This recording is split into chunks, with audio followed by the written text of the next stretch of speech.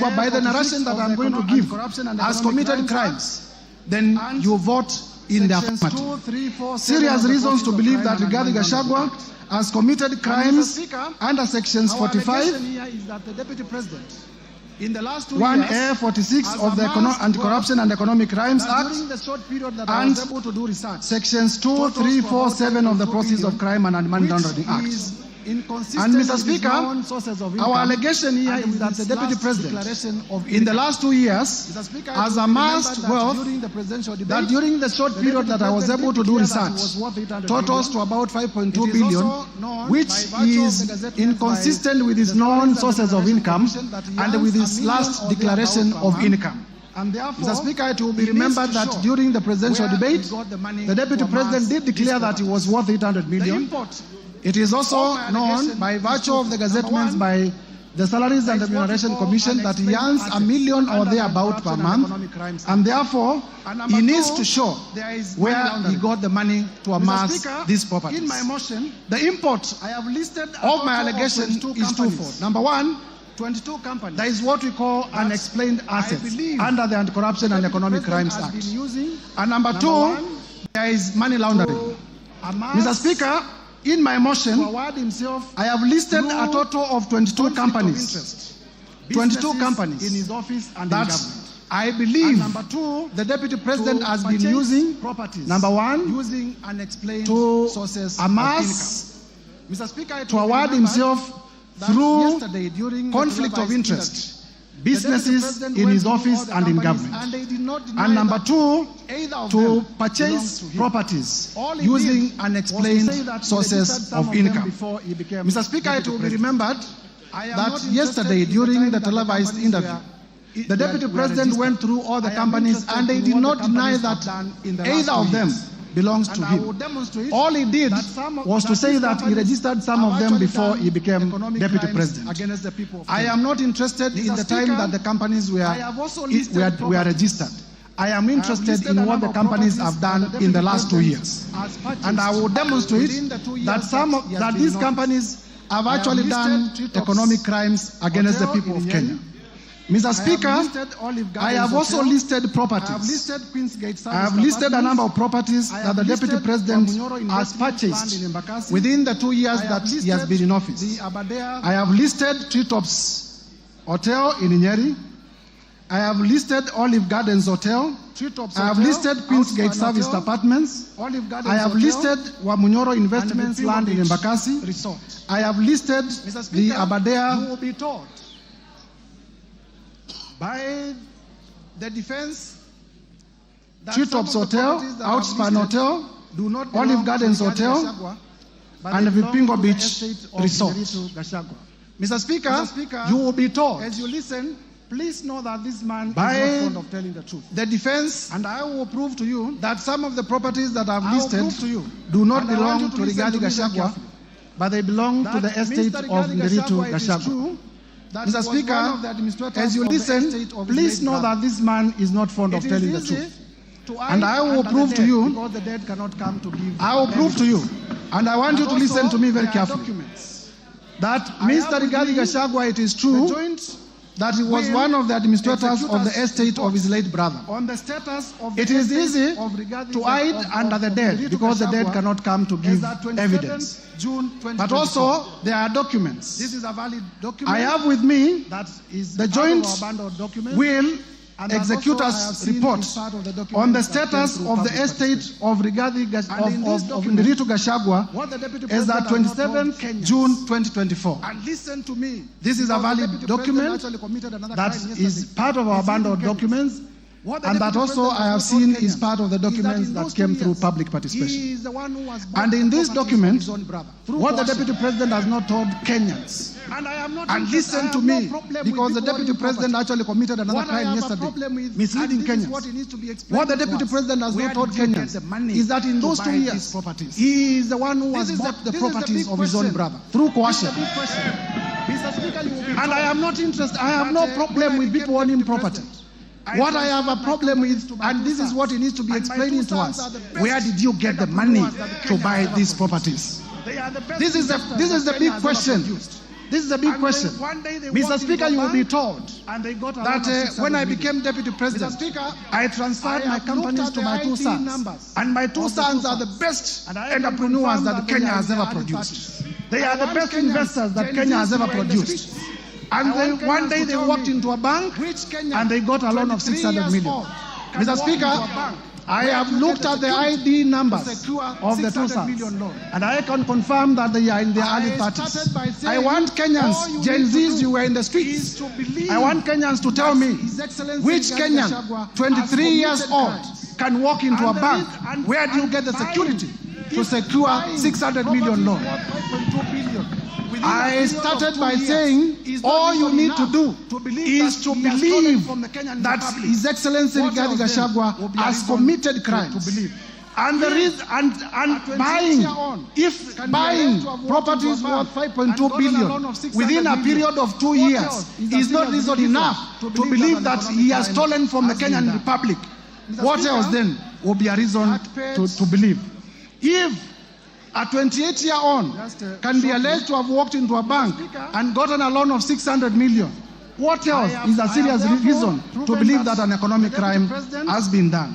Mr. Speaker, at page who bought through coercion, just shortly, his late brother, Mr. Speaker, the source of funds to buy the estate is I have therefore proven that the Deputy President, Mr. Speaker, indeed, there is a company called Cristo. He's the one who bought through coercion company called Cristo, the estate of his late brother.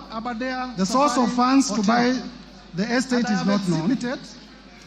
Also in my bundle of documents, Mr. Speaker, there is a company called Cristo, and this is a very interesting company. This company called Cristo is the one that bought Aberdare Safari Hotel. And I have exhibited at page 122 of my bundle of documents a transfer document transferring the ownership of Aberdare Safari Hotel from the original owners to the children of the Deputy President Rigathi Gachagua at a consideration of 535 million. And this transfer, Mr. Speaker, was done on the 22nd November 2023, immediately after the Deputy President assuming office, and telling Kenyans that he found empty coffers. He was able, within 2 months, to buy a property worth 535 million in Nyeri. Which empty coffers did he find? The other day, to show that I have exhibited at page 118 the CR12 of the new company, which shows that his two sons are the directors. I believe I have also exhibited the transfer document to show that actually the ownership of the company did shift at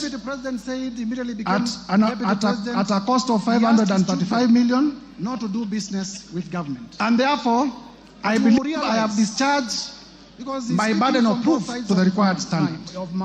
Mr. Speaker, yesterday, the Deputy President said he immediately became Deputy President. He asked his children not to do business with government. But you will realize, because he's speaking from both sides of his mouth, you will realize that even in this transaction about hotels, Tritops belongs to Kenya Wildlife Service. Are you not transacting with government? Yes, it is true, he has leased.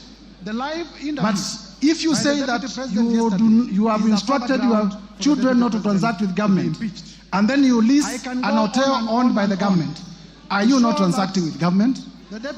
Are you not transacting with government?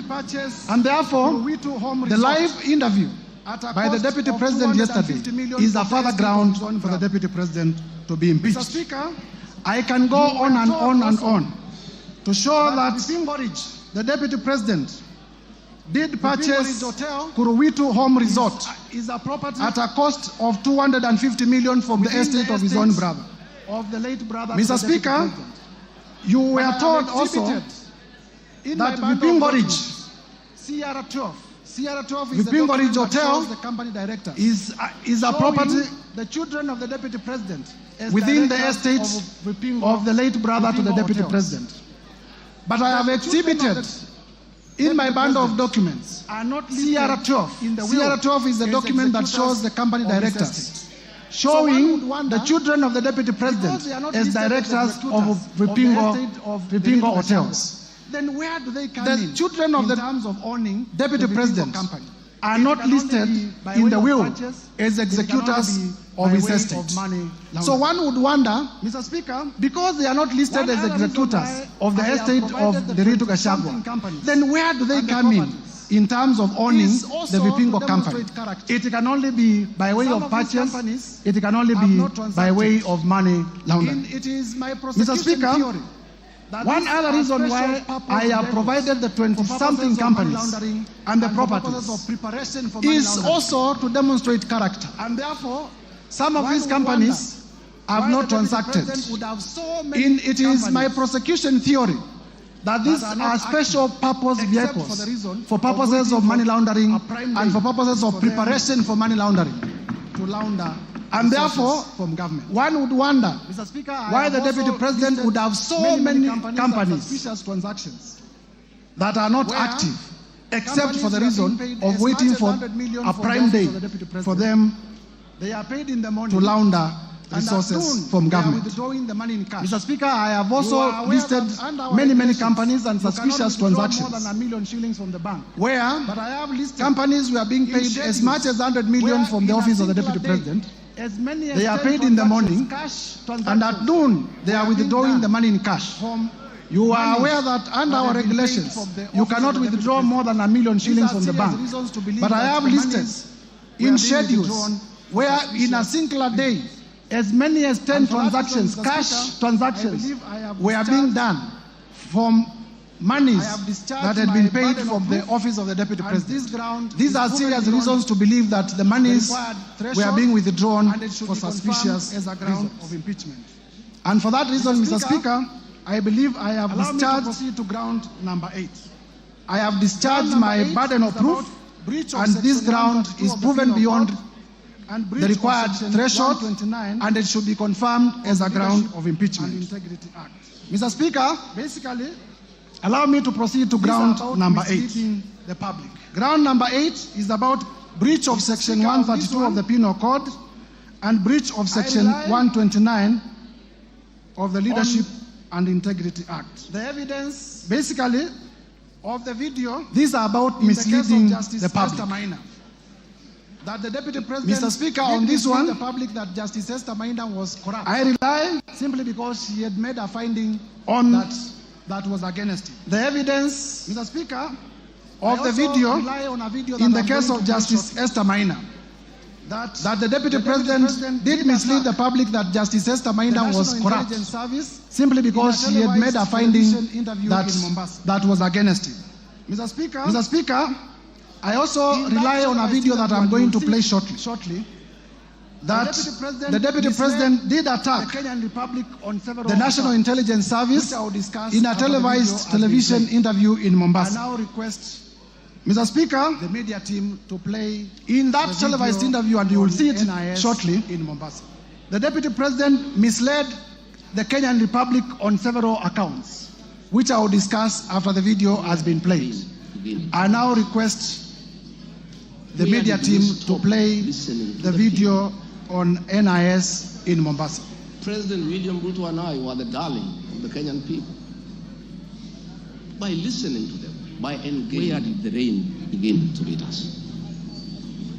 Where did we stop listening to the people? As a government, we have President William Ruto and I were the darling of the Kenyan people. To Kenyans, but also generally understand. By listening to them, by engaging them. We invest significant resources in these institutions, particularly the National Intelligence Service for this purpose. As a government, it is clear we have established institutions to ensure we not only listen to Kenyans, but also generally understand their position.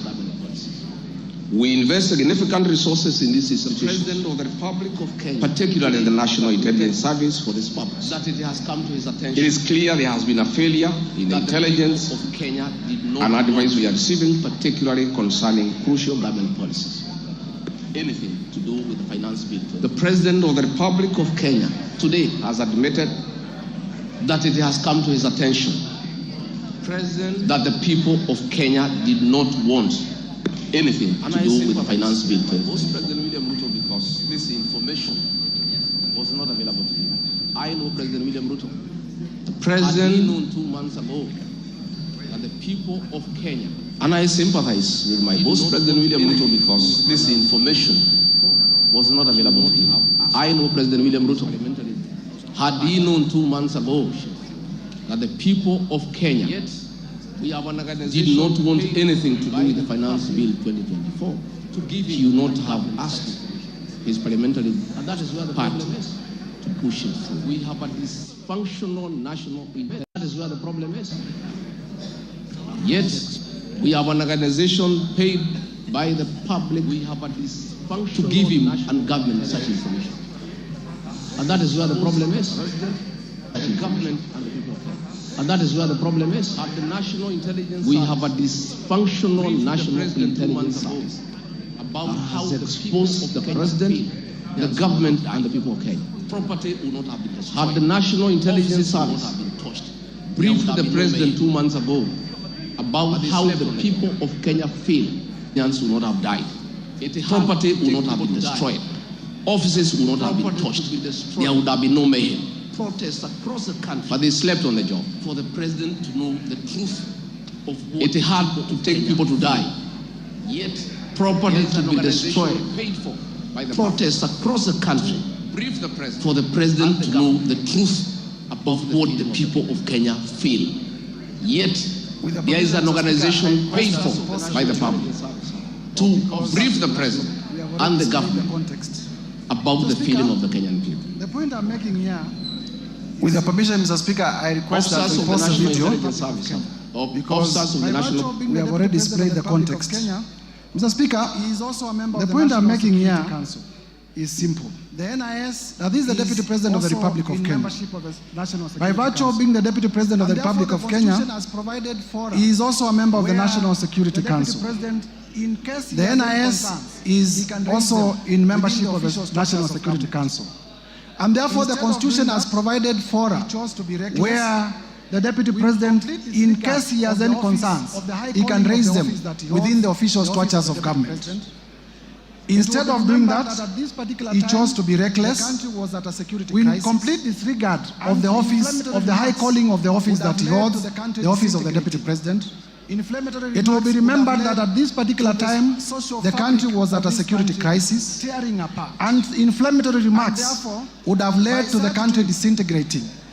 Inflammatory remarks would have led to the social fabric of this country tearing apart. And therefore, by such doing, I am inviting the House to find that the Deputy President did mislead the public.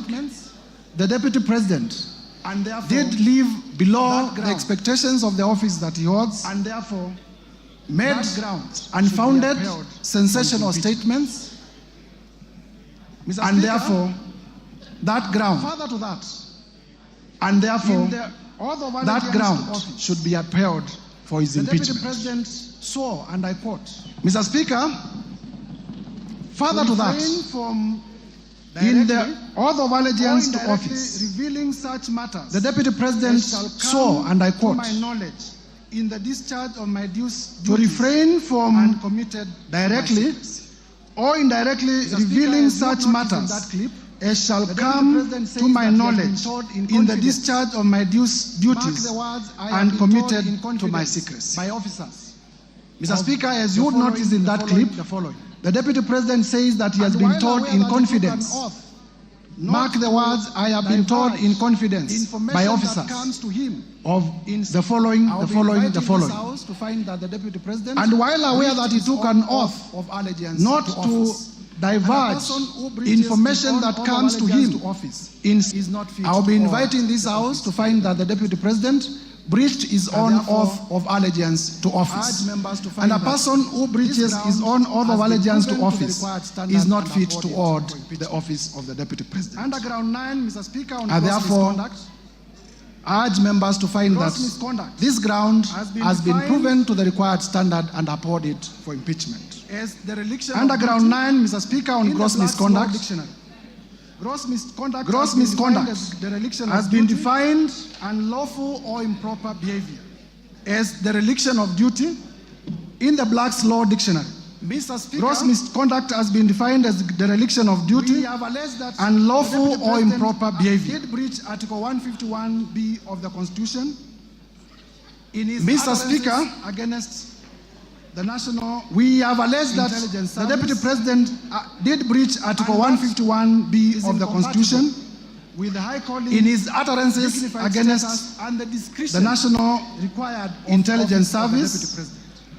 And because that basis is incompatible with the high calling, dignified status, and the discretion required of the office of the Deputy President. And because I had laid basis in the foregoing ground, I wish to urge members, using the same evidence that I have adduced above, to also find that ground number 10 is also proven. Ground number 9, that is. We have on ground number the evidence of 10 in the form of an affidavit. Gross misconduct on insubordination. Cabinet makes decisions and the Deputy President defies.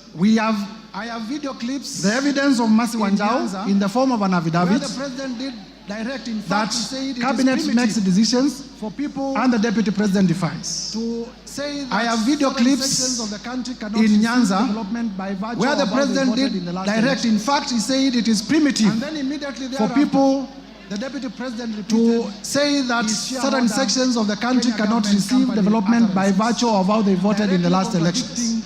The President. And then immediately thereafter, the Deputy President repeated his shareholder Kenya government company utterances, and the evidence that directly contradicting the President. On record in that arrangement, Mr. Speaker, I am submitting that is insubordination, and the evidence that we have tendered in the interest of time on record is enough to prove that ground, and members should be able to approve that the Deputy President, His Excellency Rigathi Gachagua, has been undermining his boss, Mr. Speaker, has been undermining cabinet, and therefore is guilty of the offense of gross misconduct in terms of insubordination. 151B, Mr. Speaker, Section 34 of the Leadership and Integrity. I come to a very interesting last one, which is that the Deputy President has breached Article 151B and Section 34 of the Leadership and Integrity Act. Mr. Speaker, in my bundle of evidence, I have the affidavit of Dr. Andrew Muller, which I would want displayed. Dr. Andrew Muller, Mr. Speaker, was acting CEO of the Kenya Medical Supplies Agency. Kenya Medical Supplies Agency, through funding of the Global Fund, did advertise for a tender for purchase of mosquito nets to benefit Kenyans. When he came to KEMSA, the tender was worth about 3.7 billion. In this affidavit, Mr. Speaker, Dr. Andrew Muller avers that when he came to KEMSA, nor will he be cross-examined, but is ready. And Mr. Speaker, the witness is before the House. He avers, but because this is not the trial chamber, we will not lead him in evidence, nor will he be cross-examined, but is ready to be cross-examined when we go to Senate. And one day, he avers, the Deputy President called him, that when he was appointed as an acting CEO of KEMSA, and he came to office, he found the tender ongoing. In his testimony, and one day he says that the Deputy President called him, was being fronted by the threatened him, if you allow me, so that he could release a bid bond. In his testimony, he says that a company that was being fronted by the Deputy President, if you allow me, just to get where the, because this is important, at page 70 to 76. At page 70 to 76, Dr. Andrew Muller avers that of my band of documents, His Excellency Rigathi Gachagua called me from his mobile phone.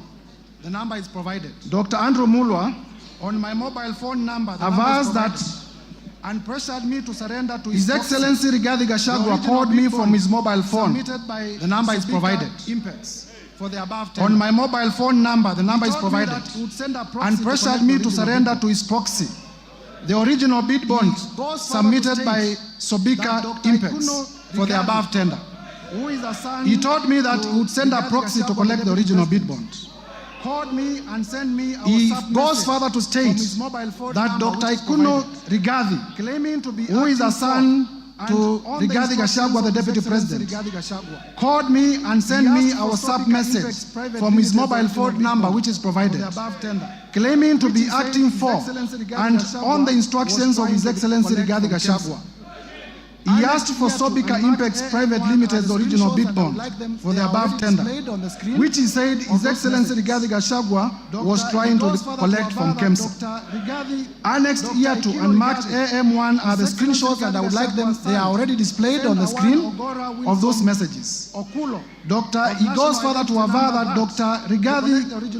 Ikino Rigathi, His Excellency Rigathi Gachagua's son, sent a one Ogora Wilson Okulo of national identity number that to collect the original bid bond submitted by Sobika Impex Limited.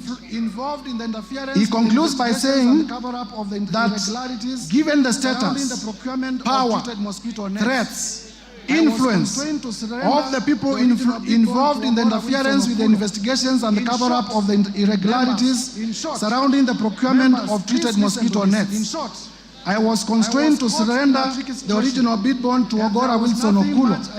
In short, members, please listen to this. In short, Mr. Speaker, I was caught in a tricky situation as there was nothing much I could do as a junior government officer against a sitting Deputy President of the Republic of Kenya. Mr. Speaker, this allegation was admitted by none other than the Deputy President yesterday live on his interview or live on television. He did confirm that, yes, he called Dr. Mulo. He also confirmed that he called him in relation to a bid bond. And he did confirm that the company called Sobika, the local representative of Sobika, is a company called Crystal. And the company called Crystal is owned by none other than Rigathi Gachagua and his children. And therefore, there was a direct conflict of interest that the Deputy President, that the local representative of Sobika, which is an international company registered in India, is a company owned by the Deputy President. And the Deputy President is making a call regarding a tender to a junior government officer. I wonder how many other calls he has made. But I do not need to belabor this point, because none other than the Deputy President himself did admit on live television yesterday that he did make the call. It was in relation to the bid bond, and therefore I urge members to adopt the evidence of Dr. Andrew Mulwa as the truthful and factual evidence, exhibiting that His Excellency Rigathi Gachagua did interfere with the tendering process and also did interfere with the investigation into the same. His Excellency the Deputy President did inform the country falsely that no money was lost. Mr. Speaker, you would know that this tender was funded under the Global Fund. And the Global Fund, through letters that we have exhibited, did cancel this funding. And therefore the Kenyan people lost up to 5 billion Kenya shillings and as well a relationship with the Global Fund, which is a major partner in our health sector. And therefore to allege that no money was lost is false, because the Global Fund did cancel the tender, and also it affected our relationship in terms of funding from the Global Fund. And we had to do a lot of diplomatic work, going to WHO, going to Geneva, in order to restore our relationship with the Global Fund. Mr. Speaker, lastly, that all the members that are proposed, I have rushed through the grounds because of the time allocated. And there is enough. I have endeavored to provide evidence that all the 11 grounds that are proposed for the impeachment of His Excellency Rigathi Gachagua are merited, and there is enough evidence. The work of this chamber is to examine whether prima facie there is a case. The trial chamber is the Senate. And therefore I want to plead with members of this House. It doesn't matter whether you sign the motion or you do not sign the motion. I have endeavored to persuade each one of you individually that this country requires a serious leadership. And His Excellency Rigathi Gachagua is not part of that serious leadership. I have endeavored to persuade each one of you that this country requires leaders who can respect the rule of law. This country requires leaders who can respect the Constitution. And His Excellency Rigathi Gachagua is not one of them. And therefore I take this time to implore on each one of you, besides our political persuasions, to realize that we want the best for our country. This is the country that we shall bequeath to our children. And if the country is destroyed by reckless leaders like His Excellency Rigathi Gachagua, there will be nothing to bequeath our future generations. And therefore persuade each one of you, please vote with your conscience, put Kenya first above your politics when you come to vote. Lastly, Mr. Speaker, members of Parliament, but I was perturbed. If you listen carefully to His Excellency Rigathi Gachagua, and I did say at the time of giving my notice of motion, I have nothing against him as a person. But I was perturbed yesterday because His Excellency Rigathi Gachagua did insult members of Parliament. He insulted the intelligence of members of Parliament. There are members here who are senior lawyers. There are members here who are senior accountants. There are members here who are teachers. There are members here who are accountants.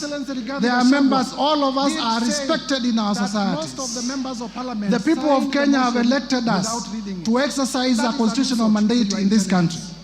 But His Excellency Rigathi Gachagua did say that most of the members of Parliament signed the motion without reading it. That is an insult to your intelligence. In my training as a lawyer, His Excellency Rigathi Gachagua, in the live interview yesterday, did say that Parliament is a theater of the absurd. In my training as a lawyer, deserves no mercy from the jury. Who insults the jury, he who insults the jury deserves no mercy from the jury. He who insults the jury deserves no mercy from the jury. His Excellency Rigathi Gachagua has insulted you before Kenyans. I urge you to rise up to the occasion. I urge you to rise up to the occasion. Uphold all the 11 grounds. Uphold all the 11 grounds. Uphold all the 11 grounds. Mr. Speaker, there is evidence that I have not gone through. The whole issue of Wamunyoro investments and the land in Embakasi. I have evidence in my bundle of documents that His Excellency Rigathi Gachagua used his office as the Deputy President, called junior officers at the Ministry of Lands, forced them to forge documents to the effect that Wamunyoro investment had bought the land in Embakasi long even before it had been registered as a company. That land, Mr. Speaker, belongs to a sickly civil servant. It belongs to a father, it belongs to a mother. Mr. Speaker, we must have a Deputy President who is compassionate. I watched the Deputy President yesterday on television displaying impunity and arrogance. He told Kenya, yes, I have said Kenya is a company. Mutadu, is this the kind of a person you would want to be your deputy president? That he has said that Kenya is a company. I do not want unapologetically to imagine that anything can happen. He said he has said Kenya is a company. I do not want to imagine. Is this the kind of a person you would want to be your deputy president? Members of Parliament, I do not want to imagine that anything can happen to the sitting president. I do not want to imagine. But it is also a factual reality that something can happen to the president who is in power today. If anything, and God forbid, happens to the president who is in power today, is this the man you would want to complete the term as president? This man,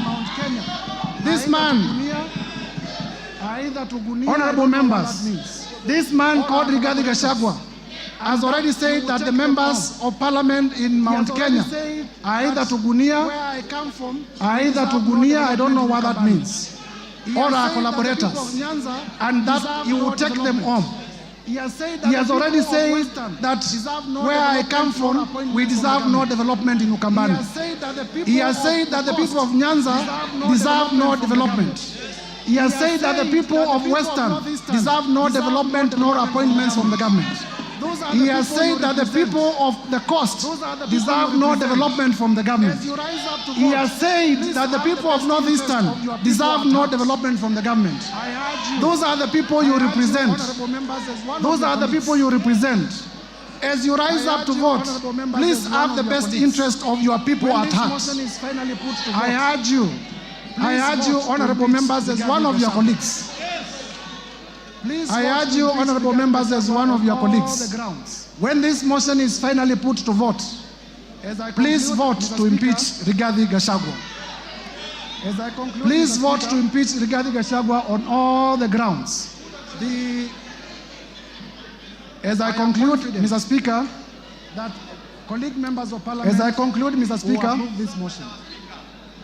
And I want to assure you, I am confident in the event that you vote for this colleague motion, members of Parliament will approve this motion, persuasively defend it. And I am sure the Senate of the Republic of Kenya assure you, will also uphold. In the event that you vote for this motion, Deputy President, I will also persuasively defend it before the Senate. Remarks, Mr. Speaker, and I am sure the Senate of the Republic of Kenya will also uphold, and Kenya will have a better Deputy President who views the country as a whole. Thank you, Mr. Speaker.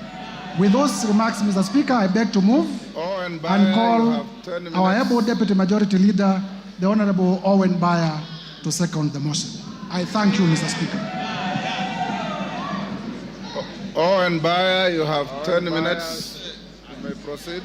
Okay. Thank you very much, Honorable Speaker. It's okay. Honorable Speaker, I rise to second the special motion for the removal from office. Okay.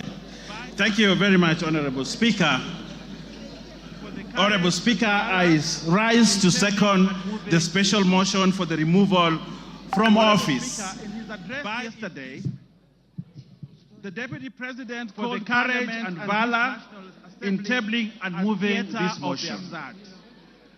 Honorable Speaker, in his address yesterday, the Deputy President called Parliament and this National Assembly a theater of the absurd, a house of ridicule, a house which processes trash. That's what he said about this Parliament. Honorable Speaker, just like the Deputy President, I'm a student of literature, having been taught by the late Wasamba Were and the late Professor Imbuga. Directionless. In the definition, Honorable Speaker, of the theater of absurd, a theater of absurd is without plot, it is irrational and logical. Directionless. If you have read the book, is left with stupidity, lacks the book by Samuel Beckett, lacks coherence of ideas, that in that book it is irrational and logical. That he if you have read the book by Samuel Beckett, that literature. Honorable Speaker, the book by Samuel Beckett, you will know that in that book called Waiting for Godot, that he actually said this Parliament is as good as that literature. Honorable Speaker, I sit in this Parliament and many of you do that. Members, are we a theater of absurd? That we are stupid, members, are we directionless? Members, are we stupid? Useless to this country. That's what the Deputy President characterized this Parliament. That we are stupid, we are directionless, and we are people who are very useless to this country. Honorable Speaker, a person of the stature of a Deputy President who can say such things about this chamber does not deserve to continue to become the Deputy President of the Republic. Honorable Speaker, what is the theater of absurd, Honorable Speaker, is when the Deputy President demands that for the 8 million votes, from Mount Kenya, he should be paid 2,000 shillings, translating to 16 billion shillings, so that he can bring peace to this country. Honorable Speaker, that is the theater of absurd. That is the theater of absurd, Honorable Speaker. Honorable Speaker, the Honorable Rigathi Gachagua has committed impeachable offenses as provided in Article 150, 1 and 2.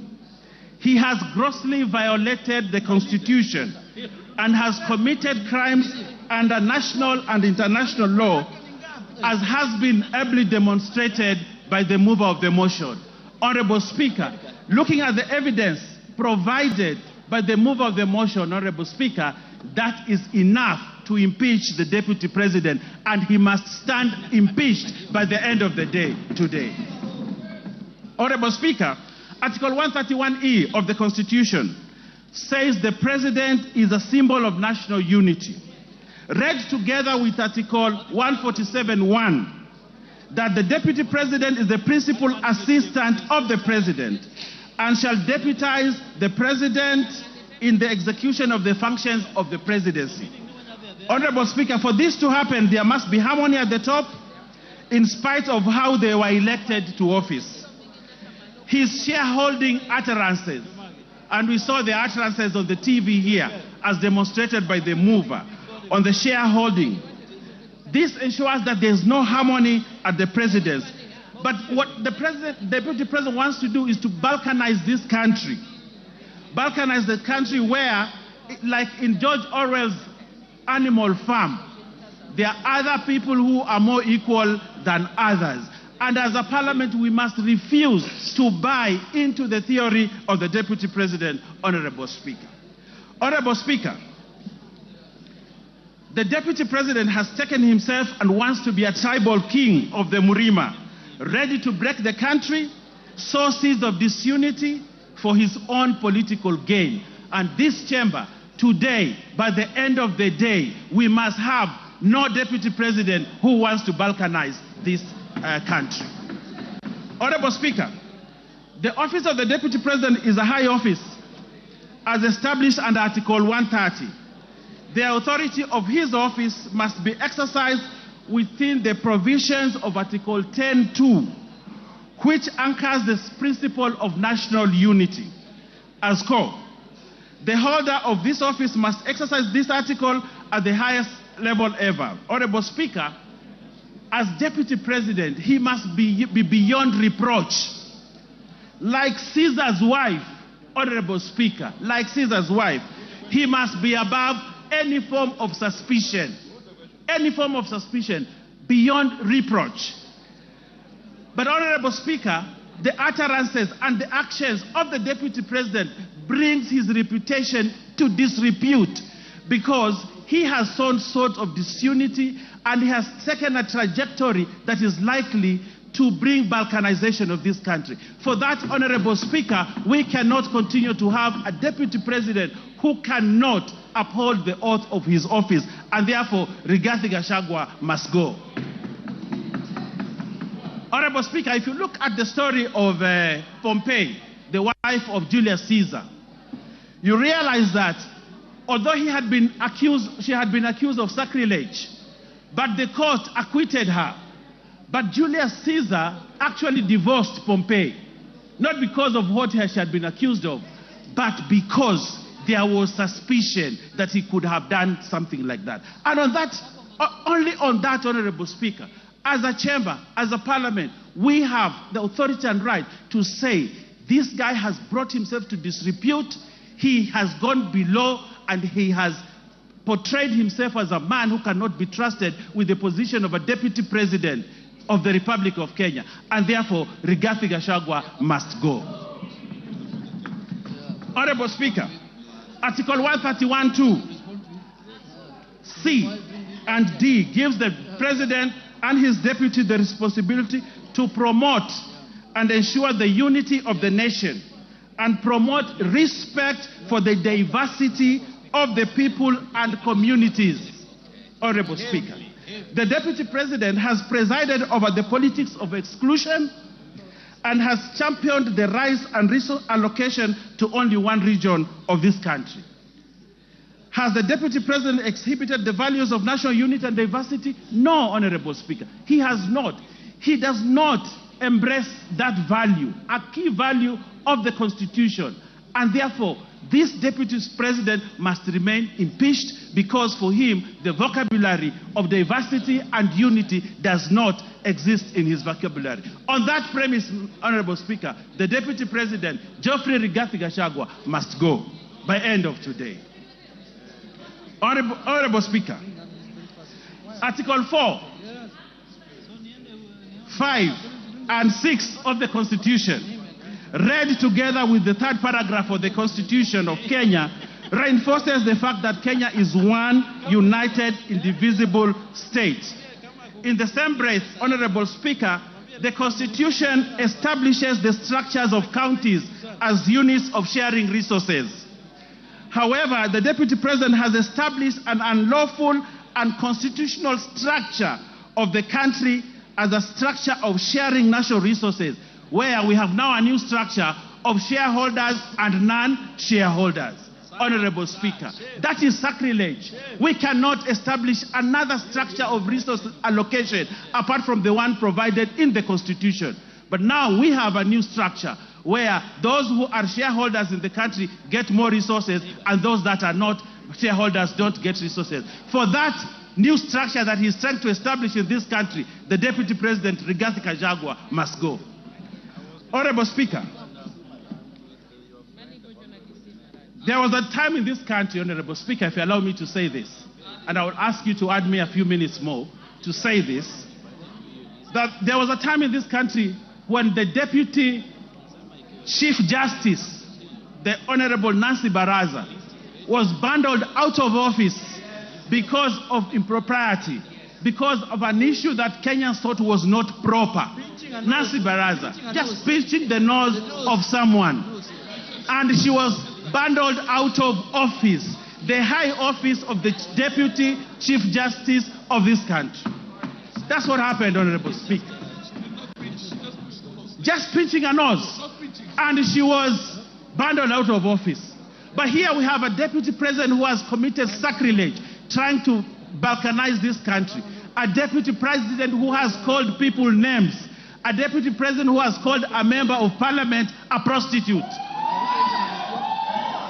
A Deputy President who has amassed wealth that cannot be accounted for. For that, Honorable Speaker, just like Nancy Baraza was bundled out of office, the Deputy President must also be bundled out of office because of that impropriety. Honorable Speaker, we saw the mover has ably demonstrated to us how he took on a judge.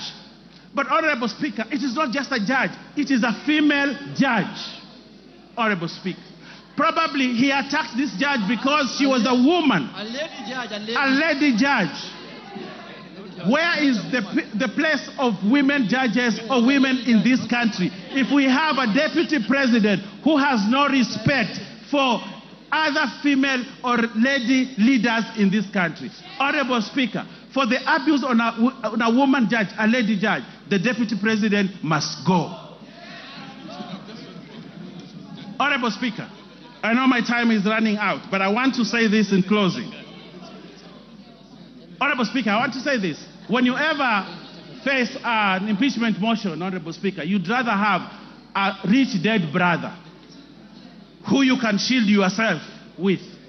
We saw what the Deputy President tried to do yesterday.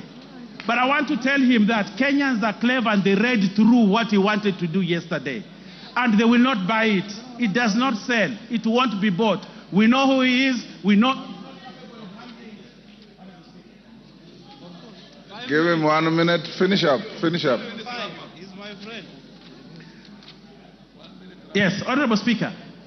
We know what he tried to do yesterday, but we can't buy it, Honorable Speaker, and therefore, Rigathi Gachagua must stand impeached at the end of the day. Honorable Speaker, we are in this boat together. We have one character in this boat called Kenya who is trying to rock it from within. He's trying to break this country. In that event, Honorable Speaker, we have a duty, if we're in that boat, to remove this one person from this boat and toss him into the high seas so that everybody is safe. And that is the duty that we must do today. And I want to convince even those that still have doubts of whether this guy should continue. I want to convince them we are safer as Kenya without Rigathi Gachagua as Deputy President of this country. We are safer as a country. The northeastern region is safer. The coast is safer. The Nyanza is safer. And all parts of Kenya are safer. Honorable Speaker, and Kenya is safer without Rigathi Gachagua as Deputy President. Mr. Speaker, we do not want Rigathi Gachagua to resign. We want this House, which he has called the House Theatre of Absurd, Honorable Speaker, to impeach him so that he knows that he needs to respect institutions also. Lack of respect of institutions, Honorable Speaker, is sacrilegious for the person of the stature of a Deputy President. For that, Honorable Speaker, for not respecting this Parliament and the Senate must impeach one Geoffrey Rigathi Gachagua tonight, and we send him home so that he knows his place in this country. For those many remarks, I second, Honorable Speaker, and ask other members to support this question. I thank you, Honorable Speaker. Order, honorable members on their feet, take your seats. Members on their feet, take your seats. Order, members on their feet. Ruth Odinga, take your seat. Order, honorable members, take your seats. Honorable members, I now propose the question, and you'll note that on the order paper, there is the long version of the motion and the abridged version of the motion. So those of you who want to look for details of the longer version, it is there. I now propose the question, which is that pursuant to the provisions of Article 145 and 151B and 2 of the Constitution and Standing Order 64 and 65, this House resolves to remove from office by impeachment His Excellency Honorable Rigathi Gachagua, EGH, the Deputy President of the Republic of Kenya, on the following grounds. 1. Gross violation of Articles 10(2)(a), B, and C, 27(4), 73(1)(a), 2 and B, 75(1)(c), 129(2) of the Constitution and Articles 147(1) as read together with Article 131(2)(c) and D of the Constitution. 2. Gross violation of Articles 174(1) and 152(1) of the Constitution by undermining the President and the Cabinet and the effective discharge of the national government's executive mandate. 3.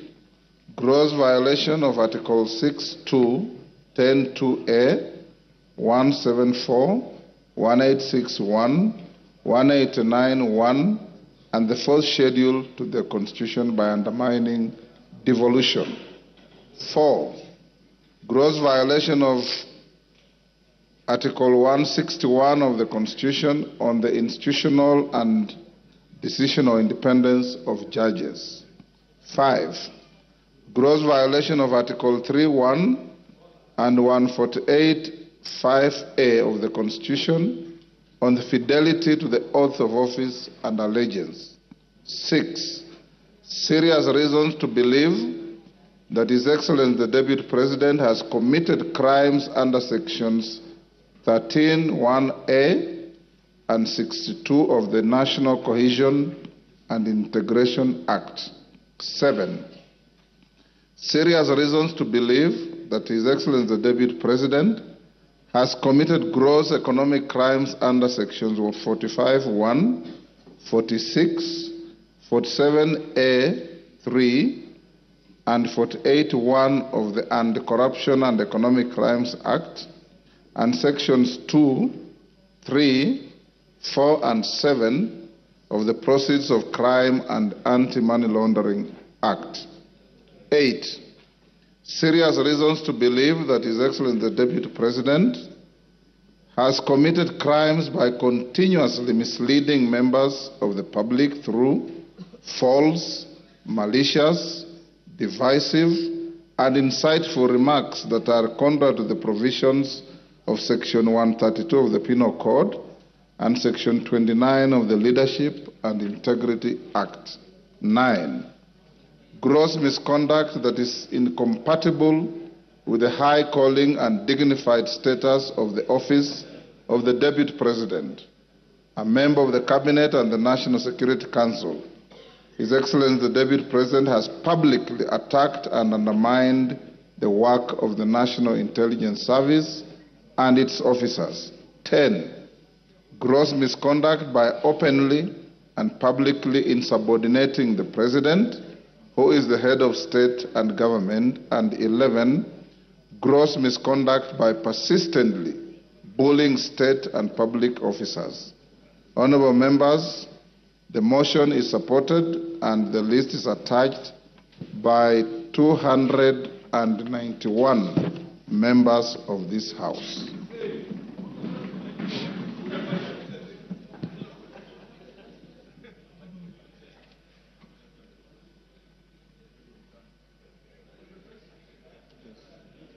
Yes. Members, before I open the debate, I received a letter from one Honorable Wandeto purporting to withdraw his signature.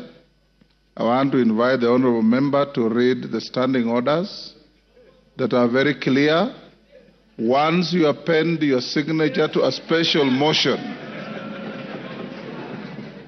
once you append your signature on a special motion, you have crossed the Rubicon, and you cannot withdraw that signature. Honorable Otiende Amolo. Thank you, Mr. Speaker. Mr. Speaker, Mr. Speaker, shall I use the dispatch with your permission? Thank you.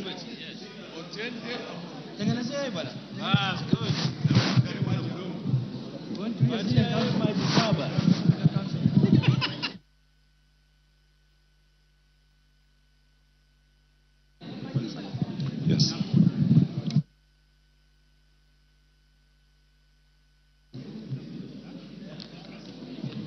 Thank you, Mr. Speaker. Mr. Speaker, this special motion is unprecedented but contemplated by the Constitution, and I support it. Let it be a lesson, Mr. Speaker, that be you ever so high, the Constitution is still above you. Mr. Speaker, some have told me and have told us that this is not our war.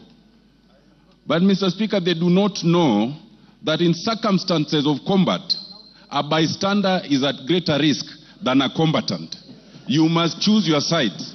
And I've chosen, Mr. Speaker, after listening to the display of jingoism by the Deputy President, after listening to the self-entitlement for 2.5 hours, after listening to the disdain of governance institutions, this Parliament and the courts, after listening to the DP threatening that Parliament and the courts should know that it's not easy to remove a Deputy President who had 7.2 million votes.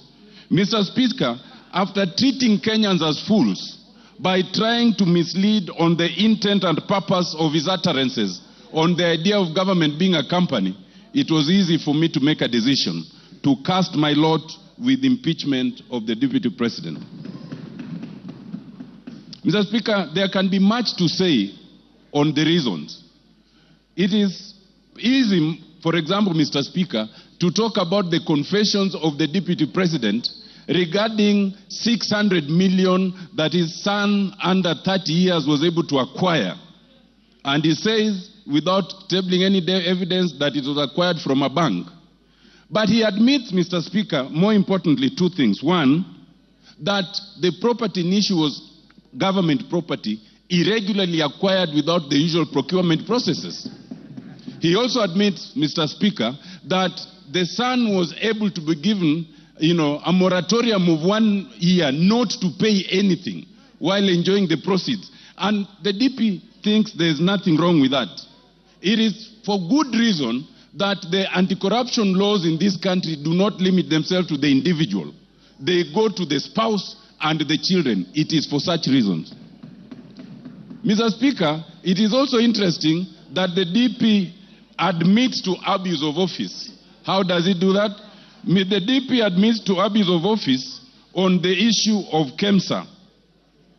It is important, and this bears repetition, that the evidence tabled by the Honorable Mutuse includes an affidavit by Dr. Mulwa.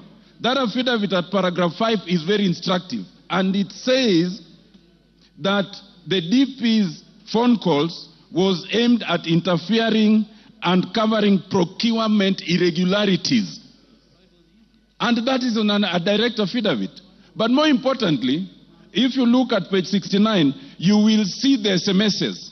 And that SMS, the son of the Deputy President, Dr. Ekinu Rigathi, has the courage to say that there is a document for His Excellency we are trying to collect, not for himself, not for any other company, for His Excellency. And the fact, Mr. Speaker, that the DP admits to these processes and sees nothing wrong with it is a very serious matter of integrity. But, Mr. Speaker, I'll not speak to all those two. I'll speak to a more fundamental fact. The blatant justification of discrimination and insightful utterances against Kenyans. That is where I want to focus, Mr. Speaker. Mr. Speaker, in this, the DP, and I've gone through the documents, there are various clips where the DP repeats this, that Kenya is a company and those who did not vote for Kenya Kwanza are not entitled to enjoy the proceeds from that company. What worries me, Mr. Speaker, is that with a straight face, the DP could appear on live television and justify these utterances. How does he justify it? He says that he is entitled to do that because there are some partisan political agreements or promises that were made. What does that mean? The DP elevates promises at a political party level above the National Cohesion and Integration Act, Section 13. He elevates those promises at a political party level above the Constitution of Kenya. There are 15 different articles that speaks against this. The fact that the DP can think that he can justify such utterances and elevate these agreements above the law and the Constitution is the clearest evidence that he must go because he has breached the Constitution. It is important to note that Article 145, 1A and C do not say that if you are respecting a political promise, then you can breach the Constitution. If that was to be the case, Article 24 would include that as a limitation. It does not include. If you want one reason, members, to impeach the Deputy President is because he has admitted to breaching the Constitution on account of a political promise. Mr. Speaker, Article 145 1B is another interesting one, and it speaks to serious reasons to believe that the DP has breached the Constitution. You do not need the hard evidence. Members, remember, for conviction, that is for courts. We are not a court of law. Ours is to look at the evidence and see if there's a serious and reasons to believe. Those serious reasons speak to integrity. They speak to impropriety. And if you look at them and then find that there's some impropriety, then ground 7 will have been proved. Ground 7 talks of the issue of acquired property coming to 5.2 billion. What struck me, Mr. Speaker, is that the Deputy President took 1.5 hours to explain why he's not corrupt. Of the 2.5 hours, 90 minutes was to explain why he is not corrupt. The very fact that you take 90 minutes to explain you are not corrupt is prima facie evidence of corruption.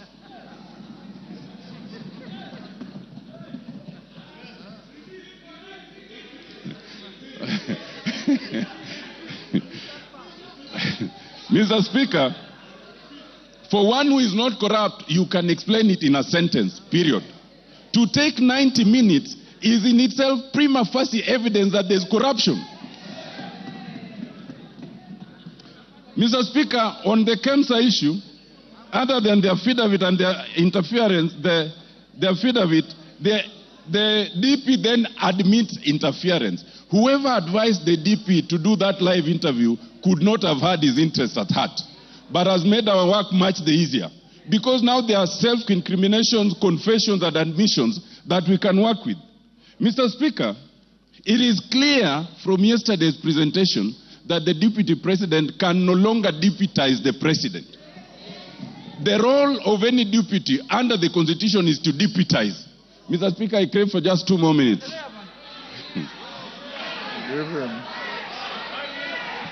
So that, Mr. Speaker, even the fact, Mr. Speaker, it is not a ground of the impeachment by Honorable Mwangi Mutuse, but it has become a clear ground from yesterday's interview that the DP is incapable of deputizing the President. And if we needed an independent ground, that is very clear. It is also clear that the DP can no longer be part. Very clear. It is also clear that the DP can no longer be part of a cabinet. It is a basic rule in terms of labor law. If you cannot work with your boss, if you insubordinate your boss, if one person is to go, is the subordinate, not the boss. Mr. Speaker,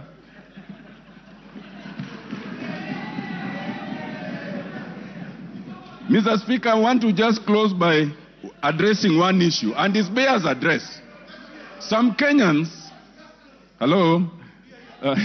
Mr. Speaker, it is important to address this issue. Some Kenyans want us to divert attention from the impeachment that is before us. There is only one impeachment motion before us, and it's in respect of the Deputy President. Now, some people have said, Kufa Makanga, Kufa Dereva. Now, let me explain to you. First of all, when you say Kufa Dereva, Kufa Makanga, you must remember that in that bus there are passengers. And those passengers can die if you are reckless. In this case, those passengers are Kenyans. We as Parliament must navigate that issue so carefully that the passengers called Kenyans remain safe.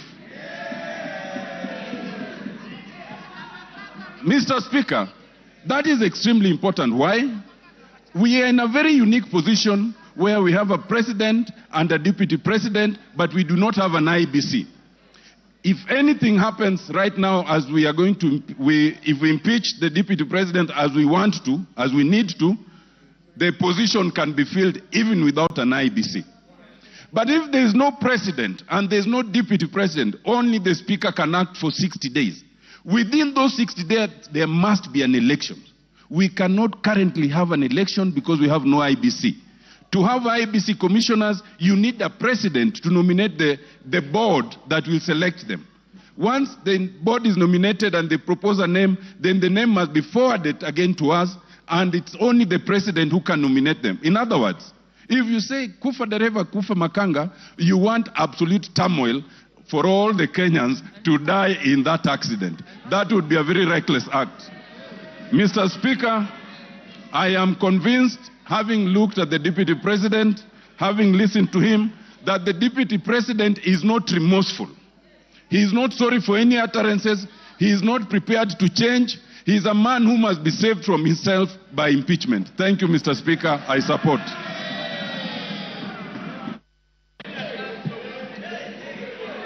George, order. George Morugara.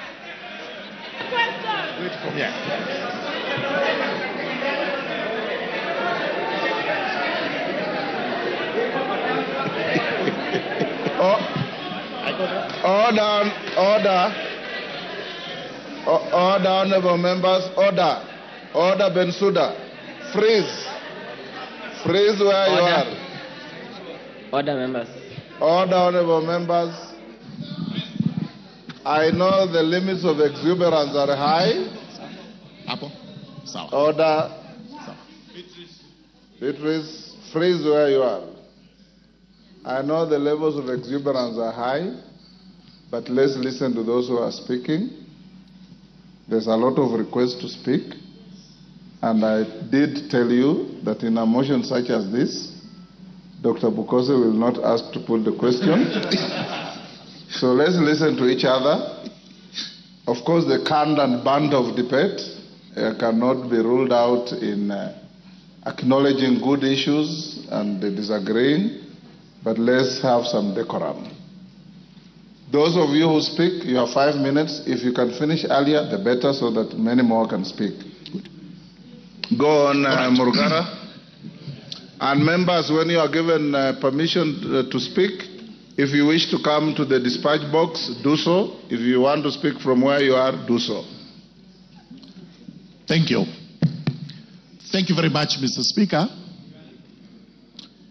Mr. Speaker, before I even state my position as regards this motion, it is important for me to express what the views of Kenyans are regarding this motion, and especially with a hindsight of the public participation that we did, and also from the public opinion which was communicated to Kenyans through an agency that conducts opinion polls.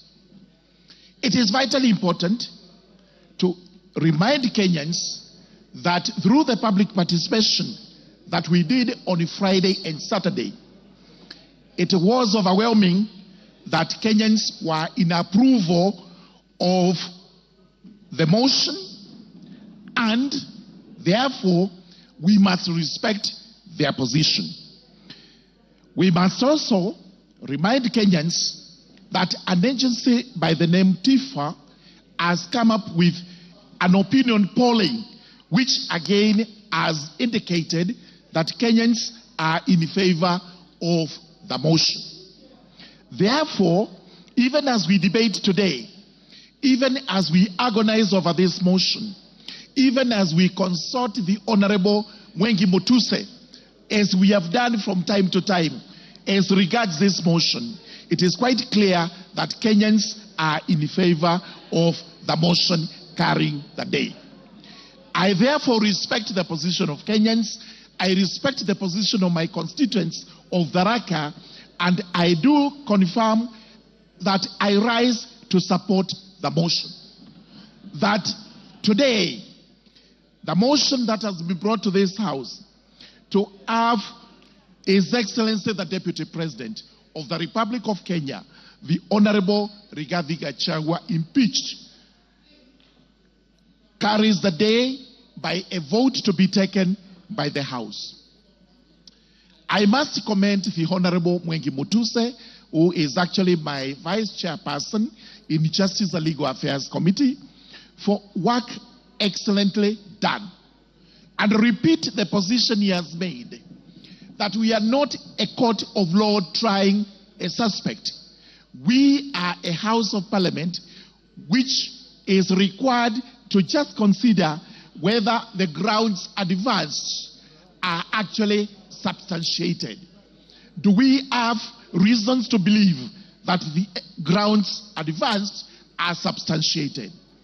Having listened to the mover, having looked at the documentation, and I confess we have burnt midnight oil looking at this particular motion and the supporting documentation, these grounds are substantiated. Allow me briefly to just mention but a few. Ground number one, which is on dangerous divisions in the country, is propagated by the Deputy President. The Deputy President last night admitted and tried to qualify the admission that he had likened Kenya to a company. There is total difference between likening the government to a company and stating categorically that the government is actually a company. The Deputy President, in the clips we have watched, was candid in a statement to Kenyans that the government is actually a company and that each one of us has or does not have shares in that company. The net effect of this is, if you do not have shares, then you do not belong to Kenya. If you have shares, then you are more Kenyan than any other person who has lesser shares than you. This is the dangerous division which this House must frown against. And it must hold squarely against the deputy president. The second admission he made, which is a very strong ground of this motion, is breach of collective responsibility. It has been clearly stated that the cabinet includes the deputy president. The president is the the deputy president is the principal assistant of the president.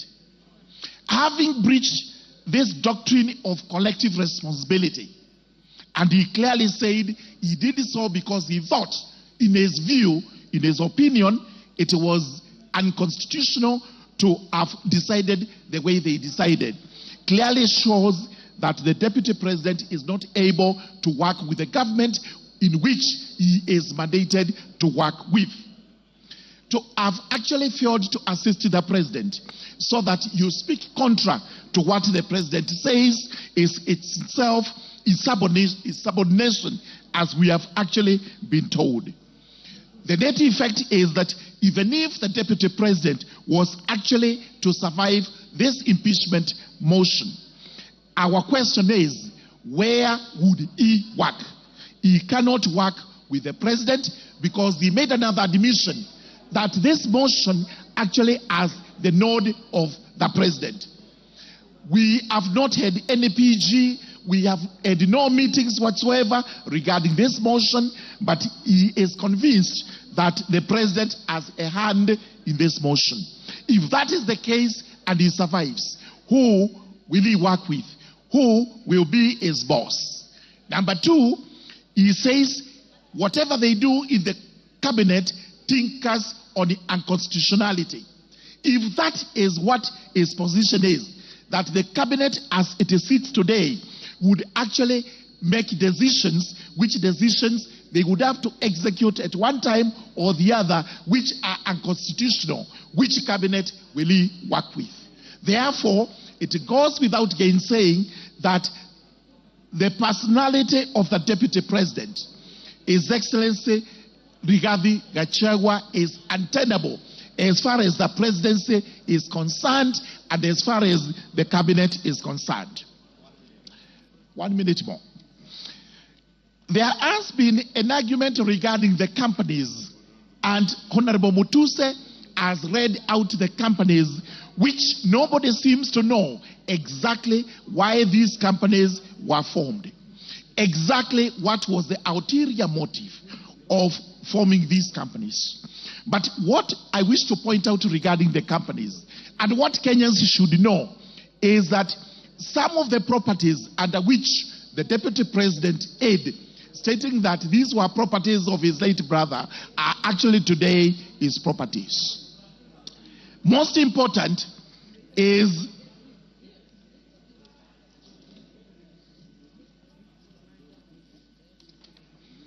a property known as Kuruwitu Home Resort.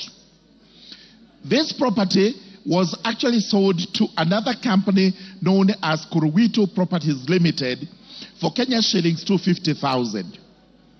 As such of these companies indicate that Kuruwitu Properties Limited is owned by Vipigo Beach Resort Limited and John Y. Madenge.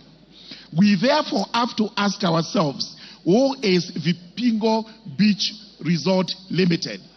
And CR12 indicates that this company is actually owned in shares by Keith Ekino Rigathi, Kevin Gachagua Rigathi, the estate of the deceased James Nderitu Gachagua. As we were told, these two persons named, Keith and Kevin, are not executors of the estate of the late Nderitu Gachagua. So if they actually own this company, which owns one of the properties of the deceased, purchased at Kenya shillings 250 million, then it goes without gainsaying that in fact the deputy president has an explanation to give regarding this. Finally, we've been told about the press statement he made in Mombasa, and this is the evidence of insubordination. The country was on fire. The country was burning. the president actually finished or completed giving what measures he would take to restore the country.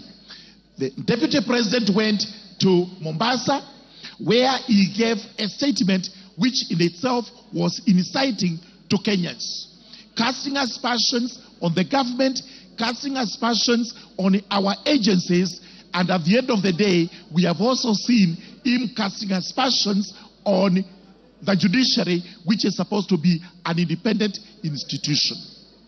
What we are required to do as members of parliament is to prove only one ground. The rest of them may fall or may succeed.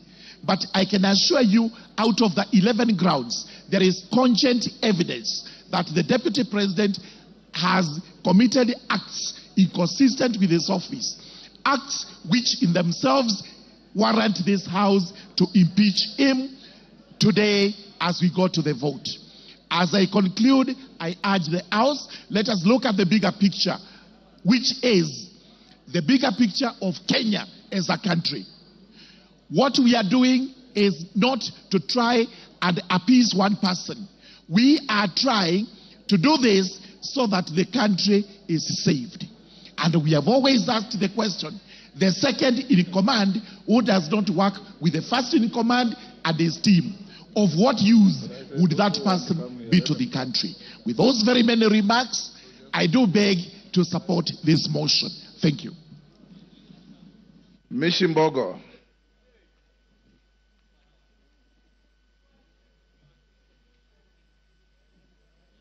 Give her the mic. Asante sana Mheshimiwa Spika. Mheshimiwa Spika, nasimama hapa kuunga mkono hoja hii ya kumng'atua mamlakani naibu wa rais Bwana Rigathi Gachagua.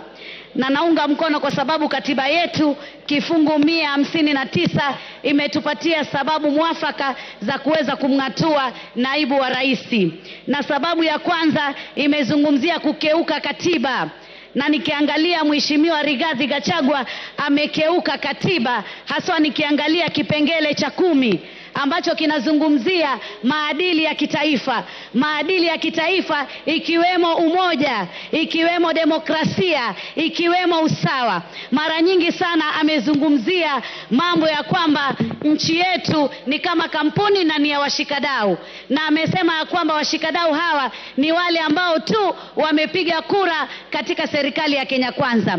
Hivyo basi kukiuka maadili katika kifungu cha 10, kwa sababu tunajua Wakenya wote wanalipa ushuru na Wakenya wote wana haki sawia, wale waliopiga kura kwa serikali na wale ambao pia walikuwa katika upande ule mwingine, kwa sababu ni demokrasia. Unaweza kuwa upande wa serikali na unaweza kuwa upande wa upinzani. Vile vile pia tunaona katika kifungu 147 kinasema ya kwamba yeye atakuwa ni msaidizi mkuu wa rais katika serikali, na msaidizi mkuu pia atakuwa ni naibu katika zile kazi ambazo rais anazifanya. Lakini je, vitendo vyake vimeonyesha mambo hayo? Vitendo vimeonyesha ya kwamba yeye si msaidizi. Kuna wakati ule wa Gen Z, wakati rais ametoa hotuba hapa Nairobi ya kutoa mwelekeo wa kitaifa na jambo lile, yeye alikuwa Mombasa akitoa hotuba ambayo ilikuwa inazungumza tofauti na ile hotuba ya rais. Na hapo pia akatia fitina katika taasisi zetu za kiserikali na kumlaumu Bwana Nurdin Haji. Kwa hivyo imeonyesha ya kwamba yeye ni kama anachukua nafasi ile ya rais, hachukui ile nafasi ya kwamba yeye ni msaidizi. Vile vile pia tumeona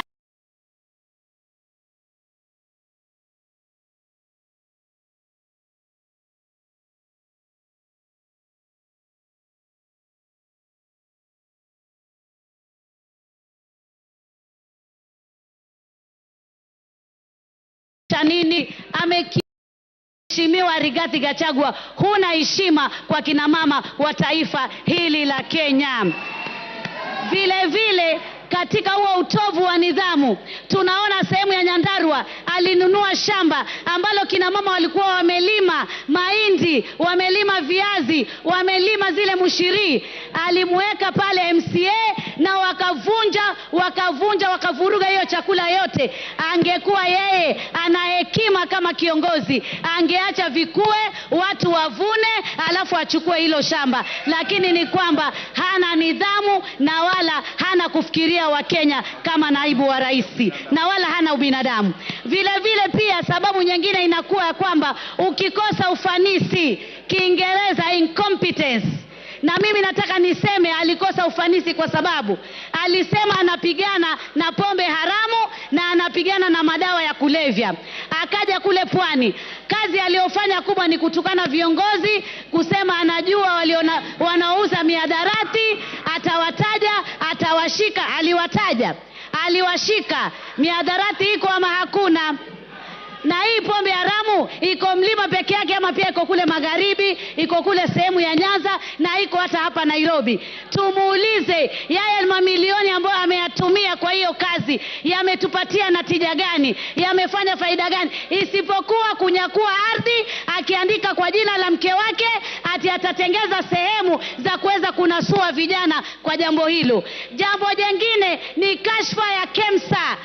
Imezungumziwa vizuri sana vile alivyowezesha watoto wake na makampuni yake na kuiba pesa zile katika kashfa hiyo. Hatuwezi kuwa na naibu wa rais ambaye juzi na jana alikuwa milioni 800, yani kama mali yake. Hivi karibuni ati ni bilioni 5.2. Kwa muda mchache tu pesa hizo umezipata wapi? Pia ni bilioni 5.2. Kwa muda mchache tu pesa hizo umezipata wapi? Pia umedhulumu bibi wawili wa marehemu ndugu yako aliyekuwa gavana wa Nyeri. Utakuwaje upewe flati 10 na wao wapewe 5 na ni wawili na kuna na watoto? Jamani, ni sheria gani? Tunao sheria ile ya Kiingereza.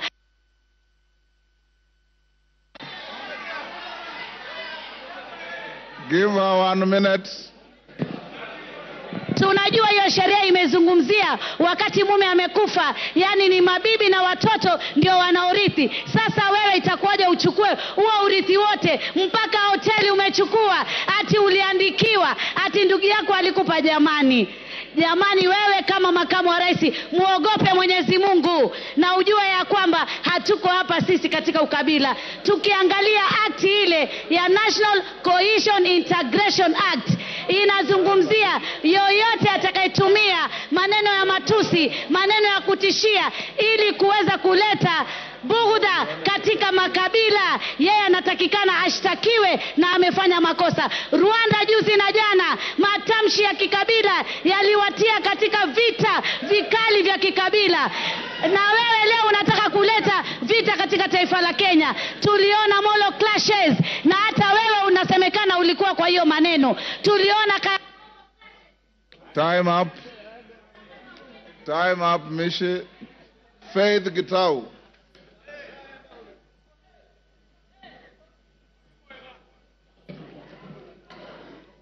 Thank you, Honorable Speaker, for according me this opportunity. And from the onset, I support this special motion. First, our supreme law of the land expects the presidency, which includes the president and the deputy, to be a symbol of national unity. In that case, the holders of that office are expected to portray a national image as opposed to an ethnic outlook. Honorable Speaker, our Deputy President has been at the forefront in advancing a selfish ethnic agenda. For him, it is about his community and nothing more. After an election, Mr. Speaker, the government has to serve both those who voted for it and those who did not. It was wrong for the Deputy President to advocate for shareholding in order to discriminate against the rest of the communities, which may create ethnic animosity against Mount Kenya region. As a county member of parliament, I think I have traversed this nation more than the Deputy President. Secondly, Honorable Speaker, the Deputy President, as the second in command, should act as a father figure to members of Parliament and the community at large. Far from it, the Deputy President, during his tenure, has been divisive and very egocentric. For him, it is about me, myself, and I. It is unfortunate that he has lowered the status and respect expected of such high office. Lastly, Mr. Speaker, when we went to the people urging them to elect this government, we gave them an undertaking that women must be respected. It is therefore, it disturbs me so greatly when the Deputy President is at the forefront demeaning women in leadership, particularly those he perceives his enemies. He has no respect for women whatsoever. He has made a scathing public attacks on a woman High Court judge. And in addition, he has been attacking women, and especially members of Parliament, me and others included in this House. And therefore, he can never, and he has no respect for women, and he can never work with women. And for those few remarks, I support. Makali Mulu. Yeah, thank you very much, Honorable Speaker, for this opportunity. Honorable Speaker, I want to say the following. Impeachment of a Deputy President is a matter of national interest and international interest, and it's on the basis of that, Honorable Speaker, that people have to be very careful with what they do with this impeachment. Honorable Speaker, I want to remind the House that we are only one of the many parts of the process. This National Assembly will be making their decision. From there, we'll go to the Senate. And there is also the courts, if need be. And it's on the basis of that, Honorable Speaker, that we must isolate personal issues from issues which make sense to Kenyans. So that, Honorable Speaker, we don't, as a House, go for what I'll call mob justice mentality, and at the end of the day, the other stages, we lose it.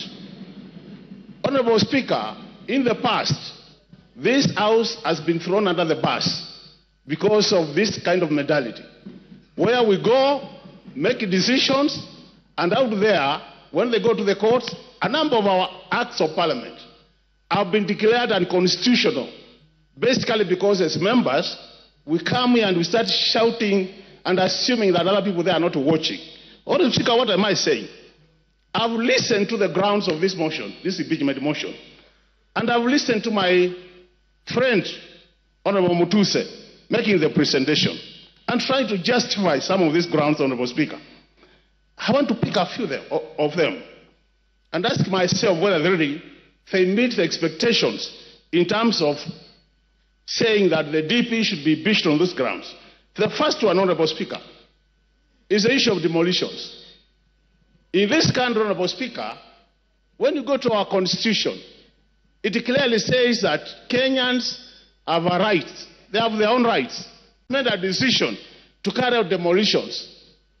Look, in terms of hierarchy, it's the president, it's not the deputy president. So in a situation where a decision is made, and the deputy president says he doesn't support it, the question is, should you be harassing the deputy president or the president? Because the person who took the oath as the head of the executive is the president or the deputy president. So on the basis of those demolitions, Honorable Speaker, it is going to be very unfair to start saying it is the deputy president who is insubordinating the president, because at the end of the day, Whose decision did carry the day? That's the question. The second issue, Honorable Speaker, is the issue of shareholding. Honorable members, let's be very honest with ourselves. We are all politicians. We have been voted in. We represent constituencies. How many of you can say that you are not practicing what is being explained in this motion? How many? Let's be very honest with ourselves.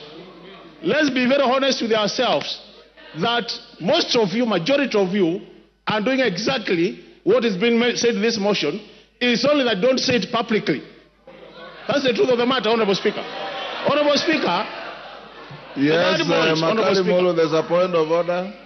Yeah, I have no problem, Honorable Speaker.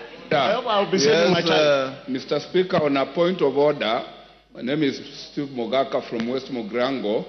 Is the member on the floor in order to speak about what I practice?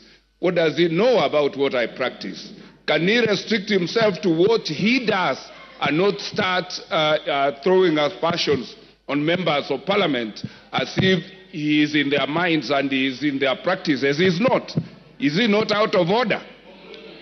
Yes, Makali. Honorable Speaker, I really don't see any point of order there. I ignore and proceed.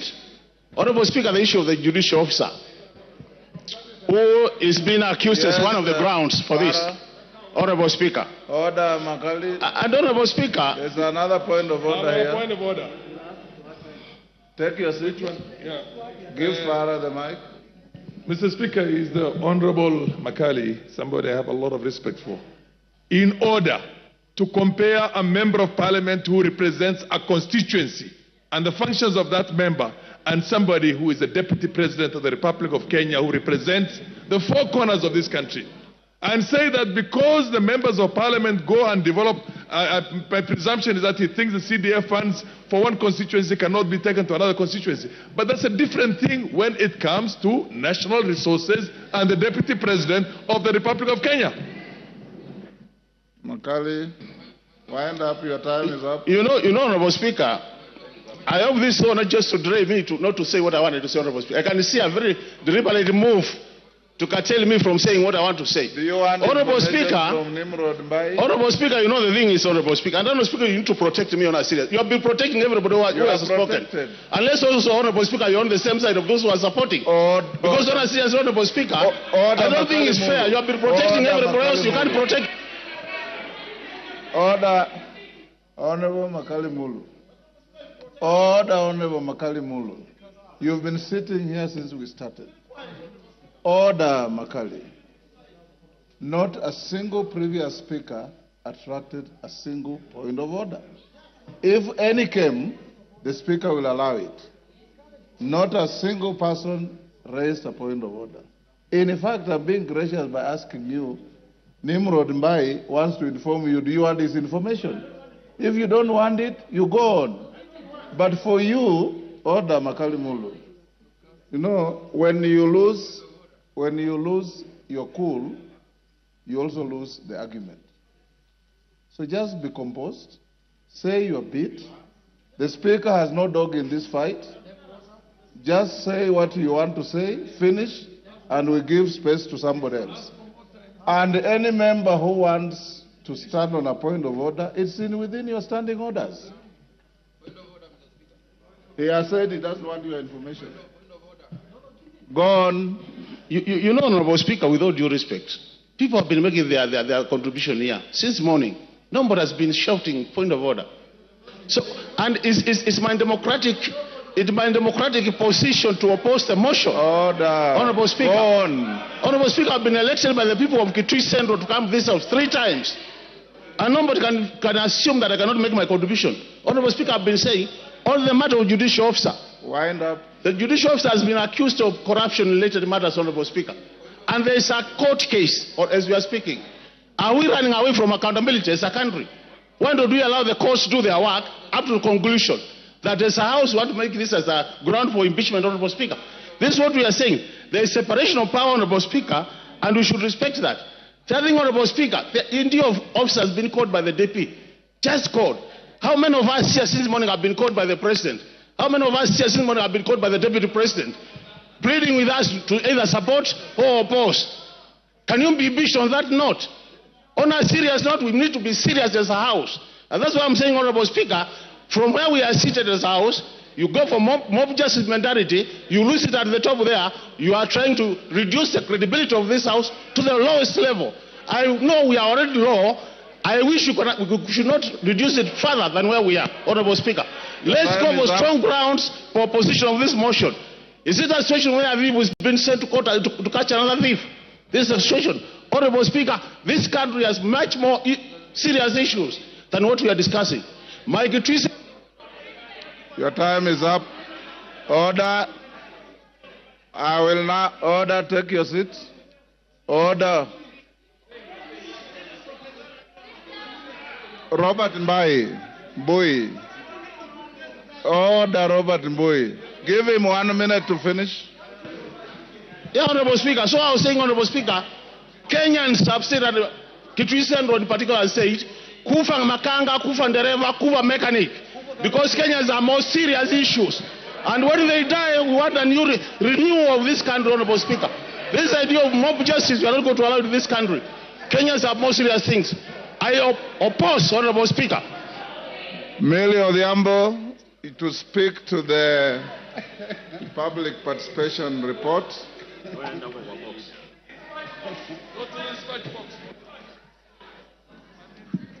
Thank you, Mr. Speaker, for giving me this opportunity. Mr. Speaker, I was just wondering if after speaking to the public participation that I could also just make my contribution.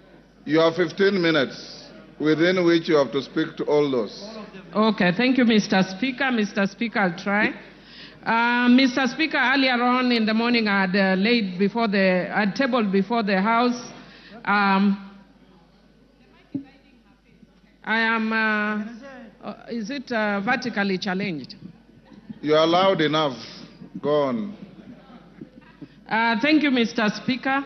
Mr. Speaker, I was indicating that earlier in the morning I had presented a report of a public participation on the proposed removal from office by impeachment of His Excellency Rigathi Gachagua, EGH, the Deputy President of the Republic of Kenya. Honorable Speaker, this is following the notice of a special motion by Honorable Mwengi Mutuse and in line with Article 1182 of the Constitution. Mr. Speaker, consequently, the House Business Committee approved a public participation program across all 290 constituencies, and I present on behalf of the House Business Committee. Mr. Speaker, I'll speak to the issue of the legal framework of public participation.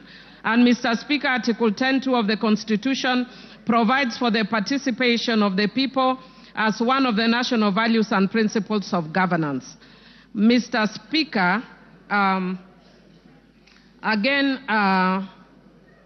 Article 118 of the Constitution requires Parliament to ensure public access and participation of the people in its affairs. I will not go to the details, and we can read it for ourselves because of time. Mr. Speaker, I wish to note on my own behalf that in quasi-judicial proceedings like this, public participation is not really necessary, even though the courts are pronounced that they are. In my view, they are not actually necessary in quasi-judicial processes like this, because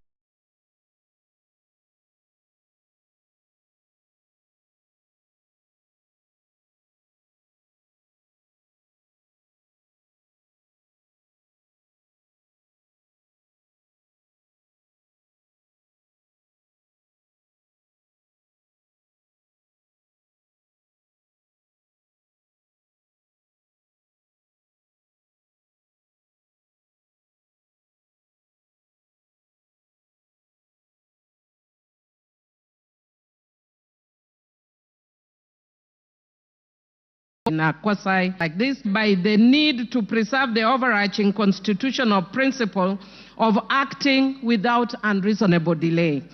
The special motion for removal from office by impeachment of the Deputy President was therefore processed in accordance with the timeline sets out under Standing Order 64.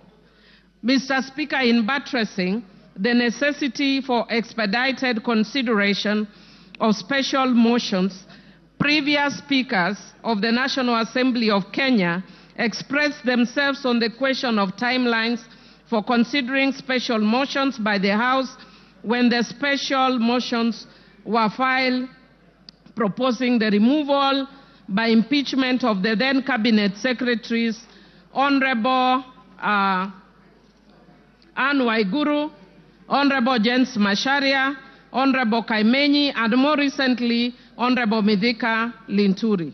In all the foregoing instances, the Speaker emphasized the need to dispose of a special motion as soon as is practicable to remove the anxiety of hangman's noose from the neck of a state officer proposed for impeachment.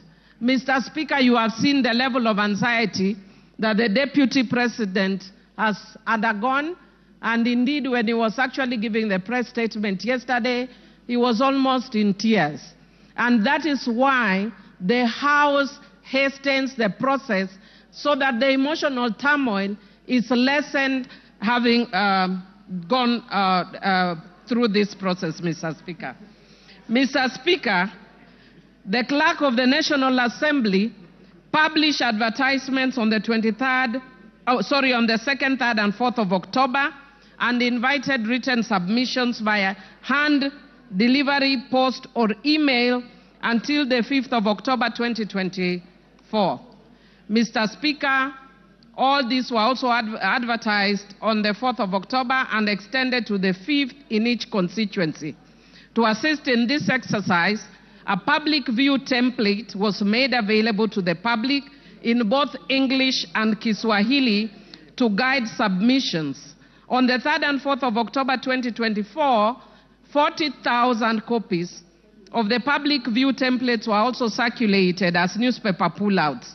This template was designated to provide clarity and precision in responses, whether for or against a motion. Number 2, to supplement other means of public input.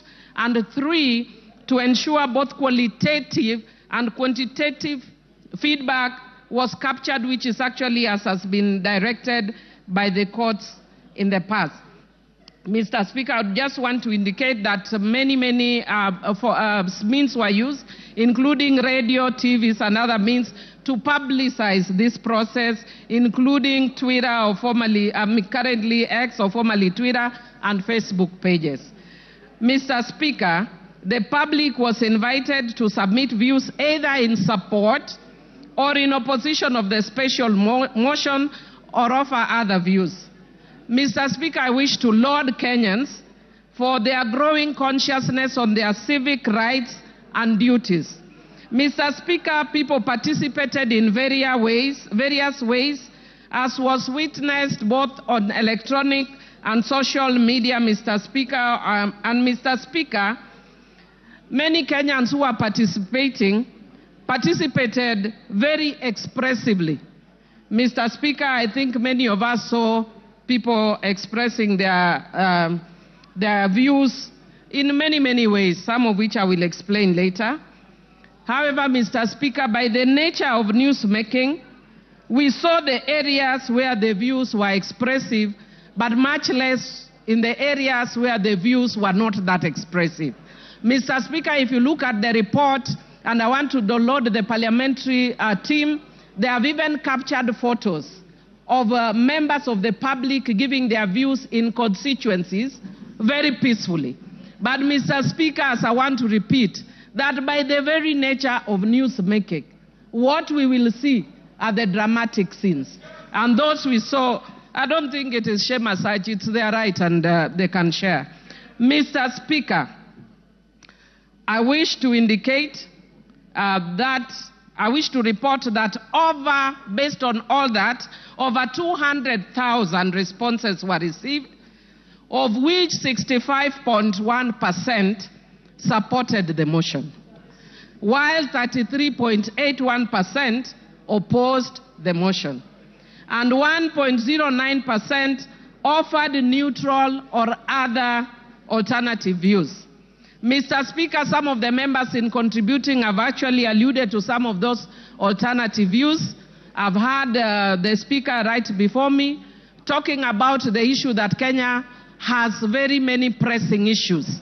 Mr. Speaker, indeed it is true, Kenya has many pressing issues, and as a House, we are already seized of those issues and are indeed already dealing with some of those issues. One of those issues that the Parliament has raised is the issue of education, the education system, and we have called the CS for education more than 2 times to deal with that issue.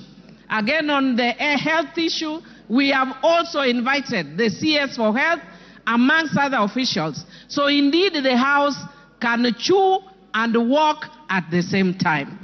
Mr. Speaker, when a motion is brought of this magnitude, Parliament, by its own standing orders, must stop everything else and give priority to this motion. And that is why Parliament stopped and all members of Parliament went to their constituencies to deal with this issue.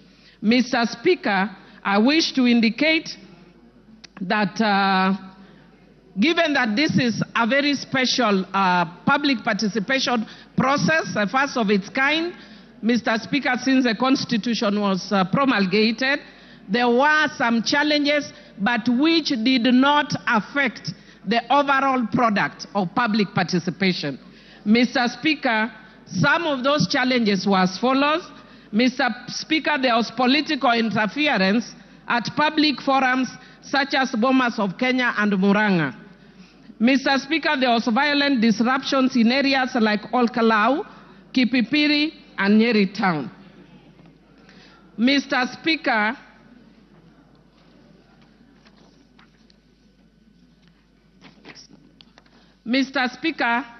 there was incomplete or unclear submission, including forms without identifying information or contradictory responses. Mr. Speaker, there was low turnout in some constituencies due to insecurity, such as in Bura. Mr. Speaker, public expectation for monetary compensation for participation was also experienced. Mr. Speaker, there was late submission of forms and memorandum in some instances. There were threats of violence towards officers and inappropriate language in some email submissions. And Mr. Speaker, there was pressure from some constituencies such as Olkalau and Kipipiri for officers to declare results prematurely.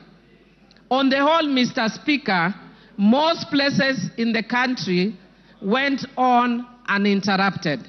And the results that I just indicated to you, Mr. Speaker, are based on that. Mr. Speaker, because of time and I would like other members to speak, I would want to invite members to look at the report that has been tabled by the House Business Committee.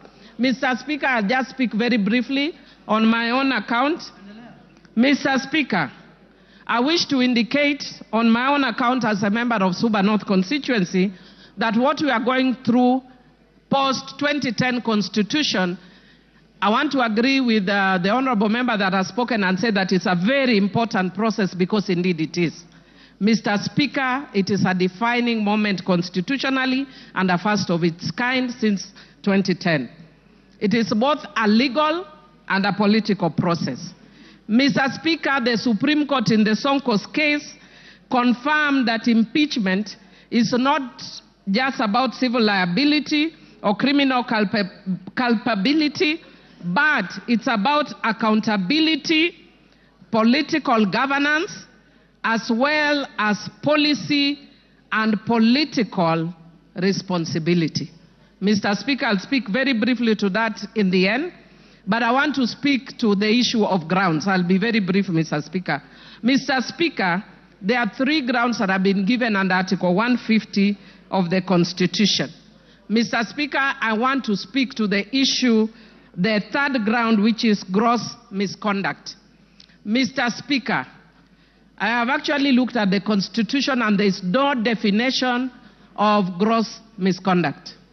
I have looked at our laws and there is no definition of gross misconduct.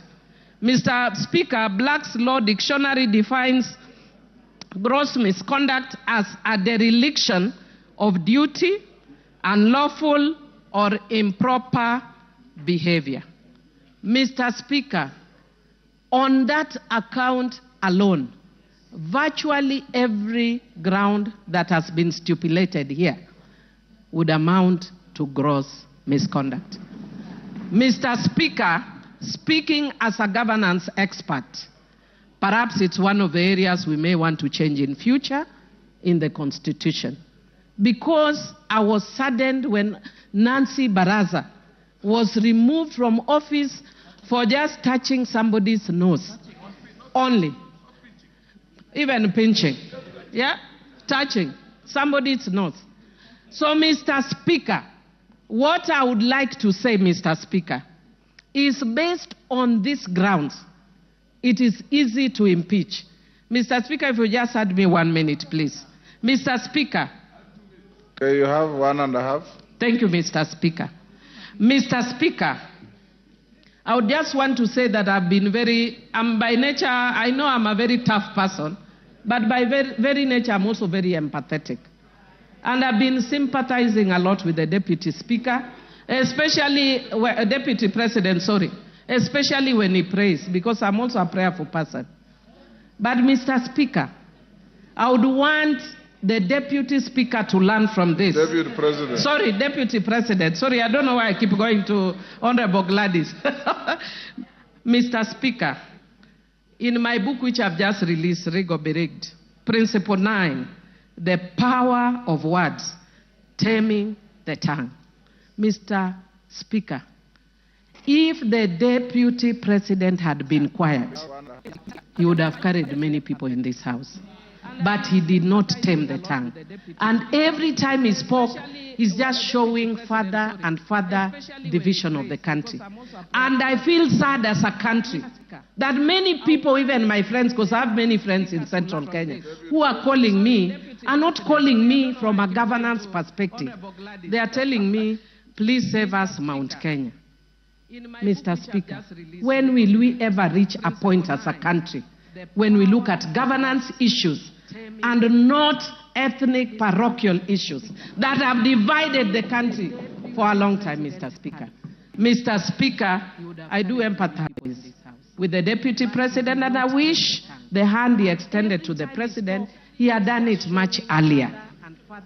Mr. Speaker, I hope he learns from the experience of Coriolanus of ancient Rome, who had won many battles, and his fame preceded him. But when he got in politics, his mouth brought him down. Mr. Speaker, I support. Gladys Sholay, not information. There's nobody on the floor. Speak. You wanted to speak. But just allow me to correct one issue that has been raised twice on the issue of Nancy Baraza. Nancy Baraza was alleged to have pinched the nose of someone. It was never confirmed. The CCTV footage did not reveal it, and she was found with no guilt on that point.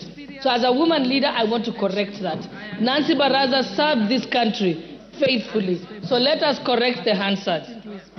Thank you. Go on. Honorable Speaker, I can proceed. Go on. Yes, I am. Okay. Honorable Speaker, thank you very much. And again, before I proceed to support this motion, allow me to clarify just one issue. I have been accused by the Deputy President of bias, indicating that I cannot preside over these impeachment proceedings because I am biased. I want to confirm that when Nancy Baraza faithfully. So let us correct the answer. I want to confirm that I'm not biased at all. When I made the statements that I did make, I made them as Member of Parliament for Uasin-Gishu County and not as a Deputy Speaker sitting on the Speaker's chair. You can only accuse me of bias if I make those statements from the Speaker's chair. I am first a Member of Parliament before I am Deputy Speaker. If the law contemplated a situation where I am gagged as Deputy Speaker, I would have been expected then by that law to resign like the substantive Speaker does in that case. And therefore now I want to proceed to go on to support the motion, speaking as an ordinary member of Uasin County and not as Deputy Speaker. I have a few points to point out. The Deputy President has been engaged in various conducts that meet the threshold for impeachment. One, on numerous occasions, he has insisted that Kenya is a company of shares, and this is contrary to the Constitution, Article 10, and also our national values. I also want to bring attention of the House that he has contravened his oath of allegiance. When he took his oath of allegiance, he says, in full realization of the high calling, I assume as Deputy President of the Republic of Kenya, I swear and affirm that I will be faithful and bear true allegiance to the Republic of Kenya. The oath of allegiance does not mention Murima, it does not mention Mount Kenya. He bears allegiance to the Republic of Kenya, not to his wife and not to his sons. So he has gone against his oath of allegiance. I also want to go on to refer to the press conference that the Deputy President held in Mombasa on the 25th of June, 2024. In that particular press statement, he distanced himself from the Finance Bill 2024. As a member of Cabinet, in his position as Deputy President, he is collectively responsible for all the decisions that are made in Cabinet, and therefore, in distancing himself, he violated Article 153 of the Constitution. The Finance Bill, as we know, is the overarching legislative document that underpins the revenue-raising measures for the executive in order to achieve its programs. If the Deputy President did not agree with the decision of Cabinet on the Finance Bill, he ought to have held his peace and his tongue or resigned as a member of the Cabinet. There is no two ways about it. And furthermore, by the mere fact of holding a presser at a time when the country was in crisis, when the President has addressed the nation, he went on to have his own one-man show of a presser. That is the greatest definition of gross misconduct. It is pure insubordination. No one can do that. It is unthinkable for a principal assistant to contradict the principal. If you want to contradict the principal, you resign your position and go and contradict them from outside. Thirdly, the Deputy President also distanced himself from the activities of the Nairobi Rivers Commission and claims that the activities were undertaken contrary to the law. The work of the Commission was again endorsed by Cabinet. The government followed laid down laws regarding eviction and resettlement of members of the public. The Deputy President knows that this has been a crisis in this country and in contravention of the laws by having people living by the riparian zone. And in this year, people had actually died. And in order to prevent further deaths in future, Cabinet in its wisdom decided to relocate the members of the public. And again, he again failed to take collective responsibility with Cabinet, did not resign, but went on to countermand the decisions that had been made in Cabinet. Furthermore, he has taken an oath of secrecy and therefore cannot publicly divulge what was decided in Cabinet. Again, there he has contravened the law. 4, during the press conference in Mombasa on the 25th of June 2024, the Deputy President accused the Director General of NIS of providing faulty intelligence and firing some senior officers. As a state officer, and most importantly, as a member of the National Security Council, Under Article 240, the members of the National Security Council, at Clause 2B, the Deputy President is a member. He then cannot discuss intelligence briefs that come to his knowledge during the proceedings of the National Security Council. Again, with that, he has gone against the Official Secrets Act and his oath of secrecy. And even if he had any reservations, he has opportunity as a member of the National Security Council to raise it at the Security Council proceedings and even to raise it to the President in person, but not to come as if he's an ordinary citizen who is in the opposition and then speak about it in public. That is wrong. In fact, it is juvenile. It reveals him as a person who is unhinged and cannot control their tongue. 5, during the rally in Githurai, Nairobi, which was presided over by the Deputy President, with some members of Parliament present, he was involved in leading chants that said, Ruto must go. Ruto is a one-term president. He never denounced those statements. What that amounts to is that he is guilty of treason and other allied offenses. That is the Penal Code, Section 40. And I will read it out, just that there is no doubt. It says that any person owing allegiance to the Republic of Kenya or else of Kenya, if they compass, imagine, invent, devise any deeds with the intention of the death, the maiming, the wounding, the imprisonment, or restraint of the president is guilty of treason. So Rigathi Gachagua is guilty of treason. Section 40, and I will read it out. And it also amounts to gross misconduct. So the Deputy President cannot therefore expect to remain in his office as Deputy President when his party to efforts to remove the President, to undermine the President, and to campaign against the President.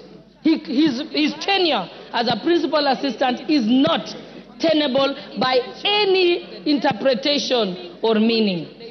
And 6, during his appearance in church in Meru, the Deputy President insinuated that if he is removed, the tribes of Kenya who are native to the Mount Kenya area will revolt and be violent. Again, that is treason and other allied offenses. And he also goes against the National Cohesion and Integration Commission Act with his utterances that relates to ethnic profiling. And even as late as yesterday, if I had any doubt in my mind that Rigathi Gachagua must be impeached and removed from office as Deputy President of the Republic of Kenya, he made it very, very clear yesterday. Yesterday, he went on to disclose details of the Kenya Kwanza pre-election pact. This is contrary to non-disclosure agreements that were signed by parties. And without any due regard to these non-disclosure clauses, and without seeking consensus from other principals who are party to those pacts, he went on to sing like a parrot on national television. That is unbecoming behavior of a person who holds an office as high as that of the Deputy President of the Republic of Kenya. And lastly, I want to point out that all the violations that I have set out in support of this motion were brought upon and the evidence said by the Deputy President himself. This is not from anywhere. It's from his own very utterances. Practically, this is what the Deputy President has done. He has dosed paraffin on himself and he has lit the match all by himself without the help of anybody else. And so he has only himself to blame. I support this motion. Thank you, Honorable Speaker. Adan Kainan. Deputy President of the Republic of Kenya. And lastly, thank you, Mr. Speaker. Mr. Speaker, from the onset, allow me to thank the Honorable Mutuse for being courageous, for being focused, and I'm sure in annal of the history of this country, Mr. Speaker, and the history of the 13th Parliament, Mr. Mutuse, you will be appreciated.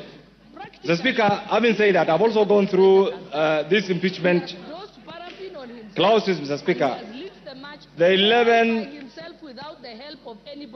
clauses, Mr. Speaker, are cogent, are rich in evidence, Mr. Speaker, and clearly demonstrate the actions, the omissions, the commissions of the Deputy President.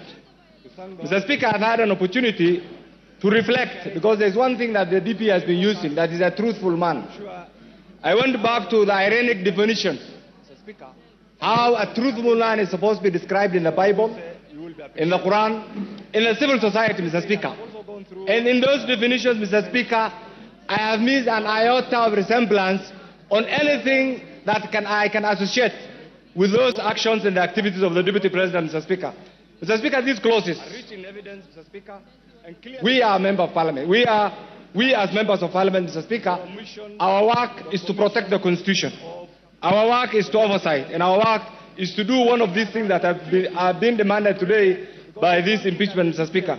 Mr. Speaker, in all these clauses, the common denominator is the DP has abused his office through corruption, through tender-preneuring, through disparaging and disobeying his boss, through undermining devolution, and Mr. Speaker, equally also by being a threat to our sovereignty. Mr. Speaker, this country is a collection of many nation states. The Kikuyu nation, the Somali nation, the Luya nation, and this is what we are proud of, Mr. Speaker, and this is what constitutes the sovereign Republic of Kenya, Mr. Speaker. Mr. Speaker, the other day, and I want to repeat this, and you will excuse me for saying this country has a very rich history. In 1982, one gallant son from northern Kenya called Gerald Mahmoud saved the Kenyans from militarism, and I think we all appreciate it. He's still alive. Mr. Speaker, in 2007, another general by the name General Muhammad Ali saved the Kenyans from the effects of the socio-political turmoil of 2007. And Mr. Speaker, the post-election violence. In 2024, another son from that region, Nurdin, has also saved this country from the effects and activities of Rigathi and his cohorts, Mr. Speaker. Mr. Speaker, that doesn't take away the contributions of many other Kenyans. Mr. Speaker, in all this, what I have gathered, and we have been in Parliament together, we are doing a favor for Rigathi. We are doing a favor for the executive, members of the executive. We must save Rigathi from the members of the executive, the other members, because he's a threat to their continued performance of their job, Mr. Speaker. We must also save Rigathi from the members of the judiciary, because he keeps on attacking them, Mr. Speaker. We must also save Rigathi from the members of the legislature, because he attacks them, Mr. Speaker. We must also save Rigathi from the 47 tribes, Mr. Speaker, because he keeps on attacking them. Mr. Speaker, we must also save Rigathi from the remnants of Mau Mau, because he keeps on abusing their name, Mr. Speaker. We must save Rigathi, Mr. Speaker, because he abuses our ladies, Mr. Speaker. Mr. Speaker, we must also save Rigathi from the people of Mount Kenya, because he abuses their names and he wants to have them collide with other Kenyans, Mr. Speaker. Mr. Speaker, isolate them, Mr. Speaker. And finally, on that aspect, we must save himself, because last night, when I watched that teleprompter-driven press conference, Mr. Speaker, one thing that came to my mind is he was incriminating himself, Mr. Speaker. Mr. Speaker, in all this, we have a president who has applied all his gingerly approach in managing the affairs of this nation, Mr. Speaker. And Mr. Speaker, what is coming to mind is we have a DP who in every statement that he utters uses the Constitution wrongly, threatens everybody, and demeans everybody. And it's because of this, Mr. Speaker, that we as a Parliament, we must go in history and this impeachment, Mr. Speaker. Mr. Speaker, finally, you have ruled on this. And I don't want my colleagues here actually to be threatened. What you are doing is right. Is this within your legislative right, Mr. Speaker? For those of us who have elected to support this by appending our signature should also be available to vote today in our numbers to impeach Rigathi, and by doing that, we'll be saving Kenya. I support Mr. Speaker. John Makali. And it's because of this, Mr. Speaker, that we as a parliament, we must go in this. John Makali. Give me the mic. You have ruled on this. For the opportunity you've granted me to also weigh in on this Honorable motion. Speaker, we are facing a constitutional moment where our constitution is being tested. At the outset, let me state that I have nothing as against the Deputy President or where he comes from. But Honorable Speaker, the Deputy President is not an ordinary person. The Deputy President is actually the second in command in our nation. Before he assumes office, Article 74 of the Constitution requires him to take an oath of office. Honorable Speaker, I've looked at the oath of office of the Deputy President. It requires him to be faithful to the Republic, to give counsel and advice to the President without fear or favor. The Deputy President is a ranking state officer, and Article 74 of the Constitution requires, Article 75 of the Constitution requires that in the conduct of a state officer, he needs to bring honor and dignity to these office he holds. Honorable Speaker, looking at the grounds that have been availed, I want to state here categorically, Honorable Speaker, that the Deputy President has violated the Constitution and his oath of office. Why do I say that, Honorable Speaker? The Constitution of Kenya, which the people of Kenya gave to themselves, requires that Kenya is a unitary state, regardless of the regions. Equally, Article 10 of the Constitution puts national unity, patriotism as a key component of our national values in the discharge of our duties. Several other times, I want to speak to this very clearly, Honorable Speaker.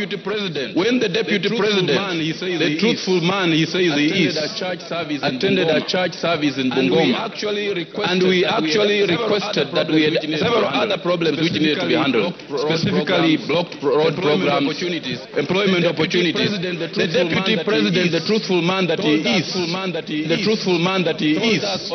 told us on our face that according to the votes which we got, whatever we had gotten was enough, and we had no duty to keep on asking for more projects. That is the Deputy President who is supposed to be the principal assistant to the President, and who is supposed to portray national unity. Equally, Honorable Speaker, the Deputy President yesterday clearly said that the government that we have now, the Kenya Kwanza government, is a government of shareholders. Because he said the government was formed because of shareholding agreements. You are the face of national unity. He cannot really keep invoking the promises which were made, the agreements which were made prior to the government being formed. What will happen to those other countries, other areas which are not part and parcel of those particular agreements that were alleged to have been made? Equally, Honorable Speaker, the Deputy President has committed an offense, or is reasonably expected to have committed an offense. When he was asked in his visits which he makes throughout the country, he said that he visited Kerio Marakwet, he visited other parts of the country, and he has been given animals, and those animals he has kept them at his home, and he now has a herd. Article 76 of the Constitution clearly indicates that when you receive a gift or a donation, you are supposed to donate it back to the Republic. You don't keep it up as your reward at home. So looking at this, Honorable Speaker, the Deputy President of the Republic of Kenya has committed a corruption offense for which he needs to go home. Honorable Speaker, the Deputy President of the Republic of Kenya is supposed to be above board. He is supposed to be the number two citizen who needs to preach national unity. He is supposed to be be the president in waiting. He's supposed to be actually the president in waiting. So that if anything happens, he's supposed to take over the reins of the country. Honorable Speaker, if we look at the utterances that have been made by the Deputy President, let us look at the KEMSA case. I've looked at the affidavit of Dr. Andrew. It is very, very clear that the Deputy President was actually conflicted in the KEMSA supply case, and Article 75 of the Constitution requires all state officers to avoid situations where they are in conflict of interest. And in leading this, the Deputy President should be at the forefront of avoiding situations where he falls in a situation where there's a conflict of interest. Taking into account all these 11 grounds that have been made, I have no doubt on my mind, Honorable Speaker, that for his arrogance, that for his breach of the Constitution, that for his defiance, that for his statements, that for his conduct, he is not a truthful man as he pretends to be, and we cannot have such a person as the Deputy President of the Republic of Kenya. It is high time, Honorable Speaker, that we now seize the dragon of tribalism, we now seize the dragon of ethnicity, we now seize the dragon of regionalism and slay it and get our nation moving forward. Honorable Speaker, I rise to support this particular motion and say the Deputy President of the Republic of Kenya must go and we have start up a fresh page. I support, Honorable Speaker. Julius Olesunguli.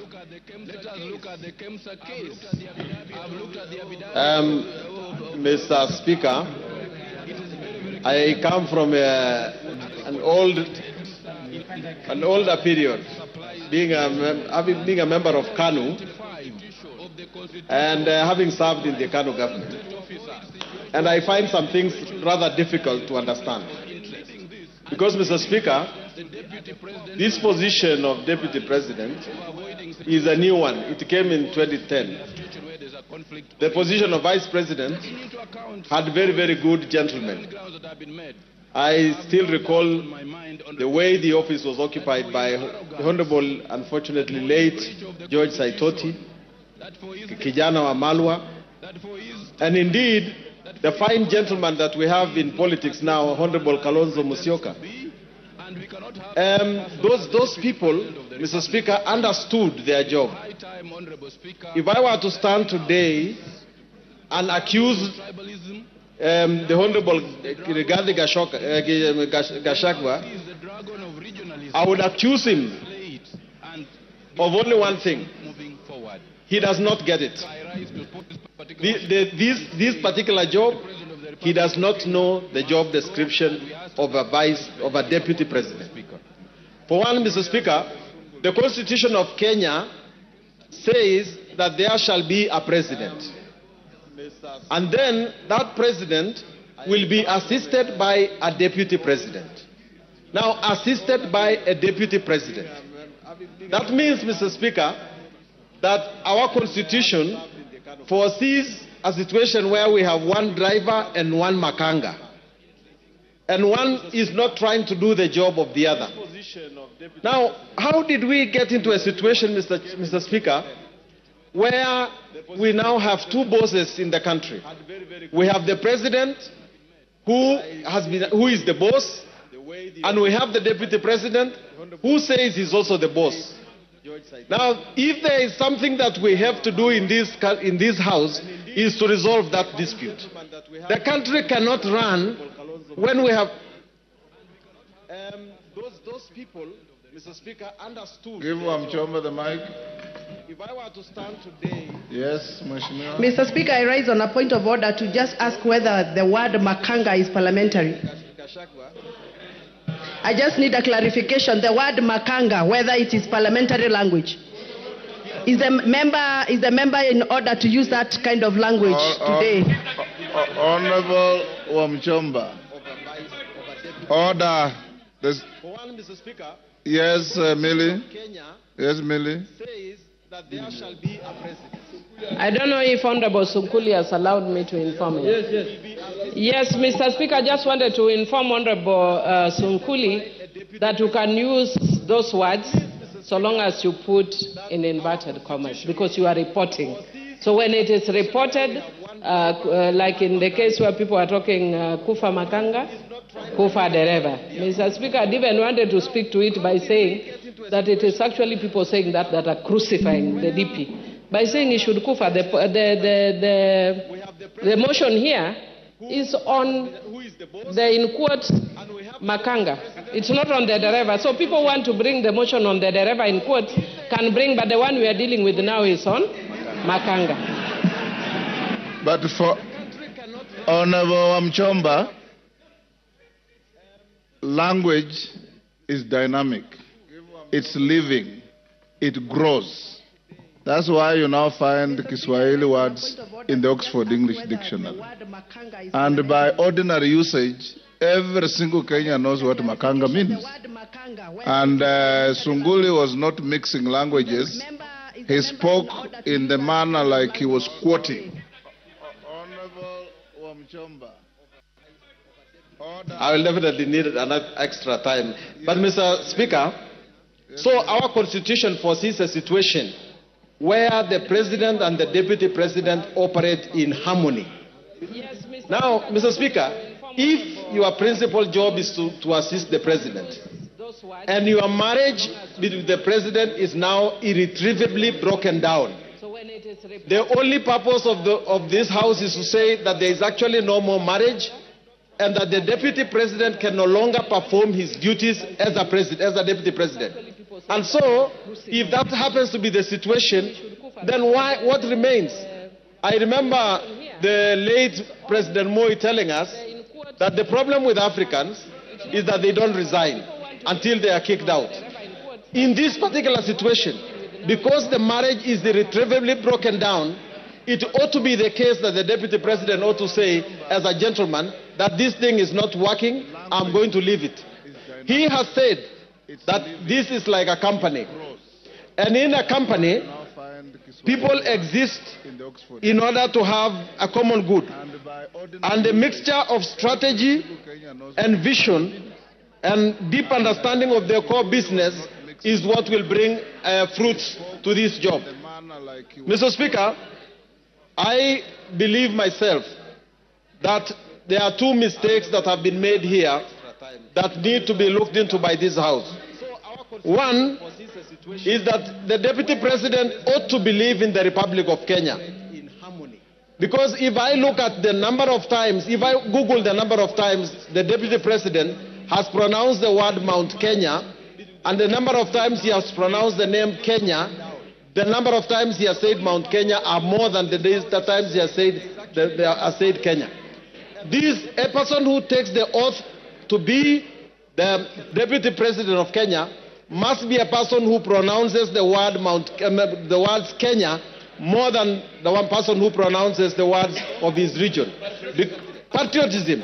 And secondly, the person must actually believe in his boss and must, in this particular situation, because the marriage is... Give him 1 minute. Mr. Speaker, if your core business is to work for your boss, you must believe in him. If you don't believe in him, what are you doing with him? The second thing is that you must believe in Kenya. If you don't believe in Kenya, that you believe that your responsibility is to look after the shares of your side of Kenya, then what are you doing with the rest of the country? Mr. Speaker, I want to finish by urging that next time we appoint a deputy president, next time the president appoints a deputy president, let him understand that that is a serious business. You must appoint a person who will actually understand that he's going to be a president if something bad happens. Don't do it just because he brings votes. Let us be serious about this responsibility, because that is where we are going wrong. Someone is saying that he qualifies just because he actually appealed to the rest of the Kenyans and can be trusted by the rest of Kenyans. I therefore, Mr. Speaker, vote to impeach. Osoro. Thank you very much, Honorable Speaker. Honorable Speaker, from the onset, I want to state that I support this motion entirely without putting or proposing to put a comma or full stop on any ground that has been placed, the Honourable Speaker. Honourable Speaker, I want to remind the Honourable members that Clinton was almost impeached, or the impeachment attempt against Clinton in 1998 was out of the Monica Lewinsky. Read your history properly. He was actually impeached. Exactly. Monica Lewinsky matter. Of course, it was overturned later by the courts and other issues, but I'm saying it was out of that scandal, the very small scandal of the sexual scandal in White House. Honourable Speaker, I want first to start by proposing this question, Honourable Speaker, to Honourable members. How would you feel that when you eventually transit to the next world, you are dead, that your brother or the person that you choose to entrust to take care of your wife and your children's property decides to start using those property for his own personal use? As members, how would you feel that? That is the question that honourable members should be making, should be answering themselves before they vote today, later today, Honourable Speaker. Honourable Speaker, the late Governor Rigathi Gachagua passed on 24th of February 2017. Between 2017, Honourable Speaker, to 2024, it is indeed true that the late Governor then, amongst Mwai, Madenge and Joroge, he entrusted Mr. Rigathi, the Deputy President, as the executor of his will. But, Honourable Speaker, between 2017 and 2024, the property that, and this is, Honourable Speaker, is in the document that Mwengi Mutusa has shared, Honourable Mwengi Mutusa has shared with us and tabled in this House, that between 2017 and 2024, he's been able to alter or tamper with those companies, make himself directors in some of those companies, transfer some of those properties to himself, disinherit some of the beneficiaries, the kids of the late, and put them to himself. And then one particular case, Honourable Speaker, is the Olive Garden Realtors, Honourable Speaker, that was actually altered on 2nd of March 2022, using the position of power to his own advantage, Honourable Speaker. How can you explain that? He will then tell you, Honourable Speaker, that I bought, it's willing buyer, willing seller. Really? Does it mean that all your money that you've acquired, which is also questionable, the only property that you could identify is the property that is under the care or is supposed to help the family and the widows of your late brother? How wicked can we be? Then you come in full glare of camera and tell the members of the public that please let my brother rest in peace. I decided to hold this property in trust for them, when the brother, the kids, the widows and the daughters and sons of the late are languishing in poverty and complaining and crying. It is total shame. You cannot use your position for that. Honourable Speaker, these are practical examples, and I'm telling my honourable members to acquit themselves and go through ground 7, Honourable Speaker. It is actually on page 16 to 30. This is nothing but gross violation of the law, Honourable Speaker, taking advantage of their own power, Honourable Speaker. Honourable Speaker, and even to prove that, you will realize that those companies, by the time the companies were some of them were being registered, the new ones, and the time the transfer of these properties were taking place, Honourable Speaker, the whole thing is actually contemporaneous. You need not to be a rocket scientist to know that clearly this is fraud and this was taking advantage of the late. I want to remind the Honourable Deputy President of the good book in the book of Proverbs chapter 15 verse 25, that the Lord will tear, that's what the Bible says, that the Lord will tear down the house of the proud, but he will establish the boundary of the widow. That is why we are here today. If there is no other reason that has brought us here, Honourable Speaker, it is to protect the family that is being disinherited of their property under coercion, blackmail and threats. If there is no other reason, Honourable Speaker. And that is why, Honorable Speaker, even it's actually biblical again. In the good book, Honorable Speaker, of the book of Exodus 22:22, that do not take advantage of the widow, do not take advantage of the fatherless. If you do, and they cry to me,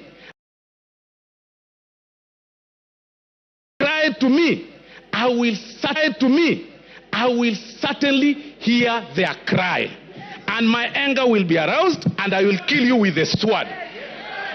Today, we are using the sword today here to protect, and it is biblical, it is religious. Today, we are using the sword to impeach you, just to protect the children that are suffering, that you threatened, that you blackmailed, that you told that if you dare speak or utter a word, I am the Deputy President of Kenya, elected by 7.2 million people. I will finish you. Finish who? In this floor of the House. Honorable Speaker, I mean, there is nothing more for me, Honorable Speaker, on this matter. There is nothing more than cabinalism. I mean, really, like you are left under the care of the properties of your brother. Then you take them to your advantage. Your immediate brother. Then on TV you tell us that, you know, in the will, my brother gave me, and then he gave my wife, then he gave my sons. What about his children? What about his widows? What about his sons? What about, how proudly can you say that you are only enjoying the property of your brother? For that reason alone, Honorable Speaker, we say Gachagua must go. If there is no other reason, today Gachagua must go. Honorable Speaker, I relate this case with the case of, I relate this matter, Honorable Speaker, with the Spelunchian explorers case, Honorable Speaker, where the members... Yes, Kipchumba. Timothy Kipchumba. Honorable Speaker, I rise pursuant to Standing Order number 91 on the issue of statement of facts. Honorable Speaker, is it in order for the Honorable Soro to claim that the Honorable Rigathi Gachagua disinherited the wife of the late brother? Honorable Speaker, can you table the facts before this House that he disinherited? Honorable Kipchumba. Order, Osoro. Honorable Kipchumba. Those are the facts that the move of the motion placed on the table. It appears you probably were not in the House then. Finish up, Osoro. Honorable Speaker, I'll refer the Honorable Member to pages 16 to 30 of this very motion that was tabled in this House, Honorable Speaker. And these are facts. And I've also said that, Honorable Speaker, on this particular matter, the threshold is on the 2/3, and we're also working on the balance of probability. We are looking at this matter on how the facts relate or place themselves on the table from the transfer of the properties and also the registration of the companies. I mean, it is clear, the facts are contemporaneous. Nobody, unless you don't need to be a rocket scientist to identify this whole thing, Honorable Speaker. And that is why, Honorable Speaker, for this reason, that I support the impeachment, even if it has 6, Rigathi Gachagua must go. TJ Kajwang will be the last for the morning. Mr. Speaker, just confirm to me that I can see that there is 1 minute to the hour. Thank you very much. Mr. Speaker, I rise for a very simple reason, that if there is any member who came in this chamber believing that we or the members are going to impeach the deputy president without reason, they can listen to us and we can give them the reasons why we stand noonday to make this presentation. First of all,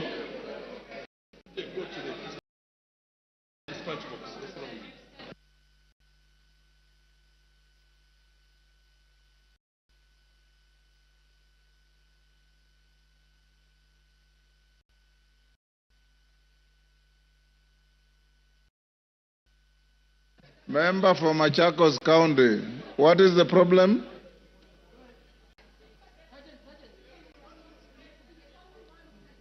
What about the dissenting voices, Shuan? The Speaker has no way of knowing who is dissenting. Yes. Go on, Kajwang. Yes.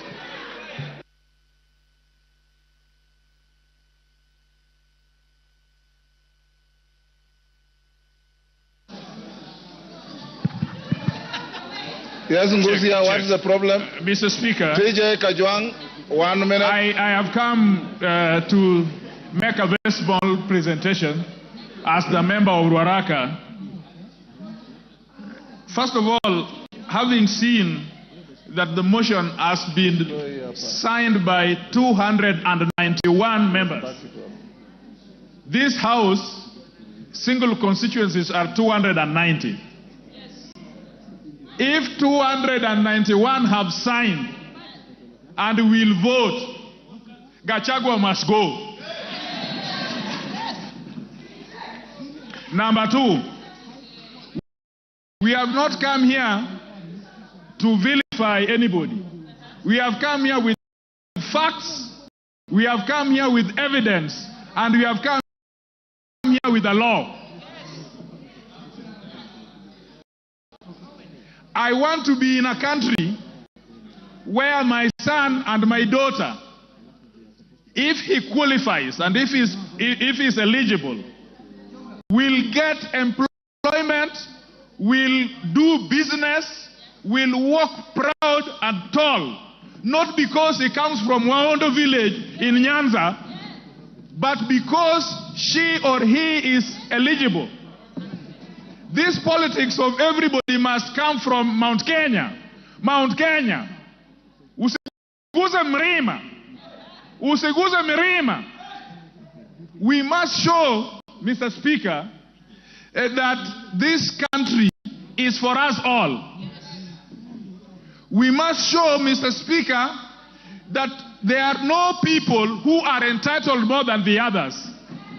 That there are people who fought for Mau Mau more than the others, or that there are people who are more populated than others. And so this idea that they work for Kenya Kwanza government and that they must eat, it is their time to eat. This deputy president his mentality is that he got votes for President Ruto, and so it is his time to eat. For that reason only, I would vote, because I want a situation after we are through with elections, everybody, including me, is served, because I pay taxes like everybody else. For the deputy speaker to go to... Wamjomba. There's a point of order. Mr. Speaker, is the member on the floor? Which order?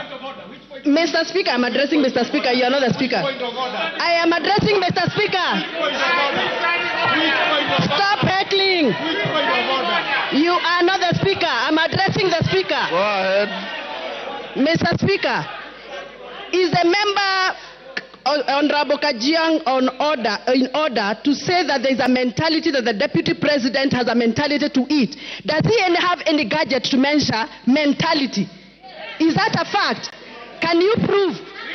Can you prove that there is a mentality? Which gadget do you use to measure mentality?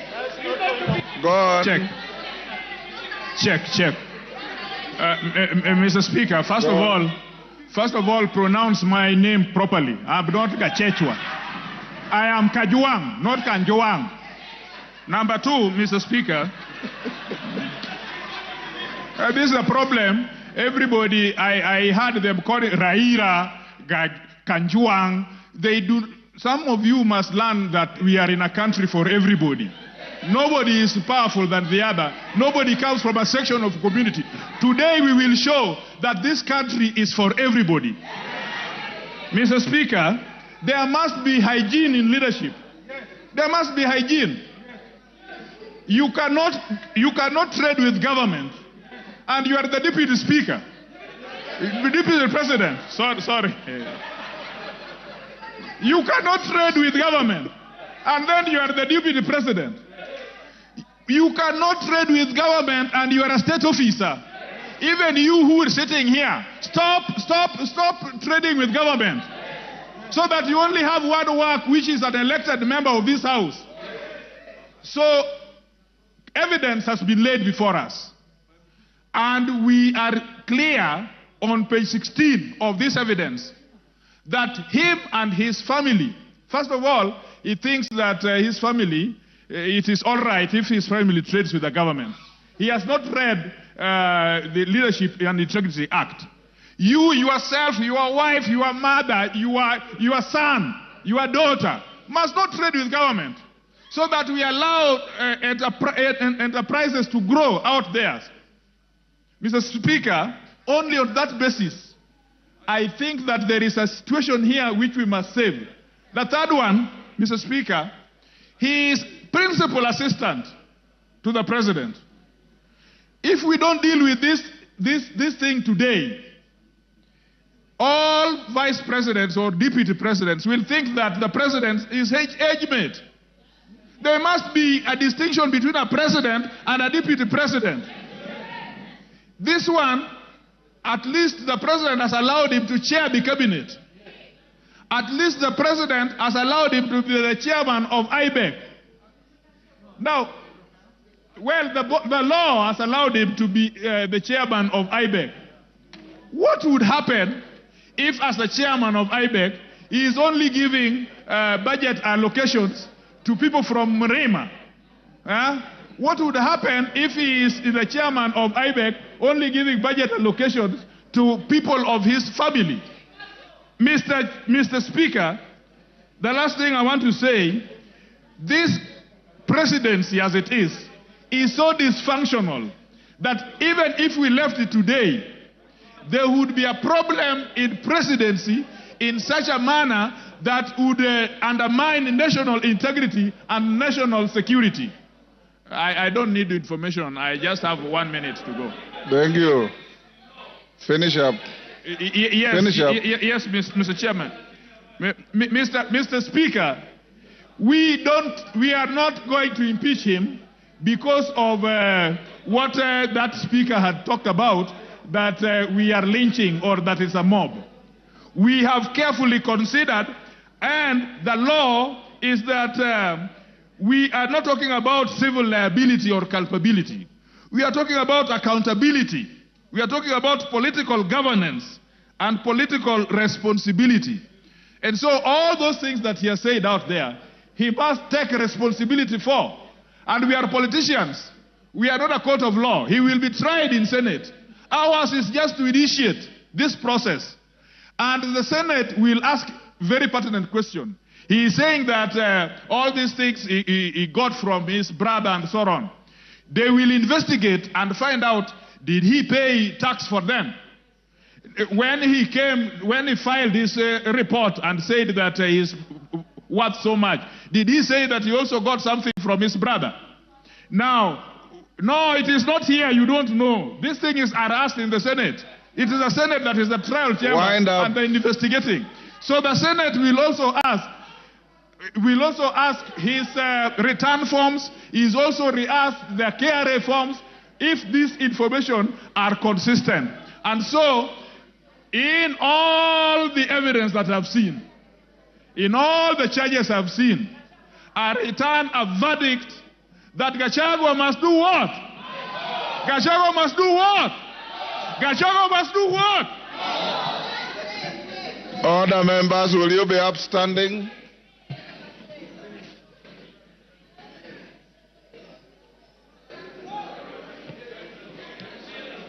Order, honorable members. It is now 1:09. In leadership, particularly those he perceives his enemies. He has no respect for women whatsoever. He has made a scathing public attacks on a woman high court judge. And in addition, he has been attacking women, and especially members of parliament, me and others included in this house.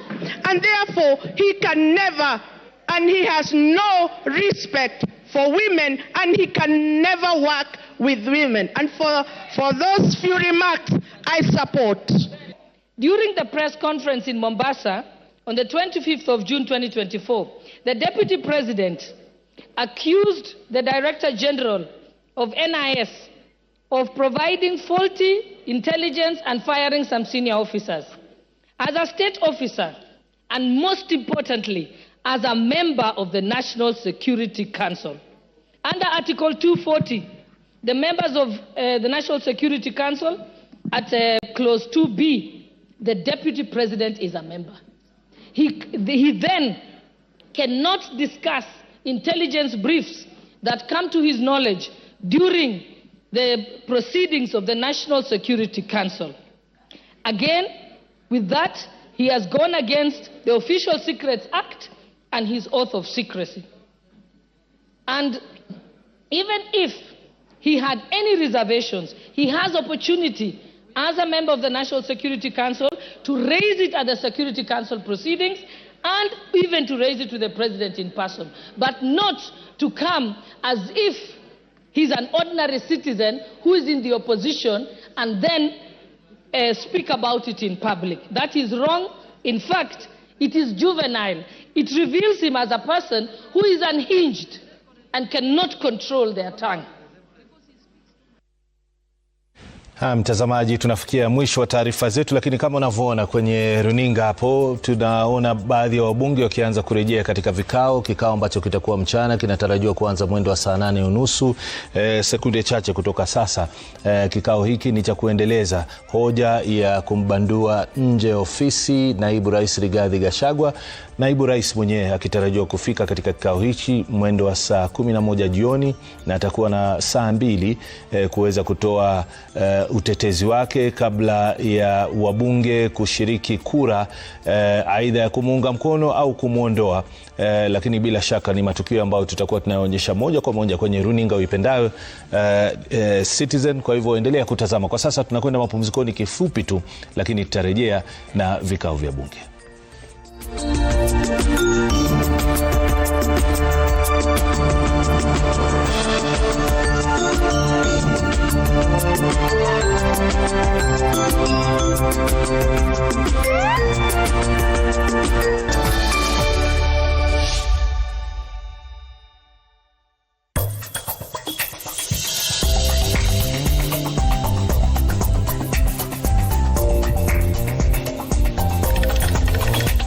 Try the new Dunked All-Star box for only 890 Kenyan shillings. Hope you're ready for the new star of the show, KFC. Order number 2, communication from the chair. Order number 6, notices of motion.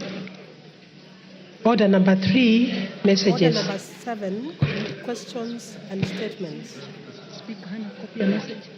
Okay. Order number 4, petitions. Order number 3, messages. Order number 5, papers.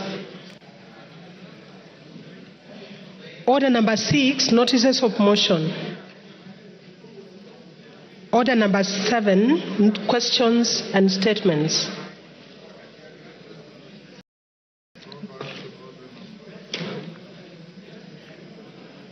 Order number 3, messages.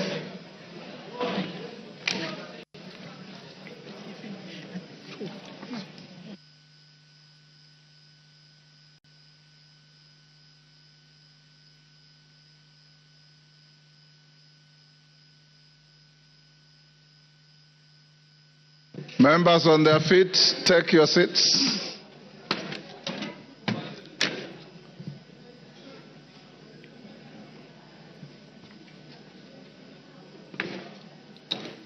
Take your seats.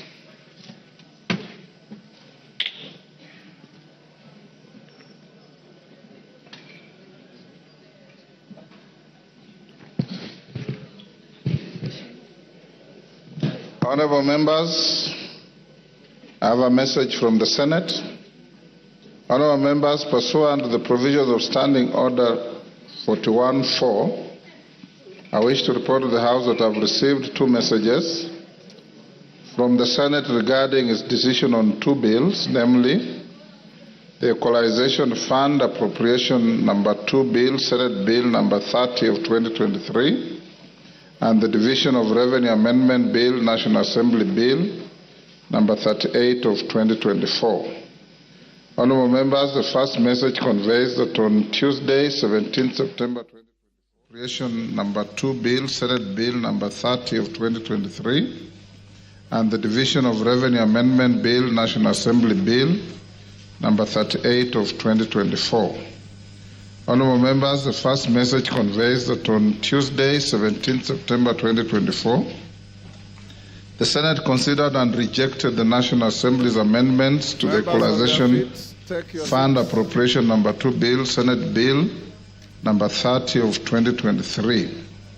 You will recall that this House considered and passed the bill with amendments on 13th June 2024. Thereafter, I refer the bill back to the Senate for reconsideration in accordance with the provisions of Article 112(1)(b) of the Constitution.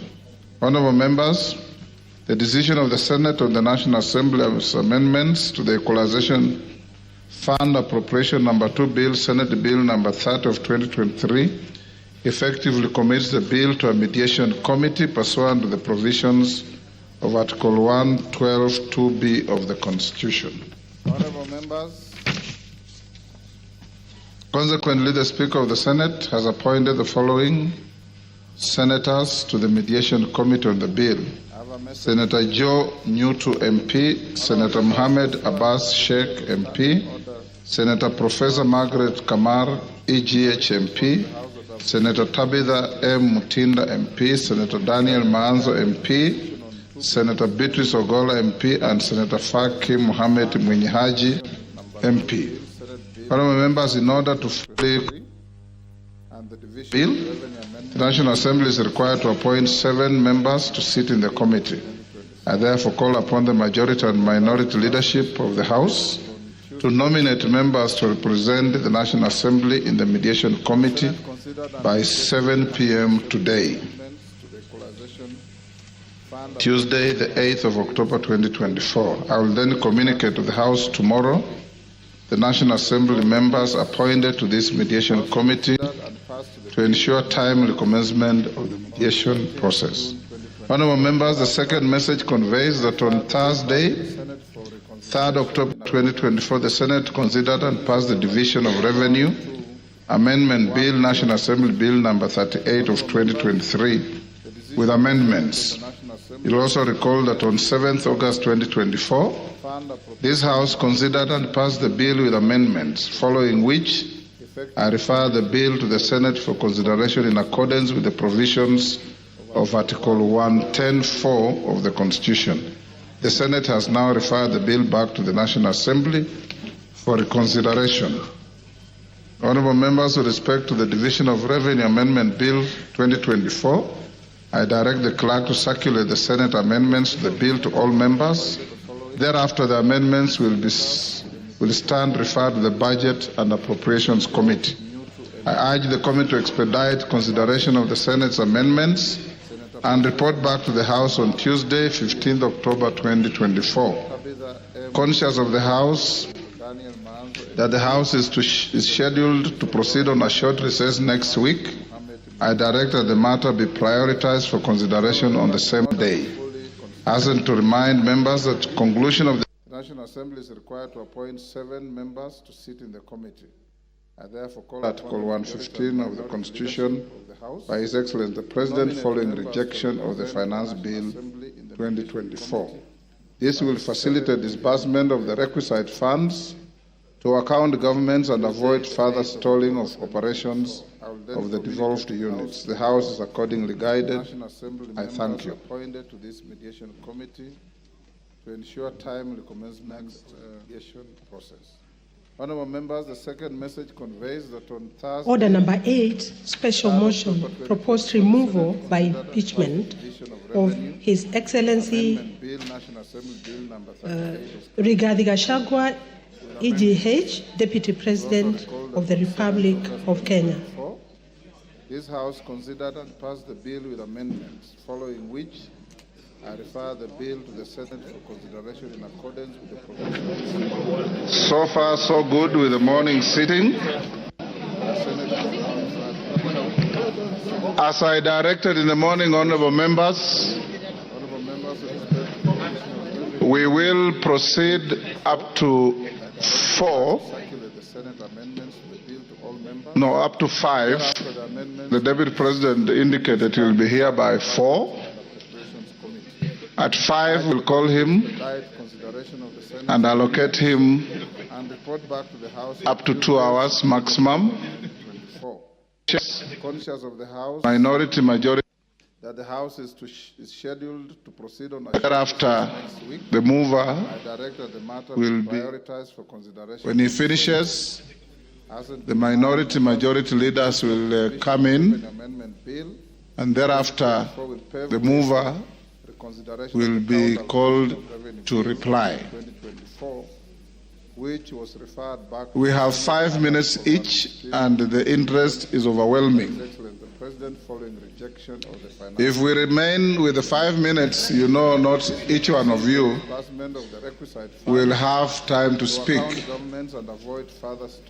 The alternative to this, and I don't want us to go that direction, is that after the Deputy President has had his opportunity, this motion has no time cap, but we must finish not later than midnight today. So I want to hear your views. We continue with 5 minutes. And after the Deputy President speaks, I'll go to the minority, majority, and reply, and you go to the vote. Is that all right? Excellent. At the time we concluded, it was Honorable Kajwang from my left who had spoken. I'll now open the afternoon with the member for Ugenya. We will proceed up to 4. No, up to 5. Thank you so much, Mr. Speaker. Mr. Speaker, Article 132 of the Constitution of Kenya provides that the President will every year give a report to this House on the steps taken to implement Article 10. Mr. Speaker, Article 10 is the soul of the nation. Article 10 is what the engineers would call the software of the country. It is what the doctor would call the heartbeat of this country. Oh dear. The Speaker, through Article 10, this country gave to itself how they want to be governed. The Speaker, Article 10 of the Constitution provides for us the map to where we want to go. The Speaker, in the last 1.5 years, we've listened to and been treated to, Mr. Speaker, the Deputy President piercing with a sharp knife through the very heart of the nation, Mr. Speaker. When we went to give ourselves a new constitution, Mr. Speaker, we said tribalism, nepotism, corruption, Mr. Speaker, are our ills. And we said that we will entrench Article 10 and ensure that going forward, we live as a country together, united, Mr. Speaker.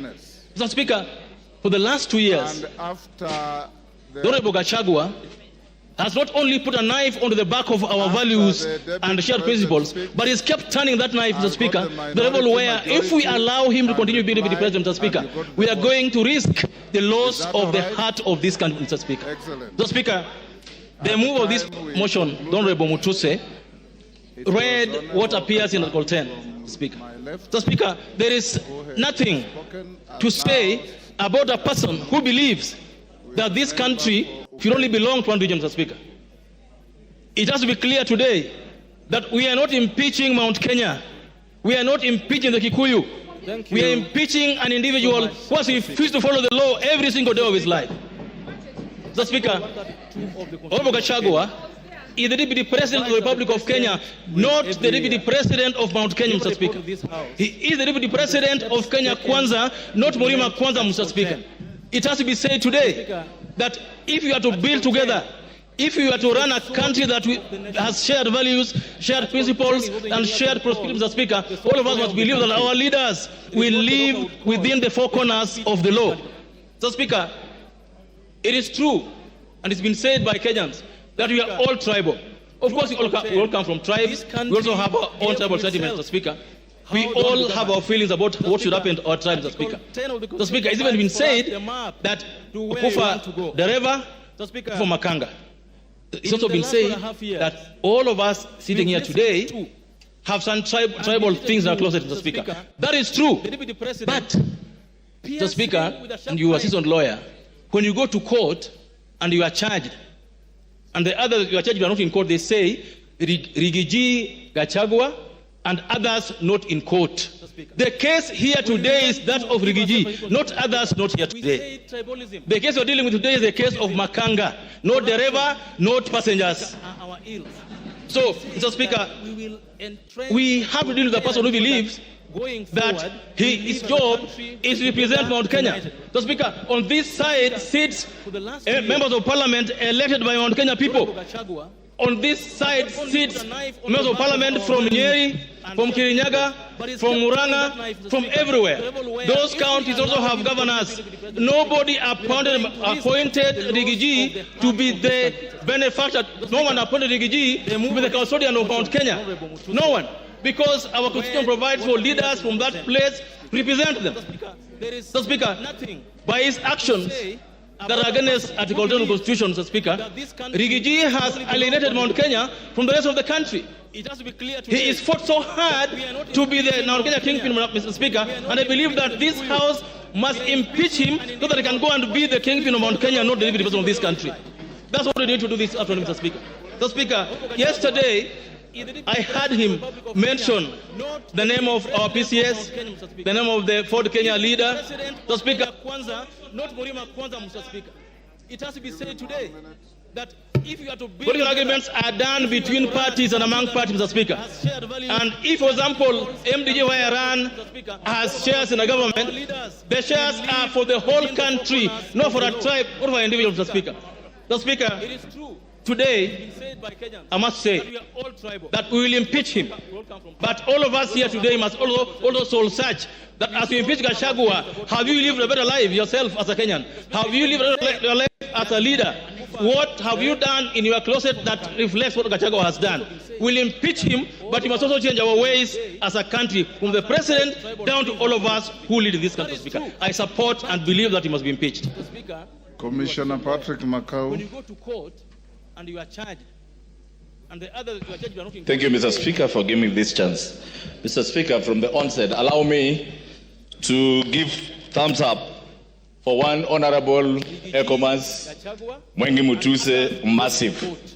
Mr. Speaker, I give him thumbs up for executing this motion and showing Kenyans that leadership is not about where you come from, who you are, but how you perform your duties. Mr. Speaker, this morning I've heard many speakers talk to this motion. Mr. Speaker, I agree with the speakers who have said that yesterday and the week before, Mr. Speaker, I've been watching the Deputy President of this country doing rallies in town, going to churches. And Mr. Speaker, what we saw on Sunday was different of what we saw yesterday. In fact, Mr. Speaker, I want to advise us, even as politicians, sometimes we should listen to our advisors, and we listen to the right advisors. Mr. Speaker, if I were to advise the Deputy President, yesterday's interview was his undoing, and he proved to Kenya that yes, all these accusations that are being leveled to him are really true. Mr. Speaker, I want to confirm to this House, one, despite Article 10, the Deputy President, who is supposed to hold the values of this nation, by uniting Kenyans, by fighting against corruption, by fighting against tribalism. He is the one who has championed tribalism through and through. Mr. Speaker, I want to tell you, as a member of Parliament Mavoko, I have spoken the word Kenya many times, more than the Deputy President of this country. All what I've been hearing is Murima, Murima, Murima, Murima, Murima. Mr. Speaker, today I want to tell Kenyans, I know Parliament has been prosecuted, and many words, we've been called names, that we are an unperforming house. But today I stand here as a legislator Mavoko. Mr. Speaker, why am I charging the Deputy President to be a tribalist?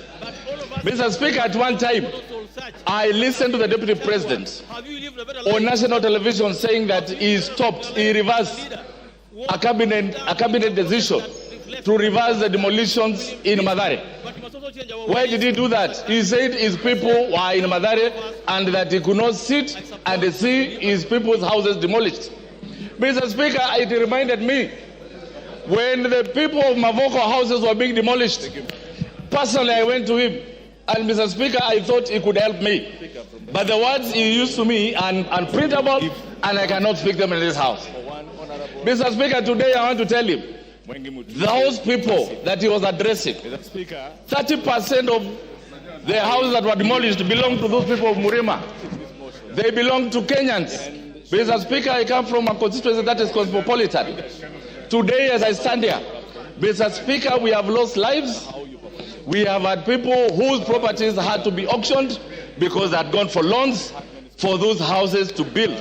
Mr. Speaker, as a legislator, I humbled myself and requested and asked the Deputy President to intervene so that those houses, Mr. Speaker, a parcel of 4,000 acres, 325 acres, I requested him to have the 300 acres where the houses were seated, to have those people even pay to Portland.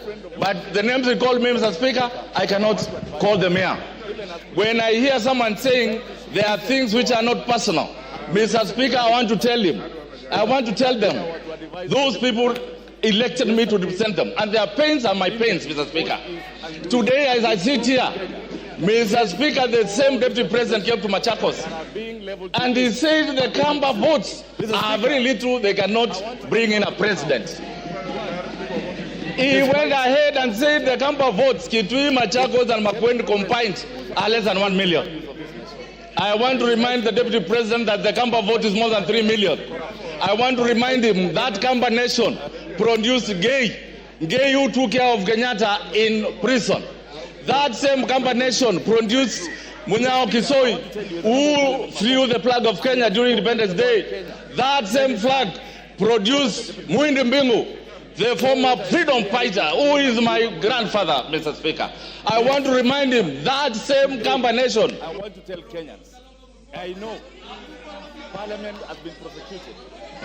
Give him 1 minute. That's 1 minute.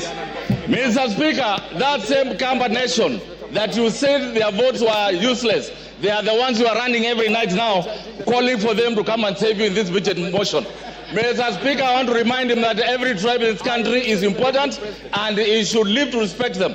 I support this motion for every reason and every accusation that he has been accused of. I thank you, Mr. Speaker. Honorable Sane.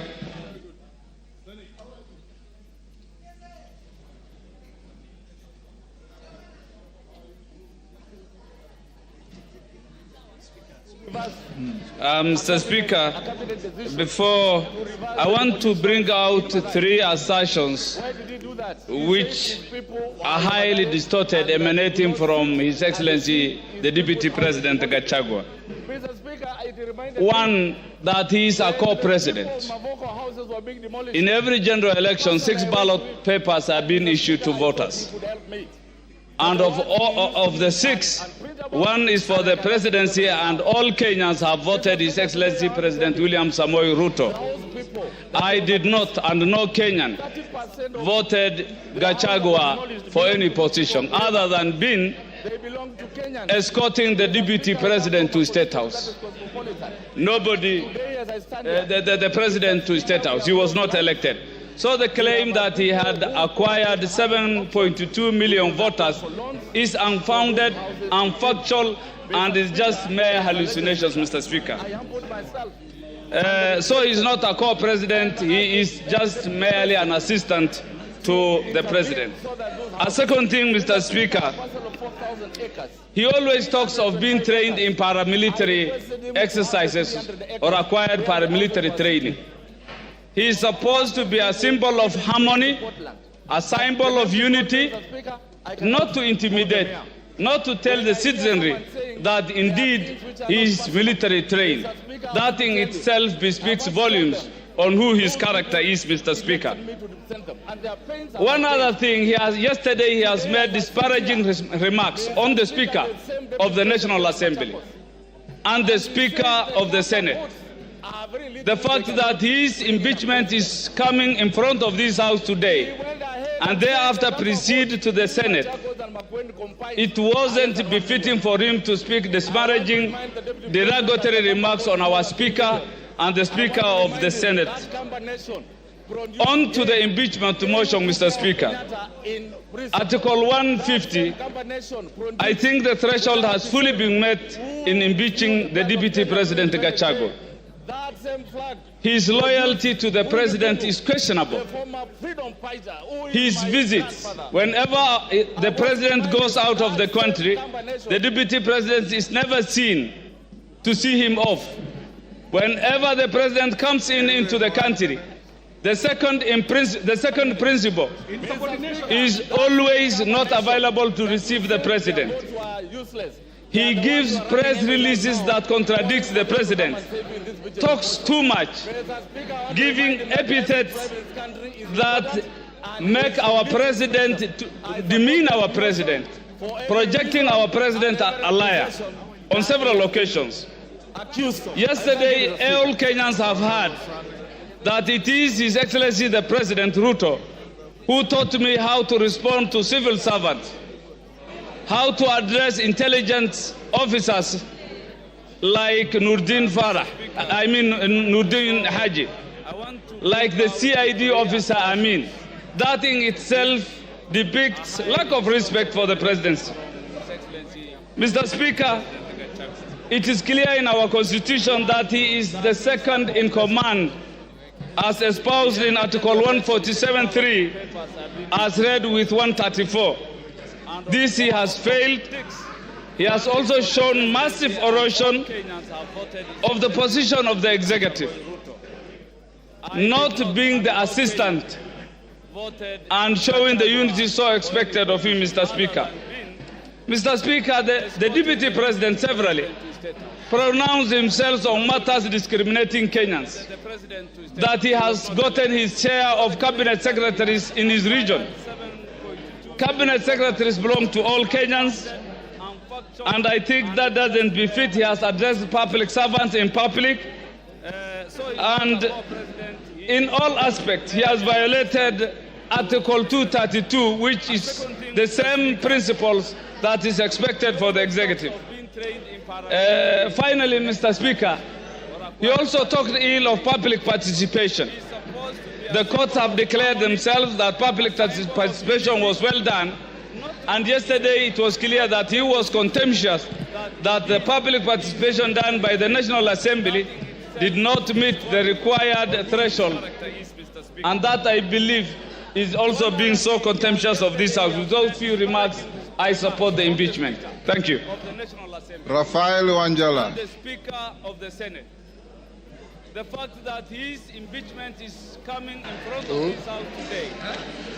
Thank you, Mr. Speaker, for giving me this opportunity to contribute to this important motion in this country. Mr. Speaker, this is my second motion since I became Member of Parliament, the second one to discuss impeachment of our Deputy President. Mr. Speaker, I'm very disturbed the way our Deputy President has been behaving, because the Deputy President is principal assistant of the President. But always when the President goes out of the country, the guy recedes back to Murima, and then he starts asking Mr. President so many questions instead of running the country when the president is away. He's never available in Nairobi, except he's only available in his village, trying to ask Mr. President questions, and that, Mr. Speaker, has really annoyed some of us. Mr. Speaker, when there were floods, this Deputy President, Mr. Speaker, was assigned by the President that he is supposed to take care of the disaster that was there at that time. The man never moved from his home yard to other areas. He was never in Nyando, he was never in Budalangi, he was nowhere, and all the food he directed to his backyard. Mr. Speaker, I want to be very brief. Yes, Mr. Speaker, this Deputy President. Order, Wanjala, there's a point of order. Yes, Muya. Honorable Speaker, is the member in order to say the Deputy President has never moved out of his backyard, while it is on record and on public domain that he has been in Kisumu, in Busia, in Mombasa, in all parts of the country? Mr. Speaker, the Deputy President will only be seen in those places when he is accompanying the President. But he has never come on his own to see the destruction of floods.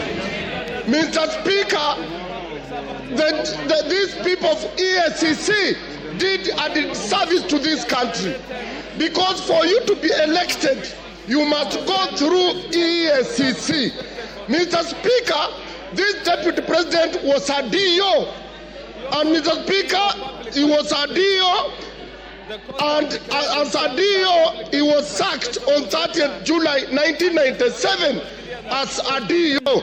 And the reason why he was sacked, and I will table this later, that the EACC did not do its work and it cleared him to be a member of parliament and to be a deputy president, yet he was not supposed to be because of his misconduct. Mr. Speaker, this letter is read as Mr. Geoffrey Rigathi Gachagua, District Officer 1, Laikipia, through Provincial Commissioner, summarily dismissal. Reference is made to our letter dated 19th May 1989 on your appointment to the position of District Officer. I and your response statements to show cause for gross misconduct, desertion of duty, and reported mismanagement of relief food for Laikipia District. These are thieves. In this regard, we wish to notify you that your employment contract has been terminated forthwith. Consequently, you are required to report to the Rift Valley Provincial Commissioner for handover and clearance. This was signed by Queen Rua.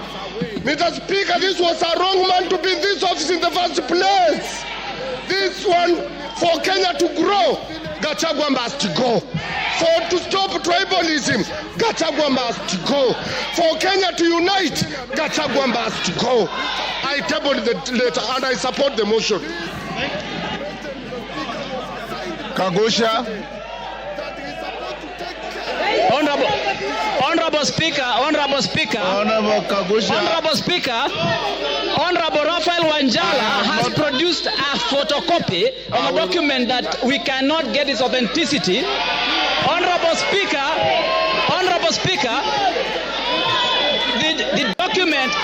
the document that Honorable Raphael Wanjala is referring to is not. Order, Honorable Kagusha.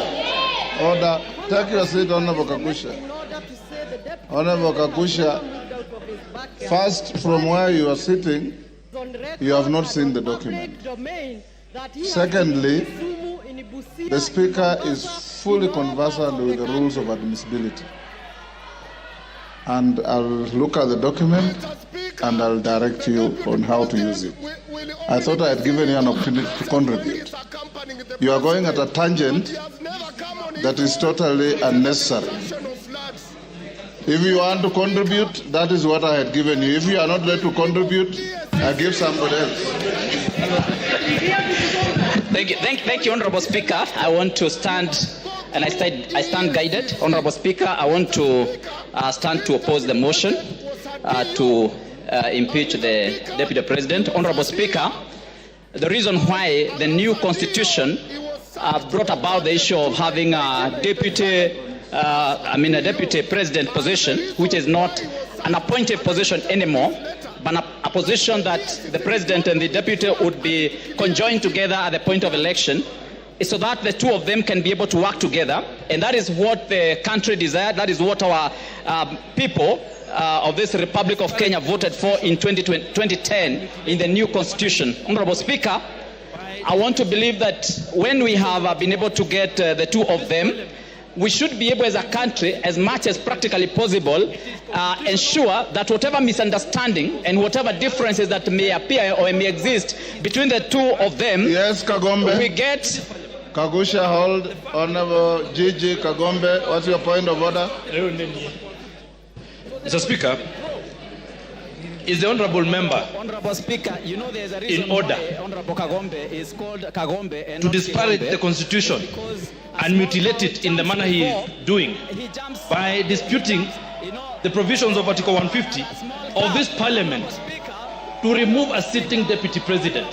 It is constitutional, it is written, it was passed by us in 2010, and that work is given and granted by the constitution to this parliament. Therefore, the fact that the president and the deputy president were elected together doesn't stop the provisions of Article 150.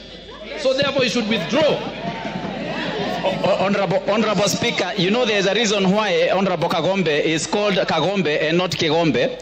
It's because a small cow jumps before he jumps, you know, a small cow. Honorable Speaker, Honorable Speaker, Honorable Speaker, Honorable Speaker, Honorable Speaker, you know. Take your seat. Order. Order, honorable members, order. Order. Honorable Kagusha, take your seat. Order, honorable members, order. Honorable Kagusha, you are here the whole morning, and I did direct the House. Order. Order. Order, Nabuin, take your seat. Honorable members, we have done very well since morning. This may be an emotive motion, but as leaders, leave your emotions at that door when you come to this house. And I want to encourage you, honorable members, Honorable Kagusha, thank you, Honorable treat Speaker. your colleagues the same way you would want them to treat you. Don't make any disparaging remarks. Don't purport to misinterpret the meaning of the name of a colleague, because that's not your duty. We just withdraw and apologize to Kagombe and proceed with your contribution. Thank you, Honorable Speaker. I want to, Honorable Speaker, I want to withdraw the naming of Honorable Kagombe and apologize, Honorable Speaker. Now. Honorable Speaker, I also hope that you have noted the Honorable Amombi has hit me with a bottle of water. Honorable Speaker, and that is unparliamentary. Is that unparliamentary that another honorable member should rule? Order. Honorable Amombi, did you throw a bottle? Take your seat. That is very unparliamentary. Take your seat. Amombi. Mr. Speaker, it's very bad that Honorable Kagusha can lie to this House. He is lying. Mr. Speaker, Honorable Kagusha is lying. Let him continue with the speech, but he should not lie in this House.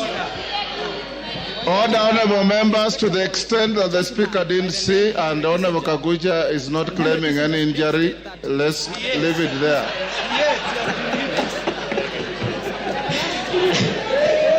Honorable Speaker,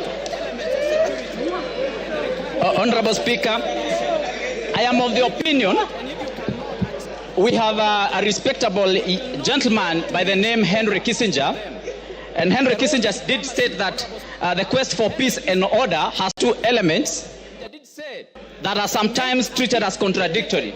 He said that the pursuit of elements of security and the requirements of acts of reconciliation, if you do not and if you cannot achieve both of them, we will not be able to reach either of them.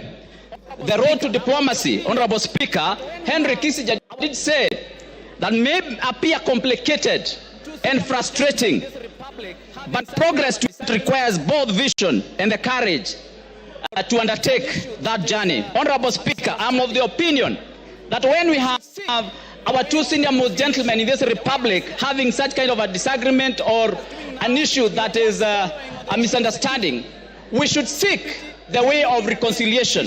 The way I see us doing now, we are just following on the issue of security. We are looking at the issues of removal, yet we are not pursuing a very important goal in this, and that is reconciliation. And for that matter, Honorable Speaker, I am of the opinion that we should seek a way that we can be able to bring the two gentlemen together. Honorable Speaker, you know that in the past we have brought an elder by the name His Excellency Obasanjo. We have brought Senator Kuhn from US. We have even had a gentleman by the name Museveni, His Excellency Museveni, who have in the past mediated when our two senior-most leaders in this country have disagreed. And for that reason, Honorable Speaker, I want to remind you that you have even had Kofi Annan in Kenya. I'm of the opinion that we should have gotten away. Hold Kagusha. Yes, Shimba. I want to inform Honorable Kaguchia that by any dictionary that is known in this world, Honorable Speaker, I did not ask for information from Honorable Omar. Just relax. Honorable Speaker, I do not desire to have any information from Honorable Your information, take your seat. Yes, Shimba. Finish up. Thank you, Honorable Speaker. So, Honorable Speaker, I would like to complete my statement. Yeah, finish up. Give him a minute. Finish up. Time is up. Honorable Speaker, give him a minute. I did not ask for information from Honorable. Okay. Thank you, Honorable Speaker. I would just like to complete my statement by saying that I wish that as a country we are able to come up with a mechanism in which we can be able to bring our senior leaders when they have a disagreement in such a way that they can be able to reconcile and agree. Because, Honorable Speaker, even when we open the Pandora's box of impeachment, Honorable Speaker, we are going to be opening something that we may not be able to contain. We are now likely to have many impeachments coming to this House because we have started something that, Honorable Speaker, sometimes we are not able to contain in coming days.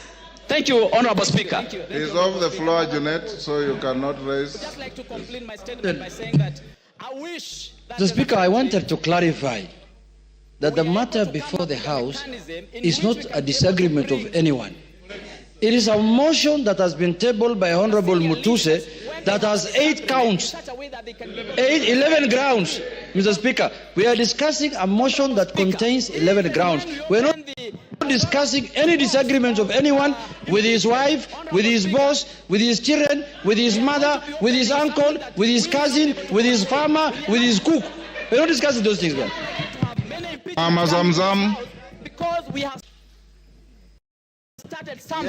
Mheshimiwa Spika, na mimi niweze kuchangia mada ya leo ya kuweza kung'oa mamlakani naibu wa rais. Mheshimiwa Spika, Mheshimiwa Spika, naibu wa rais amekuwa akizunguka Kenya nzima na akizungumza. Mimi kwanza nilikuwa nauliza, Mheshimiwa Spika, naibu wa rais amesahau dawa zake kumeza ama kuna shida? Mheshimiwa Spika, kwa sababu Mheshimiwa Spika, naibu wa rais alikuwa akizunguka kila mahali, anazungumzia mambo ya ukabila, anazungumza mambo ya shares. Mimi najiuliza, Mombasa County, Mheshimiwa Spika, sisi ndio tulikusanya ushuru zaidi tukawa nambari 1, Mheshimiwa Spika.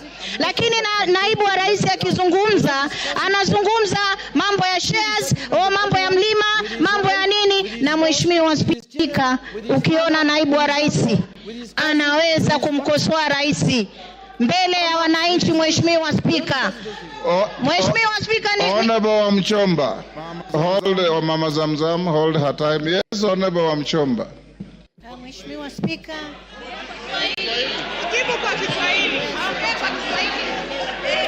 Order, honorable members, order, honorable Mshomba. Bwana Spika, nasimama kuuliza kama Order, hold on. Which standing order has been breached? Side the standing order. Point of information, clarification. Asante sana Mheshimiwa Spika. Has been breached. Mheshimiwa Spika. Clarification, Mr. Speaker. Mr. Speaker,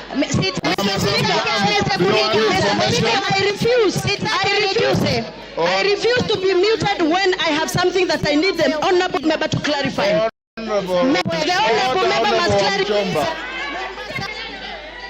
Honorable Mchomba. Order, honorable Mchomba. Hold your horses. Honorable Mchomba. If you want to, you know the rules. Order. Honorable Mchomba, you know the rules. If you want to inform a member on the floor, the member must accept your information. She has said she doesn't want. Under what standing order? Mr. Speaker, the honorable member has talked about that Mr. Deputy President alisahau kunywa dawa.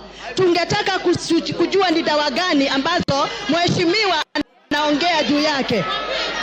Na kama hizo dawa, na kama Mama Zamzam, endelea. Mheshimiwa Spika, wajua ndio makosa ya kupatia mabubu kuzungumza. Mheshimiwa Spika, mimi nimesema huenda ikawa, sijasema amesahau, nimesema huenda ikawa, nilifikiria, nilikisia. Lakini Mheshimiwa Spika, kiongozi kama yule ambaye siku zote anajua makabila yote Kenya tunakaa kwa amani, tumeoana, tunaelewana, Mheshimiwa Spika, anataka kuturejesha kwa makabila kama vile tulivyokuwa na mambo ya Kaya Bombo, kama tulivyokuwa na zile baada ya kura za 2007 2008. Mheshimiwa Spika, watu walipoteza maisha yao kwa sababu ya ukabila. Mheshimiwa Spika, mimi nakaa nikishangaa. Deputy President alikuja Mombasa, amesimama juu ya gari anatafuna ndizi na mahindi choma. Mheshimiwa Spika, kwanza alitupa takataka pale, alikuwa juu kama kuna watoto wetu ndio ufagia. Mheshimiwa Spika, Mheshimiwa Spika, pale juu ya gari Deputy President anazungumza akisema kuwa yule gavana atoe pesa za floods, wakati anajua 14 billion kutoka World Bank ambayo ni ya disaster management. Mheshimiwa Spika, zilikuwa kwa ofisi yake na aliziramba. Mheshimiwa Spika, alikuwa anajua 6 billion tuliweka hapa katika bajeti. Mheshimiwa Spika,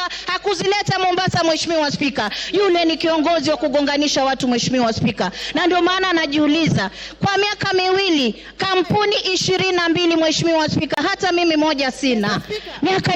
Miaka miwili kampuni 22 na zote zina 5.7 billion ya mtoto, ya mke, ya nani, kisha nenda kuchukua mali ya ndugu yako, unaacha mayatima, unaacha mjane, unamtesa, kisha utatuambia nini katika taifa la Kenya? Mheshimiwa Spika, mimi leo nasema angatuliwe, nasema kwa kutesa mjane Gachagua must go, kwa kula pesa za mahindi Gachagua must go, kwa kutesa ukabila na Kenya Gachagua must go. Asante sana Mheshimiwa Spika. Ngogoyo. Spika,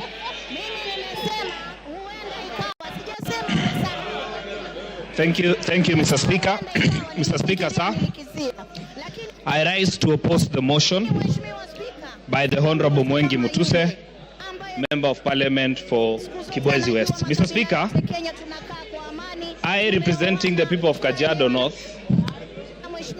Mr. Speaker, I have gone through the motion and the issues that Wakili Mwengi Mutuse has raised. And Mr. Speaker, I pick on a number of issues that I would want to draw the attention of this House to. Number one, Mwengi Mutuse says that all we need to do is to just believe the things he has stated here are true. We cannot believe what he says is true. We have to cross-examine. We have to look at them properly. Mr. Speaker, I have gone through the evidence that he has provided on some of the issues. And Mr. Speaker, having 21 companies, according to Mwengi Mutuse, is an intention for the Deputy President to launder money, and therefore he should be impeached. Mr. Speaker, he did not say money has been laundered, but it is an intention. And he says it is enough for this House to just believe and therefore impeach. Mr. Speaker, I say no to that impeachment.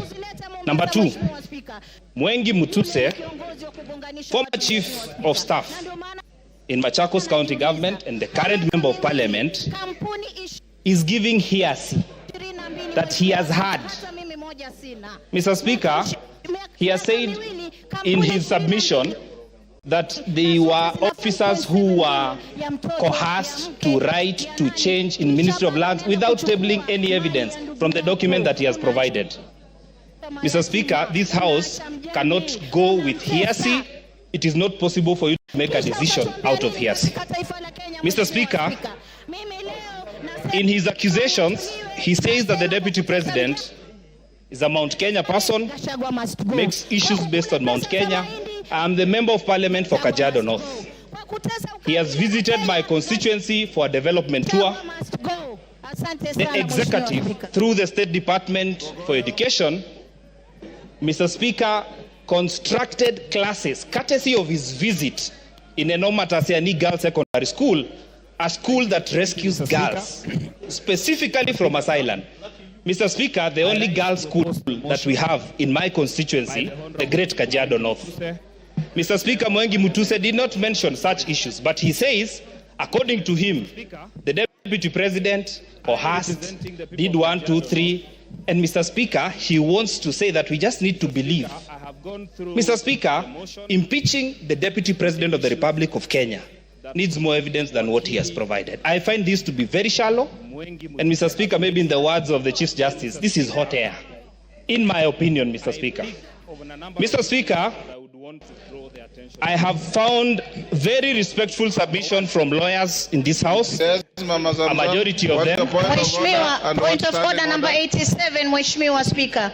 Mimi nataka nimjuze mbunge mwenzangu kuwa huyu alikuwa... Naomba nisijuzwe. Hapana, naomba nisijuzwe. She is on a point of order.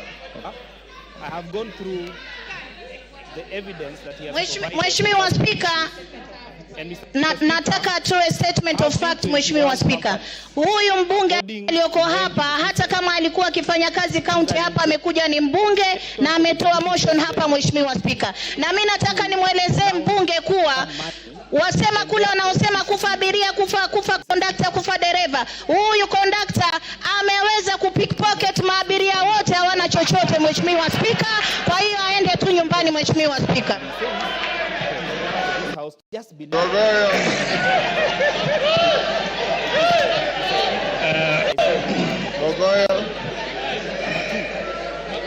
Thank you. Thank you, Mr. Speaker. Yes. I choose to stick to content. Your time is I choose up. to stick to matter. I choose to ignore the honorable member. Mr. Speaker, I therefore want to submit to this House that, Mr. Speaker, when a whole deputy speaker of this assembly goes to a public function in Nandi and says that I will oversee the impeachment of the deputy president and comes to this House and is expected to vote, do you expect fairness from the document that he has provided? Mr. Speaker, this House... Your time is up. Give him 1 minute. Make a decision out of hearsay. The Deputy Speaker spoke to that. Thank you. She has a vote, unlike the Speaker. Yeah, but Mr. Speaker, I just want to say and she that will I not find... preside on these proceedings. Okay, because I respect you, Mr. Speaker, I will not engage on that matter. Therefore, Mr. Speaker, I want to submit that Ngogoyo Onesmus Nguro, Member of Parliament for Kajiado North, says no to the impeachment of the Deputy President of the Republic of Kenya. Member for Taveta. Department for Education. Member for Taveta. Mr. Speaker, constructed classes, courtesy of his visit in a normal Tasiani girls secondary school, a school that the mic is there. Specifically from Is it working? Mr. Speaker, the only girls there you are. Thank you, Mr. Speaker. For a start, Mr. Speaker, I rise to support the motion by my learned colleague, Honorable Mutuse. Most of the things, Mr. Speaker, have been said. But allow me to say a few things. Number one, allow me to borrow on the then Council of White House during the Clinton administration. He said, impeachment is not a remedy for private wrongs. It's a method for removing someone whose continued presence in office will cause danger to the nation. Mr. Speaker, my position is the continued stay in office of the Deputy President Rigathi Gachagua is a threat to the nation of Kenya. I continue by saying this, Mr. Speaker. Between 1963, when we got independence, we had a vice president in the name of Jaramogi Oginga Odinga. He never said, do not touch Luo Nyanza. During the President Moi's regime, we had George Saitoti, we had Musalia Mudavadi. He never said, do not touch Luya Nation. During the time of Stephen Kalonzo Musyoka, he never said, do not touch Ukambani. But we have a deputy president, Mr. Speaker, who is obsessed with a certain region in this country. Mr. Speaker, secondly, Mr. Speaker, much has been said by my learned colleagues in this House. But I want to borrow something, Mr. Speaker. Article 145 of the Constitution provides for reasons for impeachment of a deputy president and the president. The case of this during Sonko's impeachment, the Supreme Court laid certain guidelines and said that the question as to whether or not there is a violation of a constitution should be guided by certain principles. Number one, whether there is interference with the constitutional functions of the legislature and the judiciary. My submissions is that the utterances of the deputy president in relation to his cases in court is interference with the constitutional functions of the legislature and the judiciary. Another ground that has been given in determination as to whether or not there is a violation of the constitution is whether there is an abuse of the code of conduct. Mr. Speaker, my argument is the constant pronunciation by the deputy president that divides the country in terms of regions and tribe is an abuse of code of conduct and is a ground for impeachment. Another criteria given is the disregard and breach of fundamental rights of the Constitution. Mr. Speaker, I want to say this. In Taveta, where I come from, there are two minority tribes. There is the Taveta tribe and there is the Pare tribe, with the minority tribes in Kenya. Article 56 of the Constitution says that the state should do everything within its means to ensure that marginalized tribes in Kenya are protected. Mr. Speaker, the pronouncement of the Deputy President about a certain region without considering the Tavetas of Taveta or the Pares of Taveta is a violation of fundamental rights and freedom as guaranteed by Article 56 and is a ground for impeachment. Very lastly, Mr. Speaker, I want to say this. Even in Taveta, there are Kikuyus. So if we constantly obsessed of Mount Kenya, who will speak for the Kikuyus who live in Tavetas? And that is why I'm saying, Mr. Speaker, because of the obsession of Mount Kenya, because of obsession of a certain region, Rigathi Gachagua must go. I continue by saying this, Mr. Speaker. Between 1963, when we got independence... Thank you very much, Honorable Speaker. Honorable Speaker, I want to start with there was a spat between the Pope and Napoleon in 1800. And this is what Napoleon asked the Pope. Pope, how many divisions do you have? Then the Pope replied, I have the Catholic Church. Honorable Speaker, yesterday during the interview, the deputy president came up strongly to almost insinuate that this parliament is a bunch of clowns. But this parliament is guarded by so many things. But the very important instrument this parliament wields is this thing called the Constitution. It is the supreme law of the land. Honorable Speaker, one of the reasons why the deputy president must be impeached is the issue of national unity. He came on public stage to talk about one issue that eventually will discriminate the minorities. One man, one vote, 1 shilling. That is important in the way he says. But in a sense, the regions that are behind, that are discriminated, that are marginalized, will continue to be behind. Honorable Speaker, Article 56, A1, it talks about minority groups, why they must be in government, why they must be represented. Honorable Speaker, this country must move forward, and it must move as one nation, one people. We are of different nationalities. It is the deputy president who stood in a public place to say that the problem of this country is the Somalis. The Somalis are part and parcel of this nation. They have done great contribution to this country, and they cannot be excluded for anything. Honorable Speaker, the second issue why the deputy president must and he has to leave that office is on the matters of national security. He is privy to National Security Council meetings. He attends. Sometimes he could chair. For him to come out and divulge those information to public of need-to-know basis, then it means he has crossed the red line. Honorable Speaker, the third issue is Article 147. The Deputy President is the principal assistant to the President. And sometimes when the President is away, he's delegated to be the President. This happened in the 11th Parliament when Uhuru Kenyatta was attending ICC. And he wrote down that President Ruto will act on his behalf.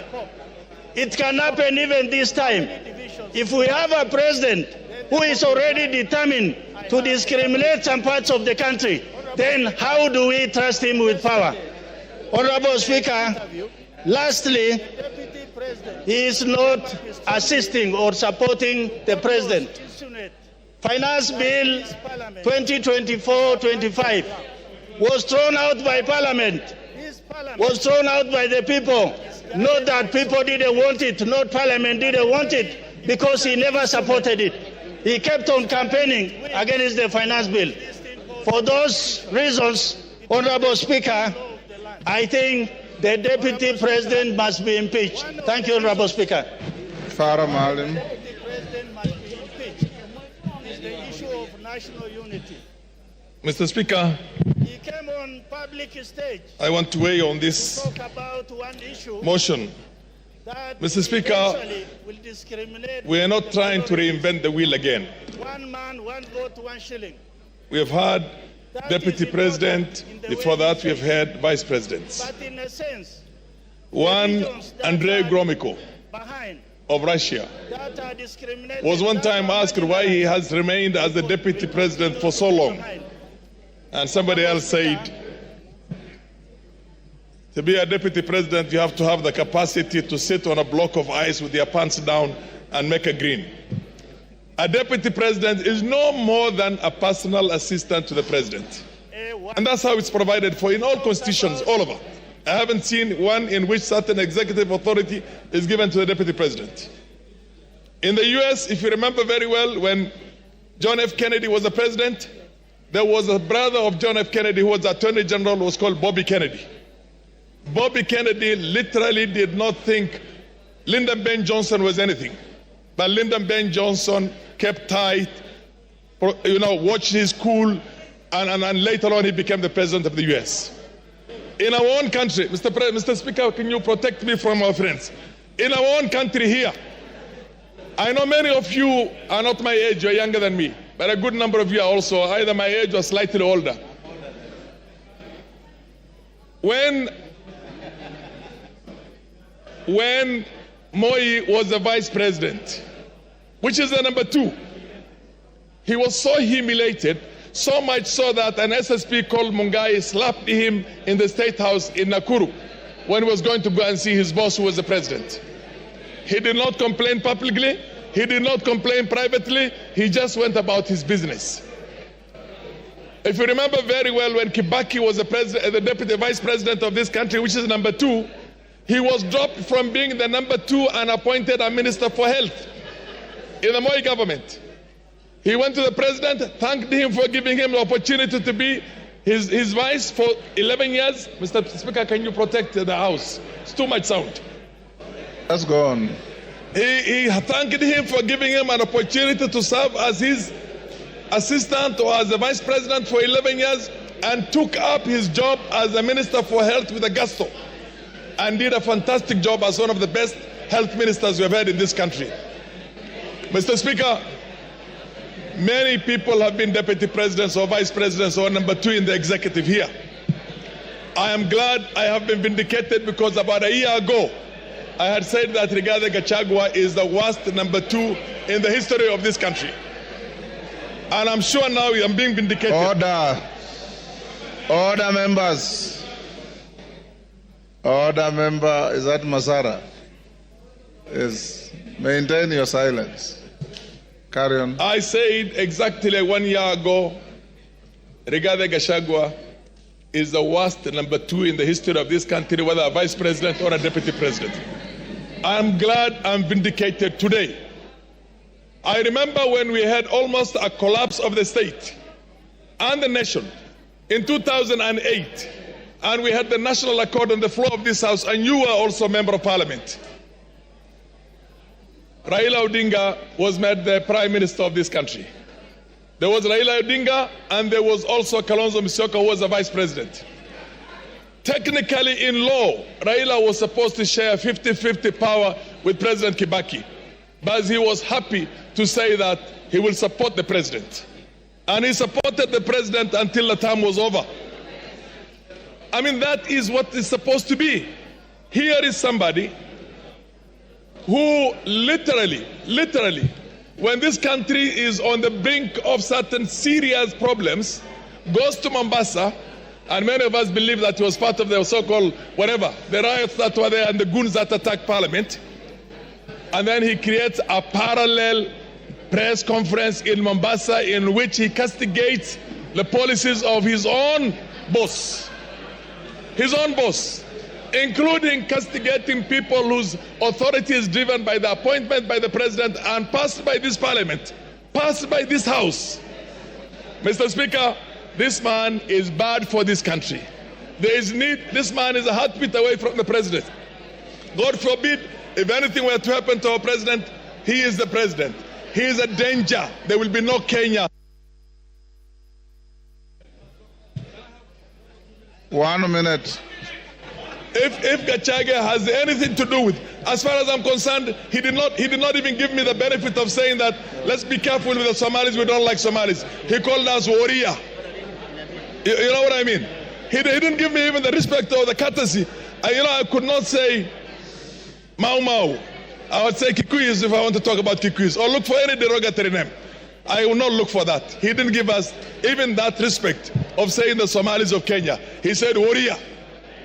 They do not have any role. They are not shareholders in this government. And you know what? I come from a region, Wajir alone, Wajir County alone is bigger than Central Province, Mountain Region, Western Province, and Nyanza put together.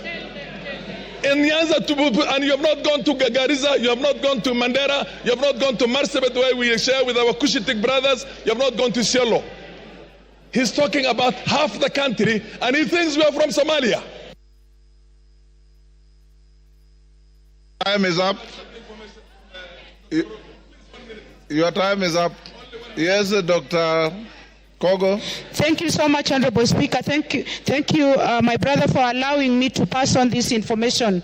Apart from what you have said, Mheshimiwa, the Deputy President of the Republic of Kenya is on record for insulting women as malaias. And I want to go on record. He said that the one and only beautiful Honorable Jematia is a malaya. And somebody can negate that, and I have to say it. I thank you so much, Honorable Speaker. Yes, your time is up. Give him 1 minute. Okay, yeah, 1 minute. Mr. Speaker, Speaker. Yes. This country belongs to us all. This country belongs to all of us. If you try to marginalize me, and tomorrow I take up arms and decide to fight that, do you think there will be Kenya? Do you think 100,000 Somalis taking arms, there will be Kenya? Or 50,000 Turkanas? Or Sabaots? Or Pokots? If this man is playing with this country, we shall not have stability, Mr. Speaker. We must have a country in which we all feel that we are loved and we are equals. Equals! Mr. Speaker, I support this motion of impeaching Gachagua. Let's do it the fastest possible, and we should never have somebody like him in future in any position of leadership. Mr. Speaker, we are all equals in this country. There's nobody who's more equal. We fought for independence. All of us fought for independence, although some will want to try and hide the...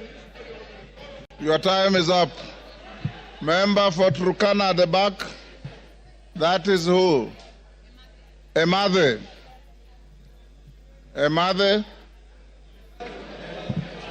Thank you, Honorable Speaker. I want to just give some comments on the same. Honorable Speaker, when the Deputy President was being sworn in at Kasarani, I only knew him as a personal assistant to the former President Uhuru. And after he spoke and he sat down, I was seated close to Honorable Kiborek. I told Honorable Kiborek that this is not going to be a good person. From the analogy that formerly he was a PA to the former president, and the manner in which he spoke to me was in the contrary. I just said that when he was being sworn in, I didn't know him. The only thing I knew about him was he was a PA. Now, the chicken have come home to roast. And Honorable Speaker, I want to say that I support his impeachment the same manner in which over 92% of my constituents in Turkana Central have agreed that we do the impeachment. Honorable Speaker, the impeachment is in two parts. There is the anti-corruption part of it, and there is the ethical or the ethics part of it. I want to speak on the ethics. And Honorable Speaker, here is a man who is full of himself. He is a very proud person, and Honorable Speaker, he doesn't even know what to say. He just speaks in the manner that does not depict him as the Deputy President of this country. Honorable Speaker, the Bible in the book of James brings out the bad part of the tongue. It says the tongue is this part of the body that is a world of evil. It is a fire. Honorable Speaker, the tongue corrupts the whole body. That is what the Bible says in the book of James. Honorable Speaker, in this juncture, I want to say that as a UDA member in the Kenya Kwanza government, I want to say that it says we are not in agreement to work together with the Deputy President. I am not in agreement as a member who was ascribed to the party that I may not be able to work with the Deputy President, because we have to agree. And what we are processing today here, Honorable Speaker, is a divorce. We are processing a divorce because under Article 56, this is a man who will not be able to speak for the minorities. He is a man who will not speak for the marginalized. Honorable Speaker. Honorable Speaker, again, we are processing a divorce because this is akin to King Nebuchadnezzar, a man who was like everything in the Chaldean, in the city of Babylon. And Honorable Speaker, Kenya wants to unite. Kenya wants to kill the animal called tribalism.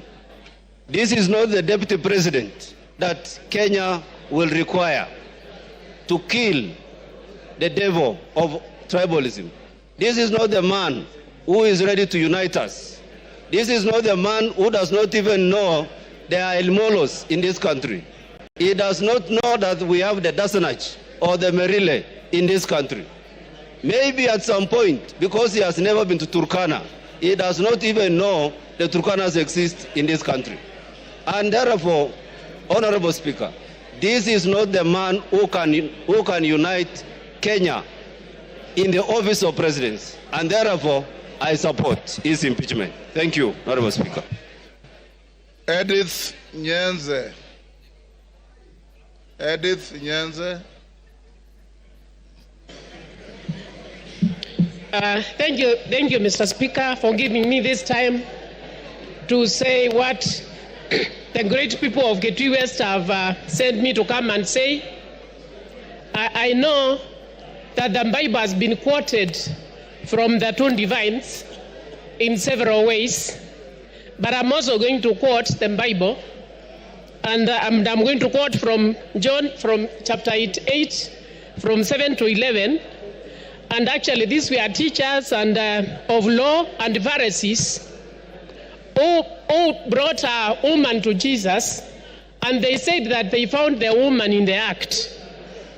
And then they said, according to the law of Moses, such a woman was found in adultery, and she was supposed to be stoned to death. But what Jesus told them, he told them that if they do not have sin amongst themselves, they should be the first ones to cast the stones. But what these people did, they just looked and ran away. So, Mr. Speaker, I'm saying this scripture actually highlights the importance of forgiveness and mercy, and challenges the self-righteousness and hypocrisy. Actually, what I want to say is that there is also reconciliation. Reconciliation should be given room. Dialogue should be given room. If there was dialogue with a former prime minister, there was handshake with a former prime minister, why not give dialogue to even the deputy president? So give dialogue, give reconciliation for the peace of this country. What the people of Getui West told me is that they have more pressing issues. They have more pressing issues than this impeachment. And therefore they told me to say no to this impeachment, that they should be sorting their problems first before we even come to this impeachment. We have only 3 years to go before the end of the term. So why breach the peace? So whoever is righteous, let them be the first ones to cast the stone. Thank you. Honorable Kororia. Honorable Kororia. Eh? I will give you. Kororia. Thank you very much, Honorable.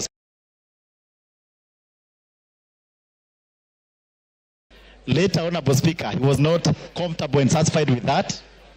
He went ahead to refer to the members of Parliament from Mount Kenya region as Gakonia and Kunda Gotome and Komereras, Honorable Speaker. That is not acceptable, Honorable Speaker, because we all come from the same region and we are elected by the people. he went ahead, Honorable Speaker, to attack Raila Odinga and the Azimio fraternity, and saying that he has put mitego so that they will not enter State House. And he was supposed to put mitegos so that they don't enter Karen residence because he's not a president. Honorable Speaker, I want to say that we do not have two centers of power in the Republic of Kenya. We only have one president, and the sentiments of Rigathi Gachagua that they were elected together with President William Ruto is a lie.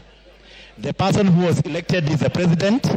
Gachagua was just a running mate, and there were no votes for a running mate, Honorable Speaker.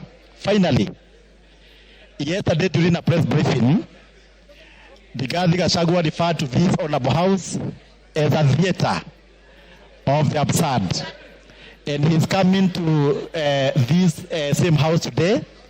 I don't know whether you are going to compel him to substantiate if he's coming to a theater or Parliament of Kenya. With that, Honorable Speaker, I'm saying Gachagua must go. Karoli Omondi. Thank you very much, Right Honorable Speaker. I rise to support this special motion of impeachment against the Deputy President of the Republic of Kenya. Mr. Speaker, when the wheels of fortune have enabled someone to rise to high eminence, such as the office of Deputy President, so much is expected of them. Unfortunately, from my own personal interaction with the Deputy President, and shortly I will give some examples, I feel he has fallen short of the expectations of that high office. I first came across Mr. Rigathi Gachagua in the late 80s when we were at the university. And as a matter of fact, he was ahead of us, and I think he was heading one of the district student organizations. He had cleared university, but he had not exited. In other words, he had become a pirate. That was the terminology we used then. He was residing in some place called State House residence. And what I used to hear about him was not very impressive. But nonetheless, on October 7th, 2023, which was exactly 1 year ago, in some place called Murngia, Alego, at the homestead of the late General Francis Omondi Ogola, together with Mheshimiwa Elisha here, Mheshimiwa Nyamita, Honorable Jalango, I've seen him somewhere, and His Excellency the President, we did meet with the Deputy President. And it was about 6:45. He received us warmly, but we were guests of General Ogola. And as you'd expect, a man of his status, you expected some decorum, temperance, prudence, good behavior. But unfortunately, some of these attributes were not present in his conduct. The Deputy President on that occasion did stand up and tell the President to our face that he had come down to get him from the Nyanza tour that we were undertaking, and that he had no business staying for too long in Nyanza. I looked at him and I wondered what was the problem with his compos mentis. In other words, was he of sound mind? And then I asked myself, we were the guests of the late General, why would he want us to exit the homestead of General Ogola? And it bothered me very much, because clearly that was what you and I, as lawyers, we call animus nocendi, intention to harm. Why would he insist that the President has no business being in Nyanza? He said it to our face 3 times, interrupting General Ogola when we were being briefed about the attack that had just been conducted by Hamas on Israel. That was my first time to interact with him very closely. The second time was on April 30th, 2024. 28th April 2024, this year, when we had floods in Suba and several people died. I did communicate with him by way of text. I sent him pictures, including that of a gentleman who had lost 3 children. And I asked him to avail to me the state resources that I could use to alleviate the pain and loss of my people. He did not respond. He did not call back. He did not show any interest. On 30th April 2024, I did contact Honorable Kagusha, who was sitting next to him at a rally in Nyeri. And I saw Honorable Kagusha whispering to him my message. And they texted me back that the Deputy President would come back to me. He never did. On 6th of May 2024, I again reached out to him in his capacity as the coordinator of relief. He did not respond. I support this motion, and I want to say this. What I found with Honorable Gachagua is lack of education. Obama says, education is not a name of any degree or certificate that can be shown to others as proof. Education is the name of our attitude, actions, language, and behavior with others in real life. I'm on behalf of people of Suba South, I am supporting this motion, and I want to inform the House, our role today as a grand jury is not to establish beyond reasonable doubt any of these charges. Our role is very simple. Our role is to say we have found triable issues, frame the charges, leave that trial to the Senate. And once we do that, we shall have discharged our duty. Mr. Speaker, I fully support. Thank you. Your time is up. Kanjori.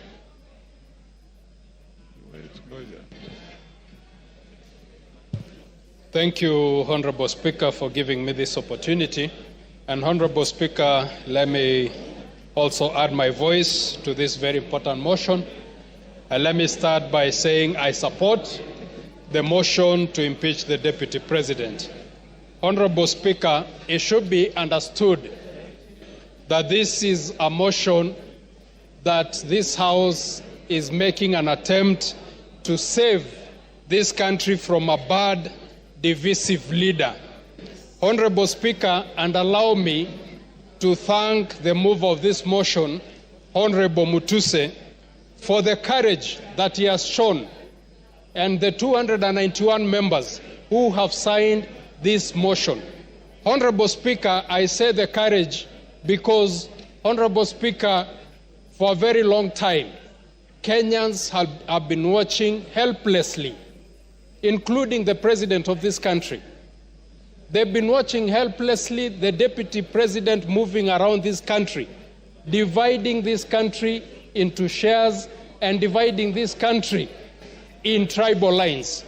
Honorable Speaker, let me say my reasons for supporting this motion. First reason, Honorable Speaker, in 2022, the country suffered a very bad drought. And the government responded by giving relief to the pastoral communities whose families, most families were left without able to feed their families. Honorable Speaker, the Deputy President took most of that relief food to areas that were not affected by drought. Honorable Speaker, Kenyans should understand that this is not a motion or an impeachment against a tribe. It is a motion to impeach an individual who has shown, to use the majority leader's word, a black man with a black hat. This is a man who has shown that he does not care about the country, but his interest is in a small region. But it is actually interest that is driven by self-interest. It is not that he loves that region. We have seen that what he has amassed wealth for himself and not for the region. So, Honorable Speaker, I support. Thank you. Wamshomba.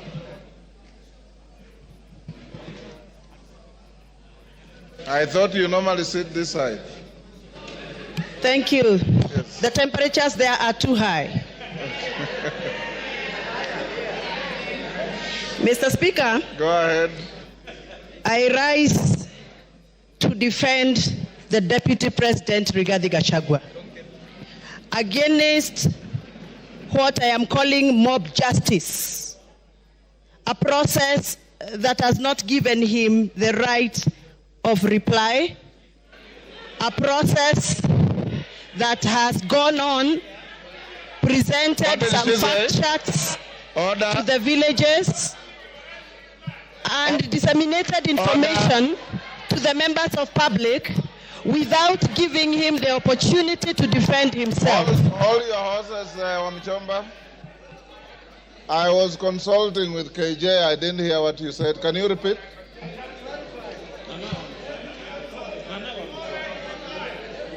Can you repeat what you said? I can't hear you, Mr. Speaker. Repeat what you said. I didn't hear. I was consulting with Honorable Member for Dagoretti. I have said I rise to defend the Deputy President, the Honorable Rigathi Gachagua, against a process that I feel, personally, as my opinion, it is mob justice against the Deputy President, because he has not been given the right of reply before we went for public participation. That is what I've said. Honorable Wamchomba. According to the standing order here. Honorable Wamchomba, that is neither factual nor legal, because the Deputy President is appearing before this House at 5. So be factual.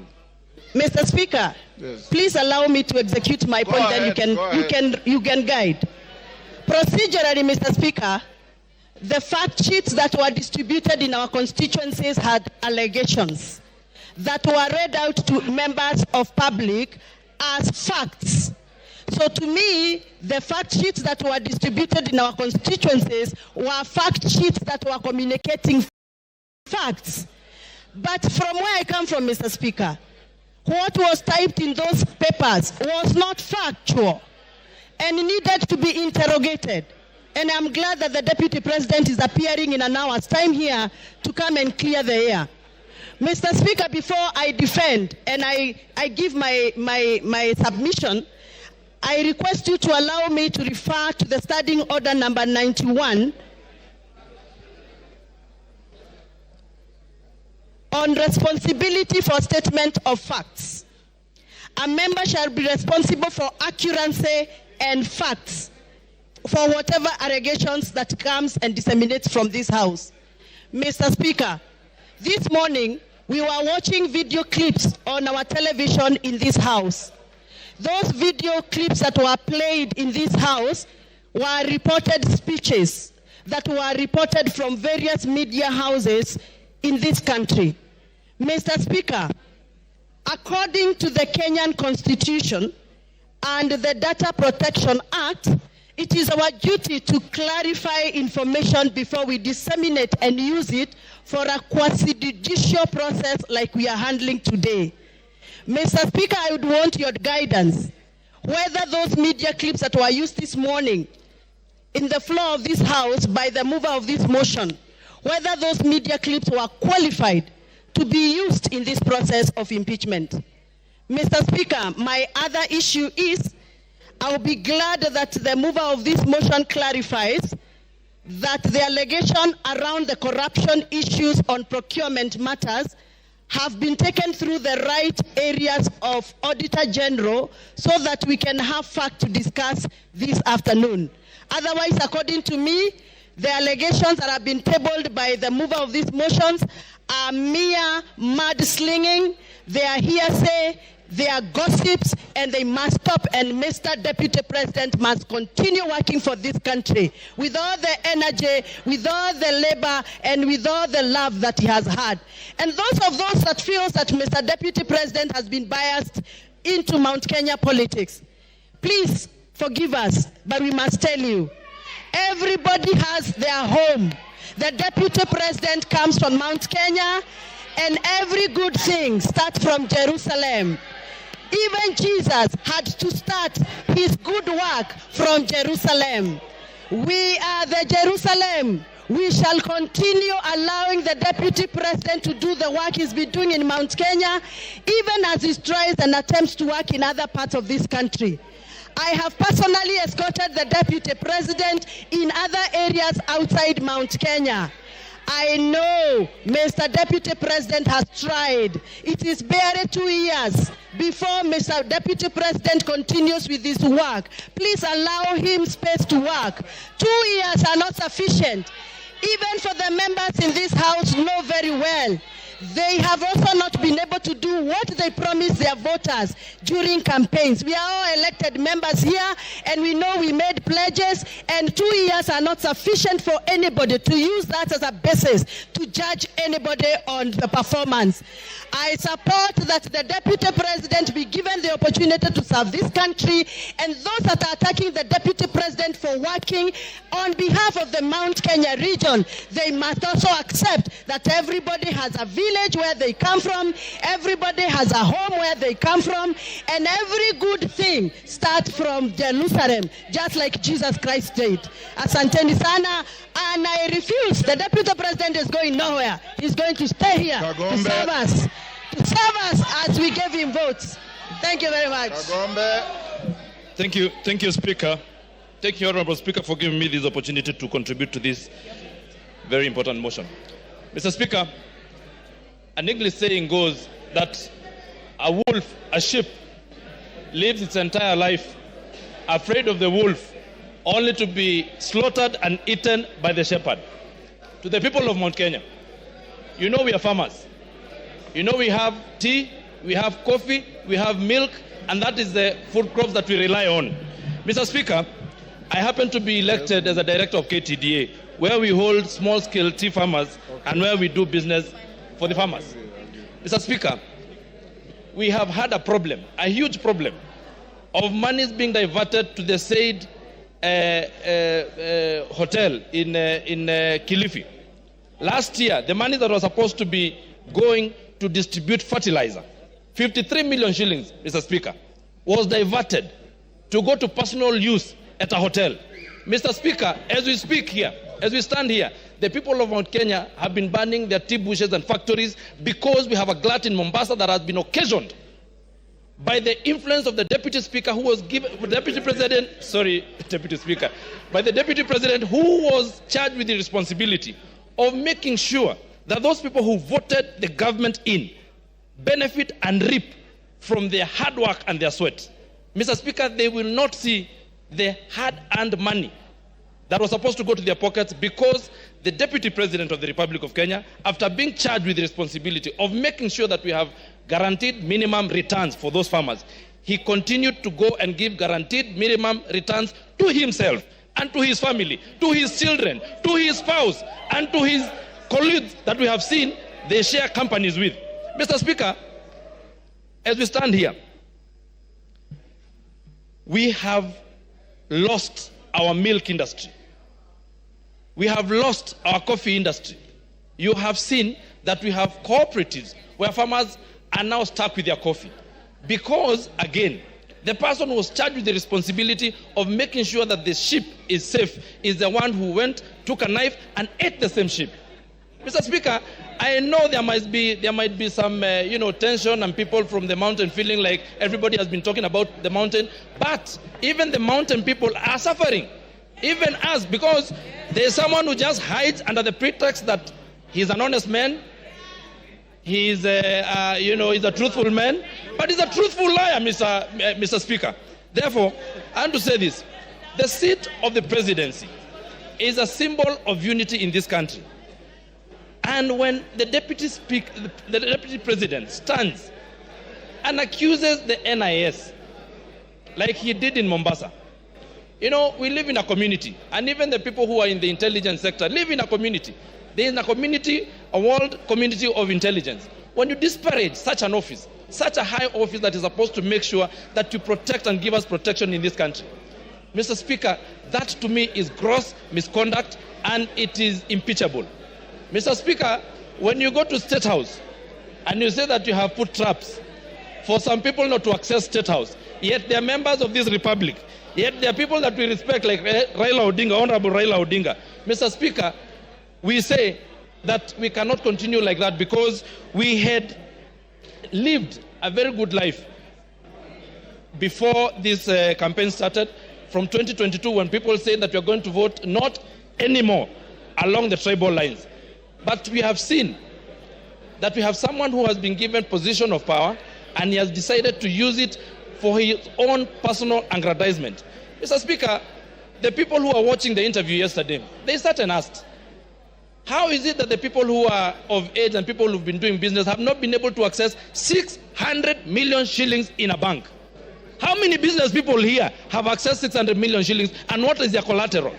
Mr. Speaker, you have had the deputy president lying in front of the television, saying that he has gotten this wealth from his brother, yet we know his brother has his heirs who are his sons and his widow, and those people are crying in Nyeri. The same way, people who are my members of parliament, my constituents like Uhuru Muigai Kenyatta, is crying. His goats were eaten the other day in Ruiru, and he's the one who sanctioned the eating of his goats. In fact, he then comes and lies to us that he has apologized to the president, to the former president, who is not in the country. Your time is up. Ken Chonga. Ken Chonga. Asante mstahiki Spika kwa kunipatia nafasi hii nichangie mswada huu ambao uko mbele ya bunge. Mstahiki Spika, mimi sijaokoka na nimesikia wenzangu kila wakichangia hapa wanataja sehemu fulani za Biblia ambazo kwamba zinaambatana na matamshi ambayo wanataka huko yazungumza, lakini kwa kwamba kweli kuna mbinguni na kuna hera, nafikiria Rigathi Gachagua atakuwa kuni za kuchoma ambao watachomwa. Na kisa na sababu, mstahiki Spika, ni uongo ambao kwamba Deputy President ameujaza katika matamshi yake. Jana jioni nilichukua muda wangu, mstahiki Spika, kumsikiza hoja ile ambayo kwamba alikuwa anaizungumzia. Ninashukuru kunipa nafasi hii kwa sababu mmoja kati ambaye aliguswa pale ni mimi. Mimi nikiwa mbunge wa Kilifi South ama Kilifi Kusini, ile hoteli ya Gachagua pale mahali imejengwa iko eneo bunge langu mimi. Na yale aliyozungumza bwana deputy governor jana ulikuwa ni uongo mtupu. Sorry, deputy president. Kitu cha kwanza, mstahiki Speaker, wakati King Charles III alipokuja ndio aende atembelee kule chini Kuruwitu, alikuwa amekuja kwa mwaliko wa Kuruwitu Conservancy CBO. Na wakati alipofika kwa Kuruwitu Conservancy CBO, mkutano ule haukuchukua zaidi ya dakika 30, akaenda Vipingo Ridge. Ile barabara ambayo kwamba aliomba kwamba itengenezwe kwa sababu angetaka kuhifadhi Vipingo Kuruwitu Conservancy, ile barabara haipitiki. Lakini Deputy President akaona amepata nafasi nzuri sana. Ile barabara baada ya kwamba iende kwa Kuruwitu Conservancy, akachukua ile barabara akaijenga, akiipeleka kwake hotelini, imeshia pale kwa hoteli yake. Na ninaongea kwa sababu mimi pia nimejenga hapo.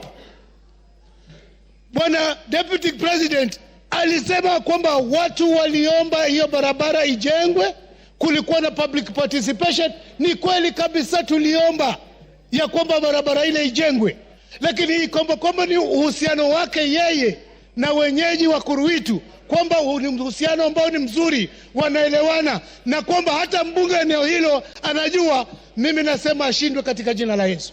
Siyajui hayo. Sikuhusishwa kuhusu barabara ambayo alimepeleka kwa hoteli yake. Tatu, bwana Speaker, Mheshimiwa Speaker, Deputy President alisema ya kwamba barabara ile inafaidi watu wengi sana ambao kwamba wanaishi maeneo yale. Akataja kwamba kuna Vipingo, Shariani Secondary School. Mimi ninajua mahali Shariani Secondary School ipo, wala haifaidiki na ile barabara. Akataja kuhusu Shariani Primary School. Shariani Primary School ukitaka kuaccess unaipata kwa hiyo main highway ya kutoka njia panda ya kutoka Mtwapa kuelekea Kilifi na kuelekea Malindi. Kusema ukweli kabisa, yale aliyokuwa nazungumza kuhusu wekezo ule ni wa uongo. Tatu, ile nyumba ambayo kwamba ilikuwa ni ndugu yake, sisi tulijua toka ilipokuwa zamani. na ukweli kama utafatwa, itabainika wazi ya kwamba bwana deputy president either awe alinunua kutoka kwa ndugu yake ama awe amemwibia ndugu yake. Ni jambo la kuhuzunisha, akisema ya kwamba mali ile yote ambayo iliachwa, yeye ameachiwa percentage fulani kubwa kushinda wale watoto. Kama ukweli si uongo, basi si anasherehekea kifo cha ndugu yake? Ni nani mwenye akili zake timamu ataacha urithi au peane kwa ndugu yake, asahau watoto wake, asahau bibi zake, asahau binamu zake, hali yeye anasema kwamba yeye ni mtu uko na mali?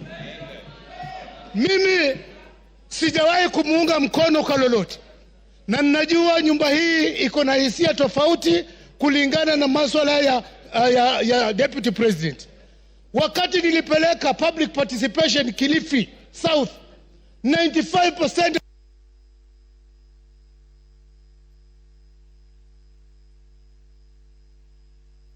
Give him 1 minute.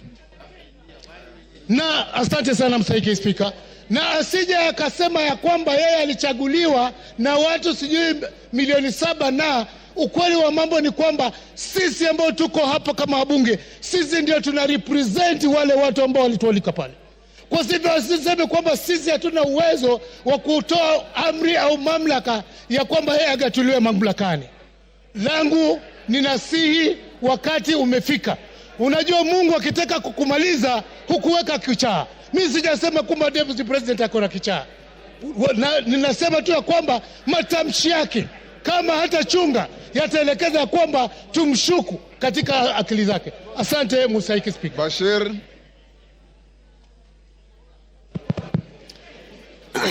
Thank you, Honorable Speaker.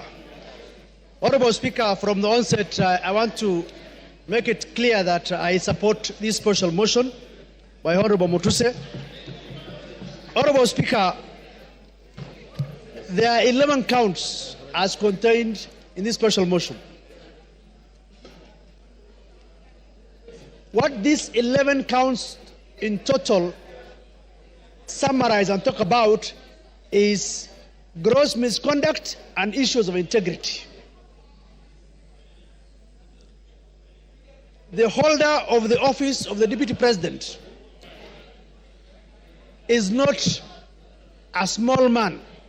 He is just a heartbeat away from the presidency.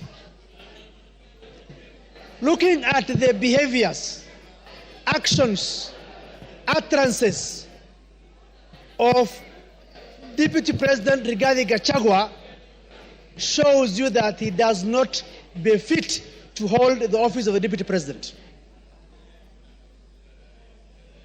Honorable Speaker, time and again, His Excellency Rigathi Gachagua has been talking about Murima, Murima, Murima. But one thing I want people to know is that the same Murima has people who have been elected by the same representative and who are in this house representing the people of Mount Kenya. Rigathi Gachagua is not the sole representative of Mount Kenya. They have MPs, they have women reps, they have senators, they have governors. He is supposed to represent each and every part of this country called Kenya. Unfortunately, he doesn't understand that bit. Sometimes in July, in a well-attended press conference in Mombasa, intelligence services, and especially in the person of the Director General. Now look at this case. The Deputy President is a member of NSAC, the National Security Advisory Council. He sits in that council. If there are issues that he has with individuals running those institutions, the best place will have been that council.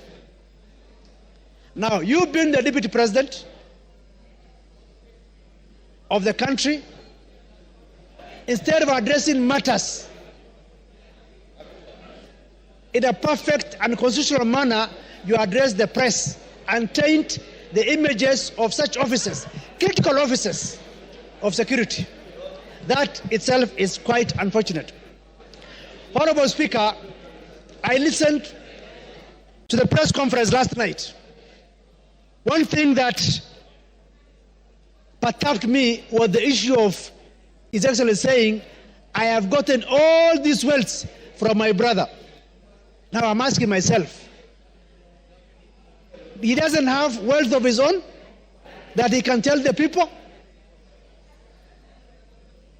How come he is the one who gets more of the shares than the widows and the orphans?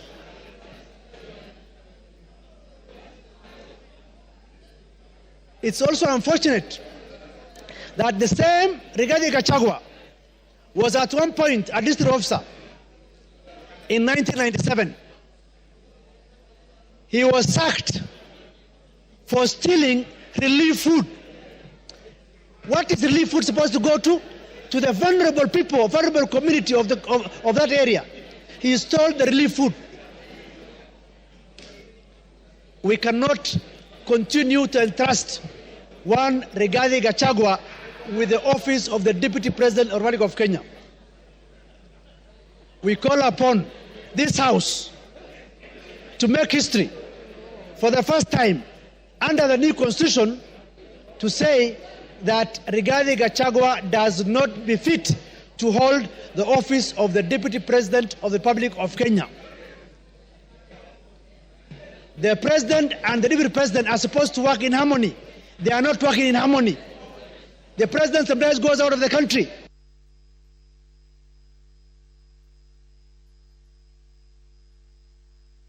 Sorry. Ruth Odinga.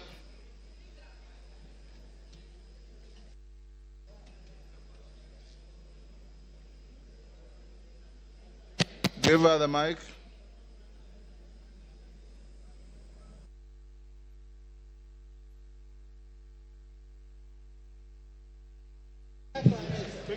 Thank you, Mr. Speaker, for giving me this opportunity. I rise today not just as a member of this esteemed House, but as a daughter, a sister, and a proud descendant of those who fought tirelessly for the freedom we hold dear. I urge us to reflect on the values upon which our great nation was built as we consider the impeachment of the Deputy President. I want to take you back to the times before independence. Jaramogi Oginga Odinga is one of the people who fought for independence. And the colonialists actually offered him to be to become the president of Kenya. He declined and left that for Jomo Kenyatta to become the president. And in 1964, Jaramogi became the first vice president of the Republic of Kenya. Exactly 2 years down the line, like the 2 years we now have with the deputy president, Jaramogi decided that due to the ideologies that he was holding, which differed from the president, he decided to step down and leave the position of vice president, not for his own good, but for the greater good of the Republic of Kenya. He actually stepped down. I would like, in my own statement, to ask the deputy president that Kenya is larger than you. Kenya is a big country that we need to protect. If I were you, Mr. Deputy President, please take the honorable route that some of your predecessors had taken, like Jaramogi, and step down from this position of presidency. Don't take Kenya through the valley of the abyss the dark abyss you want Kenya to go through. Secondly, I would like to say something. I was not one of the people who was actually wanting this impeachment of the deputy president. I felt that the deputy president's impeachment was not the main problems that we were having in Kenya, and that we had other issues. But having heard how the president spoke last night, I am completely convinced from that statement that the deputy president must go, and he must go as soon as possible. One of the reasons why I say that is that we are not here for our personal grandiose and our personal wealth. Kenya, if the deputy president is mourning because his father is going to turn in his grave because of the wealth that is being accused of, I wonder what the people like Bildad Kagia, Jaramogi Oginga Odinga, and all those who fought for us to get through this, to get to where we are, through multi-party.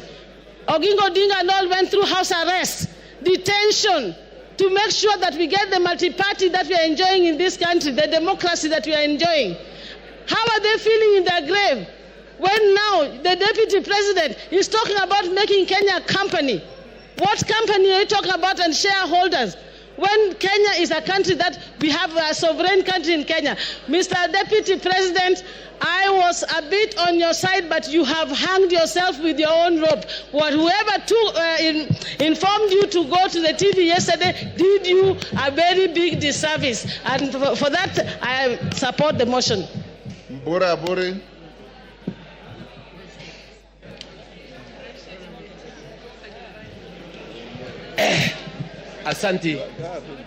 Asanti Bwana Spika kunipa nafasi hii. Yangu ni kidogo sana. Nikusema eti ya kwamba tunataka naibu wa rais yule ambaye si mkabila. Kwa sababu nchi yetu ya Kenya ni kubwa sana kusinda mtu. Tukiongea mambo ya mlima, kule kwangu Tigania East, tuko katikati ya mlima. Lakini ukiangalia katika hii kitabu ambaye, ukiangalia haya mashtaka yaliyo katika kitabu hii, ukiangalia ile mashtaka katika kitabu hii, ile zile kampani zote ziko hapa ni za Gachagua, bibi yake na watoto wake. Hakuna Mutigania, hakuna Mwegembe, hakuna Muimenti, hakuna Mluya. That means yeye mwenyewe alikuwa anatetea tumbo yake. Ndipo mimi niko hapa kusema eti ya kwamba sisi hatupembelezani. Sisi tunasema kwamba lazima aende nyumbani kwa sababu amekataa kuangalia mambo ya wananchi wa Kenya, na Kenya ni kubwa. Ingine ni hii, mimi nimekaa kule East African Community kipindi ya miaka 5. Nilikuwa na Jematia ambaye ni nanda yangu. Katika kipindi ya miaka 5 sijawahi kusikia Jematia akiwa no malaya, lakini naibu wa rais alisimama akasema kwamba Jematia ni malaya. Ya kwamba mimi nikiwa Mporo Mtwabori na support naibu wa rais aende nyumbani. Asante sana. Thank you. Women Rep Busia.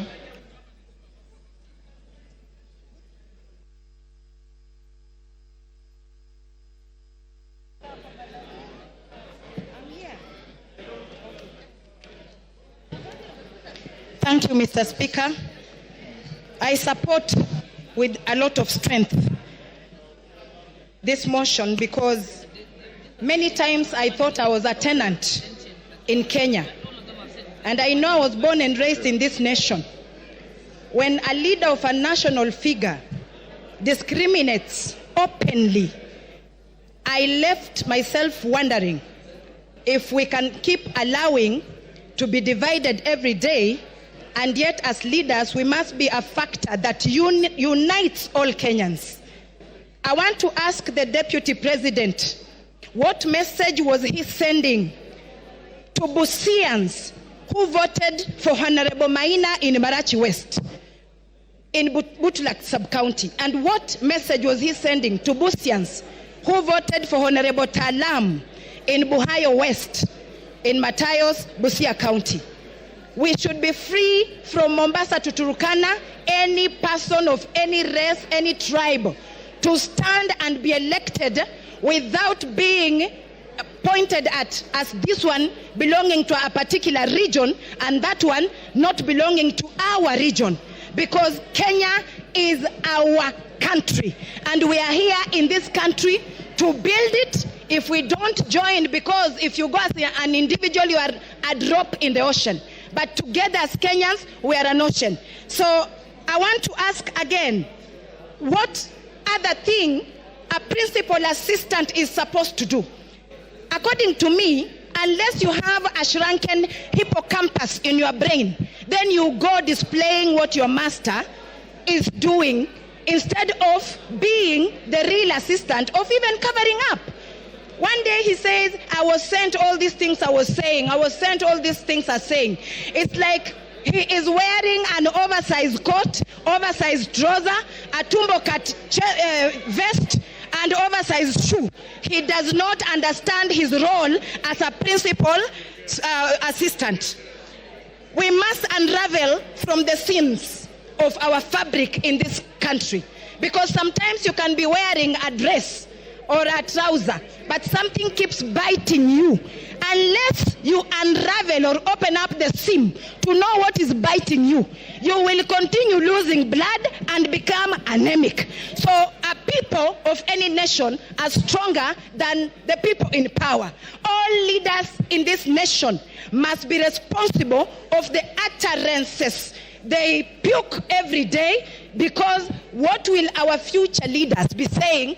I am, or who is our role model? Who is their role model?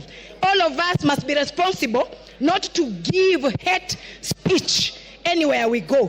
And I don't think there is a tribe in Kenya that is superior than others. Whether you come from Eastern in Garissa or you come from Siamahanga village where I live, you are equal. Article 27, Section 4 is clear about this, that we should not discriminate.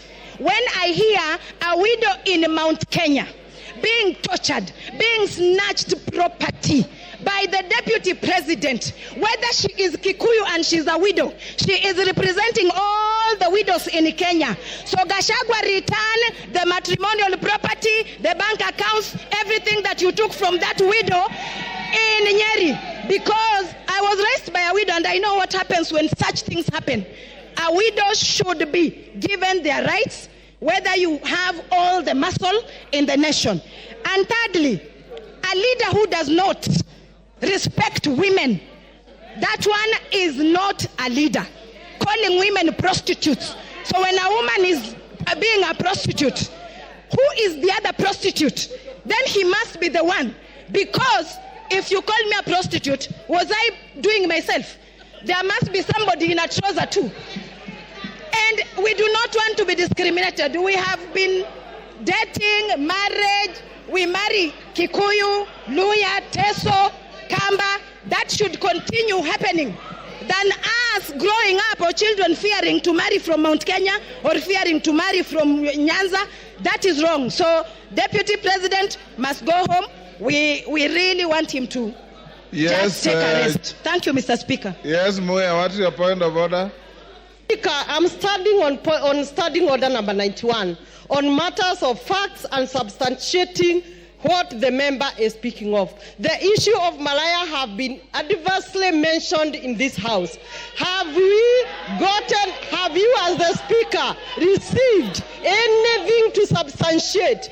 Honorable Speaker, it is on record that the Deputy Speaker, the Deputy President has been closing the whole country, campaigning for the same women, especially in Mount Kenya where he was assigned. So it is unfair that members can continue repeating. You cannot substantiate, and there is no evidence. We should You've made your point. Honorable members, order. Take your seat. Honorable members, I want, with your concurrence, to reduce the time of the speakers to 2 minutes. Is that agreed? Is that agreed? For the purpose of the record, I'll put the question that we reduce time for speakers from 5 minutes to 2 minutes. As many as of that opinion say aye. Will those of the contrary opinion say nay? The ayes have it. Didymus, 2 minutes. Mr. Speaker, I want to be very clear that I support this impeachment motion. I say so because Kenya, we have more than 42 tribes. And it was never our permission to decide which tribe you belong to, Honorable Speaker. And we want every part of our country to feel part and parcel or properly represented by our Deputy President. The continued dividing of our country in shares, Honorable Speaker, in terms of how many votes that a particular area voted for the government, Mr. Speaker, it is making parts of this country feel like they're not part of this country. I think, in a nutshell, Honorable Speaker, because of time, I want to summarize what I want to say by saying that Kenya as a country, the position of the Deputy President, it requires a patriot. It requires an individual whom when he speaks, the country listens with optimism. It doesn't require an individual who when he opens his mouth, part of this country begins to bleed. This country doesn't require a villager in the name of the Deputy President. It requires a patriot, a statesman. And this House, Mr. Speaker, we will go down in the history of this country because the war against tribalism, the war against segregating this country along shareholding lines, it's a war that we have come a long way, Honorable Speaker. It's a war that we vowed that we must win it in installments, and today we are paying the last installment. Rigathi Gachagua must go home, not by walking, but by running, Honorable Speaker. I support. Member for Wajir West.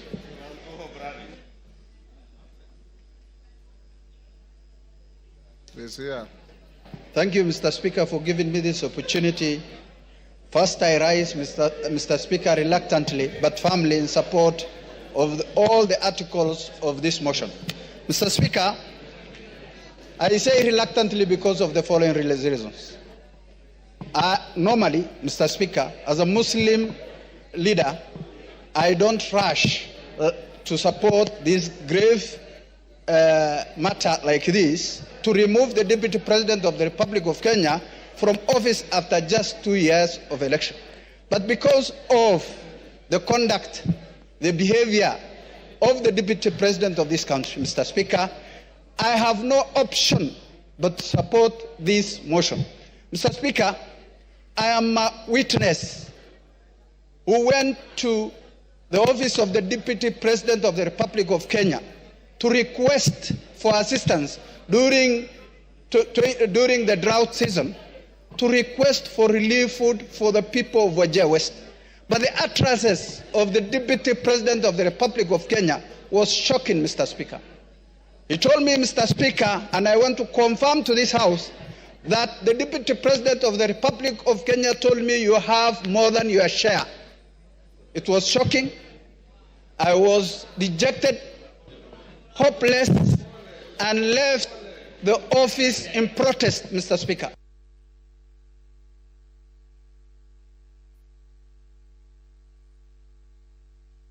Somebody who demeaned, who disrespected and discriminated against the people I represent in this House. Mr. Speaker, today, as we speak, it's a historic day. And for that reason, Mr. Speaker, for unity of this House, of the country. Your time is up. Oppose this motion to this special motion on removal from office by impeachment of the Deputy President of the Republic of Kenya. Mr. Speaker, when a man is down in the spirit of Ubuntu, it is not good to crush him. On Sunday, the Deputy President at the National Prayer Altar stood and apologized profusely to his boss, to fellow Kenyans, and indeed to all the members of this House. Mr. Speaker, that our party, UDA, on which the Deputy President was elected, has internal disciplinary mechanisms which have not been exhausted so as to bring this matter to this House. I also feel that in the spirit of us finishing the agenda that we promised Kenyan, this matter can wait to 2027 so that we can focus on service delivery to our people. Mr. Speaker, I will personally request the members of this House to find it in their heart to forgive the Deputy President. And I will personally. Mr. Speaker, you have had honorable member telling this House that in UDA they had not exhausted their disciplinary mechanism. Why did he then decide to sign on the motion? Why did he sign? Mr. Speaker, thank you very much. The matter of... One day to finish up.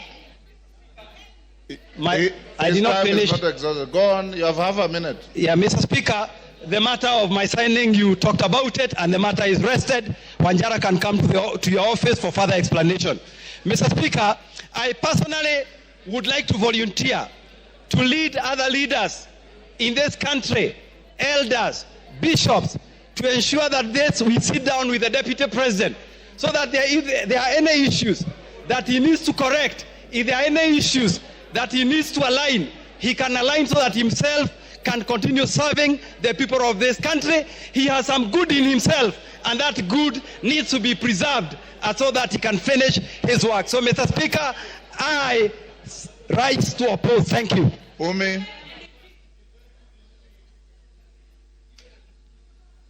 You have 2 minutes. Thank you, Mr. Speaker. I rise to support the motion of impeachment because of many reasons. Mr. Speaker, as a young person and as a representative of the House for the Youth, I wonder how many young people of this country can walk into a bank and access a loan of 600 million shillings without any guarantees of any sort. Mr. Speaker, this is a representation of impunity. The Deputy President stood before the media yesterday as a national leader to defend his children. I respect that he stood to defend his children, but how many children of this country has he given a chance for them to access the same benefits? Myself included, I cannot access a loan of that amount of money. Mr. Speaker, this impeachment motion is not just an impeachment because of difference of ideology, but it will be a symbol of democracy for our country, that people who abuse their powers can go home, regardless of whatever position they hold. Mr. Speaker, I come from Garissa County. We lost residents from my county at an accident as they were accessing to cross a river because of the flood scandal. Mr. Speaker, out of the 10 billion shillings that he had under his pocket, he only gave us 48 million shillings and disappeared and never showed up again. Mr. Speaker, what can 48 million shillings do for people who are suffering? Mr. Speaker, he did not even step in Wajir and Mandera. This is a deputy president of the whole country. I support the impeachment. He must go home and create a room for other people to get that position. Maybe it's time for other regions to be deputies so that we can get the same benefits. Mr. Speaker, I can even do a good job myself. Mr. Speaker. Your time is up, Jen Kagiri.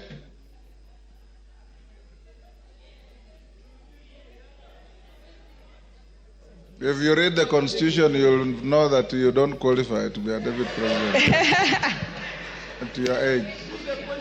Jen Kagiri. Thank you, Honorable Speaker, for giving me this opportunity to contribute to this motion. Honorable Speaker, when I was elected in the year 2022, in the month of August, I was a very grateful person to God, and I knew my work was to serve the people of Laikipia County. A county that is cosmopolitan, that has Pokot, that has Turkanas, that has Maasais, that has Samburus, that has the Muslims, it has the Somalis, and all these people, inclusive of the Kikuyus, came together and gave me their votes. That is what comprises of Laikipia County. Honorable Speaker, the point at which I differed with His Excellency the Deputy President is when he started talking about Mlima. I realized Laikipia County is not Mlima after all, because Mlima, people have running water from taps. In Mlima, people have tarmac roads. In Mlima, people don't suffer human-wildlife conflicts. But in Laikipia County, we have all those challenges. So, Honorable Speaker, that was the first point where we differed. The second point, Your Honorable Speaker, is when there was the talk of 1 man, 1 shilling, 1 vote. In Laikipia County, we are among the counties that have the least population. When you talk of 1 man, 1 shilling, 1 vote, it means you are talking of reduction on resources for my people. That one I would not accept. Honorable Speaker, I remain a Kikuyu. But sadly, since our difference in opinion with His Excellency the Deputy President, I have been the poster girl of his intimidation, of his insults, of his blackmail, of his coercion, telling me that I should not engage the national government, that I should not follow up for resources for my people. Honorable Speaker, once in a while, a generation is called upon to stand for something. Today, I stand for an end to insult, a respect to the dignity of leaders, a respect to my people, Honorable Speaker. Give her a minute. Give her, okay, wind up. Honorable Speaker, in my conclusion, I must state Many people have called us traitors, have assumed money has been received for this action. But Honorable Speaker, I want to make it very clear. I need no money for the restoration of dignity in this house. I need no money for the restoration of respect to women in this house. I need no money for resources to reach my people of Laikipia County. Honorable Speaker, I submit and I support. Thank you. Oundo.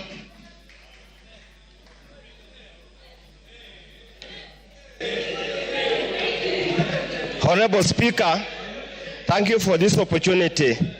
Honorable Speaker, my attention is drawn to Article 125 of the Constitution.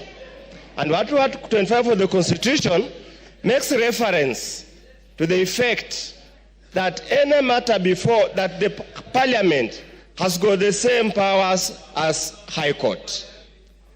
Out of that, Honorable Speaker, then I'm left to look at the evidence presented by my good friend Honorable Mutuse and wonder, does it really meet the threshold of any form of evidence as required at the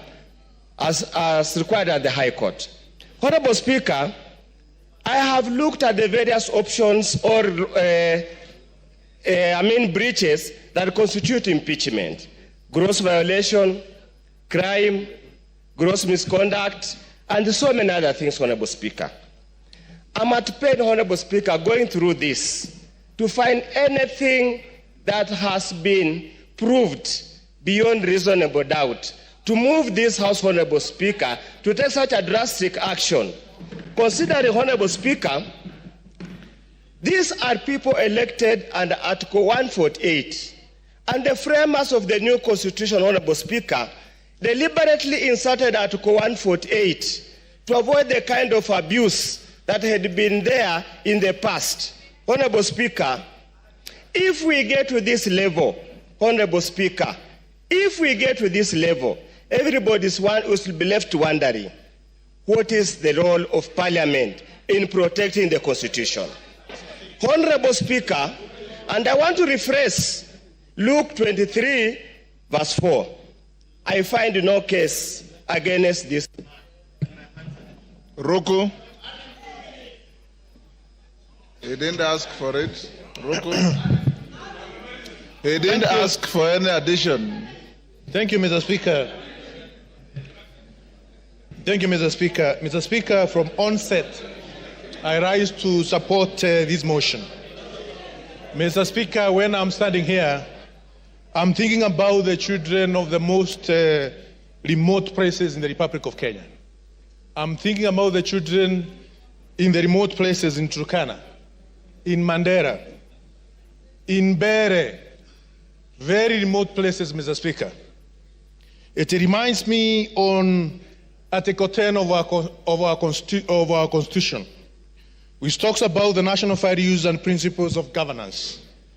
And one of the principles which is enshrined in our Constitution, Mr. Speaker, is protection of the marginalized.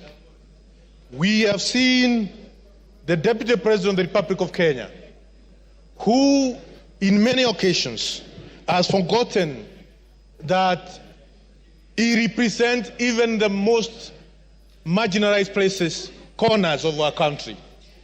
That the numbers of these small communities in the Republic, they have the right, just like any other big community in our Republic.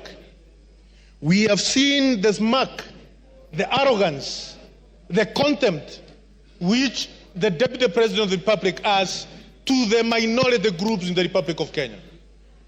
And coming from a marginalized community, a community which has been marginalized from 1963, Mr. Speaker, I want to state here and now that it's high time we sanitize the office of the Deputy President.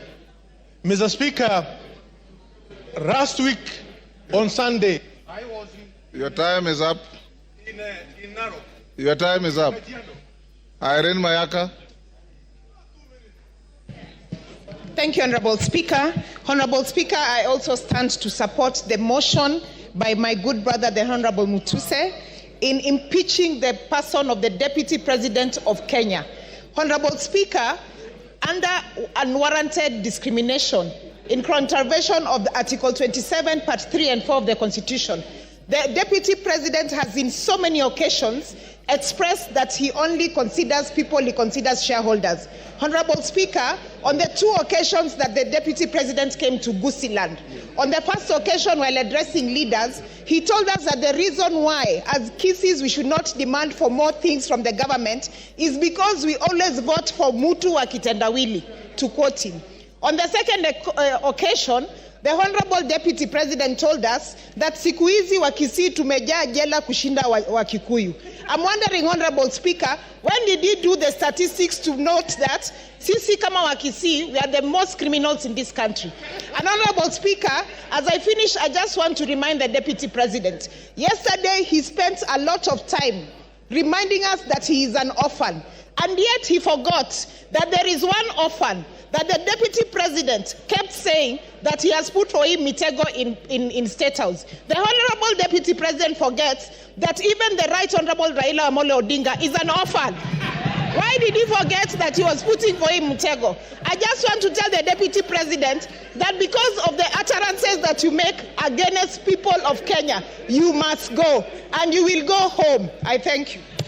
Malolo Njendi. Thank you, Mr. Speaker. I arise to support this motion strongly. Mr. Speaker, this country has once suffered tribal clashes. Mr. Speaker, the Deputy President has been always talking about Central Kenya, Mlima, etc., etc. Mr. Speaker, whipping up the tribal feelings.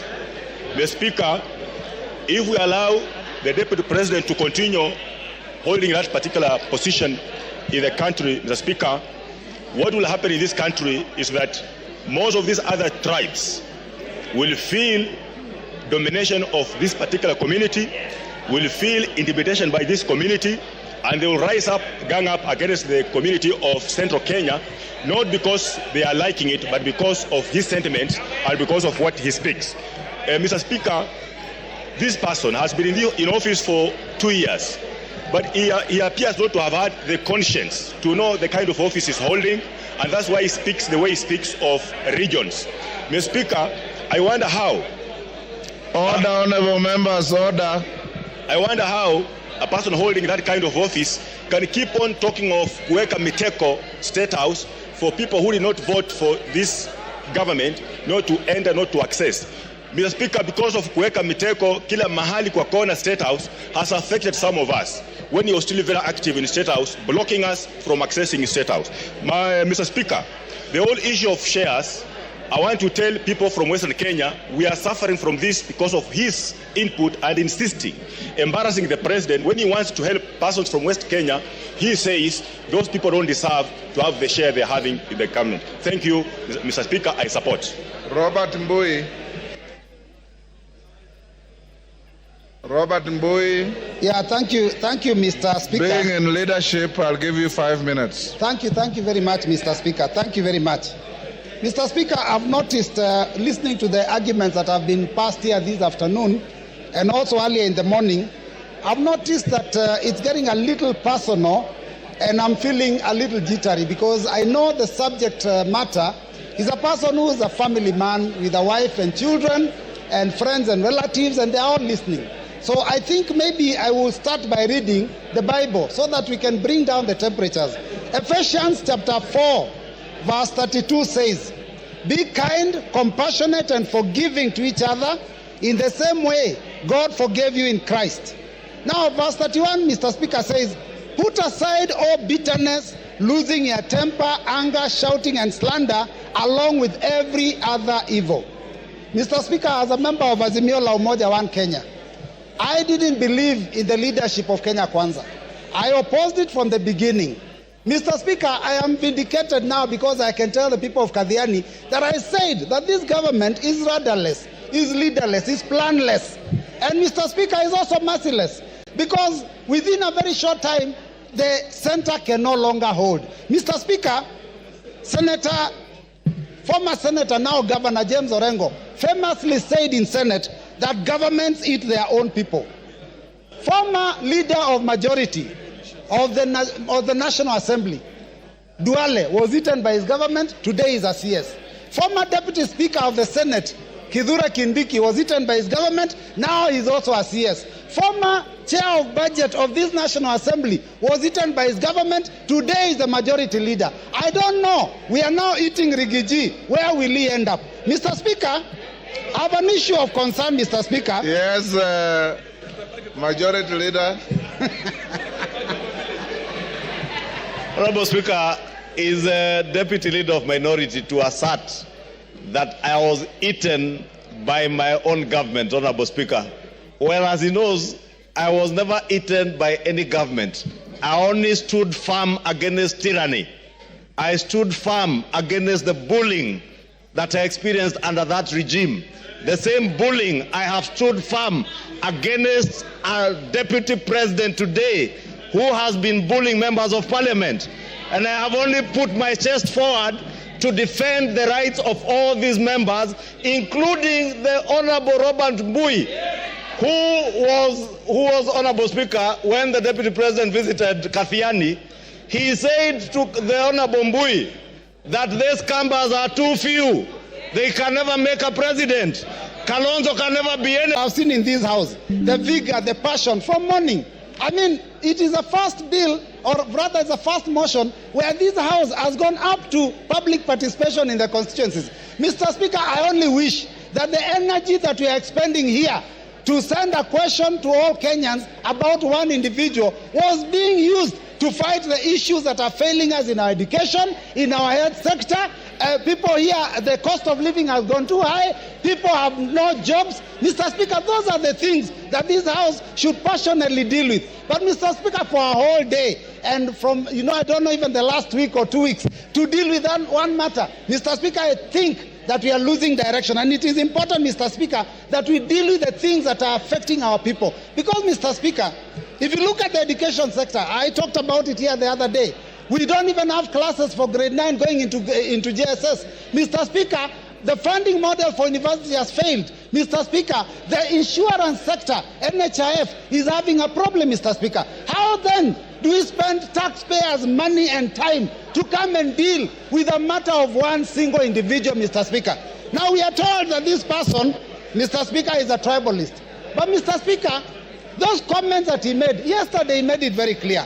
And I was shocked. I was very shocked, Mr. Speaker, yesterday, to realize that in fact Kenya Kwanza was actually a company that is limited by shares, and that people negotiated shares for themselves. The mover of the motion is a member of MCCP.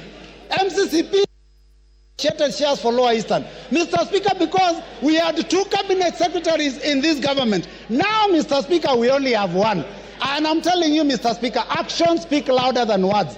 The Deputy President may have said that he is a shareholder and there are issues about his community, but if you look at the appointments that are being made in Kenya, then you will realize that the person of the President himself is the one who is the biggest tribalist, Mr. Speaker, because he's appointing people from his own community for every position. Mr. Speaker, if we have to find a situation where a school has failed, you do not fire the deputy principal. You get rid of the principal. Our problem is not the deputy, it is the head. Yes, Farah. Thank you, Mr. Yes, Farah. Mr. Speaker, I was standing. Mr. Speaker. Order.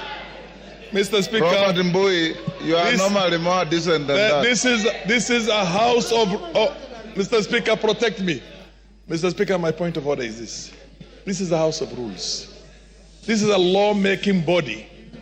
This is the place where our constitution itself was passed.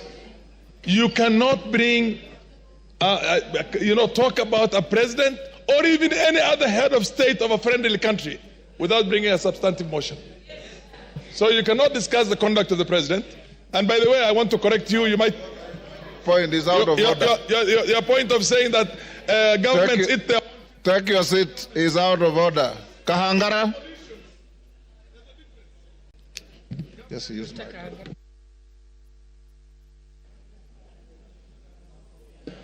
Honorable Kahangara.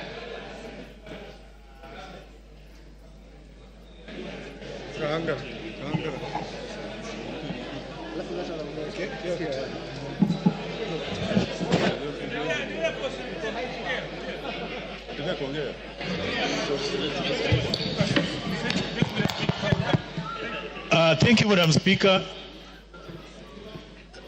Hold on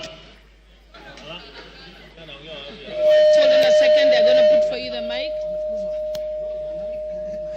Clerk, just yes, I can see the mic. Take the one next to Mheshimiwa Fulamu. Take that one, yes.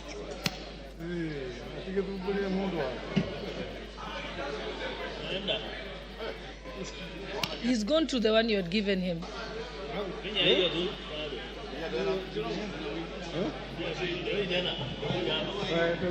Okay, thank you very much, Madam Speaker, for giving me an opportunity to contribute to this motion. And I want to say that from the onset, I am in support of the motion, the special motion for the impeachment of the Deputy President of the Republic of Kenya. Madam Speaker, let me say that this country, Kenya, is a country that is is led by a constitution, by laws, and a country that is led by of democracy. In this country, Mr. Speaker, every 5 years Kenyans go to elections to elect their leaders, and after elections, for people to assume office, they take an oath of office where they say that they are going to respect the Constitution, they are going to protect the Constitution of this country. Mr. Speaker, when the Deputy President took oath of office, he promised that he was going to respect the Constitution of Kenya. In his responsibilities, we are told that the President is a symbol of national unity. He's the one who is supposed to be uniting this country and also to respect the diversity of the various communities and tribes in this country. In the same Constitution, it says that the Deputy President is the principal assistant to the President. So if he is the principal assistant to the President, meaning that he performs the duties that are performed by the President. Mr. Speaker, I want to say that the Deputy President has gone around this country talking about shares, meaning that he has put all the tribes of this country into coalition. And I want to thank the member who brought this particular motion, because we are saving this country from somebody who is, I would call a suicide bomber, somebody who is ready to die, somebody who wants to die with Kenyans. And we want to say that we are ready to fight tribalism, ensure that this country continues in... Your time is up, Kangara Kasheri.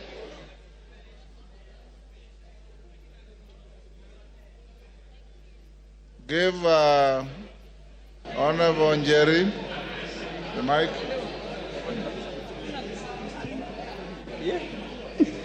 Thank you, Honorable Speaker. I rise to vehemently oppose this motion on behalf of the great people of Kirinyaga. Honorable Speaker, it begs the question, does it not prick our conscience as a House that barely 4 months after passing the grossly unpopular finance bill, which the President himself refused and declined to assent to, that we're here discussing an impeachment motion of the Deputy President of the Republic of Kenya? Honorable Speaker, the young people of this nation unequivocally told us to fix high unemployment levels among the young people, gross corruption at all levels of government, accountability issues in regard to leadership, our ailing healthcare sector, among other things. Honorable Speaker, many young people died on that day, Honorable Speaker. Several others to date are still missing, Honorable Speaker. It begs the question, the priorities we have as a 13th Parliament. Honorable Speaker, the motion before us is frivolous, it is baseless, it is lacking in substance. It is nothing but a shambolic political scheme to hang the truthful man for merely being truthful. Honorable Speaker, we must redeem the 13th Parliament, Honorable Speaker. We must ensure that we give... Kasheri, take your seat. Yes, Donya. Give Donya the mic. Hold, Jerry, you have about... Thank you, Mr. Speaker. Is Honorable Gachagua in order to bring things which have passed, like the finance bill, when we are discussing about the impeachment motion? Those... And Please, my friend, but this one you are wrong, my dear. We are discussing about the impeachment of Gachagua, not finance bill. Let the foregone be the foregone. Honorable Speaker, I would want the honorable member, who is my very good friend, to point what standing order she rose on and what standing order can ensure that I do not speak on matters that have been controverted and that are public information, Honorable Speaker. We passed the finance bill, Honorable Speaker. It is a matter of fact. Even if you boo me, I will speak. The young people of this nation deserve more. They want jobs. They want healthcare sorted. The impeachment of the deputy president is a sham political process. Kasheri, order. Jerry shall be heard in silence and dignity. But Jerry, your time is up. Women Rep of Migori. Yes, Wanjala. What is out of order? Give Wanjala. Thank you, Mr. Speaker. Mr. Speaker, the person who is accused, whom we are debating, was supposed to be here by 5. It is 7 minutes past 5. He actually is. Mr. Speaker, can we bar him from coming because he's late? He's already here. Yes, Migori Women Rep. Give to Fatuma.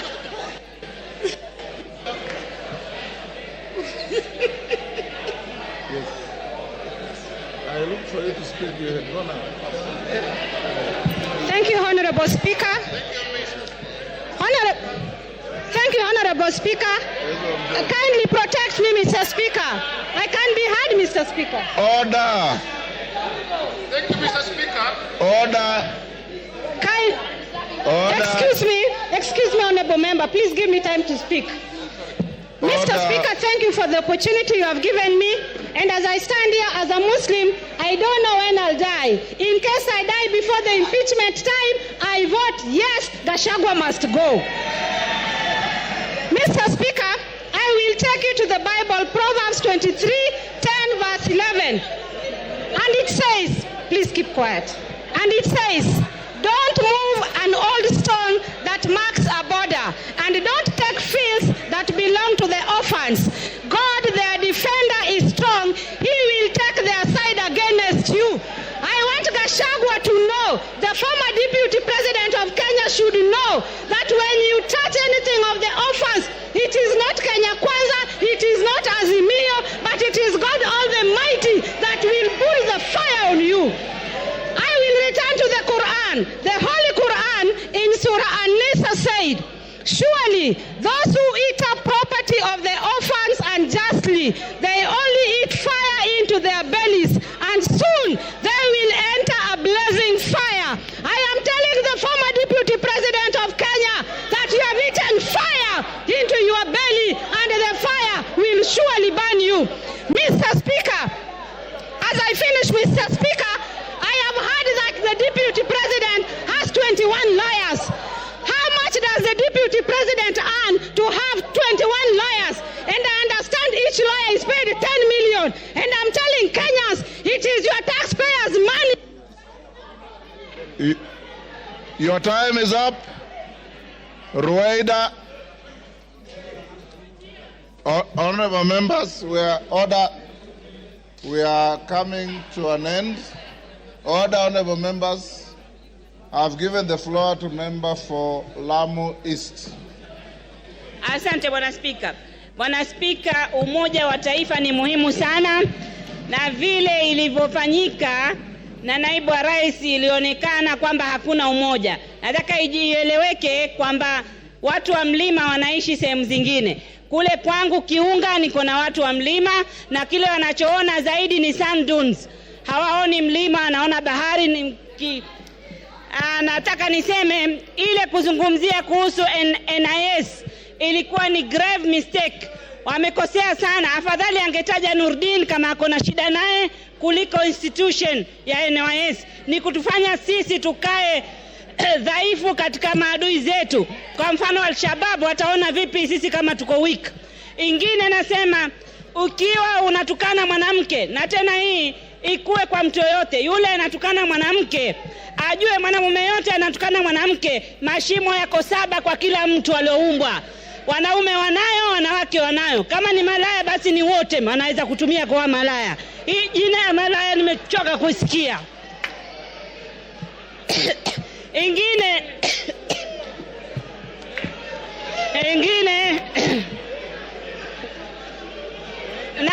naulizwa mashimo ni haya mawili ya pua, ya masikio, ya mdomo na yale mengine mawili. Kila mtu ako nayo.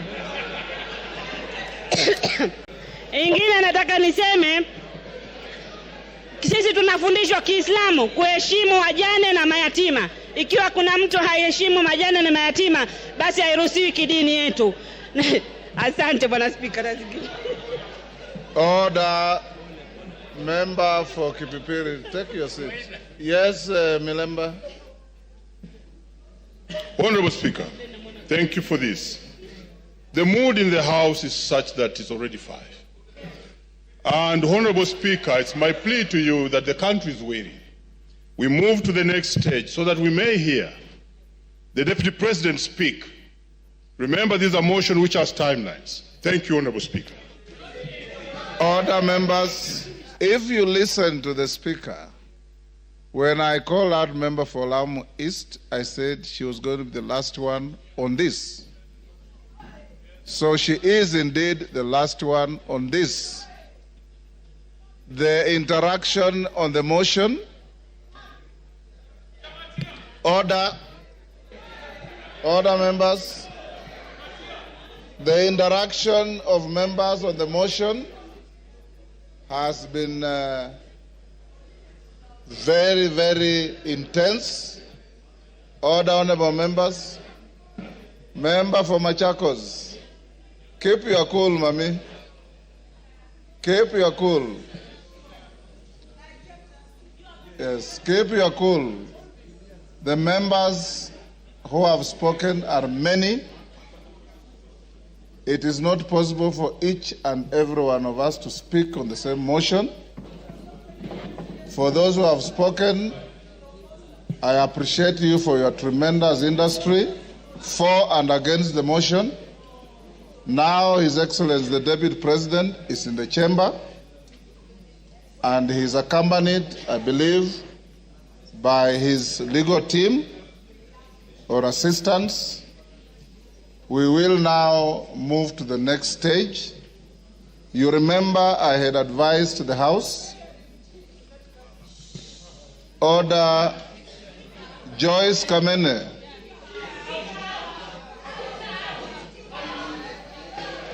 This is not a moment where the Speaker can exercise the option to exclude you from proceedings, but I know you differently. You are normally a very dignified person. I don't know what is the problem today. I want to urge the House that as we move to this stage, you remember we said at 5, the Deputy President had been assigned 2 hours in accordance with the standing orders. The standing orders say not more than 2 hours. So he may exercise to spend the 2 hours or less as he wishes. Secondly, once he finishes, then the minority leader, majority leader will take the floor as we had agreed. After that, then the mover will be invited to reply. And after that, you will go into a voting session. Your Excellency, once you finish, you have the option to remain in the House or to leave because you'll have spent your time as allocated by the House.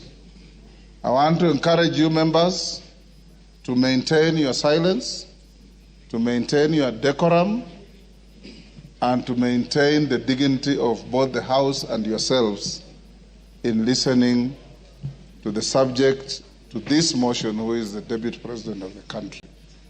And I invite you, Your Excellency, you have a choice. You have a choice between speaking yourself or speaking through your legal counsel. Yes, Kamket, what is out of order? Your Excellency, you may take your seat. Let us hear it.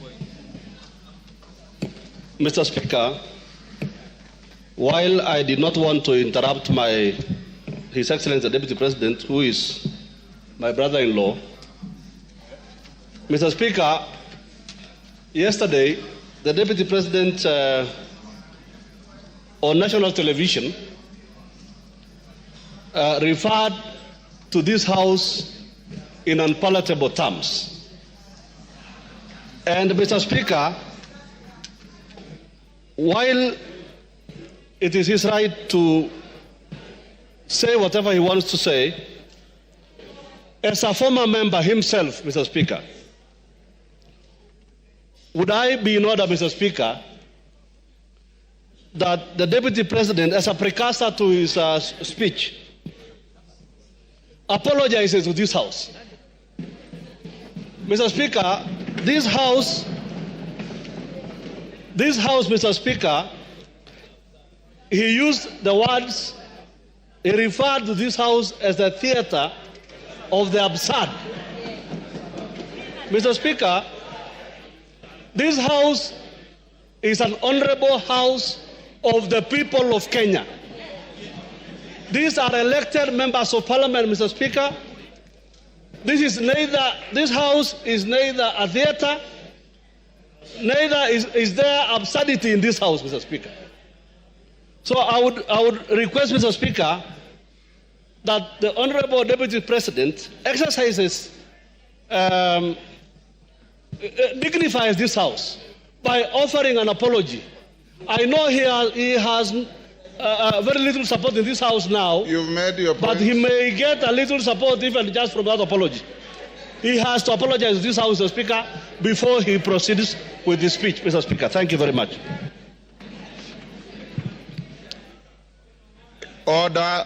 No more points of order. Your Excellency, Deputy President, as you take the floor, this morning, the Speaker made a communication and indicated that we found it abhorrent, some of the contents of your your speech, your statement last evening, in which you described this House in not very good terms. We also indicated that the rules of this House preclude matters pending before the House from being canvassed in other fora, particularly by members of the House, and to an extent of broad interpretation of the standing orders, a person who is subject to the motion going on in the House. It is spilled milk, it's water under the bridge.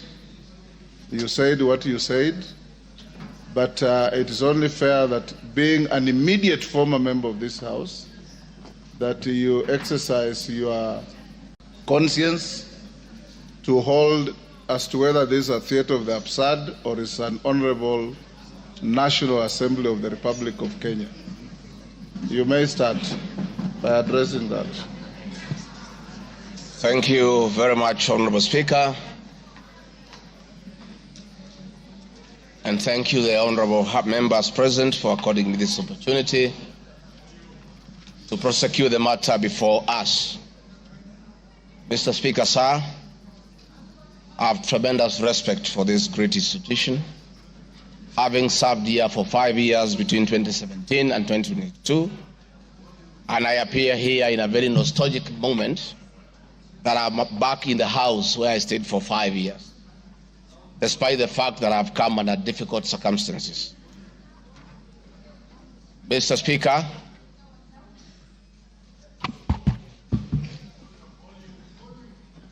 maybe the sound people, is that okay now? Mr. Speaker, sir, and the honorable members, I want to thank you for giving me opportunity. I hope, Your Excellency, you have been advised by your lawyers that you are here to respond to specific issues yes. in the motion. I have my advice. And not to talk generally. I know. Yeah, so rules of relevance will still apply to you as they apply to all members. Mr. Speaker, the motion before this great House alleges that 2 years ago, since assuming office, I have acquired property and wealth whose estimated value of 5.2 billion shillings. A significant number of properties to which this sum of 5.2 billion is erroneously and maliciously attached belongs to my late brother, the late Honorable James Rigathi Gachagua, and as demonstrated by his will, a copy of which is attached. The fact as follows. Olive Garden, my response.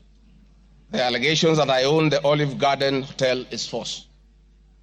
The truth is that Olive Garden Hotel used to belong to my deceased brother, the late Honorable James Rigathi Gachagua, and therefore has never been my property. This is information that most of you may be aware, as it is in public domain. Upon his demise, my late brother left a will in which, in his recognition that I can take care of his family, he appointed me as one of the executors of his estate. In the said will, my late brother directed that the hotel should be sold, among other properties and proceeds distributed as per the will. I'm also listed as a beneficiary together with other persons named therein. In accordance with these instructions, the hotel was sold by the executors to a third party. Owing to the above, I do not own the hotel and have never owned it contrary to accusation in the motion. For the benefit of this august House and the general public, I have annexed to this response copies of the following supporting documents. My late brother's will, sale agreement dated 17th May 2023, an official search for Olive Garden Hotel Limited. Mr. Speaker, Vipingo Beach Resort, just as in Olive Garden, above this allegation is also false. Vipingo Beach Resort belongs to the estate of the late James Rigathi Gachagua. For the benefit of this House and the general public, I have attached annexed to this response copy of the official search for Vipingo Beach Resort Limited, confirming that the hotel is still in the name of my little brother's estate. Queen's Gate Service Apartments. The allegation is also false, as the property belonged to my late brother. Queen's Gate Service Apartments, registered in the name of Vipingo Beach Resort Limited, was sold to Cooperative Bank of Kenya Limited, Staff Retirement Benefits Scheme, as evidenced by the agreement for the dated 4th May 2022 and a transfer dated 5th October 2022, marked Annex RG6. Land parcel Ruguru Kiamariga 2023 in Madeira East constituency, which have originally constructed a helicopter landing facility. My response is, I do confirm that I own the above referenced property, which is approximately 2.5 acres in size, and which I have planted napier grass for my dairy cows. I purchased the land in the year 2023 for 3.5 million from farm proceeds coming from my dairy farm. I have read through the motion, and there is no iota of evidence adduced of the impropriety in the way I acquired this small property. Finally, on this matter, I wish to confirm that there is no helicopter landing facility or this particular parcel on the motion. This part is also false. I attach a copy of the agreement for purchase of this property marked Annexure RG7. 40 acres of land purchased in Kakuret within Kabraine in Nyeri County. My response. I confirm that I own a property, having bought it in 2015, a time when I was not a state officer. I had not even been elected as Member of Parliament from the Honorable Joroge Wainaina, Member of Parliament for Kenny, who is present in his house. Or I'm not sure whether he's present. Therefore, this property I purchased 10 years ago, and not 2 years ago during my tenure as Deputy President, and as indicated in the motion, the allegation is false. I've read through the motion and there is no iota of evidence adduced of any impropriety in the way I acquired this property. For the benefit of this August House and the general public, I have annexed to this response copy of the agreement for sale and purchase of this property marked as Annexure RG 8. 80 acres of land in Meru County. For the record, I wish to confirm that I do not own 80 acres of land in Meru. This allegation is false. However, in the spirit of full disclosure, I would like to confirm that I have purchased 29 acres of land in Meru, the land of my mother, which I bought on around 9 February 2024 through a loan granted to me by Solution Circle Limited, which I am a member. This said circle has a charge registered against the title, which it continues to hold as security until I fully repay the loan. For the benefit of the August House and the general public, I have annexed to this response copies of the agreement of sale marked RG 9 and a letter dated 15 July 2024 from Solution Circle Limited confirming that they financed the purchase of the property marked Annexure RG 10. Dairy farm in Nyandarua County. My response is I do not have a dairy farm in Nyandarua County, therefore this allegation is false. The land in Nyandarua has no single animal. Companies. The motion alleges there are 22 companies owned by my family members and which have been used to massively launder money and conceal proceeds of crime, corruption, and benefit from influence peddling.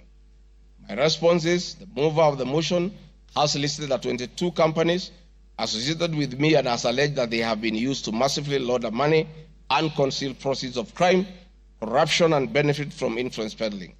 I've carefully gone through the motion and I have not seen any evidence to support or prove the allegations therein. It is not clear to me how to respond without having seen any evidence incriminating the companies. I would like to be clear that these companies have not been involved in any illegal activities, and I believe that is why the mover of the motion has not tabled any evidence of impropriety with respect to the companies. It does appear to me that the mover of the motion was so meticulous to get all the companies associated with me and my family, and I believe that he also had evidence of illegalities committed by the companies, he would have shared or tabled that for the record. However, it is not possible to get evidence of illegality where there is none. Having said the above, allow me just to mention a few companies because there are many. Rigathi Gachagua Foundation. This is a foundation I incorporated in 2022, and I clarify that the foundation is a non-profit making entity with the sole objective of uplifting the lives of less privileged in society. This foundation therefore does not trade, and honorable members, you are aware that by law, a foundation cannot be used to trade. Since incorporation, the foundation has received a total of 12 million shillings, which has been utilized as per the schedule marked Annexure RG 11, which is paying school fees for children in Pwani University and other universities across the country. Dorcas Rigathi Foundation, because she is not here to defend herself, this is a foundation founded by my wife, Pastor Dorcas, incorporated immediately we came into office as a non-profit making entity for the sole purpose of rehabilitation of drug addicts, widows, single mothers, and orphans. A brief write-up of this foundation, together with its achievements, is annexed herewith as Annexure RG 12. It is in public domain that Pastor Dorcas have been around the country doing work of rehabilitating drug addicts and helping others who have challenges. There are many other companies that are here, but I don't, because this is a house of record, I don't want to bother the members of parliament of going through all of them. I want to probably only talk about Wamunyoro Investments Limited, named after my village in Wamunyoro. This company was incorporated 21 years ago before I became deputy president, and it's a company that holds family property. Mr. Speaker, sir, I have been accused of exerting influence on officials in the Ministry of Lands to issue an allotment letter to Amonyoro Investments Limited and using the fraudulently acquired documents in support of a court case. My response, Mr. Speaker, sir, and honorable members, I wish to confirm that Amonyoro Investments Limited has never been issued with any letter of allotment for land in Embakasi. Amonyoro Investments Limited purchased this land from a third party in the year 2012. The company's ownership of this property has been confirmed through two legal processes. One, a case was filed before the National Land Commission in the year 2016, adjudicated, and a determination was made that this property belongs to Amonyoro Investments Limited. That was long before I became the Deputy President of the Republic of Kenya. Again, a matter was filed in High Court, case ELC, case number E242 of 2022, which was filed before I became Deputy President. All the documents filed in support of this case were filed in court before I became Deputy President, and no documents have been filed by myself in court upon becoming Deputy President. This being the case, it is not true that I have used my office as Deputy President to manufacture documents filed in this matter. The High Court found that this land legally belongs to Amonyoro Investment Limited and issued the appropriate direction. This matter has since been challenged in the Court of Appeal. I invite any honorable member who may want to be enjoined in this case to have the liberty to do so. Mr. Speaker, sir, I have been accused in the irregular procurement of mosquito nets at a cost of 3.7 billion. In response to paragraph 45 of ground 7 at page 23 and 42, paragraph 78 and ground 11 and page 36, 37 or 42 of the impeachment motion, I wish to respond as follows. It is not true, as claimed in paragraph 3 of the witness affidavit of Andrew Molwa, that I was involved in the KEMSA 3.7 billion irregular procurement of malaria nets, either directly or through proxy. Further, Shobika Impacts Limited was not awarded the subject tender as the acting director of procurement, Dr. Justice Kinoti, by letter 5th May 2023, formally notified Shobika Impacts Limited that its bid was unsuccessful because its tender security was not paginated and the tender was hence non-responsive. That is clear at paragraph 4 of the witness affidavit of Andrew Molwa. He contradicts himself by claiming that on 11 July 2023, I pressured him to surrender the original bid board, yet by the letter dated 5th May 2023, KEMSA had requested for collection of the original bid. Thus, there was no cause to pressure to be exerted on Mr. Molwa for any other purpose. I am aware of a foreign company known as Shobika Impacts Private Limited, domiciled in India, and which appointed Crystal Kenya Limited as its local agent in the year 2014, that is 8 years before Rigathi Gachagua became the Deputy President.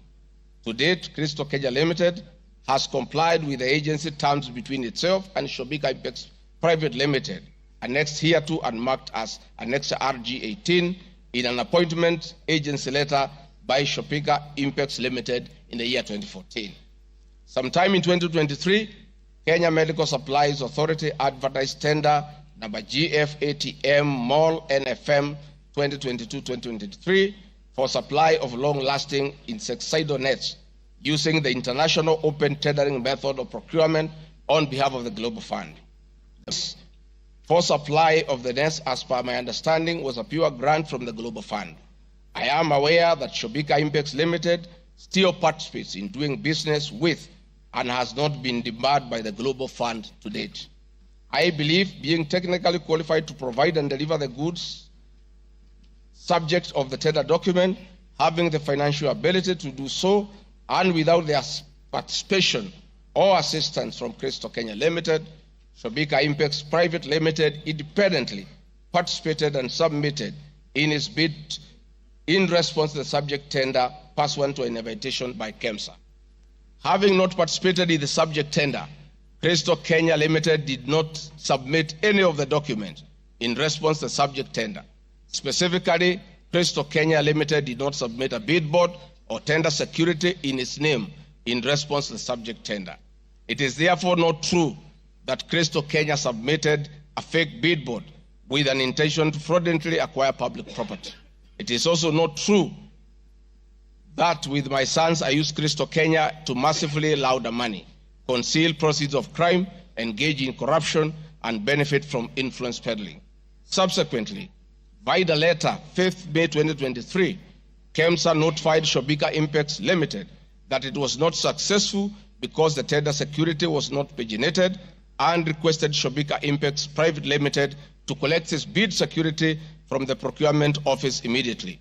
Annexed here to and marked Annex RG19 is a said letter by KEMSA dated 5th May 2023. However, EACC commenced investigations of the subject tender, and on conclusion of the investigation by EACC and the Senate on the subject tender, KEMSA CEO Terry Ramadhani, who had been suspended on this issue, was appointed Kenya's Deputy High Commissioner in New Delhi, India by President William Ruto. Thereafter, Crystal Kenya Limited, a Shobika Impex Limited agent in Kenya, followed up in the release of Shobika Impex Private Limited's bid board tender security on behalf of Shobika.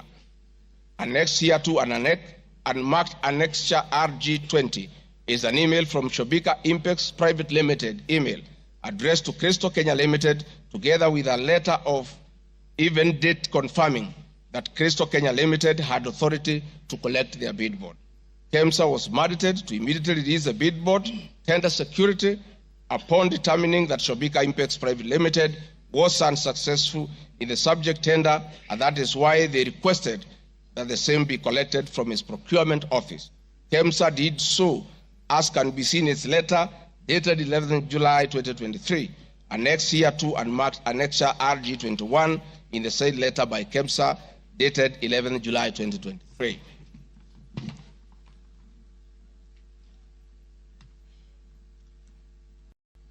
Mr. Speaker, noting that Shobika Impex Private Limited was not successful, it did not supply any goods, and it did not receive any public funds in payment thereof with respect to the subject tender.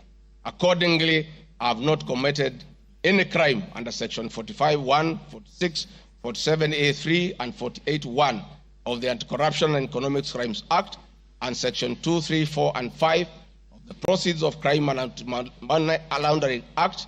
Further, I have not breached Section 34 of the Leadership and Integrity Act, for I did not bully any state or public officer with respect to the subject tender, and specifically, no evidence has been tendered to support the allegation at paragraph 78C of ground 11 at page 37 or 42 of the motion, which alleges that I summoned procurement officers in ministries and institutions, instructing them to direct procurement of goods and services in a specific manner.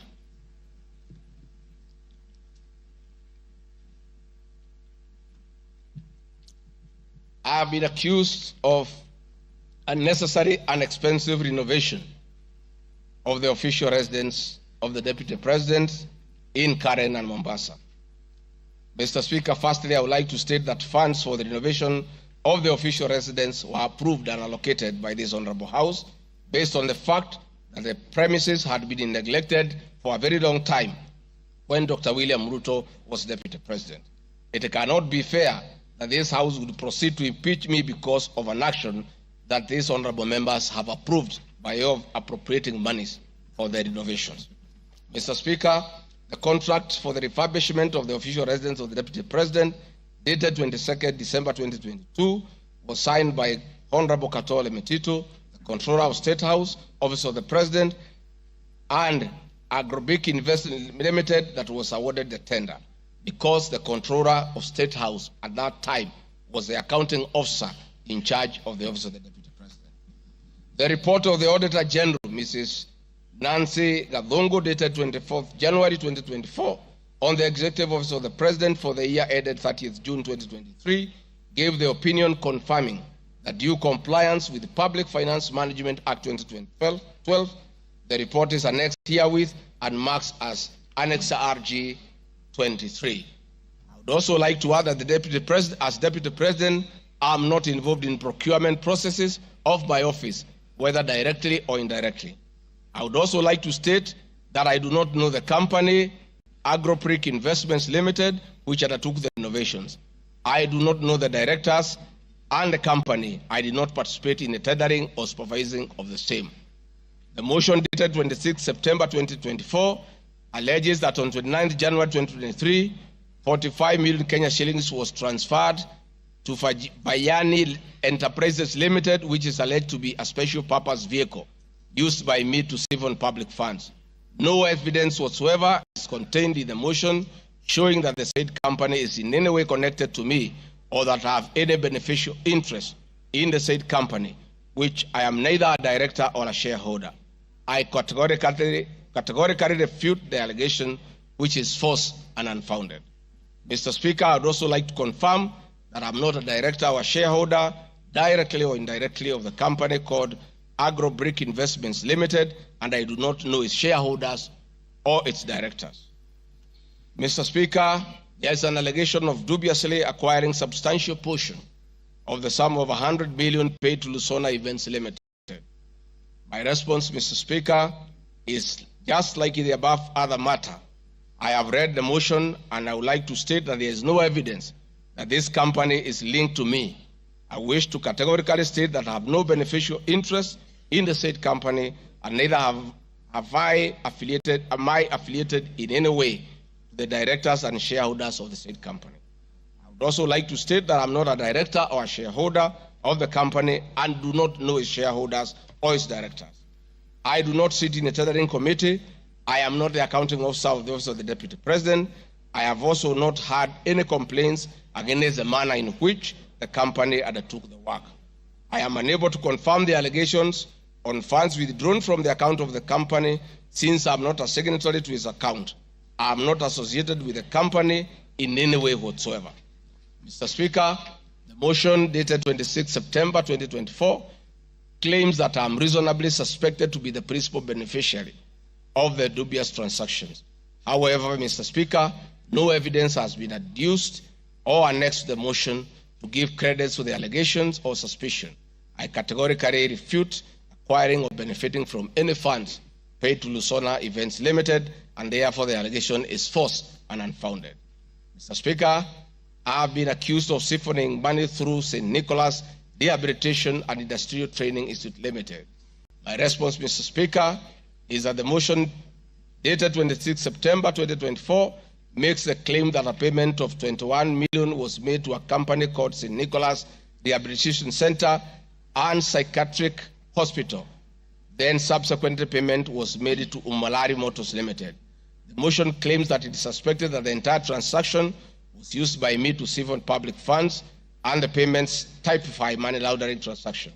I am not a director or a shareholder of this company, and I've never received any payments from this company. Similarly, I'm not affiliated or related to the shareholders and directors of the two companies. No evidence has been annexed to the motion showing that I was a beneficiary of the funds paid as alleged. I wish to point out that I'm not the accounting officer in the Office of the Deputy President, and I'm not aware that the payments made to this company by the office.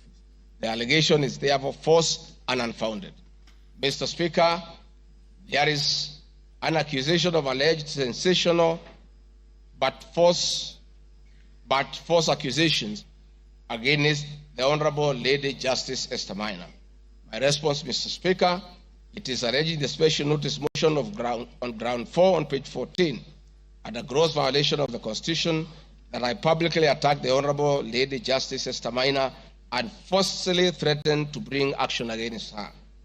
First, Article 160, Subarticle 5 of the Constitution provides that the judge cannot be found liable in a court of law for actions taken in good faith in lawful performance of their work.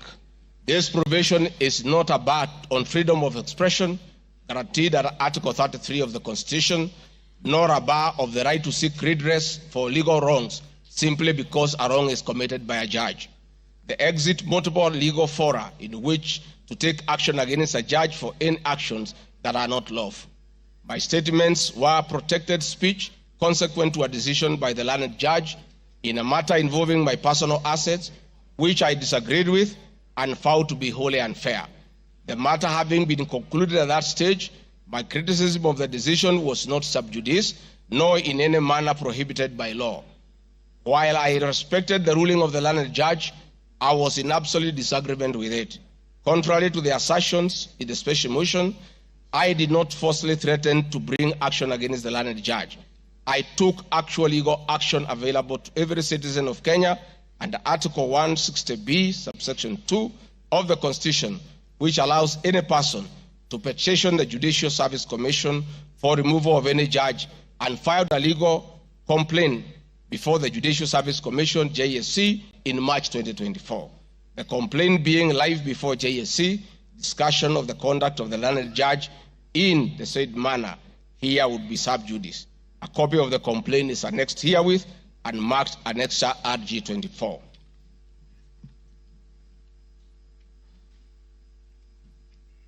Mr. Speaker, I have been accused of diverting materials meant for construction of Kilifi Malindi Highway to tarmac a private road to Vipingo Beach Resort.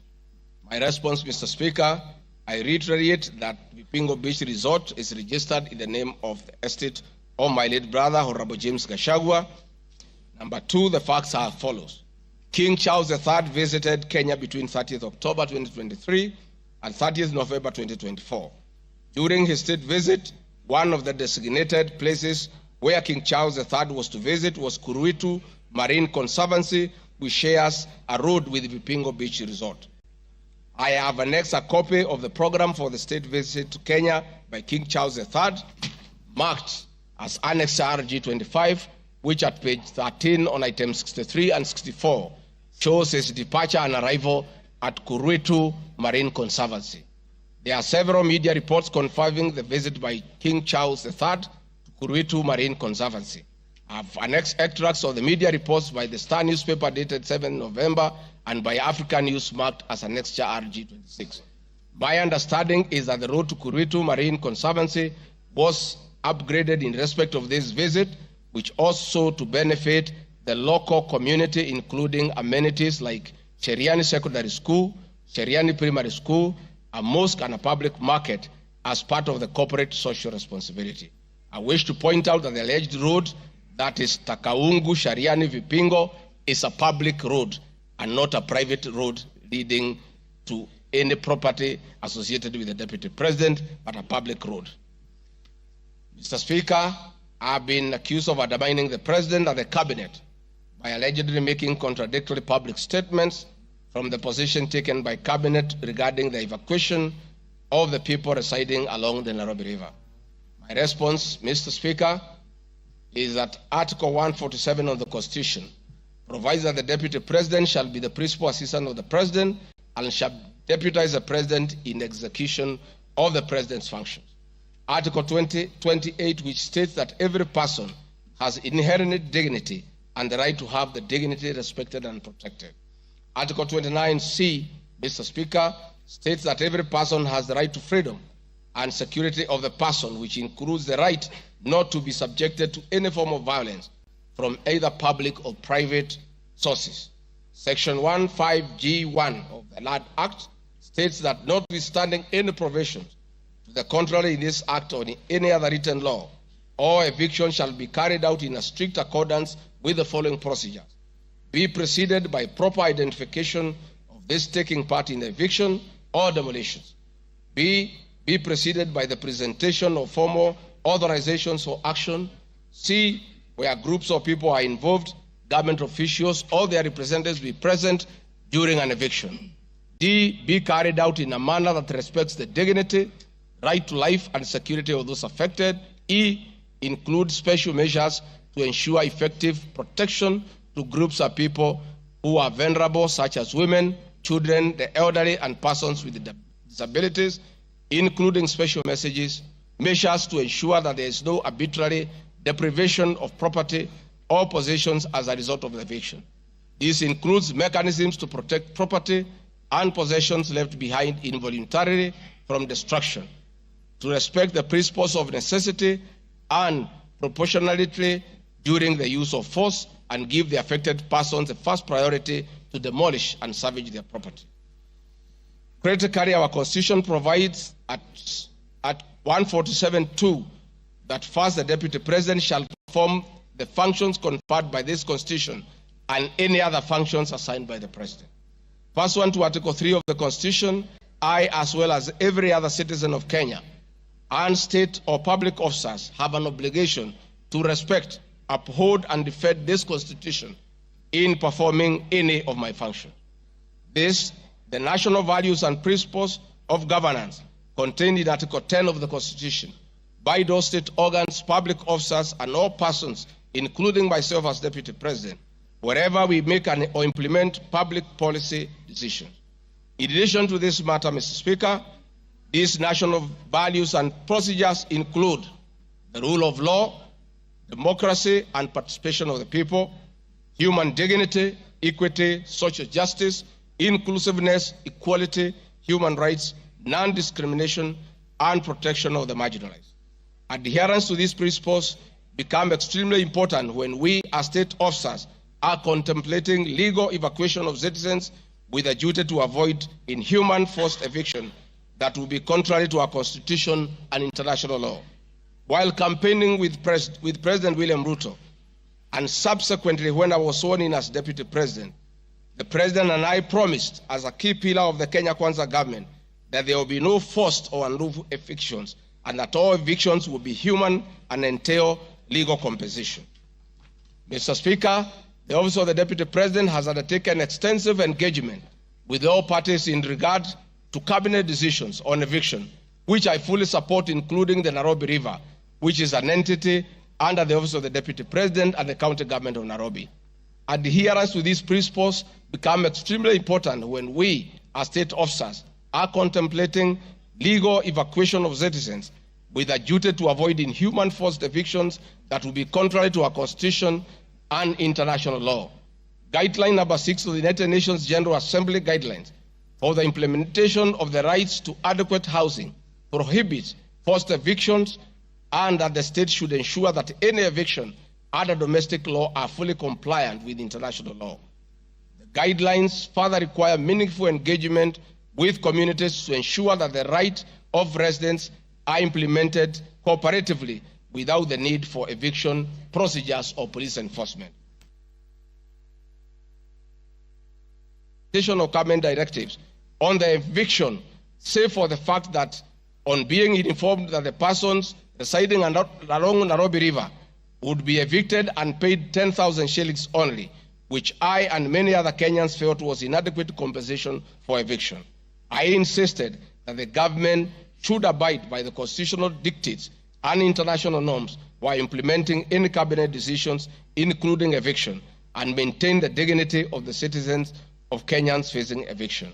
My statements did not and cannot be construed to undermine the President by insisting that people should not be evicted inhumanly and without adequate compensation. Mr. Speaker, I've been accused of undermining devolution by allegedly holding a meeting in Nairobi Wakulima Market. The motion alleges that on 28 September 2024, I unlawfully interfered with the running of the Nairobi City County government by holding a public rally where I allegedly incited citizens against lawful directives of the county government on planning and allocation of markets.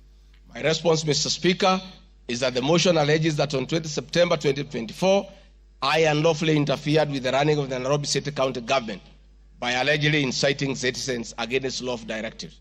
Article 6(2) of the Constitution provides that the government at national and county levels are distinct and interdependent and shall conduct their mutual decisions on the basis of consultation and cooperation. This being the case, it cannot be said that there is a violation of the Constitution when someone from the national government makes a comment on matters relating to county governments. The traders had sought me out to intervene and request the governor on their behalf to dialogue with them and seek a solution to the grievances with regard to the relocation of markets. I request that a video, annexed RG Video 3, be played for the benefit of members to say what I said.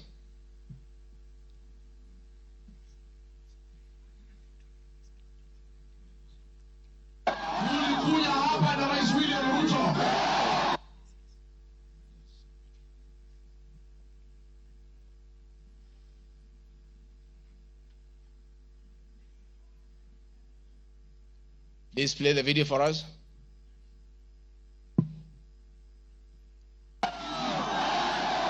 Tulikuja hapa na Rais William Ruto, mkatupatia kura, na rais na mimi tukaahidi nyinyi ya kwamba tukipata serikali hakuna siku mtahangaika. Na kwa hivyo mimi nasikitika sana nikisikia serikali ya kaunti inanyanyasa nyinyi.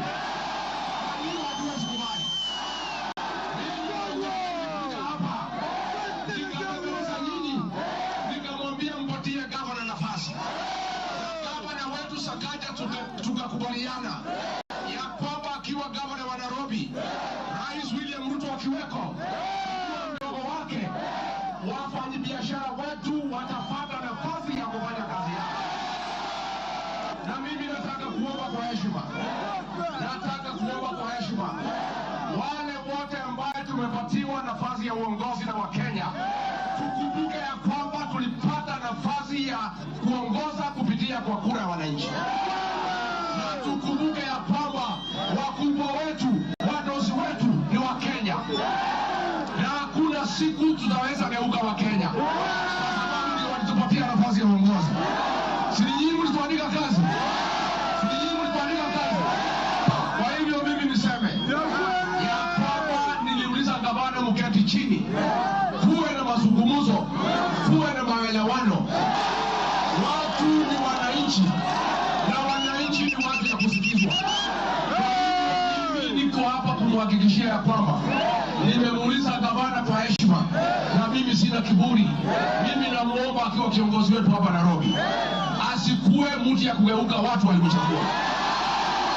Mimi nimeomba na nimemwambia yeye akubali aketi chini na kamati hii soko.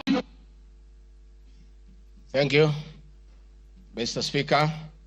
My counsel has just drawn my attention that in my earlier explanation on Nairobi River, I have a video 1 and 2 that I would like you to play so that I buttress my point on what I meant.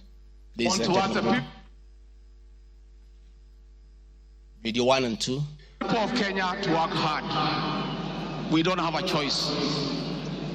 Once we try to fix this economy and create a good working environment where we don't criminalize enterprise, where ordinary Kenyans are allowed to work, where businessmen are not harassed by KRA,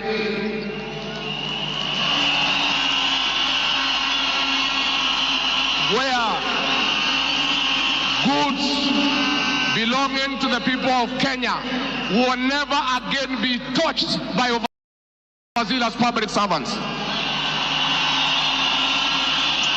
Where again poor people will never again be evicted in brutal evictions by state agencies.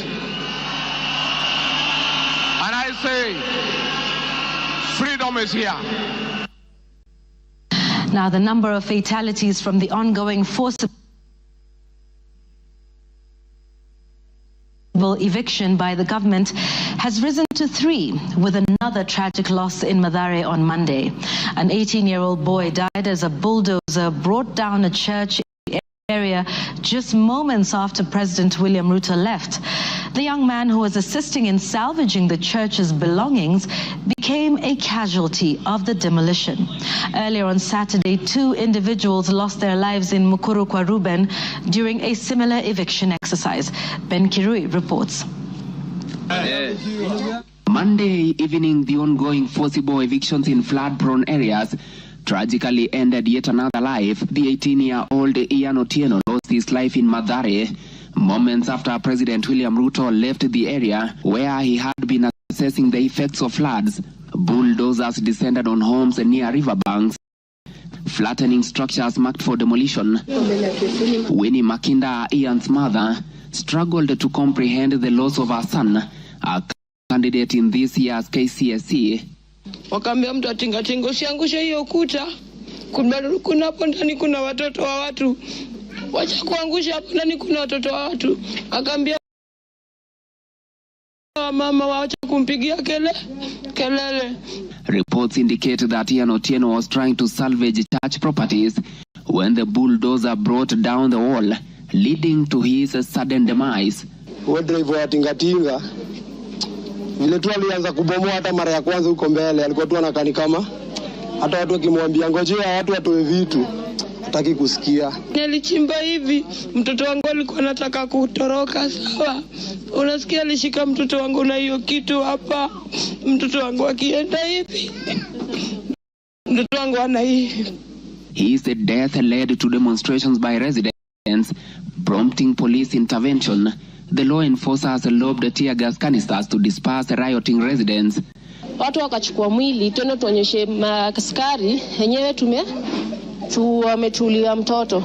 Maskari kutuona kwa gate, wakaanza kutoa gun, wakaanza kulipua shoot. Residents insist they will comply with government orders to vacate houses along riparian lands only if provided with alternative housing solutions. Saturday's demolitions in Mukuru kwa Ruben claimed 2 lives and injured 3 others, sparking outrage among residents who blamed the government for forcible evictions despite many not yet being relocated. Last week, the government mandated the evacuation of all residents from risky areas within 48 hours, including those near dams, those in areas prone to mudslides, and Kenyans residing on riparian lands. Ben Kirui, Citizen TV, Nairobi. Hakuna tena mambo ya evictions katika Nairobi. Kama kutakuwa na maneno, ni maneno ya relocation ambayo itakuwa ni kwa utaratibu, bila ya mwananchi kuvunjiwa nyumba. Uwezi kutoka nyumbani alafu unarudi jioni unakuta masufuria barabarani na blanketi sijui imekaa wapi. That one will not happen again. We want to make sure that we are an orderly, humane society that respects the right of everybody, irrespective of who they are or irrespective of their financial status. We are all equal before the Constitution. Tumekubaliana watu wa Nairobi? Vijana tumekubaliana? Thank you, Mr. Speaker. That was President William Ruto talking the same language as his deputy, that brutal and forceful evictions have no place under this administration. We have seen a video of brutal eviction. We have seen young children crying in tears. The Deputy President is being accused of undermining his boss by just doing what his boss said, that we should never forcibly, brutally evict the people of Kenya. Mr. Speaker, the leadership of Nairobi business traders approached me sometime in March 2024 at the official residence to discuss multiple issues affecting business and requested engagement in the solution and intervention on these issues. Consequent to this meeting, I directed that short, medium, and long-term strategies be undertaken, coordinated by the Office of the Deputy President, to address the issues raised that cut across various agencies, including KRA, Kenya Post Authority, Anti-Counterfeit Authority, Kenya Bureau of Standards, the National Police Service, and the Kenya Copyright Board. On 11th April 2024, the Small Traders and Government Agencies Technical Committee, coordinated by my office, held a meeting to discuss issues raised by the small traders, including Muthurwa Market, attended by the Office of the Deputy President staff, in a supportive role in keeping with the draft framework of cooperation and engagement between the government, the Nairobi City County Government, and Nairobi business traders. Subsequent this, Mr. Speaker, is clear that my office have been having meetings with the Governor of Nairobi on various matters affecting the people of Nairobi, and hence the Deputy President cannot be accused of undermining devolution. Mr. Speaker, I've been accused of undermining devolution by allegedly holding meetings to fight alcohol. I'm sorry, Mr. Speaker, if the House took it that I say the House is a theater of the absurd. I was talking about this specific charge of undermining devolution by holding meetings to fight alcohol to be discussed in this House. That to me is what I thought that moment. If it's 5 minutes or 10 minutes, that would be the theater of the absurd.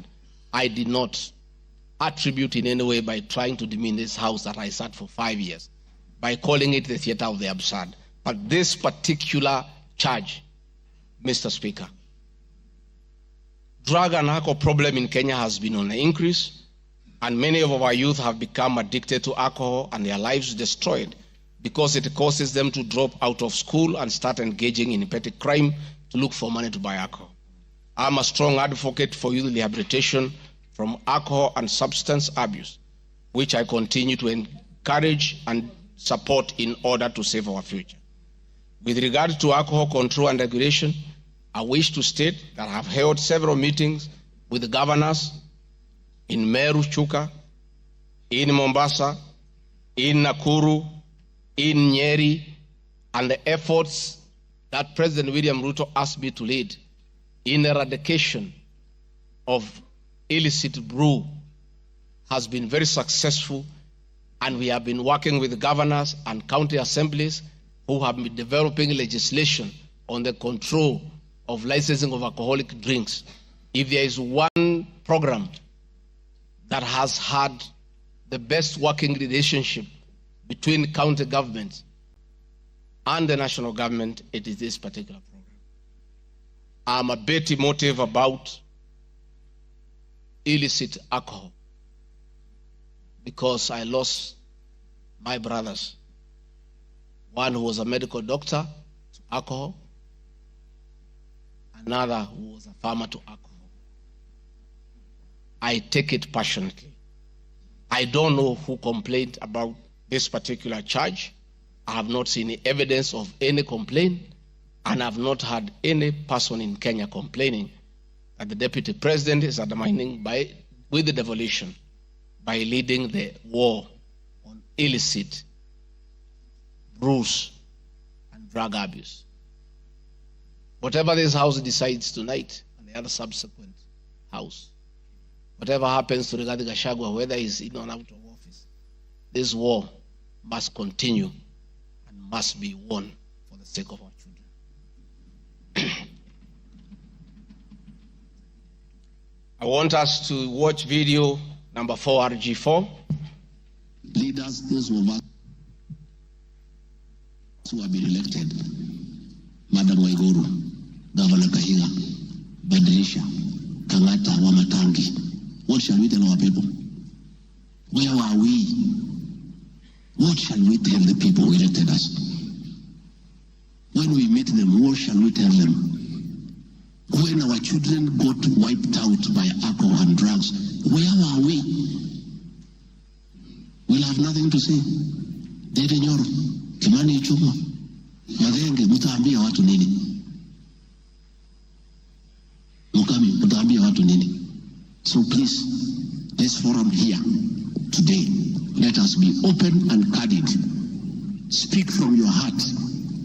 Let us know what ails us. What is it must we do?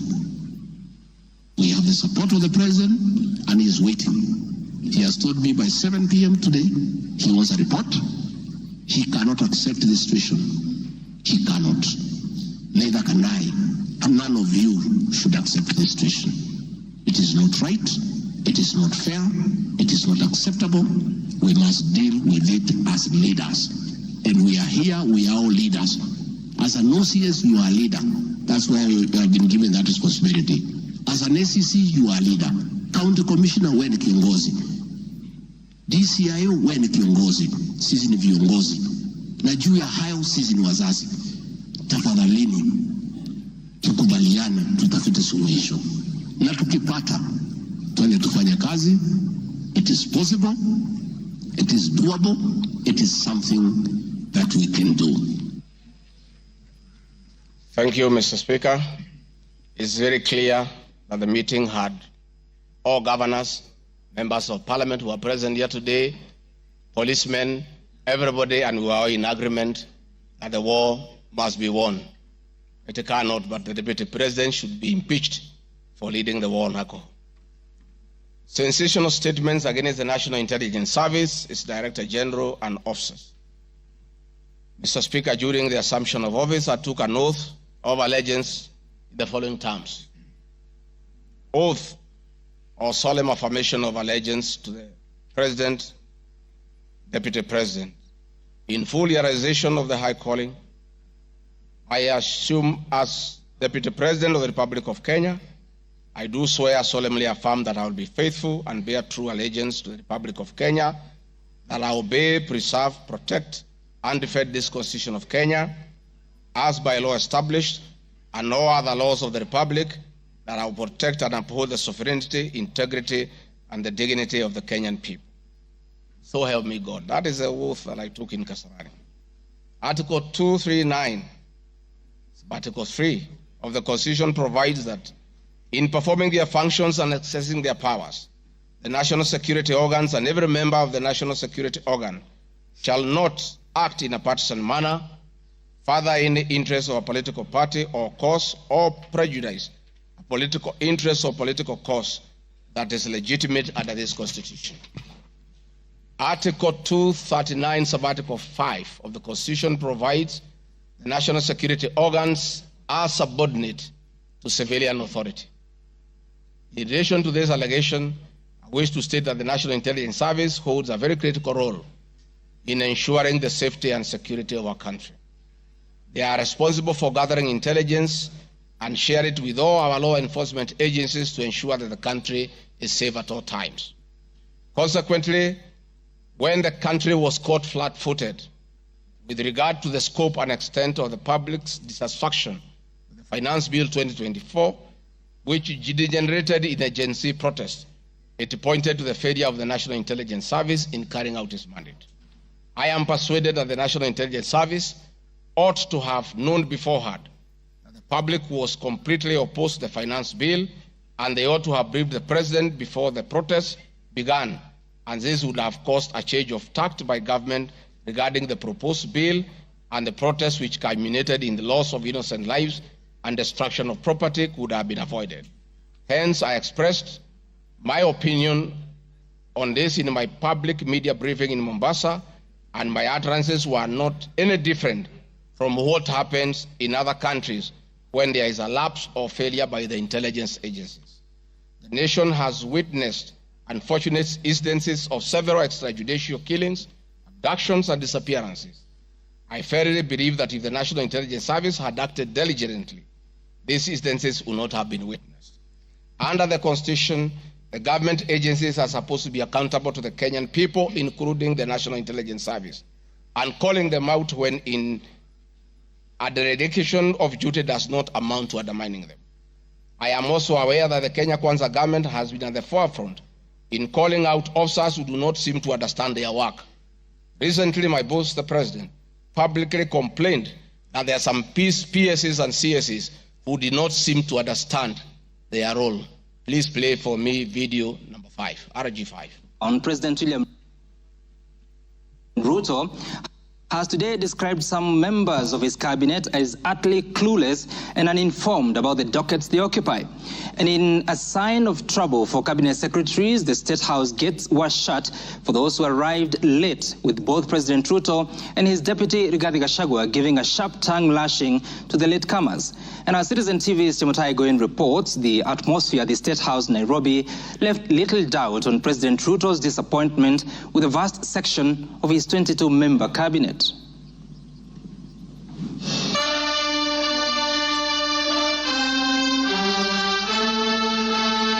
A cold morning in Nairobi, but the seats on the State House grounds came ultra-heated, particularly for cabinet secretaries. The cabinet members came here to sign performance contracts, but the oral appraisal of the day spelled anything between trouble and outright doom. If you cannot keep time with your employer, you have basically dismissed yourself. I mean, it's just as simple as that. So, for those who came late, who are members of the executive, I will be expecting a written explanation, and it should not include matters of traffic. Punctuality was at issue, with some cabinet secretaries being locked out of State House for lateness. And from the podium, the president and his senior lieutenants were unforgiving. Nimeona watu wale wamechelewa, nikaona rais unaniona ninamjua. Nikaona uso yake nikajua hapa kimeumana. Sababu leo ni siku ya performance contract. Ile siku muhimu sana ya kuja kuweka. Na wewe umefika pale rais amekaa. Tayari amekaa na ndiye rais wa Jamhuri ya Kenya. Wewe umechelewa ukiwa kuona nani? Who else have you gone to see? One of the things we need to learn in our performance contract is to beat the traffic. For the 19 cabinet secretaries present, the atmosphere at State House progressed from bad to worse as President Ruto and his deputy Rigathi Gachagua issued a blistering assessment of the performance of the cabinet members. Many of you, the people I speak to, don't even know what is going on in your ministries or departments. You have very scanty information. The moment I know more than you in your ministry, then you must begin to understand that something is very wrong. How do you run a ministry or a department or a parastatal if you have no information? That is the highest level of incompetence. Those of us who came with the president from the political space and who are his friends, and we assisted him to become president. Once he gives us a job, that is the termination of that friendship. The friendship with the president will be based on nothing but performance. From travel habits to basic work ethic and even media appearances, it was a brutal ground zero appraisal for the cabinet. Why do you have to honor every invitation that you have been given to every country? Your Excellency, at times we have tried to hold cabinet committees, we can't. 5, 6, 7, 8 ministers are out of the country. Some change clothes at the airport from one country to another. That is the truth. Why can't you regulate yourself? If the president was to travel and honor every invitation, he will be out of this country the whole year. You just have to decide what is useful and other things you can leave to our ambassadors out of the country. So when you hear my deputy saying, find time, travel, but travel and see the people who have hired us, you know, go to different parts of Kenya so that you can get feedback from the public. We have done so much as an administration, but the information is not out there. Our ministers are quiet. They are called for TV interviews, they don't show up to say what they have done. And then the media have a few days because nobody talks for government. I would rather we spend more time explaining to the people of Kenya what we have done in our respective dockets as opposed to travel. And if we have to travel, let's travel up the country to where our wananchi are and explain what we are doing. And I remember I called CS Chelugui. I didn't find him, so I called his PS and I found her and I explained to her, I told her, look, the public is not understanding this. Did I call you or not on Sunday? You know, I told you this is what the public is saying. Please do more sensitization on Hustler Fund Phase 2.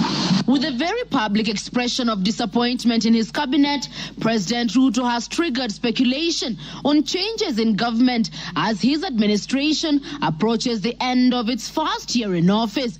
From punctuality to work ethic and general performance, the proverbial axe could well fall somewhere. With the performance contracts expected to foster a culture of high performance in the public service and also ensure that public resources are properly utilized, it is also set to offer a framework for President William Ruto to reward performers and also institute sanctions on non-performers. Chamutai Goin, Citizen TV. Mr. Speaker, President William Ruto, my boss, and I have been calling out senior government officials when they fall short of expectations. The Director General of the National Intelligence Service is no exception. He's not above the law. He's accountable to the people of Kenya for his performance. And I have had an argument that we should not call out those in the security sector. I would like you to play the next video. We have the most incompetent Inspector General of Police, I think, in the world. The most incompetent in the whole world.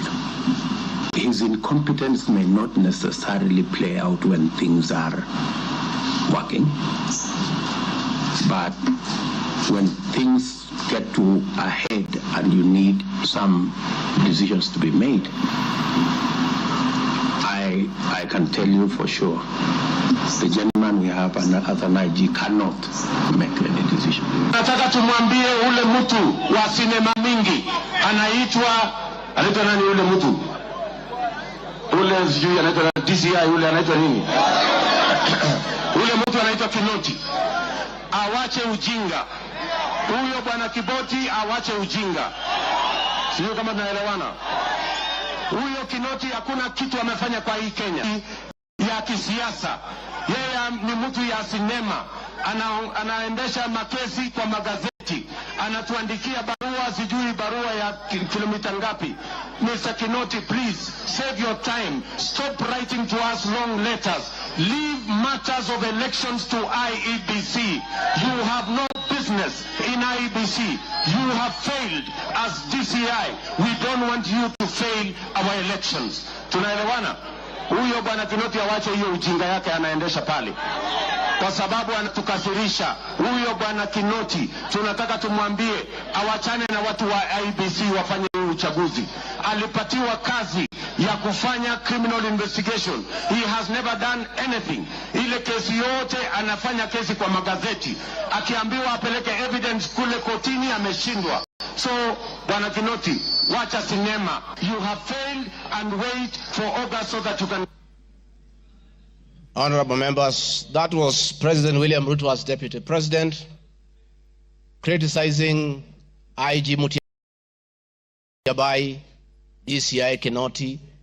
Rigathi Gachagua has learned his job from his boss, that public officers must be called to order when they fell short of expectation.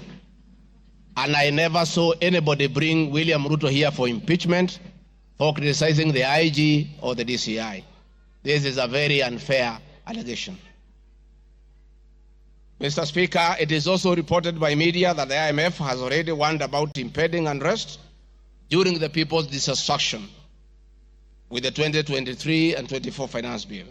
Many of you will recall, Mr. Speaker, after the September 11th terrorist attack in the U.S., the U.S. intelligence agencies were massively criticized, and an inquiry was even opened to investigate why their intelligence agency was not able to detect and thwart the attack. All we are saying is that our National Intelligence Service is accountable to the people of Kenya for its performance. Mr. Speaker, conniving with cartels in the tea sector to block KTDA from implementing guaranteed minimum return, Mr. Speaker, I am here to see a shred of evidence to that effect, and I have nothing to say. I have seen an allegation that we have not been able to do coffee reforms. Mr. Speaker, out of my work, coordinating coffee reforms, the Cooperative Bill 2023 and the Coffee Bill 2023 is before this House. I request this House, after these impeachment proceedings, to embark on those two bills so that the coffee farmers can realize the full benefit of the coffee reforms that we have initiated. There is another allegation that I have taken control of a local cooperative society in Madeira constituency. I don't know the name of that constituency, of that cooperative. It is false. I am here to see any evidence. I have nothing to say because there is nothing to be said. On the issue of shareholding, which I think members are interested in listening to, I listened to you this morning, and it was quite emotive. By virtue of provisions of the third schedule of the Political Parties Act, The constituent parties of the Kenya Kwanza coalition entered into various agreements, which were deposited with the Speaker of the National Assembly and the Speaker of the Senate for purposes of Article 108 of the Constitution of Kenya. The following were members: UDA, ANC, Ford Kenya, PA, Farmers Party, Chama cha Kazi, Communist Party, Economic Freedom Party, Service Party, Tujibebe wa Kenya Party, Umoja na Maendeleo Party of Kenya, and the Democratic Party of Kenya. In accordance with the provision of Clause 3, Schedule 3, a power sharing agreement and development agenda for the certain regions of Kenya, I attach copies of these agreements, RG32. All those agreements talked about specific regions. The leaders who appended their signatures canvassed issues of appointments to do with specific regions. Power sharing agreement between UDA and ANC and Ford Kenya, for example, say that the UDA would nominate the coalition president, the presidential and deputy presidential candidates that was honored. The president would guarantee the stature, the dignity, and financial and operational autonomy of the office of the deputy president, which I have been insisting on because it's part of the coalition agreement.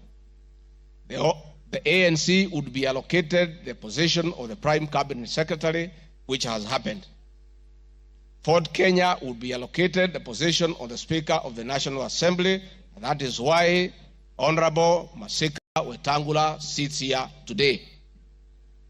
In accordance with Article 2 of the Power Sharing Agreement, ANC and Ford Kenya would have a 30% share is a word, of the national government positions. This drives my utterances about shareholding. It is embedded in all these agreements that are attached here for you to read. I heard this morning an honorable member saying that the deputy president said the people of Ukambani will not get resources because they did not vote for Kenya Kwanza government. That is not true. The deputy president of the Republic of Kenya does not allocate resources. Resources for the development of the Republic of Kenya are appropriated by the National Assembly of Kenya, where I am today. The deputy president will help the president to oversee the implementation of funds allocated and appropriated by the National Assembly. It is therefore not possible that the deputy president of the Republic of Kenya has the capacity to deny any part of Kenya resources because of the way they voted. The decisions on how resources will be allocated for the development of the Republic of Kenya are made here by the honorable members. If your area has no development, please don't impeach the deputy president. Don't accuse him of not giving you resources. You are in this house to make sure that your area where you come from is allocated appropriate resources, because that is your job. The agreements are attached, therefore I don't want to go into them. Let me say my speeches on the shareholder issue were informed by the aforesaid power sharing covenants, which are founded on law, having been deposited with the registrar of political parties, and lessons learned from the well-known disputed 202 NAC power sharing agreement. Further, sharing agreements are a feature of government formation in all democracies in the world that provide for the formation. My pronouncements on the issue, properly understood, are not only anchored in law, but entirely harmless and incapable of being construed as a basis for ethnic animosity, a danger to national cohesion, or a threat to national unity. On the contrary, coalition building has been one of the most important innovations since the disputed 2007 elections in ensuring stability, equitable sharing of political power, national cohesion, and fostering of national unity. Indeed, Kenya Kwanza main opponent in 2022 general election, Azimio la Umoja Coalition One Kenya Coalition Party, was a political party consisting of 25 political parties who also executed a power sharing agreement based on shares. I'm also aware that the Jubilee Coalition that executed a 50-50 power sharing agreement between TNA party and URP party for 2013 general election. I have thus not violated section 13(1)(a) and 62 of the National Cohesion Integration, nor has this commission summoned me to explain any of my comments and how it can affect cohesion. However, notwithstanding the said power share agreement, upon election as Deputy President, I went out of my way, as required by the Constitution of Kenya, to serve all Kenyans regardless of their political preferences during the election or ethnic origin. I now produce the following video showing some of my speeches all over the country as marked RG Video 7.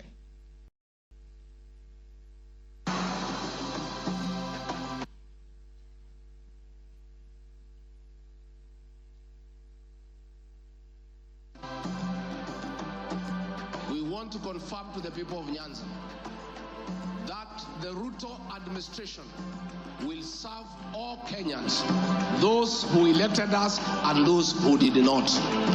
Kenya hii kila mtu afanyiwe kazi, kwa sababu kila mtu nalipa kodi. Mimi sikusema Kenya ni ya shareholders. Nilisema serikali, mkiunda serikali wale wanakusaidia unatakiwa uweke wengi wale walikuwa na wale walielewa manifesto yako. Mimi nimetembea Kenya. Si unasema nilikuwa Mombasa, hii hapana mlima. Mimi nilikuwa Wajir, hii hapana mlima. Nilikuwa Garissa, hii hapana mlima. Nilikuwa Mount Elgon. Nandi nimekuja karibu mara 10. Eldoret nimekuja karibu mara 6. Kericho nimekuja mara 4. Tea conference ya chai tulikuwa na nyinyi, niliweka Kericho. For now, kazi yetu ni maendeleo. Tutafanya kazi na viongozi wowote, akiwa wa chama ile, akiwa wa chama hii, we don't care. This is the time to serve the people of Kenya, and we shall work with all elected leaders, irrespective of their political affiliation. Mr. Speaker, copies of documents demonstrating my efforts within the mandate allocated to me by the President to address security issues and economic equalization programs and policy in historically marginalized areas is Annex RG 33. The decision to embrace the broad-based government following the dissolution of cabinet after the Gen Z protest. I attached my video during the launch of the Honorable Raila Odinga's quest for EU chairmanship at State House, again as a demonstration of my embracing the broad-based government.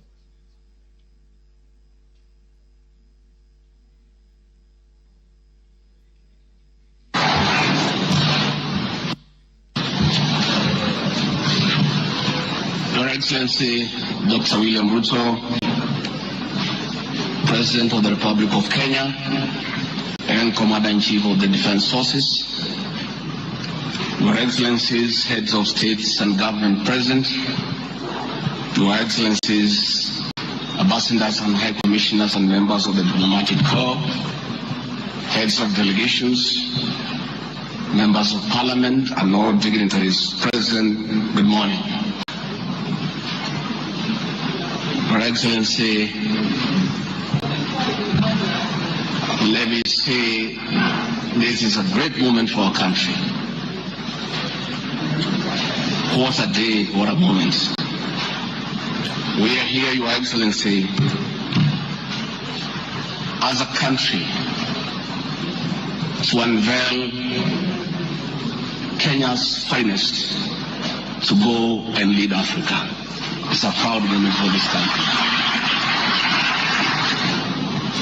And I want to say, Your Excellency, the people of Kenya have been united to a man by the candidature of the Right Honorable Raila Odinga to be the chairperson of the African Union Commission. This is a quest that has brought pride to our nation. And I would like to tell the leaders here from Africa and the representatives that as a country, as we present the Honorable Raila Odinga to be our candidate, it is because Africa our motherland deserves the best.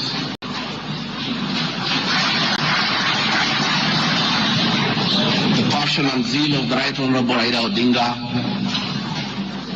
in Pan-Africanism is well documented. Passion knows no age, knows no limit. In the person of the Right Honorable Raila Odinga, he'll join the ranks of Jomo Kenyatta and Kwame Nkrumah in pushing the agenda for Africa. I therefore want to say, Your Excellency, the lessons of today are that Raila Odinga, the Right Honorable, is a man of great resilience, endurance, and perseverance. Today, you are going to unveil the transformation of the Right Honorable Odinga from a national leader to an African statesman. And for us in leadership, we have learned great lessons of resilience, endurance, and perseverance. Somebody may ask, why is Rigathi Gachagua, who has before had issues with the leadership of Raila Odinga, as a truthful man, I had nothing against him. It's only that we were competing for the same position between him and my boss. Now that he is going for a bigger seat in Africa, all of us, from the president, I, and the rest of Kenya, are behind him. And the Right Honorable Raila Odinga, as a man who listens to the ground, let me confirm to you, I've listened to the ground, and all Kenyans across the political divide, across communities, are in support of your candidature, and we wish you well. Before I call Your Excellency, let me acknowledge the place of family, not just in our lives, but in leadership. I think it is a great moment for the Right Honorable Raila Odinga. It's appropriate that I acknowledge on behalf of the country the role Mama Ida Odinga has played in the life of this great son of this land. Mama Ida Odinga, we salute you as a country for having been a very strong pillar to your husband in very difficult times, and his worst moments you have always been there for him. We ask families to support their spouses. So Mama Ida Odinga, as we wish you happy birthday, it is my hope and prayer that your next birthday will be celebrated at Addis next year. And if you invite President William Ruto to come and he's not able to come, Mr. President, I'll be very happy for you to send me to represent you in that great birthday. We therefore want to say as a country, it's a great moment. And the Right Honorable Odinga, I have noted with a lot of appreciation, my wife, Pastor Doka, who is a very prayerful woman, has been praying for me and the President daily. And I noted from yesterday she has added you in her prayer. And because her prayers work, we have no doubt that you will get this seat. Mr. President, it is now my honor to request you to come and anchor Kenya's finest and embark on the journey of transformation of the Right Honorable Raila Odinga from a national leader to a great African statesman. Thank you, Mr. Speaker. President William Ruto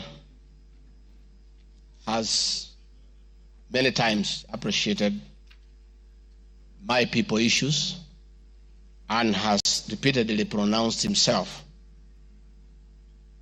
Let me have the video number 9. And speaking of deputies,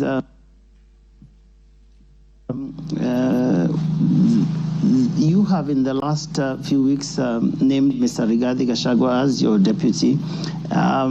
There's been quite a debate, and I'm sure you know that, around running mates in this country. Perhaps this would be a great time to shed light on why you settled on this gentleman. Rigathi Gachagua is somebody I have known. Rigathi Gachagua is a very passionate leader. Rigathi Gachagua is a people's person.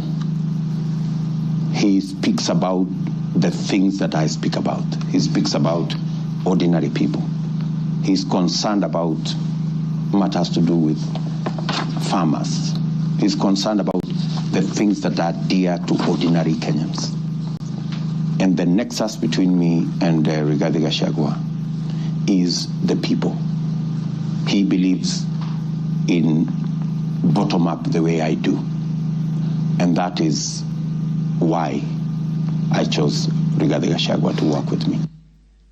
Thank you very much. Speaking of deputies... Thank you very much, Mr. Speaker. In addition, and almost in conclusion, I am not the only leader at the national level who has encouraged unity among Kenyans based on shared regional, geographical, and economic and other factors. I have attached several articles. Luya unity is not optional, Moses Wetangula. Ruto puts case for Gema College in unity. Bijikenda unity in the offing. Masai leaders in unity talks ahead of next year's general election. I have attached those articles so that you understand that regions uniting does not mean they unite against other regions. They unite for common issues, common values, and to strengthen them to join other regions for national unity. Mr. Speaker, the motion dated 26 September 2024, tabled before the National Assembly, makes the generalized claims that have committed crimes under national laws, Proceeds of Crime and Anti-Money Laundering Act, Penal Code, National Cohesion and Integration Act as anti-corruption and economic crimes. It is on the basis of the claim that it is said that the threshold of impeachment has been met. I'm not aware of any active investigations by any state agency for offenses under the said laws, neither have I been called upon to record any step pertaining to any investigation. Just like any other Kenyan, the Constitution accords me the presumption of innocence in relation to criminal offenses until the contrary is proved in a court of law on a specific standard of evidence. Therefore, in the absence of any active investigations by any investigative agency in Kenya, I do not believe that there can be any serious reason to believe that I've committed any offense. Otherwise, that will be an indictment of the intelligence agencies as well as investigative agencies. Therefore, it is inconceivable that the threshold of the impeachment motion as defined in Article 145 of the Constitution can solely be based on the perception of the mover of the motion in the absence of any other evidence. I heard the mover this morning saying that all we need to do is to believe in him. I believe that cannot be the position. We need actual evidence against the Deputy President. The net effect of the impeachment of this basis of allegations of criminal offenses, whose evidence has not been tried and tested in court of law or by bodies mandated to investigate, would be to disqualify me from the possibility of holding public office in relation to Article 99(3) without the benefit of due process of law and exhaustion of the systems of appeal as provided in the Penal Code. Mr. Speaker, I do not wish to respond to the issues I had this morning that are outside the motion. I want to confirm that I have tremendous respect for Kenyan women, and I have never disrespected them. What has happened is that as politicians, there is always propaganda to undermine somebody. I call upon anybody with evidence that I have ever disrespected that person to come out and provide that evidence. I heard my very great friend, the Honorable Faith Gitau, say that I disrespect women. Many times I've been to Nyandarua. I've referred of Honorable Faith Getau as Ngatha. Ngatha is a Kikuyu name for a woman of great respect. That I have done countless times is on video. Finally, the Honorable Bose Sholei, I heard what you said in Eldoret. I heard this morning that you said I should be charged with treason. But my sister, me, I'm a grateful man. I remember, and I'll never forget. During the last administration, when I was arrested on fabricated charges, starting with the President William Ruto against the wish of the government at that time, Gladys Bosholai came and sat with me at DCI headquarters, brought me tea, brought me lunch, sat with me, comforted me. At court, she coordinated the collection of 12.5 billion shillings as my cash bail. She came to see me in Gigiri for 4 days and had very kind words for me. Despite what you have said, my sister, I do remember that one good thing that you did for me, and I'll love you and cherish you for the rest of my life. Finally, Mr. Speaker, as I wind up, I want to appeal to this Honorable House to consider the allegations against me by the mover of the motion, weigh it against the attached evidence, weigh it against my defense and the attachments and the videos that I've played in this house. And exercise your mind and exercise your discretion. Search your conscience and decide if Rigathi Gachagua is guilty of any of those allegations or is undergoing a political process. If you are so persuaded and you search your conscience without any intimidation or coercion or inducement, and you think it's the right thing to do, please go ahead and do so. If you search your conscience and listen to the issues that have been adduced here, and you find that there are no grounds to impeach the Deputy President of the Republic of Kenya, please make the right decision. But as you do so, many members who are in this House remember what President William Ruto as Deputy President went through. And most of us stood with him. Rigathi Gachagua underwent 4 years of persecution. Others were persecuted. But we took a firm stand because we believed we were doing the right thing.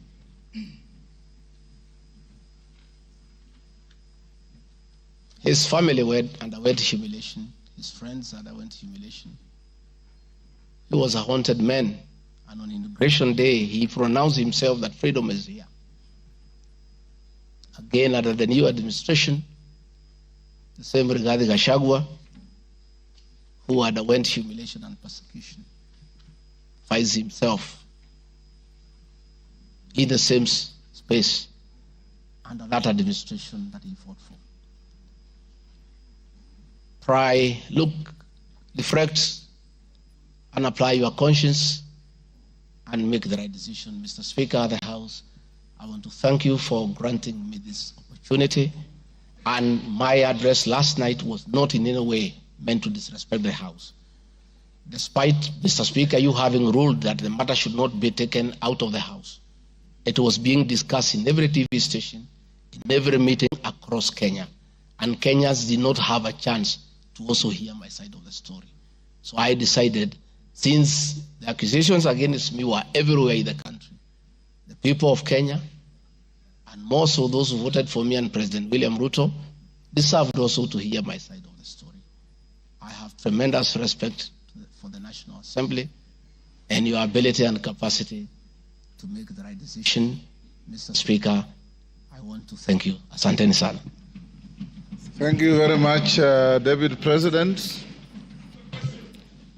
Thank you very much, Deputy President.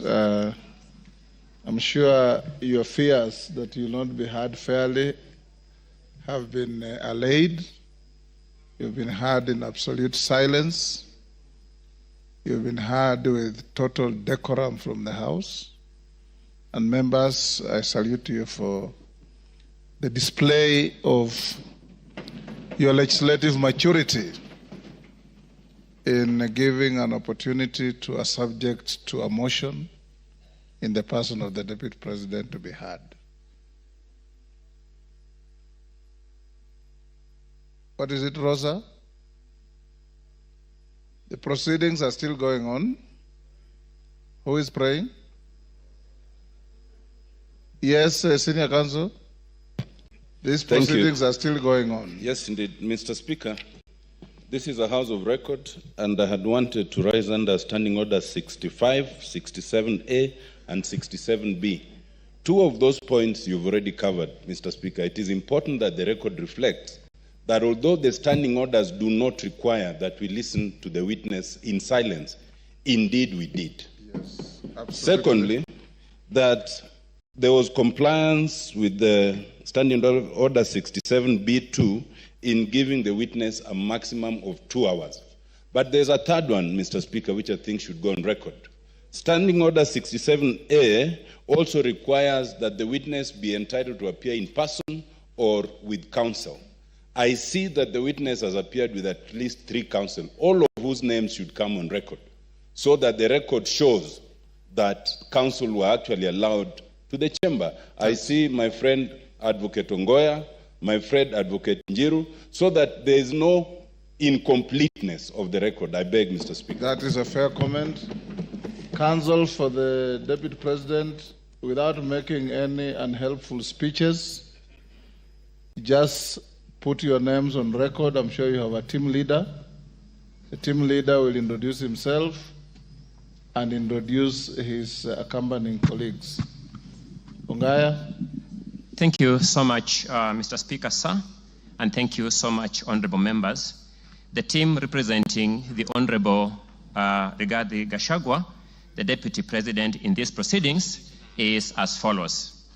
Honorable Paul Kibugi Mwite, Senior Counsel, Mr. Victor Swanya Ogeto, my name is Elisha Ongoya, Mr. George Sakimpa, Mr. Ndegwa Njiru, Mr. George Wandati, Miss Faith Waigwa, Mr. Murigi Kamande, Mr. Amos Kisilu, Mr. Eric Kiprop Naibei, Miss Julia Omwamba, Mr. Tom Maina Masharia, Mr. Willis Echesa, and Mr. Andrew Muga. And that is all. Thank you. And apart from the 3 of you, the rest are within the precincts of Parliament? Are within the precincts of Parliament, except for Senior Counsel Paul Kibugi Mwite, who sought to be excused from attending today, but is part of this team, and we are under his supervision and guidance. Thank you. From here, we'll proceed as follows. Deputy President, if you wish to leave, you are at liberty to do so with your team.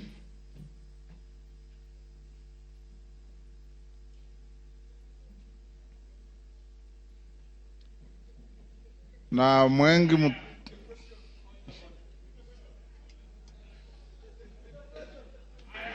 Yes, Kaluma. I thank you, Honorable Speaker. Honorable Speaker, our prayer at the end says that we always be fair to those who are committed to our church. And Honorable Speaker, in his address to the House this afternoon, the Deputy President appears to have referred to some documents. I know we are moving towards the end of this particular session in considering this matter. And Honorable Speaker, I want to thank you for upholding Article 47 of the Constitution on the right to fairly and secure procedural fairness to every party as required by our Constitution. I wanted to ask Honorable Speaker that so that we consider what the Deputy President is saying in the documents, would I be in order to request the indulgence of the Speaker within the provisions of Standing Order number 1, to adjourn for at least 10 minutes so that we consider what the Deputy President's documents have and come back and make the decisions we need to make. Thank you, Honorable Speaker. The request does not meet my favor. Where is Mutuse? Mutuse, you have 30 minutes to reply before I call the minority leader and the majority leader. Will you exhaust your 30 minutes or you want to share out to anybody? I got an indication that you wanted to share 10 minutes to Kaluma. Pardon? I know. I am organizing the process. He's not going to be... I'm aware, Robert. Mr. Speaker, I will share 10 minutes to senior learned friend Mr. Peter Kaluma, 5 minutes to Deputy Majority Leader, who was my seconder, and I will utilize the rest,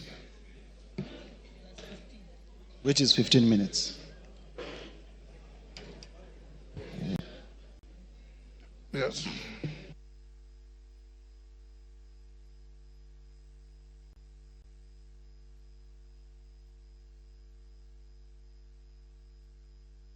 Honorable Mutuse,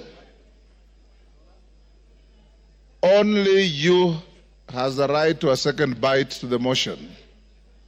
Your seconder has no right to a second bite. So if you have extra minutes, as I call the minority and majority leader, Kaluma will have 10 minutes if you want to donate to anybody else, but not Owen Bayer. Minority leader, now it's your time. You have 15 minutes. Mr. Speaker.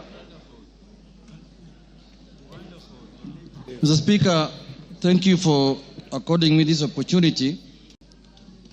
From the onset, Honorable Speaker, the minority supports the motion on removal from office by impeachment of Honorable Rigathi Gachagua because, Mr. Speaker, he is unfit to hold office. In Kenya, and yesterday it was clear to all Kenyans to see for themselves the danger this country is in, Mr. Speaker.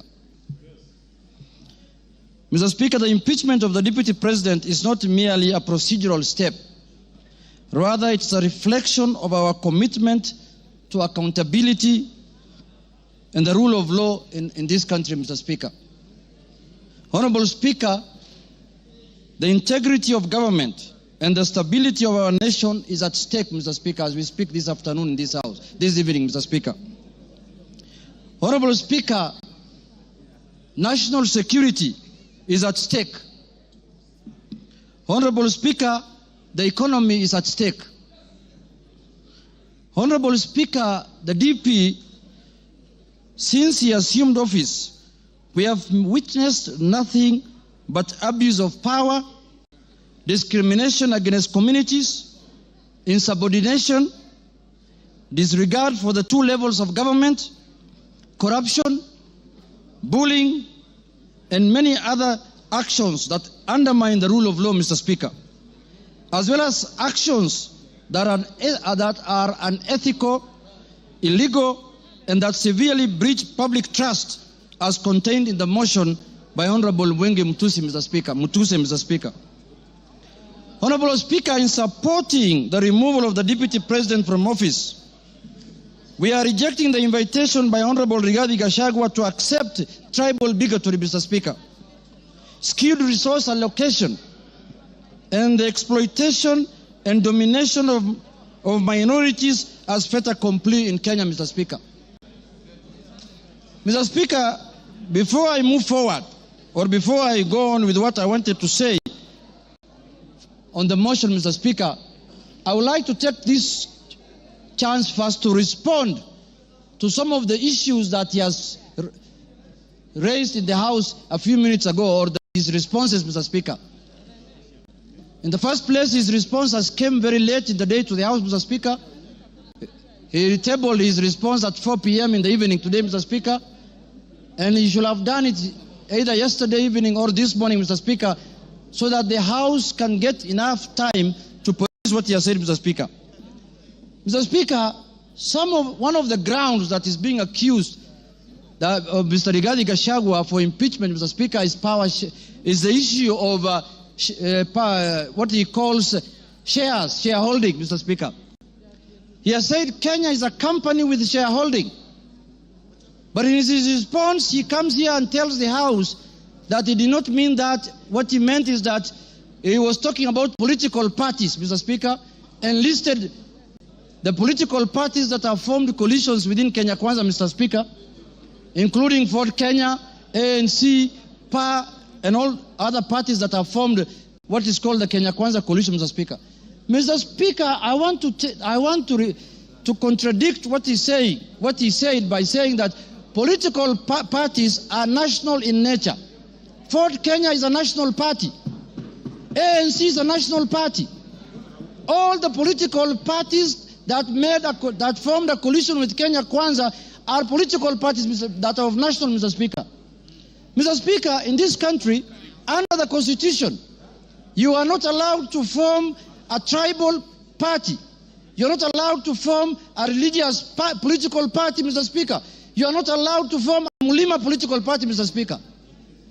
That is very clear in the Constitution, Mr. Speaker. And if the Deputy President is not aware of that, I can read out for him, Mr. Speaker. Under Article, Mr. Speaker, 91, every political party shall have a national character as prescribed by an Act of Parliament, have democratically elected governing body, Mr. Speaker. And it also says in Part 2, a political party shall not be founded on a religious, linguistic, racial, ethnic, gender, or regional basis, Mr. Speaker, or seek to engage in advocacy of hatred, like what he does sometimes, on any such basis, Mr. Speaker. Mr. Speaker, you cannot equate political parties to what the Deputy President has been propagating for the last 2 years in this country, Mr. Speaker. The Deputy President has told Kenyans in no uncertain terms that Kenya is a shareholding company. Order, honorable members. And if you do not vote, for Kenya Kwanza, you do not have any shares, Mr. Speaker. Order, Yegon, and your team. Ngong. Mr. Speaker, members now are excited because they are not happy with the response the Deputy President has given them. Now they want to vote and go home. I know what they are doing. I know, but let's prosecute the matter. We have to respond to the issues he has brought to the House, Mr. Speaker. Mr. Speaker, political parties are not equal to regional and ethnic, conglomerations that the Deputy President has been advocating for the last 2 years, Mr. Speaker. Mr. Speaker, I want to give him a good example like ODM. ODM has sent the other day 6 experts under the broad-based government, Mr. Speaker. 6 experts. Where are those experts coming from? One is from the coast. Beatrice School is from Turkana. Oparanya is from Western. The Attorney General is from Kisumu. Mr. Speaker, when he's talking about 30% of Ford Kenya and 30% of ANC, he thinks those positions were given to lawyers as a community, Mr. Speaker. When Ford Kenya is a national party, those positions belong to members of Ford Kenya who are in Mombasa, who are in Migori, who are in Kakamega, who are in Bungoma, who are in Eldoret. Ford Kenya has membership in all the country, has membership, Mr. Speaker. So, Mr. Speaker, that ground is not, he cannot controvert that ground by saying that he was talking about the power sharing within Kenya Kwanza. No, he was talking about ethnic groups, Mr. Speaker. He said this government was formed by 2 ethnic groups, and that's how they're going to share power, Mr. Speaker. So that ground stands, Mr. Speaker, and that ground is impeachable, Mr. Speaker, on the Deputy President.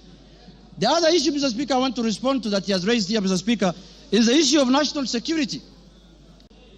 He said that the NSIS, Mr. Speaker, can be called out whenever they are out of order, Mr. Speaker. Mr. Speaker, the man Deputy President sits in the National Security Council, Mr. Speaker. He doesn't need to call out any government organ in the streets, Mr. Speaker, like the people who do their things in the street, Mr. Speaker. He's a man who sits in every governance organ of this country, Mr. Speaker. All organs of government, all governing organs are also oversighted by committee of this House, Mr. Speaker. What happens, Mr. Speaker, in this country if every member of parliament goes out there castigating governing bodies and constitutionally created bodies of governance, Mr. Speaker? We are going to have anarchy in this country. Mr. Speaker, I am not convinced that he has answered in any way that question as to why he was castigating bodies like the NSIS and the police out there when he's the Deputy President of the Republic of Kenya. On that ground, Mr. Speaker, I feel he's impeachable on that, Mr. Speaker. He has not given us any sufficient answer to that question, Mr. Speaker. Mr. Speaker, the issue of Justice Maina, he said that he was not attacking her because of the judgment she rendered against him, Mr. Speaker. And he said that he had filed a petition with the Judicial Service Commission, Mr. Speaker. He who wants equity must come with clean hands. You cannot castigate a judge in the rallies, in burials, and then you want JSC to listen to you. You can't have both ways. If he wanted JSC to deal with that matter, if he was unhappy with the way the judge has handled his case, Mr. Speaker, he should not have castigated her in a burial, Mr. Speaker. He should not have talked about her in a very demeaning manner, Mr. Speaker. He should have kept his cool and filed his petition with the Judicial Service Commission, Mr. Speaker. On that account, Mr. Speaker, he has failed the leadership and integrity, Mr. Speaker, under the Integrity Act, Mr. Speaker, and on that account, he is impeachable, Mr. Speaker. My last point, Mr. Speaker, is the issue of the renovation of his house in Karen, or the official residence of the Deputy President Karen, Mr. Speaker. You remember the Deputy President, when he was assuming office, when he was taking oath of office at Kasarani, Mr. Speaker, the way he lectured us, the way he told us that they have inherited empty coffers, Mr. Speaker. There is no money in this country. The former regime has looted and gone with everything, and goes ahead after 2 months to renovate his house, his official residence, with over 100 million, 45 million shillings, Mr. Speaker. Imetoka wapi, Mr. Speaker? Where has that money come from? Where has that money come from? He has not convinced us in any way how that money was spent, how those companies were paid, and on that account, Mr. Speaker, because of misuse of public resources, he is impeachable on that account also, Mr. Speaker. Mr. Speaker, I want to say this. When we gave ourselves the new constitution in 2010, we knew very well that we were coming from an era where we cannot impeach the president, we cannot impeach ministers, we cannot impeach the deputy president. Kenyans gave themselves the new constitution, and they put in there Article 150, knowing very well that one day they will hold their leaders, the president, the deputy president, accountable, Mr. Speaker. And they gave that mandate to this House, Mr. Speaker, and the Senate, Parliament in general, Mr. Speaker. Mr. Speaker, I was shocked under the public participation, people saying that Kufa Makanga, Kufa driver, Mr. Speaker. We cannot allow the driver to die because it is an issue. We are witnessing a situation where the Makanga wants to take the steering by force. And what happens after that? The driver is carrying 55 million Kenyans, Mr. Speaker. We cannot allow the driver to die because 55 million Kenyans are going to die with him. But the Makanga, who is just hanging at the door there of the matatu, can go, Mr. Speaker. If he misbehaves, Mr. Speaker. And, you know, if he's not doing his work properly, Mr. Speaker, the easier one to go first is the Makanga, because the Makanga is the one who should be telling the driver what to do. And they're telling us here, Kufa Makanga, Kufa driver.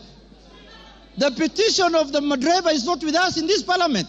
The petition we have, the motion we have before us today is the motion of the Makanga. And we are going to deal with him perpendicularly and thoroughly, Mr. Speaker, this afternoon.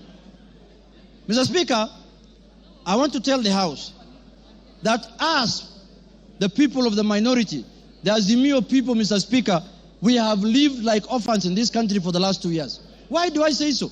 Mr. Speaker, we are taxpayers. Some of the places that contribute to the highest taxes in this country are areas that are dominated by Azimio people.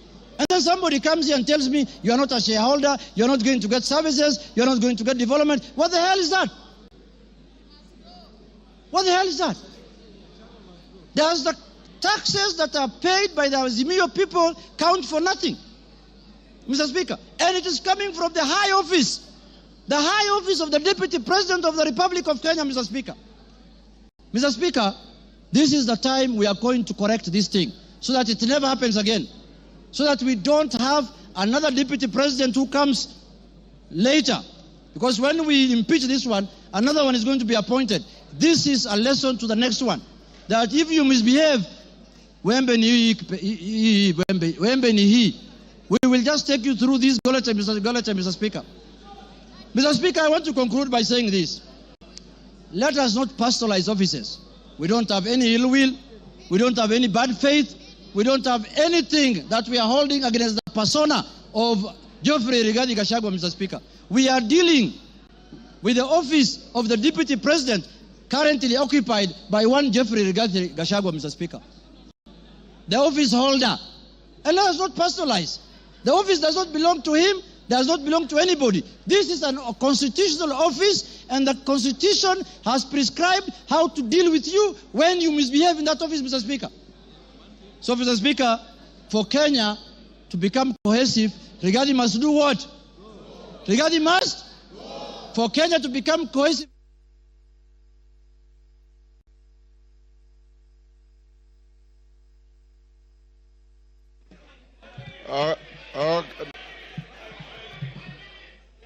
Okay, give him 1 minute. Mr. Speaker.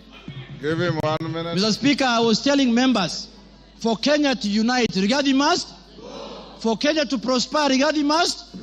For Kenya to have unity, Rigathi must. For shareholding to end in Kenya, Rigathi must. For us to have a peaceful country, Rigathi must.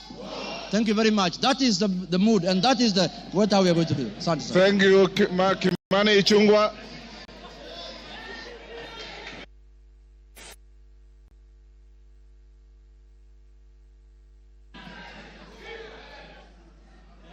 Honorable Speaker, thank you for this opportunity.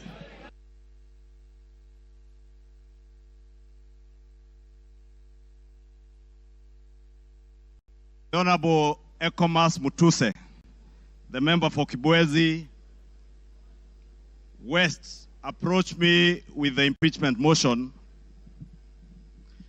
Honorable Speaker, I took some time not just to go through the grounds that he had stipulated for the impeachment of the Deputy President, but also to reflect on what Honorable Mutuse was asking me, not just as a member of Parliament for Kikuyu and leader of majority party in this House to do, but also took time to reflect and ask the Almighty God to guide me and give me wisdom to do the right thing. Honorable Speaker, I pray to God that the Almighty God may give me wisdom to do that which is right. And not just what is right, Honorable Speaker, but also what is just. Just to the outgoing Deputy President of the Republic of Kenya, but also just, more importantly, just to the people of Kenya who turned out in their numbers in 2022 to vote in a government that they believed would create cohesion and unity and offer them opportunities to excel and prosper as a people. Honorable Speaker, as I prayed for wisdom, I was also conscious that what is right is not always easy. And what is right is not always popular. And being a son of the mountain, representing people of the Mount Kenya region, Honorable Speaker, it was clear to me that what may be popular today may not be right. And that is why I asked God to give me the wisdom to do that what is right, Honorable Speaker. And I am here today to do what is right for the people of Kenya. I am here to do what is right, not just for the people of Mount Kenya. I am here to do what is right for the greater good of the Republic of Kenya, Honorable Speaker. And that is why I rise to support this impeachment motion, Honorable Speaker. Honorable Speaker, having listened to Honorable Mutuse and all the grounds, and having looked at the Constitution, Honorable Speaker, and I would beg for us to look at Article 150 on the removal of our deputy president, the reasons as to why you may remove a deputy president from office. The first one is on the ground of physical or mental incapacity to perform the functions of that office. We have no capacity to determine the physical and mental capacity of the Deputy President, Rigathi Gachagua. But on impeachment as a second ground, the first ground is on the ground of a gross violation of a provision of this Constitution or any other law. The question that begs is whether one Rigathi Geoffrey Gachagua has contravened or has grossly violated one provision of our Constitution. And I think the Honorable Ekomas Mutuse was able to demonstrate this morning that Rigathi Gachagua has violated not one, but over 8 provisions of our Constitution, which I agree with the Honorable Mutuse. And for that reason, Rigathi Gachagua ought and must be impeached today. The second ground, Honorable Speaker, is where there are serious reasons. And Senior Counsel Otiende Amolo went to great length this morning to explain what serious, when you believe there are serious reasons that the Deputy President has committed a crime under national or international law. Honorable Speaker, behind the veneer of humility that you have seen here this evening, behind the veneer of humility that Kenyans saw on national TVs on Sunday, pretending to apologize, is a dark face of violence. Is a dark face, Honorable Speaker, that is a great danger to our nationhood, a great danger to the unity of our republic, Honorable Speaker, a danger to the cohesive existence of our nation as we see it today, Honorable Speaker. On the first ground, Honorable Speaker, on the remark of Serikali ni kampuni, it pains me, Honorable Speaker, as I say, not just as leader of majority, but as a member of parliament of Kikuyu constituency, and also as a son of the mountain, where I come from. That, Honorable Speaker, today, the community I come from is being depicted as a community that is entitled and privileged. We are a community, Honorable Speaker, that has love for other Kenyans and other communities in our republic. We are a community that is known for our hard work and resilience, not for entitlement. We are a community that is peace-loving and that believes in the unity of one indivisible nation and Republic of Kenya. Rigathi Gachagua does not believe in an indivisible country. He believes in parochial, selfish, regional and sectarian interests. And for that reason, Honorable Speaker, we ought and we should impeach the Honorable Rigathi Gachagua.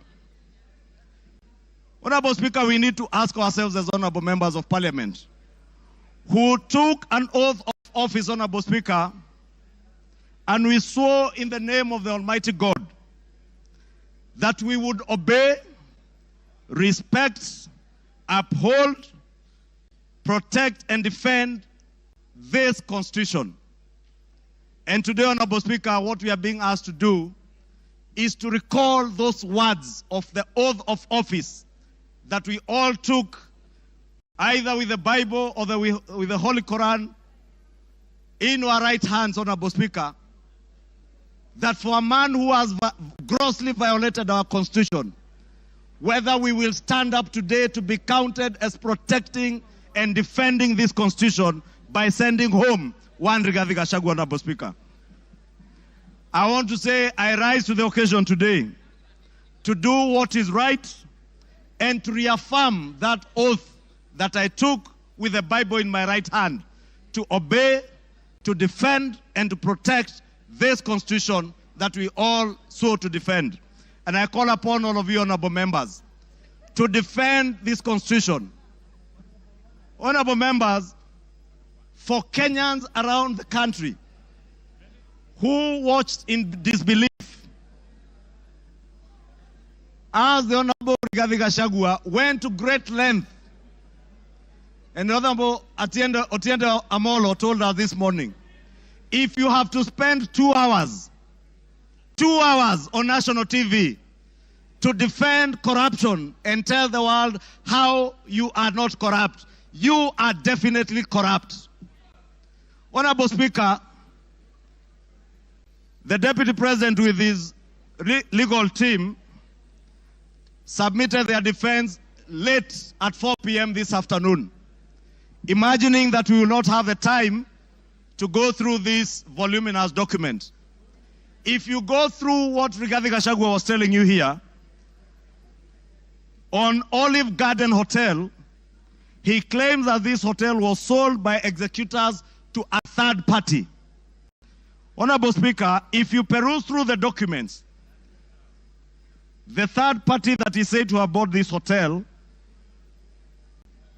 Honorable Speaker, and allow me, Honorable Speaker, first to tell you that the joint executors of the will of the late Governor Rigathi Gachagua were Rigathi Gachagua, Advocate Njoroge Regeru, and one Mr. Mwai, who was said to have been his great friend, Mwai Madhenge. And Honorable Speaker, if you read the report filed in court by the joint will executors, filed on the 27th of June this year, it says in the report that the joint will executors will make decisions independently of the beneficiaries and without influence from any beneficiary, except for one who is both a beneficiary and an executor. The joint will executors does not have the same attributes and mandates as for trustees, where beneficiaries would play a part assisting in decision making. What this is saying, Honorable Speaker, a document filed in court, is that Rigathi Gachagua, as a joint will executor, was also a beneficiary of the estate of his late brother. He was not only a joint will executor, he was also a beneficiary, and he was also a purchaser for value of the estate of his late brother. Olive Gardens is said to have been sold to one gentleman that many of us know, the Honorable Gishimu Githinji, the member for Gishugu, will tell you that the gentleman who is listed here as a purchaser for value for Olive Gardens, one Peterson Jomo Mushira, was a candidate in Gishugu constituency. He is a direct proxy of one Rigathi Geoffrey Gachagua. And Honorable Speaker, I must confess, and I am sorry to my friend Peterson because I know him. I just called him this afternoon when I saw this document, and I asked him whether TM Civil Engineering Limited is his company, and he confirmed to me it is indeed his company. I therefore want to tell you Olive Gardens was purchased through the proxy of Peterson Jomo Mushira with 0 shares and TM Civil Engineering Limited with 6,000 shares. Those who have visited the Annex House, the office of the Deputy President, know this Jomo is a permanent fixture in the office of the Deputy President, and therefore his direct proxy.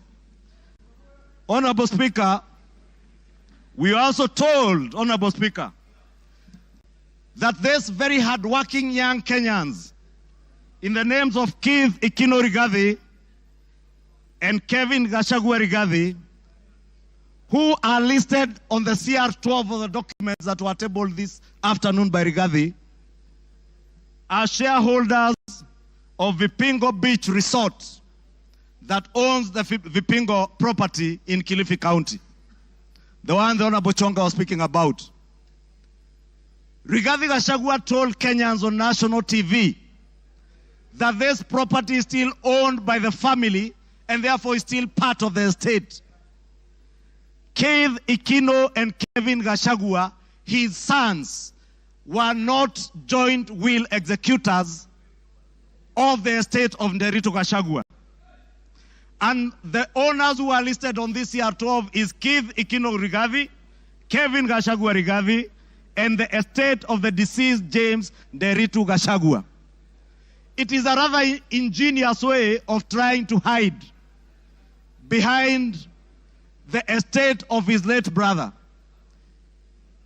And how shameful, Honorable Speaker, that the Deputy President of the Republic of Kenya would hide behind the veil of the estate of his late brother to disguise what is outright proceeds of crime, because he is the purchaser of this property, and that is why his two sons are listed as directors and shareholders of Vipingo Beach Resort. But he was on national TV telling Kenyans, this is a property that belongs to the family, and we have decided to keep it. This is a House of Records, Honorable Speaker, and it is good we gave the Honorable Rigathi Gachagua an opportunity to be heard so that we can expose his lies in broad daylight or this early in the evening. And I want to tell Kenyans and all of you members, save this country from this dark face, Honorable Speaker, honorable members. Save this country, Honorable Speaker.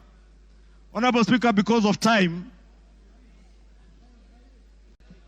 I know there was alluding, Honorable Speaker, if you look at the time this company, Vipingo Beach Resort, was formed, it was founded on 5th August 2008. I would guess if Keith Gachagua is 31 years old today, at the time this company was registered, he was only 15 years old or 14 years old. He cannot have been listed as a director. His younger brother must have been 12 or 13. For heaven's sake, Deputy President, give some credit. Honorable Speaker, we also had the issue of shareholding, Honorable Speaker. And we were told that in our coalition agreements, Honorable Speaker, and you are then the leader of Ford Kenya, and you know you never subscribed to shareholding in our coalition agreements within Kenya Kwanza. Anybody who subscribed to the Kenya Kwanza coalition was subscribing not to shares, but to an ideology, a shared ideology, not shareholding, as Rigathi Gachagua wants Kenyans to believe. Honorable Speaker, let me finish by saying, Honorable Speaker, that the mountain is intact. The mountain is intact. The mountain is intact. The mountain is intact. The mountain is named after Kenya because it belongs to all the people of Kenya. We must end ethnic balkanization.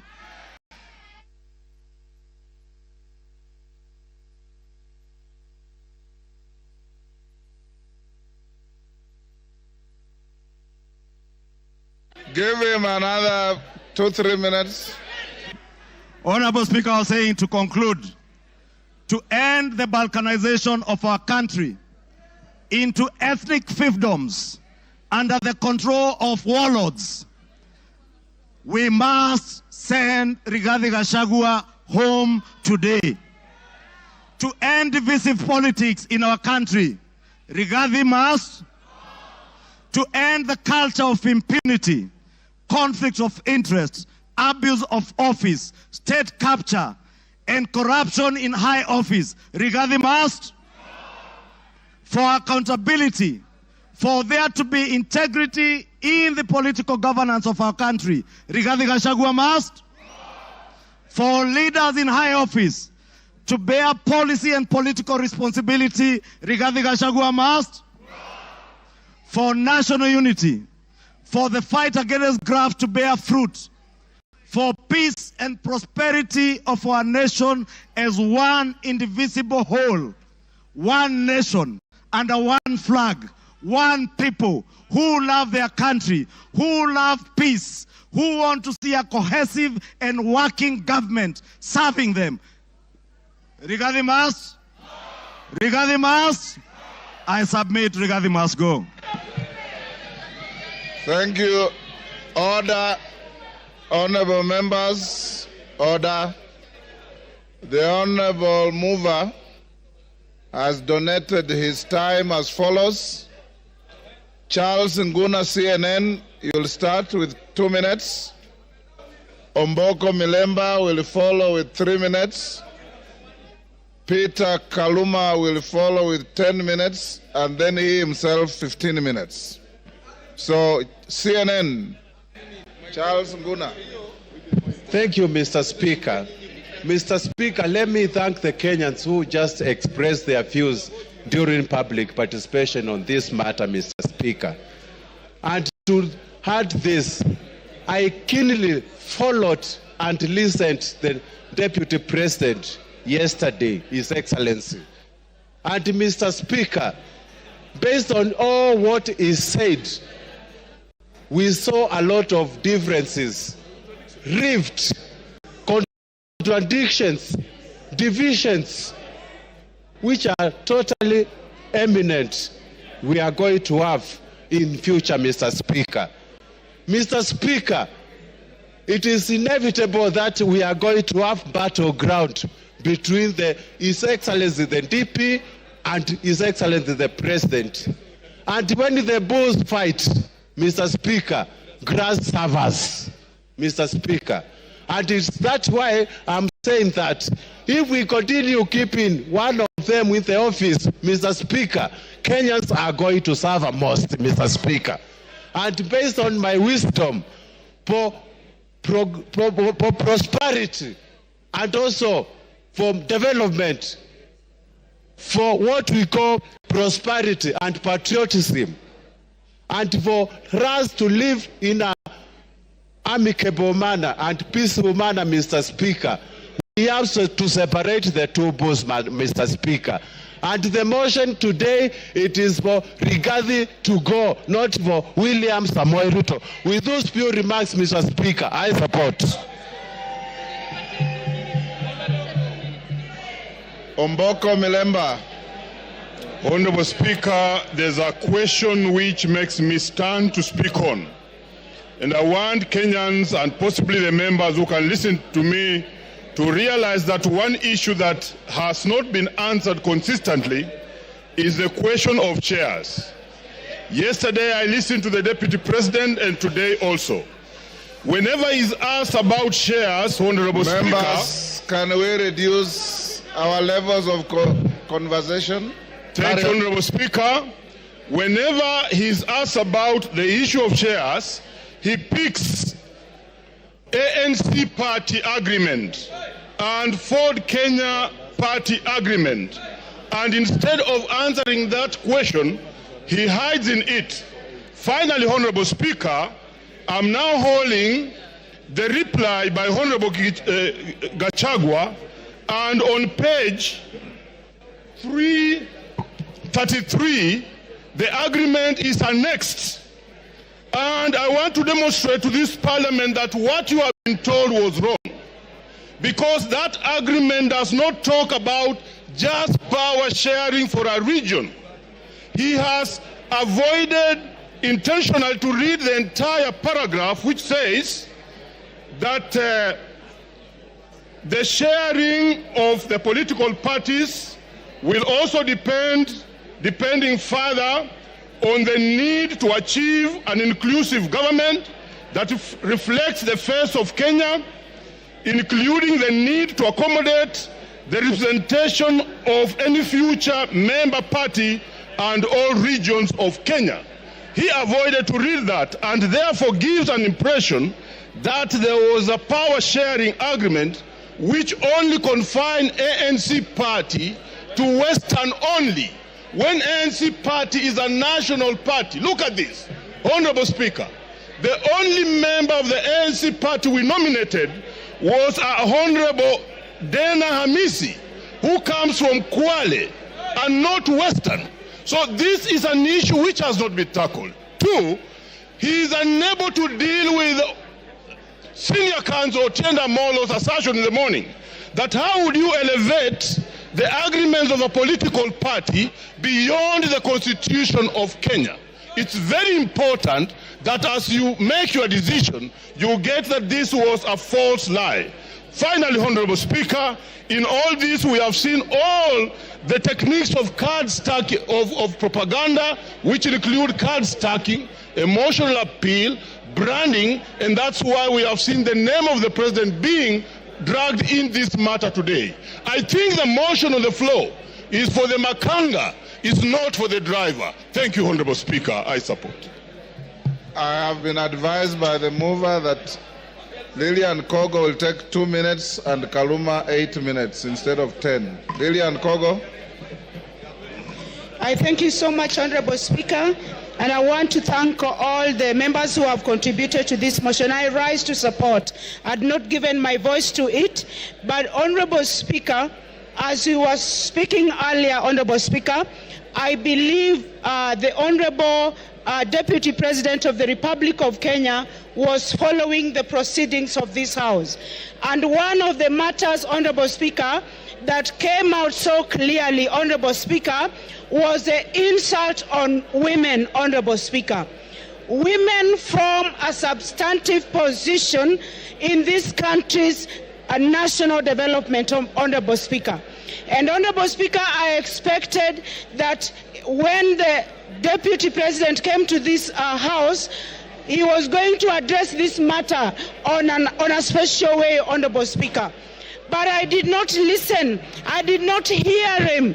I did not hear the Deputy Speaker say when, where, how. The Deputy President, sorry.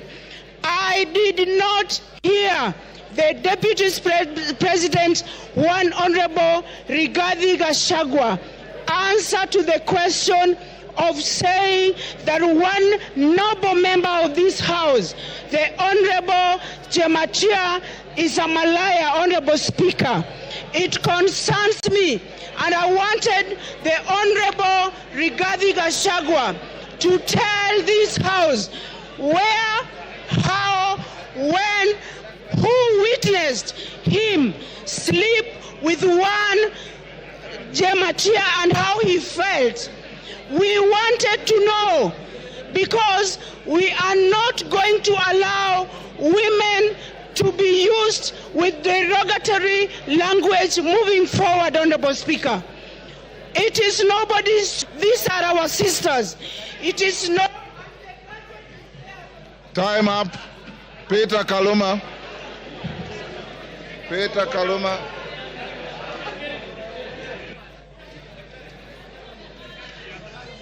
Peter Kaluma. Honorable members. I thank you.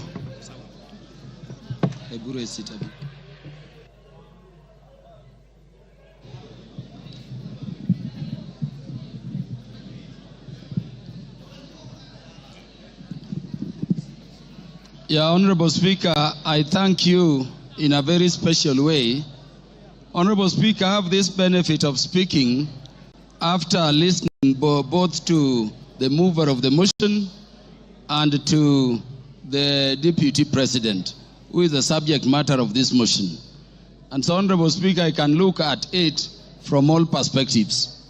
Honorable Speaker, allow me to start by saying that I listened to the Deputy President, as I did to Honorable Mutuse, with the mind of a lawyer, looking at how the grounds have been addressed, their particulars, and how they have been addressed by the two respective parties. And Honorable Speaker, let me begin by saying that I don't know what happened, but we had Honorable Mutuse presented before this assembly a motion seeking to impeach the Deputy President on up to 11 grounds. And Honorable Speaker, I don't know whether it is by act of omission or commission, or it is just the nature of some people. The Deputy President focused on those matters concerning property, money, integrity, procurement, forgetting the most fundamental issues. And I want to say that even when he addressed those money issues, there are very patent gaps going to constitutional violations which are stated in the motion to be gross. I expected the Deputy President, for instance, to use the opportunity you accorded him, Honorable Speaker, to explain that SMS which came from his son Rigathi Gachagua on the bid bond issue involving that company. No mention of that at all. Honorable Speaker, before I go to the matters I want to address in substance, let me thank you, the Honorable Speaker of the National Assembly, for ensuring that the process this House is going through has been very fair. And in doing so, Honorable Speaker, for according and upholding and protecting the provisions of Article 47 of the Constitution. I hear people still saying that the courts will intervene. But I'm thanking you for this, Honorable Speaker, because the only time the courts intervene is if we have not secured a party procedural fairness. This motion was advertised across the country for the participation of Kenyans. And Honorable Speaker, allow me to reiterate this short data in 1 minute. 146,429 Kenyans said that the Deputy President should be impeached. And that, Honorable Speaker, constitutes 65.11% of the people of Kenyans. 76,026 of Kenyans said the Deputy President should not be impeached, coming to 33.8% of those Kenyans. Honorable Speaker, 2,452 Kenyans said Kufa Makanga, Kufa Dereva, and those other things. And there are the others. And Honorable Speaker, in terms of our constituency, which is Homa Bay Town constituency, 1,080 Kenyans whom I represent said the Deputy President should be impeached. And Honorable Speaker, that constitutes 89.81% of the population of the people of Homa Bay who are duly notified. 54 Kenyans in Homa Bay Town constituency, constituting 5%, said the Deputy President should not be impeached. And then 56, which is another percentage there, said other things, including Kufa driver, Kufa Makanga. Honorable Speaker, let me clarify this other issue also. That the courts have persistently and consistently said that public participation must be meaningful.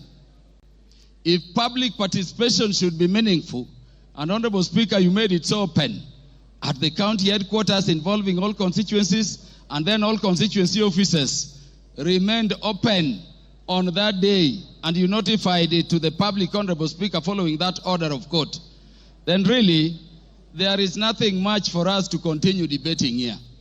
If public participation is to be meaningful, then the Kenyans have spoken. And as their representatives, we can only give meaning to what they say during public participation by securing what they have said, which is that the Deputy President should be impeached. Honorable Speaker, because I'm running fast, let me say that this Constitution has been termed a living document. And Honorable Speaker, if you look at ground one, people take it lightly. But Honorable Speaker, the idea of the unity of our nation has been the one thing which has been disturbing the people of Kenya in terms of being a nation for very long. Honorable Speaker, allow me to read the preamble of the Constitution. And this is what it says. We, the people of Kenya, proud of our ethnic, cultural, and religious diversity, and determined to live in peace and unity as one indivisible sovereign nation.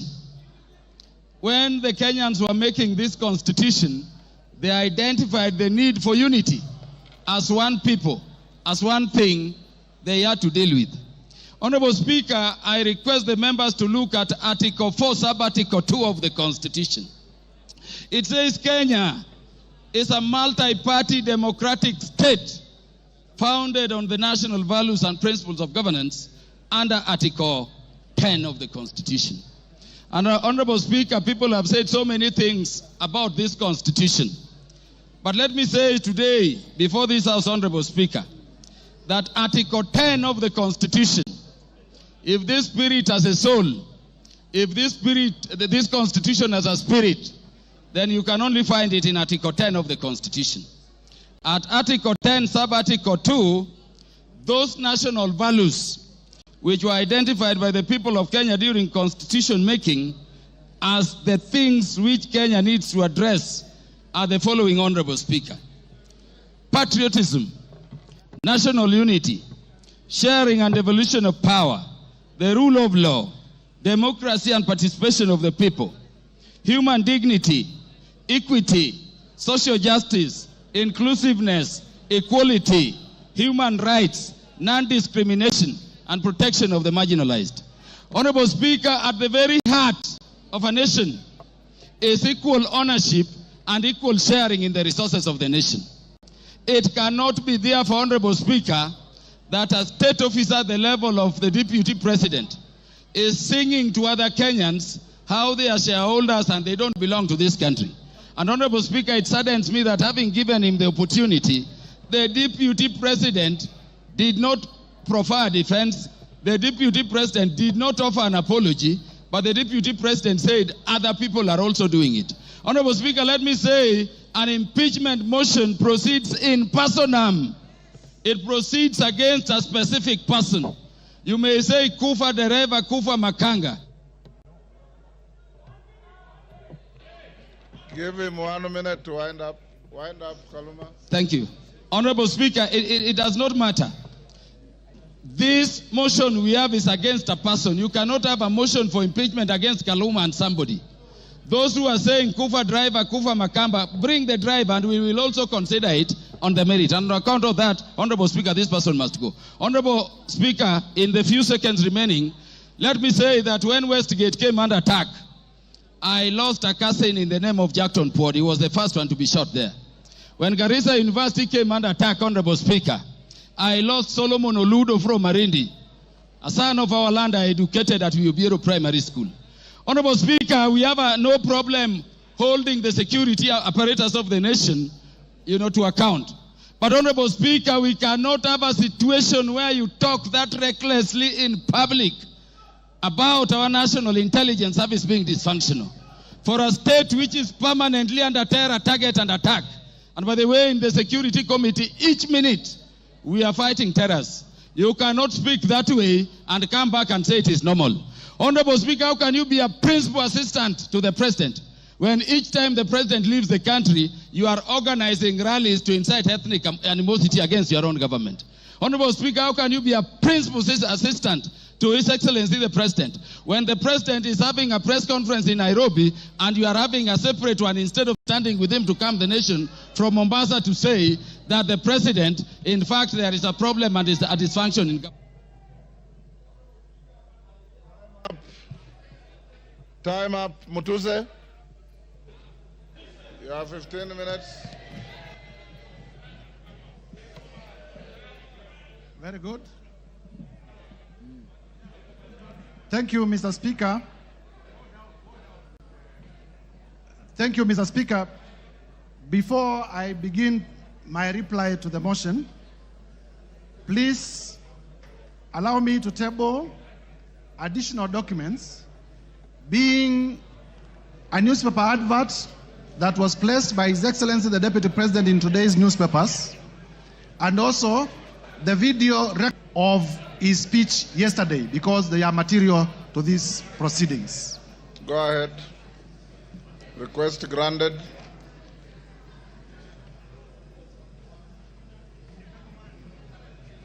Mr. Speaker, I have tabled the two documents, electronic and physical, because during the course of this debate, members in many instances had referred to them, and therefore it is only fair that they are part of the record. Number two, Mr. Speaker, allow me to thank... The documents were available to me earlier, and I ruled that they are admitted. Thank you, Mr. Speaker. Yes. I want to be very brief because I know the National Assembly of the Republic of Kenya wants to make a decision on the matter of impeachment of His Excellency Rigathi Gachagua. Mr. Speaker, to begin with is to thank colleague members of Parliament from both sides of the House for the robust debate in terms of the motion that we presented before the House this morning. Mr. Speaker, I also want to thank Kenyans in their millions from all over the Republic, because in the course of this debate, Kenyans have been commending, Kenyans have been exercising their democratic right through public participation, through their right to odd opinions, and we have not witnessed a single incident of violence anywhere in the Republic. There had been vitisho that if you table an impeachment motion for a person of the magnitude of the Deputy President, there may be violence, people will lose lives. But I thank Kenyans because Kenyans have proven once again that we are a peaceful country and we are able to engage in our democratic processes without violence. Mr. Speaker, allow me to re-examine some of the few issues that have come through the response. First is to let Kenyans know that His Excellency Rigathi Gachagua has filed a response of 501 pages, and the response has come at 4 p.m., and I was only being able to be given the response about an hour ago.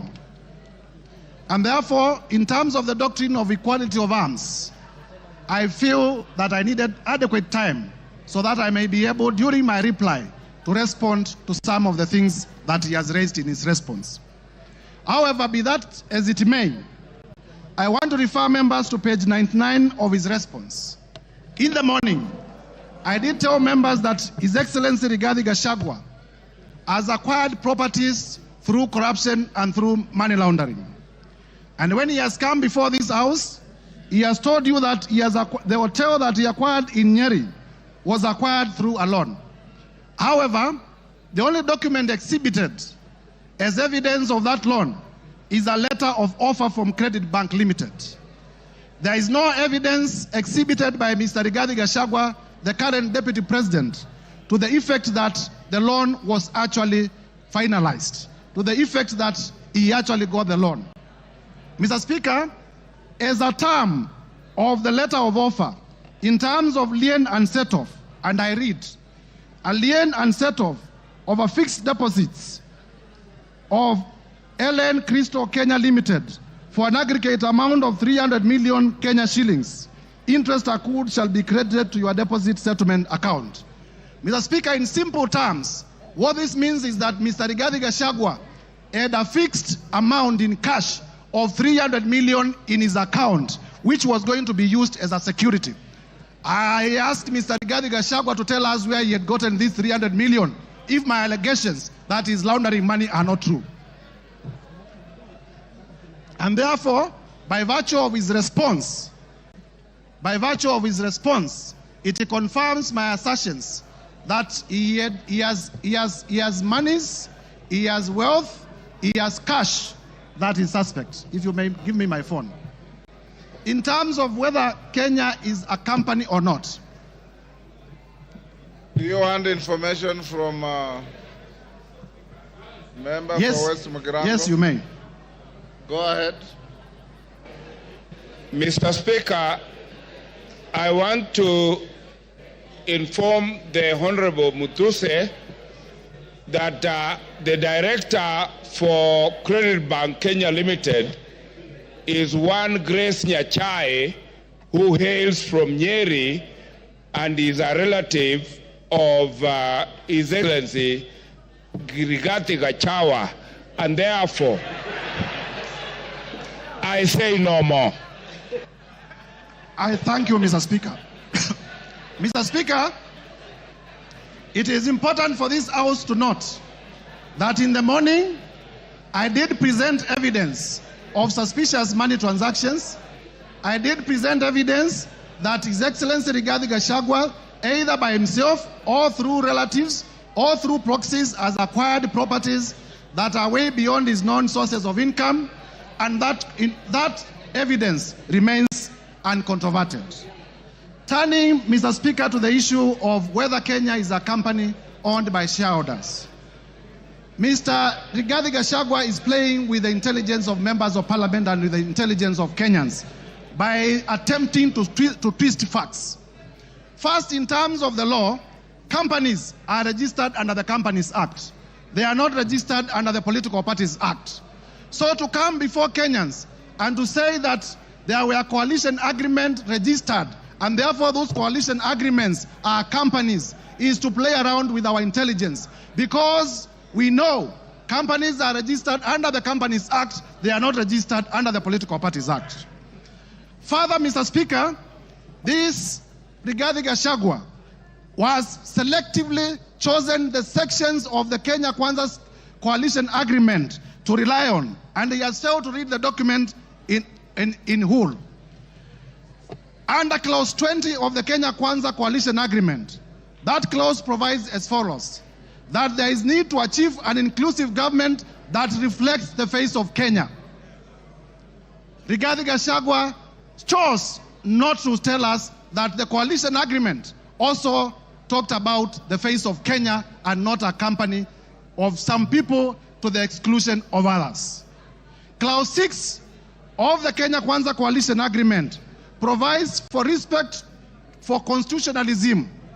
The articles of the Constitution that I stated. It provides for respect to the rule of law. It provides for respect to the national values and principles of government under Article 10. And it provides for respect to devolution. Mr. Rigathi Gachagua did not tell us that. Clause 22G of the coalition agreement among the Kenya Kwanza political parties provides that there will be adjustments that may be necessary to accommodate the development priorities of other parts of the country to ensure equitable distribution of Kenya's national resources and wealth for the benefit of every citizen and every part of Kenya. This Mr. Rigathi Gachagua could not tell you because it was going to destroy his case. And therefore, honorable members, I urge you to find that Mr. Rigathi Gachagua, in his assertions about shareholding and a company, it was not in reference to political parties, it was in reference to regions, it was in reference to communities, and the evidence that we provided remains uncontroverted, and this ground must be confirmed. Mr. Speaker, on the issue of KEMSA, again, to show a man who is a flip-flop, yesterday on live television, Honorable Rigathi Gachagua admitted that he personally called Dr. Andrew Mulwa by his own phone yesterday on television. Today, appearing before us, he denies that he did not call him. So, which part of his testimony do we believe? Do we believe the testimony that he gave yesterday on national television, that he did call Dr. Andrew Mulwa, and that he sent his own son to Dr. Andrew Mulwa to collect the bid bond? Or do we believe the testimony that he has brought today, altered testimony that he has brought today? I urge you to find that Mr. Rigathi Gachagua indeed did call to influence investigations. On the issue of cabinet, Mr. Speaker, if you may allow me just 1 minute. On the issue of cabinet resolution, he has admitted and proceeded to justify that despite the existence of a valid cabinet decision in a cabinet meeting that he sat, he chose to defy that cabinet decision. And for that reason, Mr. Gachagua, by his own admission, must be government.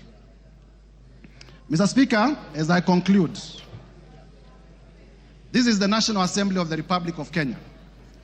and for the National Assembly of the Republic of Kenya to assert its constitutional authority, Mr. Rigathi Gachagua must be impeached today. I urge members.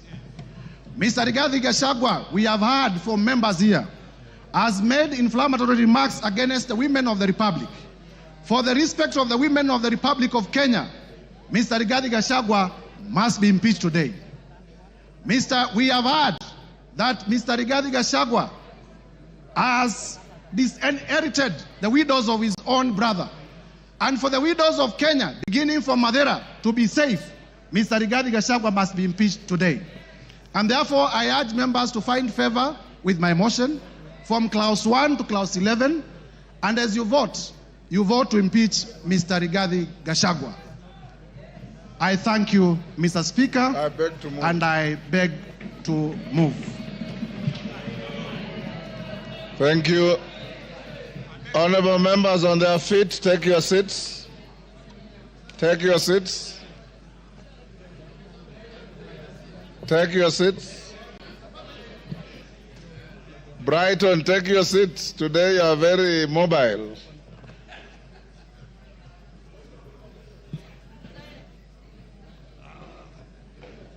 Honorable members, order. Honorable members, Honorable Jeho, take your seat.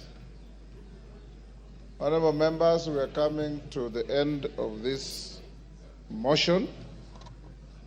And before I put the question, this is one motion where there is no voice vote. We'll go straight into division, so that no eyes have it at the putting of the question. The House Business Committee yesterday deliberated on the manner of voting, and it was unanimously agreed that there will be a roll call vote. There will be a roll call vote. That being the case, we should be done, if we are orderly, we should be done in the next 30 minutes to 40 minutes, maximum 1 hour. When we start voting, order. When we start voting, I'll instruct the clerk and the teller, having conducted yourselves exemplarily well, any member who precedes his or her vote with a preamble or a speech or a statement will be a spoiled vote. Once you are called, order. The vote is simply yes or no. Time for speeches have extinguished in the debate. I now put the question. Of course, there are always three: yes, no, abstention. Order, member for West Mugirango. There's nothing out of order. Steve.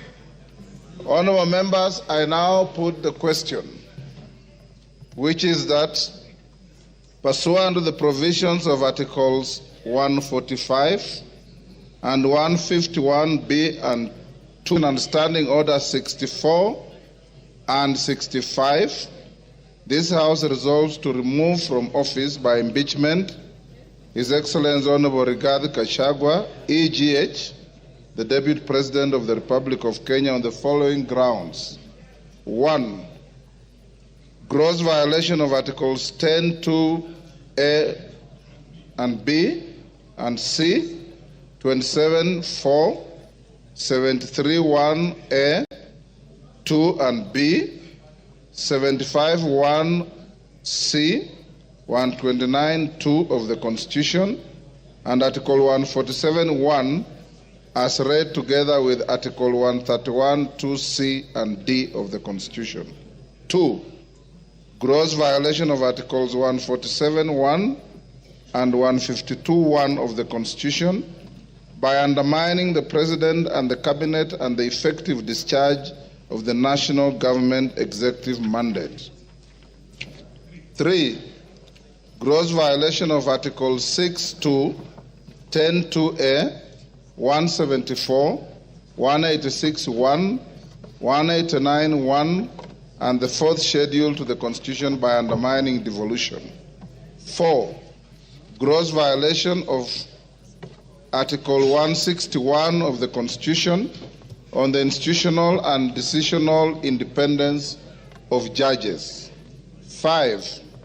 Gross violation of Articles 3(1) and 148(5)(a) of the Constitution on the fidelity to the oath of office and allegiance. 6. Serious reasons to believe that His Excellency the Deputy President has committed crimes under Sections 13(1)(a) and 62 of the National Cohesion and Integration Act. 7. Serious reasons to believe that His Excellency the Deputy President has committed gross economic crimes under Sections 45(1), 46, 47(a)(3), and 48(1) of the Anti-Corruption and Economic Crimes Act and Sections 2, 3, 4, and 7 of the Proceeds of Crime and Anti-Money Laundering Act. 8. Serious reasons to believe that His Excellency the Deputy President has committed crimes by continuously misleading members of the public through false, malicious, divisive, and insightful remarks that are contrary to the provisions of Section 132 of the Penal Code and Section 29 of the Leadership and Integrity Act. 9. Gross misconduct that is incompatible with the high calling and dignified status of the office of the Deputy President, a member of the Cabinet and the National Security Council. His Excellency the Deputy President has publicly attacked and undermined the work of the National Intelligence Service and its officers. 10. Gross misconduct by openly or publicly insubordinating the President, who is the head of state and government. And 11. Gross misconduct by persistently bullying state and public officers. I now direct that the division bell be rung for 5 minutes.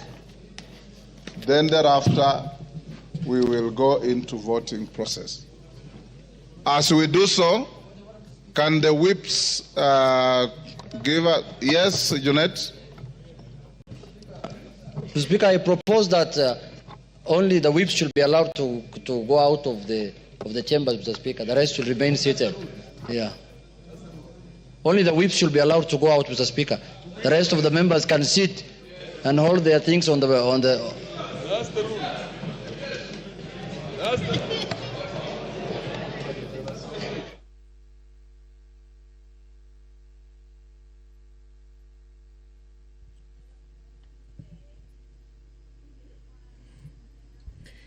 Good evening. If you're just tuning in, the National Assembly has been debating the special motion by the Honourable Member Mwengi Mutuse on the proposed removal by impeachment of His Excellency Rigathi Gachagua, the Deputy President of the Republic of Kenya. The Honourable Member in the special motion did advance 11 accusations against the Deputy President, and among them his gross violation of Articles 10, Subarticle 2A, B, and C, Article 27, Subarticle 4, Article 73, Subarticle 1A, Article 2B, Article 75, 1C, Article 129, Subarticle 2 of the Constitution, and Article 147, Subarticle 1, as read together with Article 131, Subarticle 2C and D of the Constitution, that the Deputy President has persistently made utterances threatening to discriminate, exclude, and unlawfully deny sections of the people of Kenya and regions of the Republic of Kenya equal opportunities for public service appointments and allocation of public resources. Another charge is that the Deputy President has made unilateral public statements inconsistent with policy positions collectively adopted by the government and contradicted the President on critical matters of governance and the exercise of the President's functions as a symbol of national unity. That is, Excellency, the Deputy President interfered with the running of Nairobi City County Government by inciting citizens against lawful directives of the county government on the planning and relocation of markets and publicly disparaging the leadership of decisions. Charge 4, that His Excellency the Deputy President has undermined the institutional and decisional independence of a judge through public attacks on a judge of the High Court of Kenya and falsely threatening to file a petition for the removal of the said judge in a matter in which he was a party. Another charge is that the Deputy President breached his oath of office and allegiance on account of the utterances and actions attributed to the Deputy President under grounds 1, 2, and 3.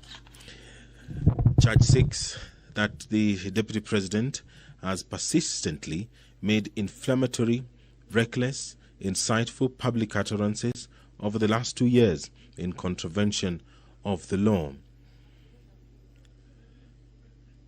Charge 7, that His Excellency the Deputy President has committed gross economic crimes, namely conflict of interest, abuse of office, and conspiracy to commit crimes under sections by inexplicably amassing property estimated at 5.2 billion shillings that is incompatible with his non-legitimate income and by trading with the office of the Deputy President through proxies.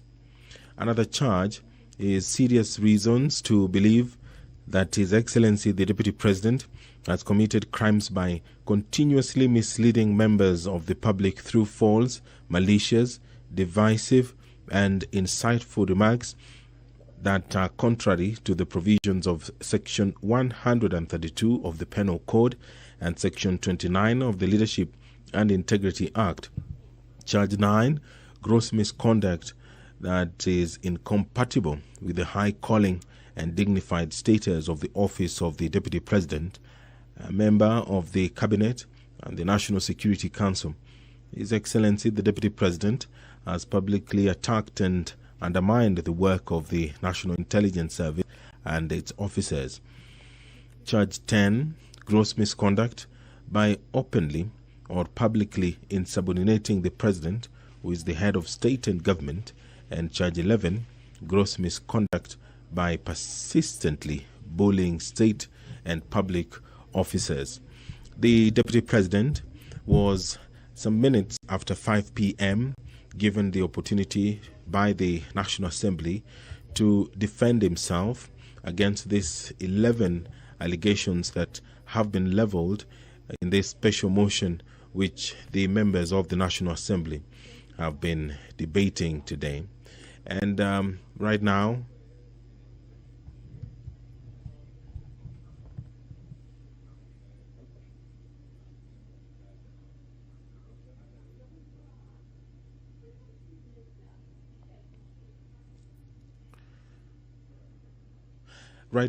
the respective leadership in the House is whipping members to come into the chambers to allow the division to proceed. Remember that this requires more than 200 or at least 233 members of the National Assembly voting in affirmative, and they will be doing so through a roll call. Standing Order 65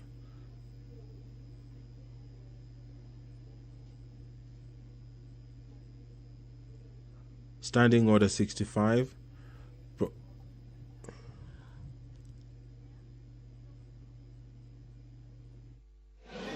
Honorable members, take your seats. The members are all in the house.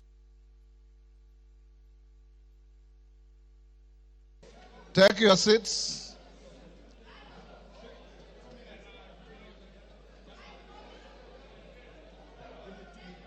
Okay. You have 2 minutes. Members who are on their feet, take your seats. Thank you.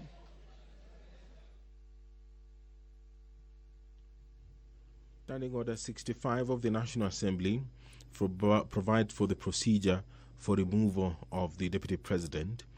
And it says that where a member proposes the removal of the Deputy President on the grounds of physical or mental incapacity in terms of Article 150, Sub-Article 1A of the Constitution, Standing Order 63, which talks about procedure for removal of President on grounds of incapacity, shall, with necessary modifications, apply. You'll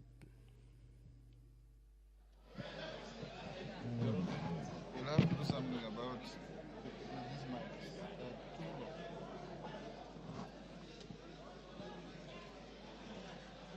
Take your seats, honorable members.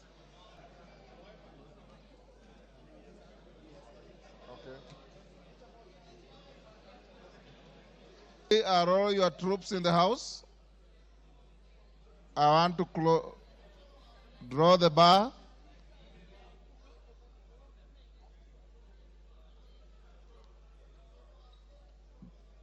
Draw the bar.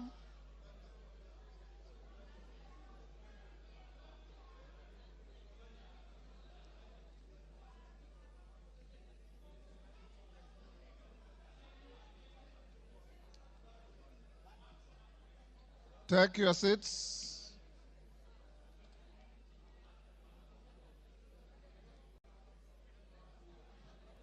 Honorable members, you may take your seats now. Honorable Dani Wanyama, take your seat. Honorable Minority Whip, take your seat.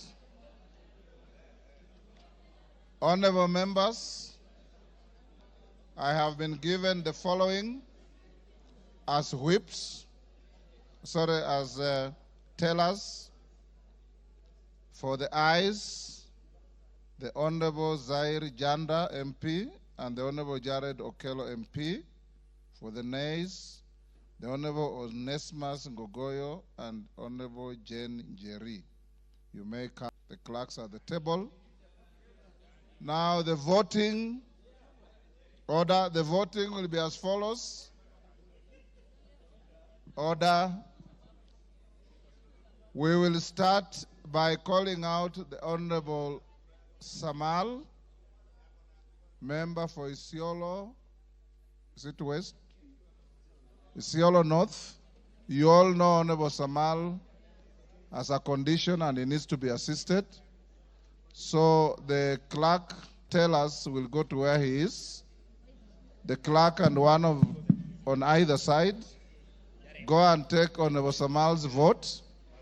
Once you are done, the constituencies are numbered alphabetically from A to Z. So we'll start with probably Ainamoi is normally the first, and we'll end up with the last. Pardon?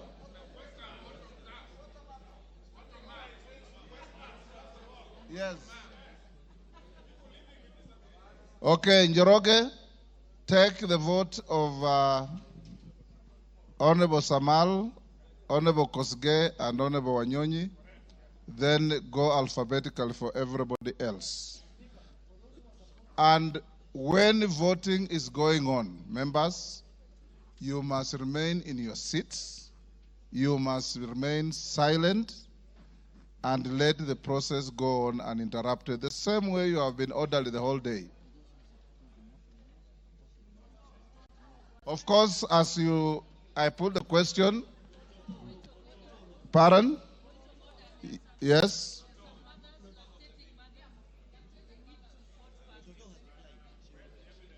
Toto has already indicated to the clerks that she'll wait and vote like everybody else.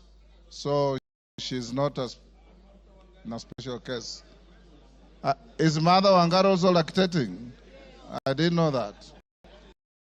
Now, clerk, those who are supporting the motion are voting yes. Those who are not are voting no. The tellers are, as I've told you, for yes, Janda and Okello, for no's, Kasheri and Gogoyo. Clerk, over to you. Voting starts now. Isiolo North, Lomwa Joseph Samal. Westlands, Wetangula Timothy Wanyonyi. Nominated member, Jackson Kosgei Kipkemoi.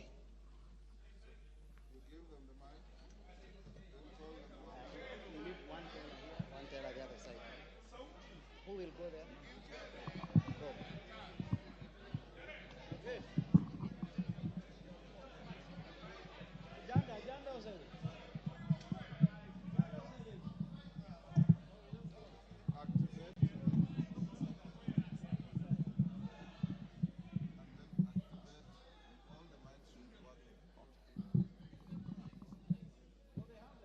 I, Tim Wanyonyi, Member of Parliament for Westlands, I vote no. I vote yes.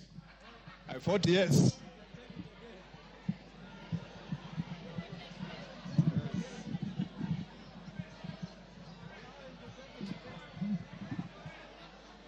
Order, honorable members.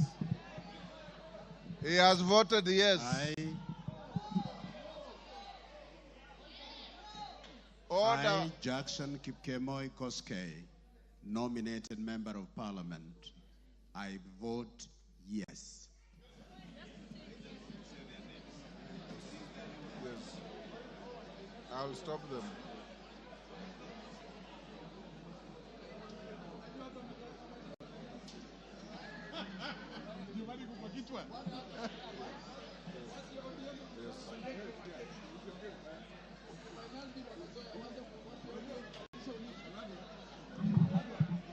You are done with Honorable Samal?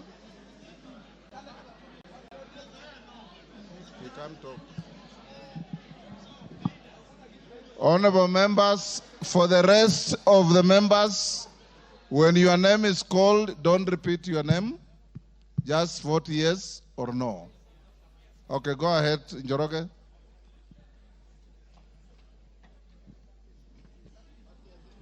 Ainab Koi, Samuel Chepkonga, Aina Moi, Benjamin Langat, Aldai, Marian Kitani,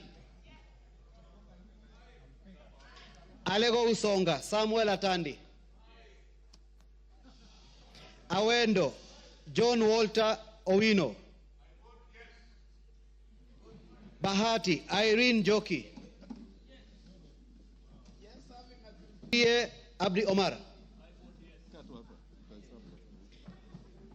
Baringo County, Florence Jamatia, Baringo Central, Joshua Kandie, Baringo North, Joseph Maglap, Baringo South, Charles Cameron, Belgut, Nelson Koech,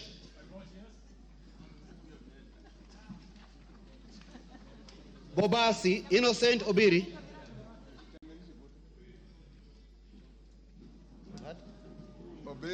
Bobasi, Innocent Obiri,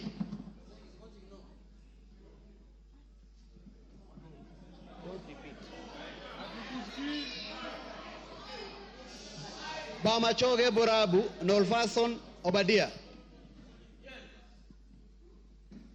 Bamachoge Chache, Alpha Miruka Ondieki, Bomet County, Linet Chepkorir Toto, Bomet Centro, Richard Cheriot Kilel, Bomet East, Richard Kipkemoi Yegon, Bonchari, Charles Onchoke, Bonchari, Charles Onchoke, Yes. Bondo Gideon Chanda. Borabu Patrick Osero. Budalangi Raphael Sauti Bita Wanjala. Bomula Nelson Jack Wamboka. Bungoma Kadri Nanjala Wabilianga. Bura Kuno Yakub Ado. Bureti Kibet Kirui Komingoi. Busia County Omanyo Kadri Nahambi. Omanyo Kadri Nahambi. Butere Nicholas Tindi Mwale. Butula Joseph Oyula.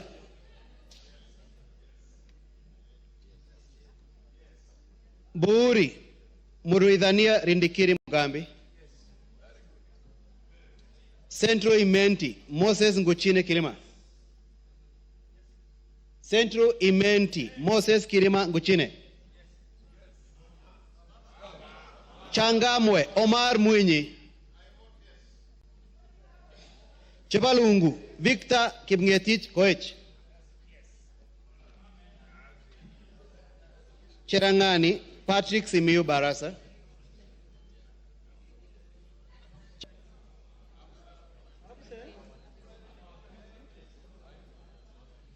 Chesume Paul Biego.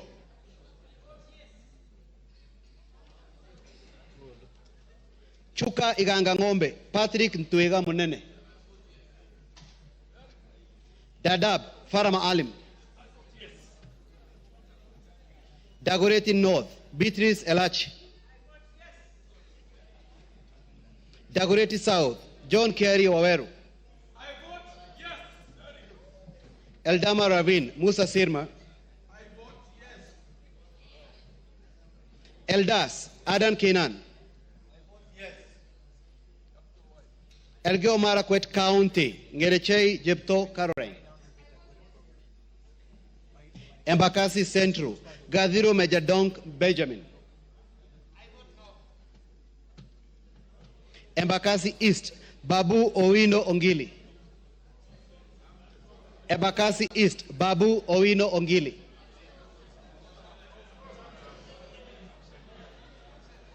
Embakasi North James Gakuya. Embakasi South Julius Mawade.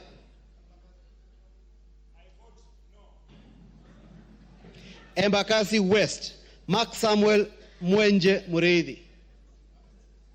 Embakasi West Mark Samuel Mwenje Mureithi.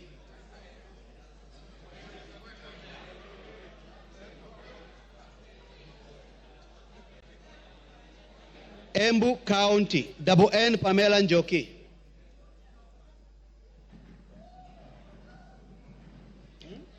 Mgwen. No. Mgwen. Lelmengit Jose Gipto.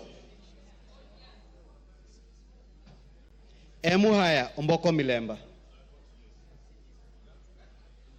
Emura Dikir Johanna Ngeno. Endebes Robert Pukose. Fafi Yakub Farah. Funyula Oundo Wilberforce. Galole Said Buya Hiribai Said Poster. Ganze Charo Kenneth Tungule. Garissa County Udgon Amina Siad.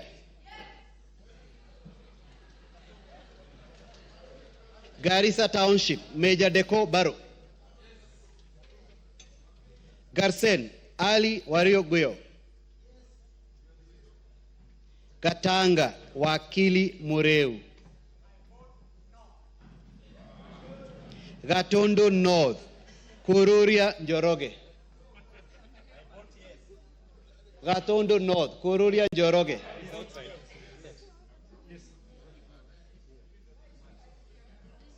Gatondo South, Gabriel Gaduka Kagombe. Gem, Elisha Odhiambo. Gichugu, Robert Gichimu. Gilgil, Mother Wangari Wanjira. Wangari Wanjira. Gilgil, Mother Wangari Wanjira. Githunguri, Gathoni wa Mochomba. Hamisi, Charles Gumini Gimose. Homa Bay County, Bensuda Joyce Osogo.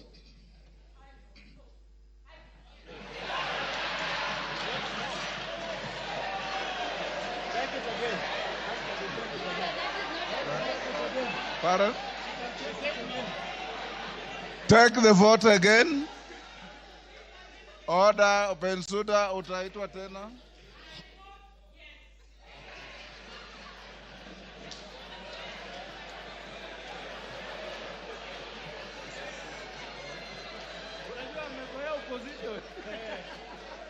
Homa Bay Town.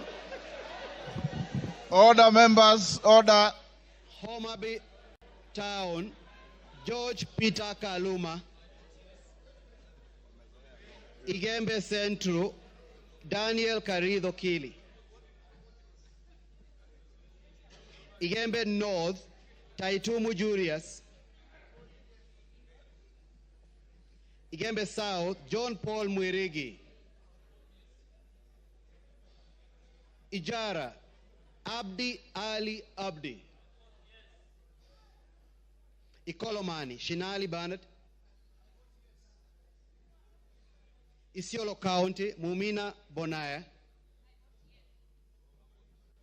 Isiolo North, Isiolo South, Bidu Tubi Mohammed.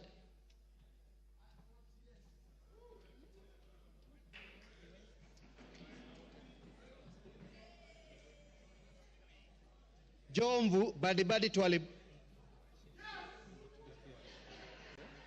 Juja George Koimburi.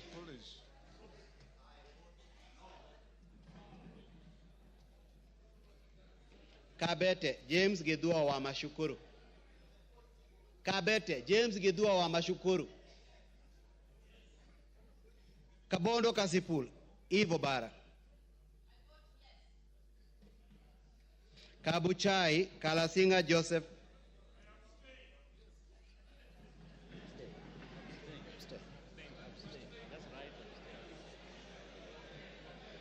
Kacheliba Lote Titus. Kacheliba Lote Titus. Kaiti Joshua Kivinda Kimilu. Kaiti Joshua Kivinda Kimilu. Kaiti Joshua Kivinda Kimilu.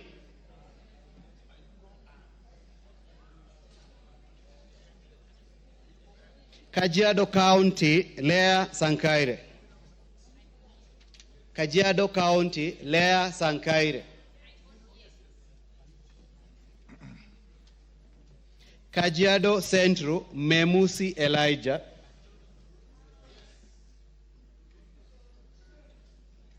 Kajiado East, Kakuta Maimai. Kajiado North, Onesimus Ngogoyo. Kajiado South, Parashina Samuel Sakimba. Kajiado West, Sunkuya George. Kakamega County, Elsie Muhanda. Kaloleni, Paul Katana. Kamukonji, Hassan Yusuf. Kamukunji Hassan Yusuf. Kamukunji Hassan Yusuf.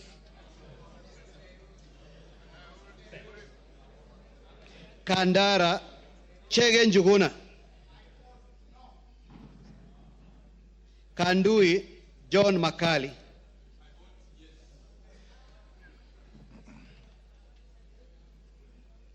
Kangema Peter Kihungi. Kagundo Fabian Chule. Kapenguria Samuel Moroto. Kapsaret Oscar Sudi. Kapsaret Oscar Sudi.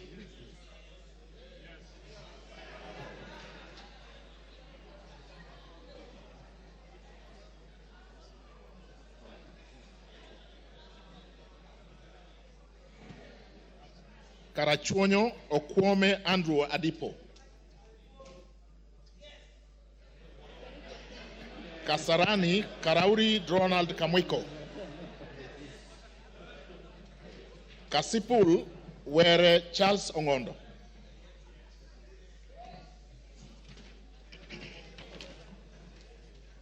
Kathiani Mbui Robert. Keyo North Korir Adams Kipsanai. Keyo South Kipkoech Gideon Kimayo. Kericho Kemei Beatrice Chemweno. Keses Ruto Julius Kipleting.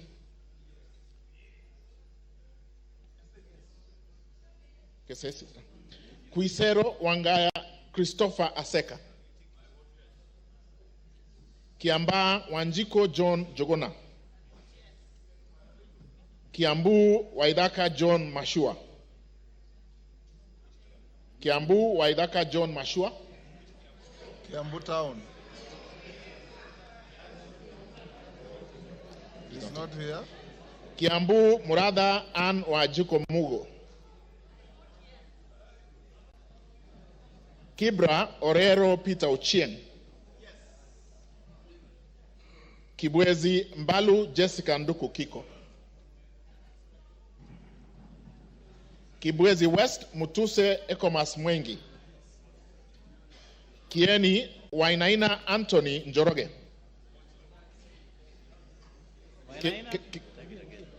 Kieni Wainaina Anthony Njoroge. Kigumo Munyoro Joseph Kamau. Keharu Nyoro Samson Dindi. Kikuyu Eshungwa Anthony Kemani. Kilgoris Sunkuli Julius Lekakeny. Kilifi Mwanyanje Gertrude Mbeyu. Kilifi North Baya Owen Ya. Kilifi South Kitty Richard Ken Chonga. Kilome Zambia Thaddeus Ketua. Kimilili Mutua Didmas Wekesa Barasa. Kiminini Bisao Morris Kakai. Kinango Rai Samuel Gonzi. Gonzi Rai.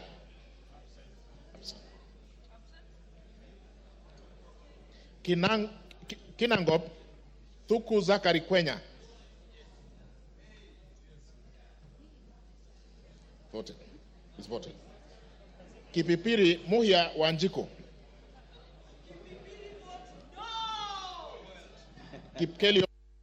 Kipkelion East Cheroro Joseph Kimutai. Kipkelion West Hilary Kiplangat Kosgei. Kirinyaga Jen Jerry Maina. Kirinyaga Central Gitari Joseph Gashoki. Kirinyaga Central Joseph Gashoki Gitari. Kisauni Bedzimba Rashid Juma. Kisi Donya Doris Aburi. Kisumu, Busia Ruth Adhiambo Odinga. Kisumu Central, Oron Joshua Odongo. Kisumu East, Ahmed Shakil Ahmed Shabir. Kisumu West, Rosa Akinyibuyu. Kitui, Irene Modoni Kasalu. Kitui East, Nimrod Midhuka Mbai. Kitui Central, Makali Benson Mulu. Kitui Rural, Mboni David Mwalika. Nyamai Rachel Kaki, Kitui South. Edith Vethi Nyanze, Kitui West. Mokaya Nyakundi Japheth, Kitutu Chache North.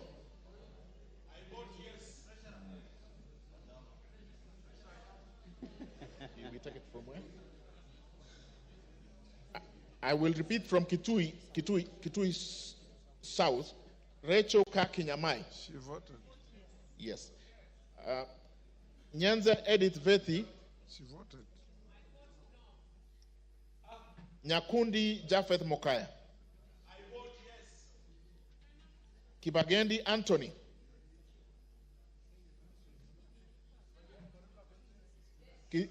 Kitutu Chache South.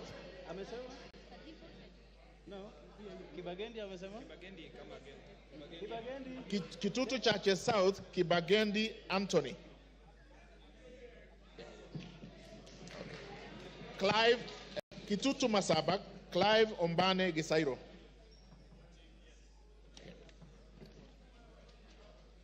Konoin, Brighton Leonard Yegon. Kuresoi North, Mutai Alfred Kibrono. Kuresoi North. Okay. Joseph Kipkoske Tanui, Kuresoi South. Okay.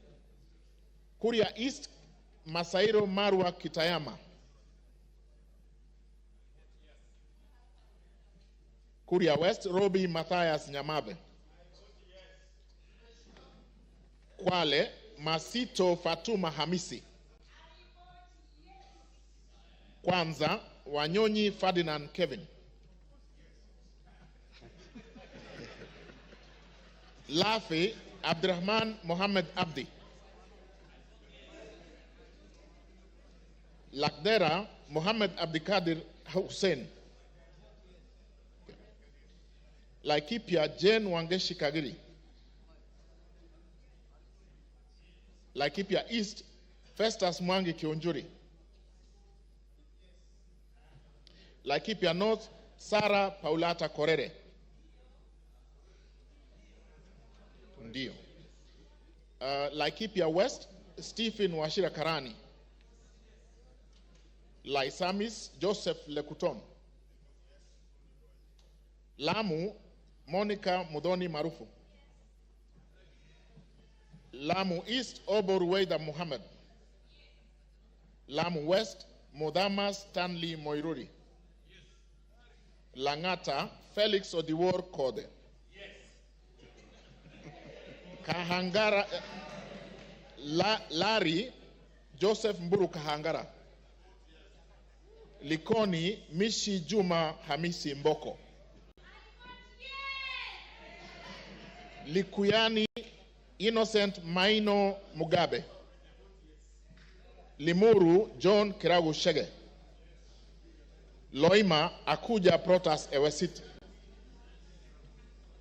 Luanda, Dick Maungu Oyugi.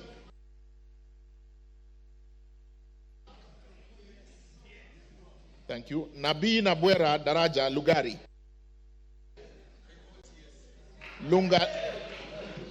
Lunga Chiforomondo Mangale Munga.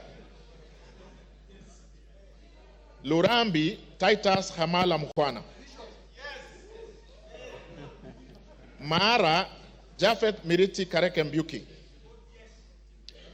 Machakos Joyce Kamene.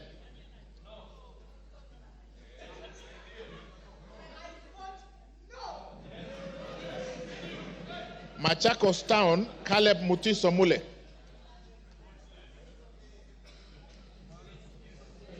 Okay. Yeah, but George Aladwa Omwera Makadara.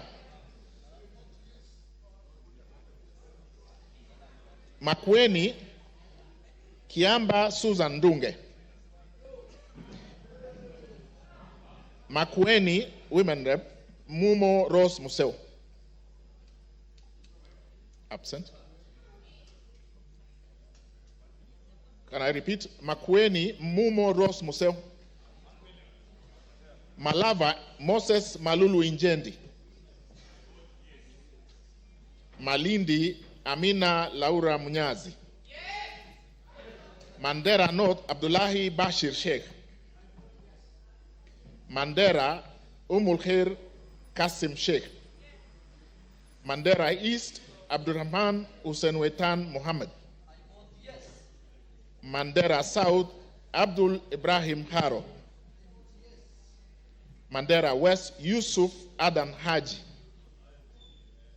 Manyata John Gitonga Mwaniki Mukunji.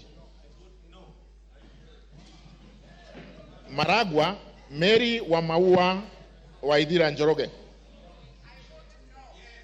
Marakwet East David Kangogo Bowen. Marakwet West Timothy Kipchumba Toroitich. Marsabit Naomi Jilo Wako.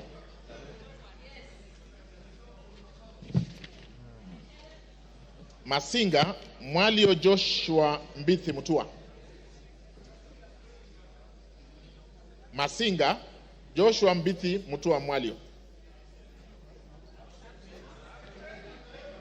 Matayos Geoffrey Makoha Modanga. Madare Anthony Oluoch. Madioya Edwin Mugo Gishoki. Okay. Madira Kahugu Eric Mwangi.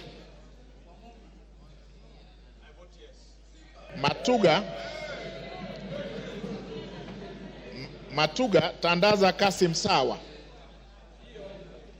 Okay. Matungu Nabulindo Peter Oscar. Is there. Yeah, Tandaza is there. Can I repeat Matuga? Matuga Tandaza Kasim Sawa. Okay, asante. Matungulu Mule Stephen Mutinda.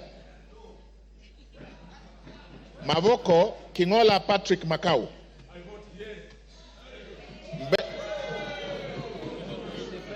Mbera North Geoffrey Kariuki Kiringa. Mbera South Nebat Bernard Murioki. Mboni Nzioka Erastus Kivasu. Meru Kailemia Elizabeth Karab. Migori Mohammed Fatuma Zainab. Mogotio Kiborek Ruben. Moiben Phyllis Chepkemoy Barto. Molo Francis Kuria Kimani. Mombasa Zamzam Muhammad Chimba. Mosob Abraham Kipsang Kirwa. Moyale Jaldesa Guyo Wako. Msambweni Jaldesa. Okay, capture, thank you. Msambweni Badr Salim Faisal. Mount Elgon Fred Kapondi Chesebe. Muhoroni James Onyango Oyo. Mukorweini Gishoi Kagusha John Philip. Mumias East Salasia Peter Kalerwa.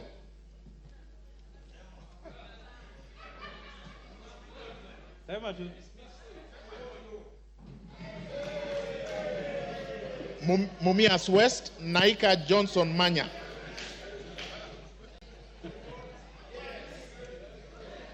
Moranga Betty Njeri Maina. Mvita Mohamed Saud Machele, Mwala Musau Vincent Musyoka,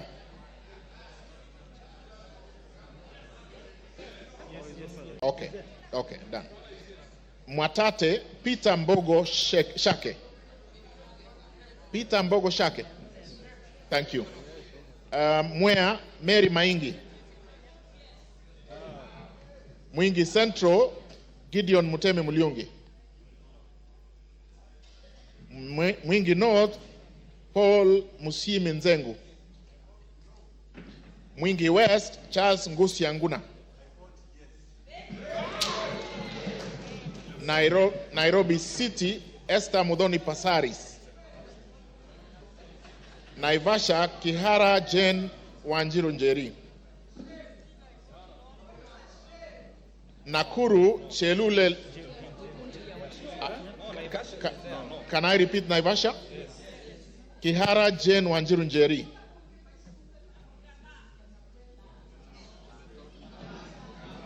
Nakuru Liza Chepkorir Chelule,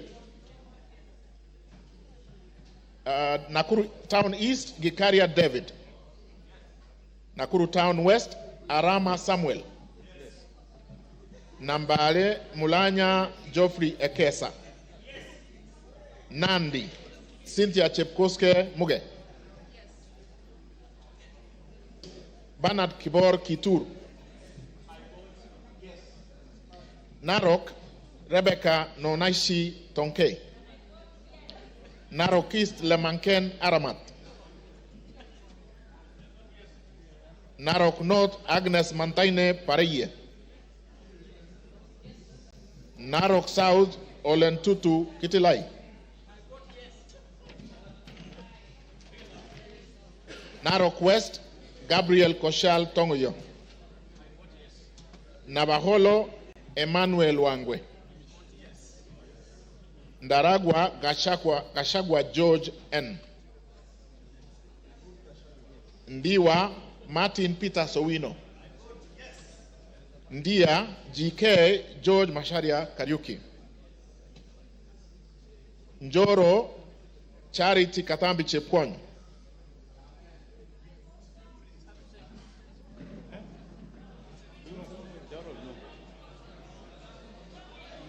North Hor Guyo Adi Wario, North Imenti Abdul Rahim Dawood, North Mogirango Joash Nyamache Nyamoko, Nyakach Joshua Aduma War, Nyali Mohammed Ali Mohammed, Nyamira Jerusha Momanyi Mongina. Mohammed Ali is here. Yes, he's voted. I repeat, Nyamira Jerusha Momanyi Mongina. Thank you. Nyandarua Getao Faith Wairemo. Nyando Okelo Jared Odoyo. Nyando votes yes. Yaribari Chache Zahir Janda. Yes. Yaribari Masaba Daniel Ogwo Kamanduku. Nyatike Tom Boya Odege. Nyeri Rahab Mokami Washira.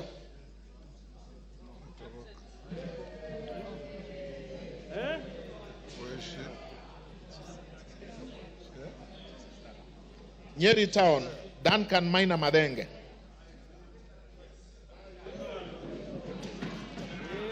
Oljororok Moshira Michael Mwangi. Olkalau David Juguna Kiaraho. Odaya Michael Wambogo Wainaina. Pokot South David Losiakau Kosing. Rabai Mupe Anthony Nkenga. I have been asked to repeat Pokot South. He said yes. Pokot South, Kosing David Losiakau. Thank you. Rabai Anthony Kenga Mupe. Rangwe Gogo Linian Achieng. Rarieda Amolo Paul Otiende. Rongai Paul Kibet Chebor. Rongo Paul Abur. Roysambu Agustin Kamade Mwafrika. Ruaraka Francis Kajwang Tom Joseph. Roiro Kingara Simon Nganga. Runyanjes Karemba Eric Muchangi Njiru. Sabatia Sloya Clement Logova. Saboti Caleb Amisi Luyai. Saku Raso Dido Ali. Samburu Pauline Lenguris. Samburu East Jackson Lekumuntare Lentoijoni. Samburu North Dominic Eli Letipila. Samburu West Josephine Naisula Lesuda. Seme James Wambura Nyikal. Shinyalu Frederick Lusuli Ikana. Siaya Odwor Christine Ombaka. Sigor Peter Lochakapong. Sigor Awetsoin Justice Kipsang Kemei. Sirisia John Waluke Koi. Sotik Francis Kipiegon Arab Sige. South Imenti Idinji Shadrach Mwiti. South Mugirango Onyego Silvana Sosoro. David Kiplagat. Starehe Maina Mwago Amos. Suba North Millie Grace Akoto Diambo. Suba South Karoli Omondi. Subukia Kashobe Samuel Kenudia.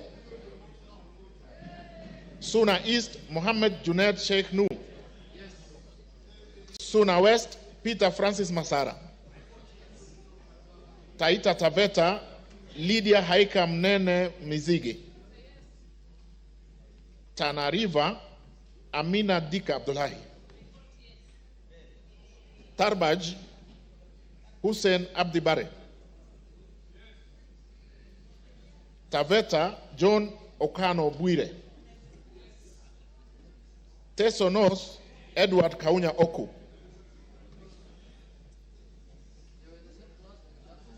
Teso South, can I repeat Teso North?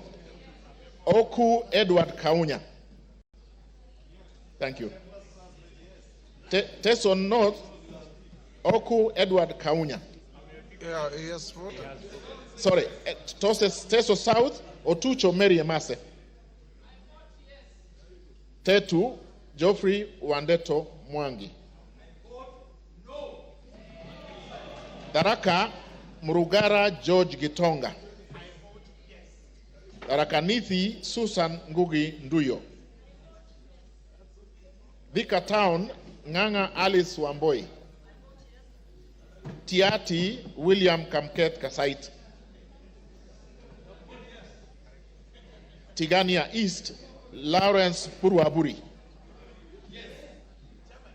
Tigania West, John Kanwithia Motunga. Tinderet, Julius Melikibiwot. Tongaren, John Murumba Chikati. Transoia, Lilian Chebetsiyoy. Tarbo, Janet Chepkemboy Sitiene. Turkana, Cecilia Asinyen Gitit. Turkana Central, Joseph Namwar Emathe. Turkana East, Nicholas Ngikor Nixon Ngikolong.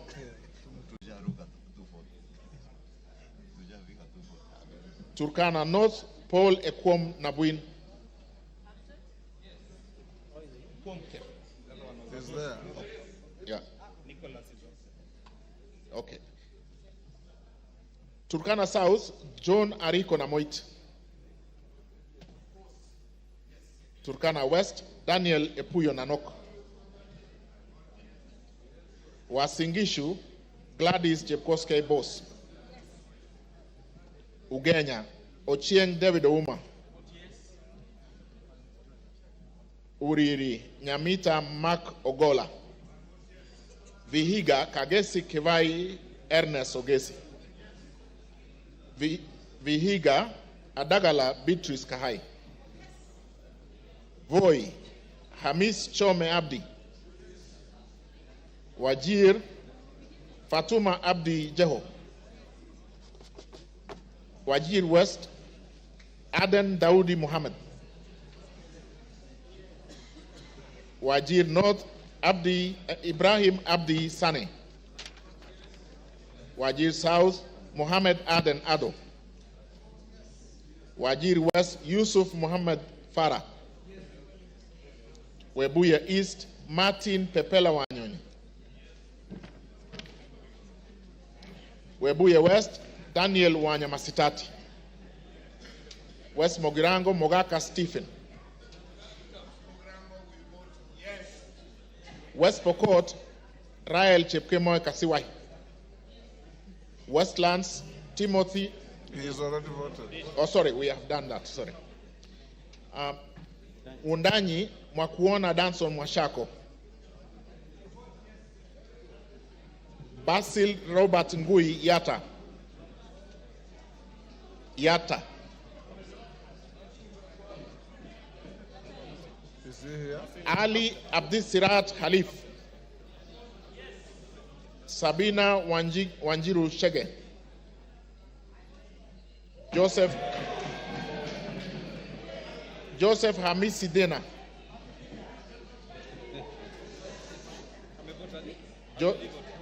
My vote yes. Joseph Hamisi Dena. Okay. Suleka Hulbale Harun. Dorothy Mudoni Kiara. Joseph Wainaina Iraya. Irene Joseph Wainaina Iraya. He's voted. Okay. Yes. Irene Nyakerario Mayaka. Umulher Harun Muhammad. Teresia Wanjiro Mwangi. No. Abubakar Ahmed Tali. Yeah. Abubakar Tali. Thank you. You finished? Honorable members, order. Is there any member present who has not had his or her name called out? Is there? Yes.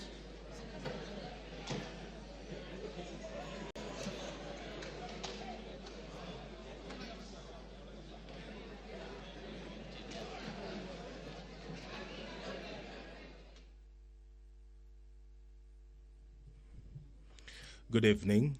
You are watching the sitting of the National Assembly this evening, where the members have been voting on the proposed impeachment of the Deputy President, Rigathi Gachagua.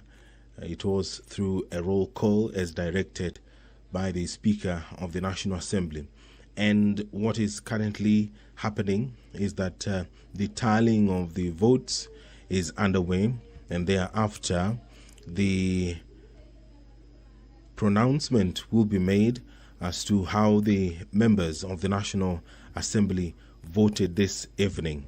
This special motion was moved by the Honourable Member Mwengi Mutuse, and in that special motion he did list 11 grounds on the reasons as to why the Deputy President, Rigathi Gachagua, should be impeached as Kenya's second in command. The Member of Parliament cited gross violation of various articles, and also he did cite serious reasons to believe that the Deputy President has committed gross economic crimes under Section 45, subsection 1, Section 46, Section 47A3, and Section 48(1) of the Anti-Corruption and Economic Crimes Act, and Section 2, 3, 4, and 7 of Proceeds of Crime and Anti-Money Laundering Act.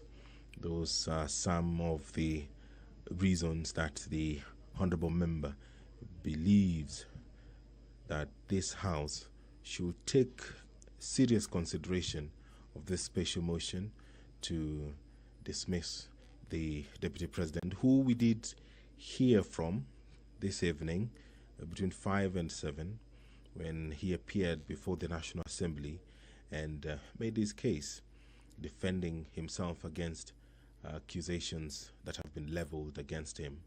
And in a couple of minutes, we will hear the results of this division, this historic constitutional moment for the country. And all that you will watch live courtesy of the Parliamentary Broadcasting Unit in conjunction with the Kenya Broadcasting Corporation. The National Assembly was guided by the standing orders, the procedure for removal of the Deputy President, where a member proposes the removal of the Deputy President on the grounds of physical or mental incapacity in terms of Article 150, Sub-Article 1A of the Constitution, Standing Order 63, which talks about the procedure for removal of President on grounds of incapacity shall, with necessary modifications, apply. And Part 2 of the Standing Order 65, where a member proposes to impeach the Deputy President in terms of Article 150, Sub-Article 1B of the Constitution, Standing Order 64, procedure for removal of President by impeachment shall apply with necessary modifications. So the members have been debating, and we will hear the result of this process anytime from now.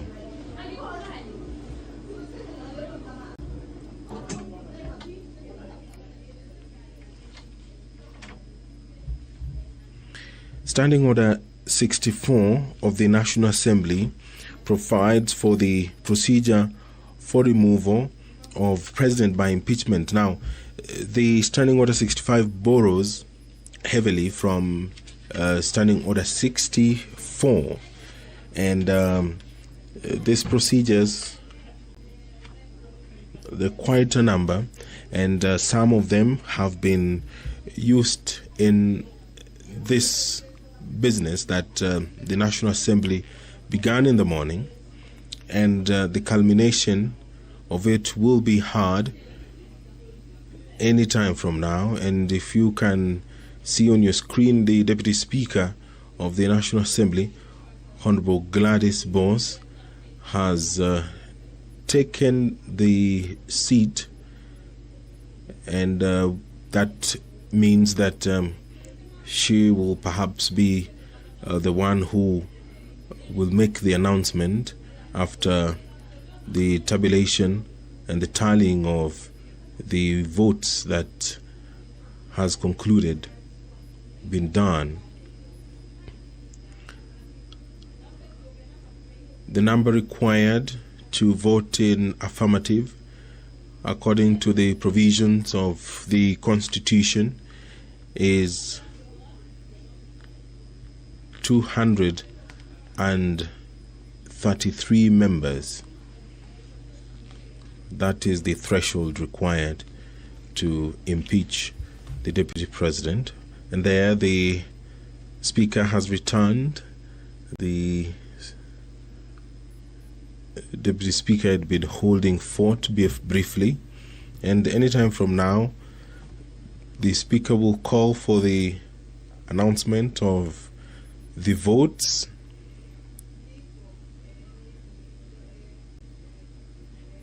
which are currently being verified. It was a requirement that voting be done via roll call, and any moment from now we will be hearing the result of that roll call.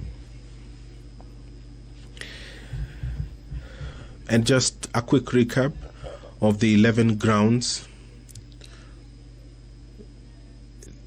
which were outlined by the Honorable Member Mwenge Mutuse. That one, the Deputy President has persistently made utterances threatening to discriminate, exclude and unlawfully deny sections of the people of Kenya and regions of the Republic of Kenya equal opportunities for public service appointments and allocation of public resources. Ground 2, the Deputy President has made unilateral public statements inconsistent with policy positions collectively adopted by the government and contradicted the President on critical matters of governance and the exercise of the President's functions as a symbol of national unity. Ground 3, that His Excellency the Deputy President interfered with the running of Nairobi City County Government by inciting citizens against the lawful directives of the county government on the planning and relocation of markets and publicly disparaging the leadership of the county government and its decisions. Count 4, gross violation of Article 160, Sub-Article 1 of the Constitution on the institutional and decisional independence of judges. That His Excellency the Deputy President has undermined institutional and decisional independence of a judge through public attacks on a judge of the High Court of Kenya and falsely threatening to file a petition for the removal of the said judge in a matter in which he was a party. Number 5, that His Excellency the Deputy President breached his oath of office and allegiance on account of the utterances and actions attributed to the Deputy President under grounds 1, 2, and 3. And count 6, serious reasons to believe that His Excellency the Deputy President has committed crimes under Section 13(1)(a) and Section 62 of the National Cohesion and Integration Act. That His Excellency the Deputy President has persistently made inflammatory, reckless, and insightful public utterances over the last 2 years in contravention of the law. Charge 7, serious reasons to believe that His Excellency the Deputy President has committed gross economic crimes under Sections 45(1), Section 46, Section 47(a)(3), and Section 48(1) of the Anti-Corruption and Economic Crimes Act, and Section 2, Section 3, Section 4, and Section 7 of the Proceeds of Crime and Anti-Money Laundering Act.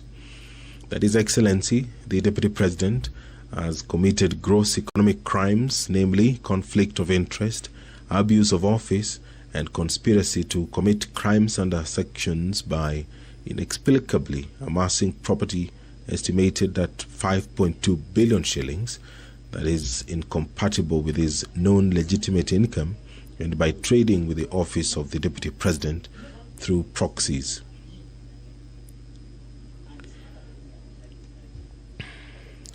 Charge 8, serious reasons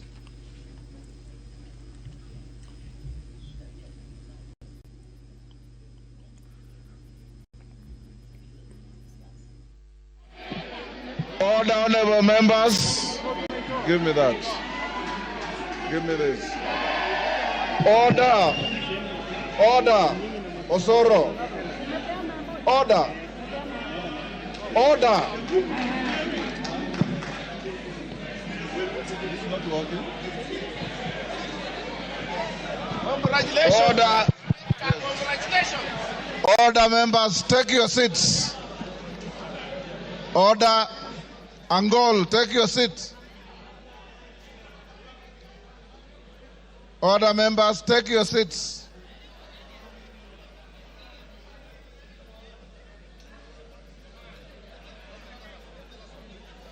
Yeah, I know. Yes. Where's that gentleman not? Order, members, order. Take your seats. Order, honorable members, take your seats for the tellers.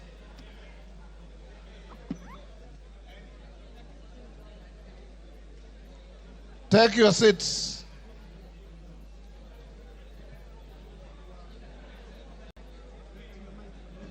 Honorable members, Haika, take your seat. Aburi, take a seat.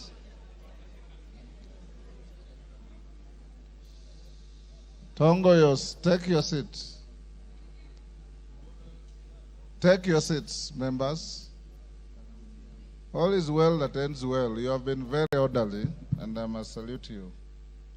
Tell us, you may now approach the chair and announce the results.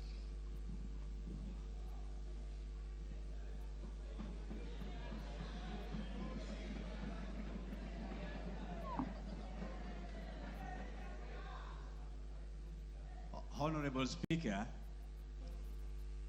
based on the responsibility you bestowed on me, Jared Okello, MP for Nyando, Zahir Janda, Honorable Onesmus Ngogoyo, and Honorable Njeri Maina, we are here to declare the results as follows, Honorable Speaker.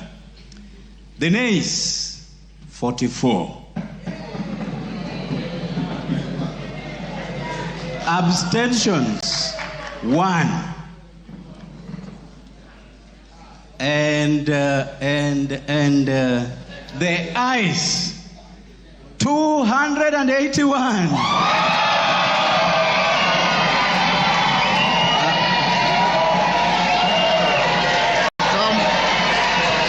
Come forward.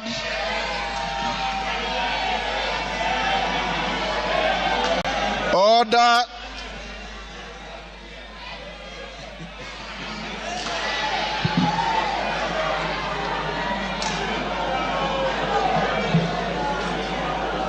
Take your seats.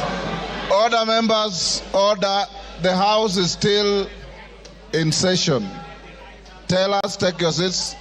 Bensouda, take your seat.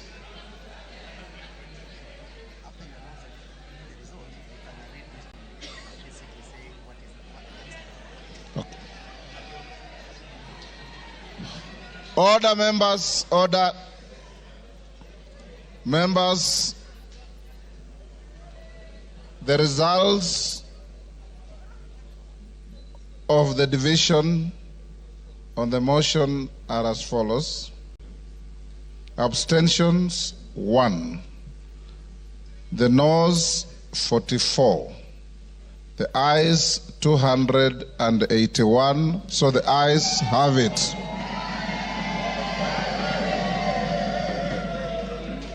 And the results brought to the Speaker are duly signed by all the 4 nominated tellers.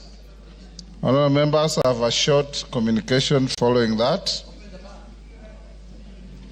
Before. Order. The House is still in session. I have the following communication to make, honourable members, before we open the bar.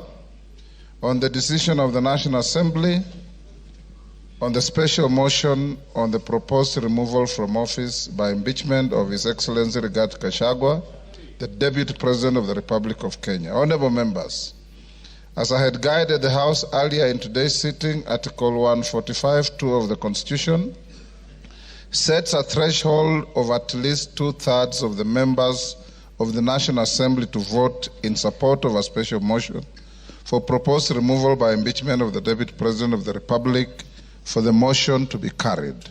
According to the results of the division on the motion that I've just declared, A total of 281 members, being more than 2/3 of the members of the National Assembly, have voted in support of the motion. Article 145(2)(a) of the Constitution provides that, I quote, if a motion under Clause 1 is supported by at least 2/3 of all members of the National Assembly, the Speaker shall inform the Speaker of the Senate of the resolution within 2 days. In this regard, I'll proceed to discharge the singular duty placed on me by Article 145(2)(b) of the Constitution and under which to notify the Speaker of the Senate of the resolution of the National Assembly. The clerk is directed to prepare the necessary documentations to accompany the resolution. The House will resume tomorrow, Wednesday, 9th October 2024, at 9:30 a.m. to resume with the regular business as scheduled by the House Business Committee. I thank you. Members, will you now be upstanding? Draw the bar. Draw the bar. Open the doors. Order, honorable members. Order. Order. Order, order, members. The House will now be adjourned until tomorrow, 9:30 a.m.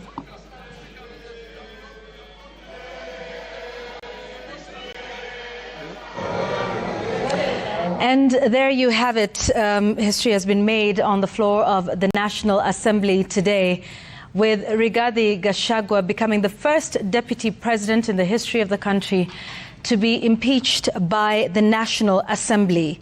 281 members of National Assembly voting to impeach the deputy president, Rigathi Gachagua. 44 members voting nay, with 1 abstention. So once again, 281 members of National Assembly voting to impeach the Deputy President of the Republic of Kenya. And that number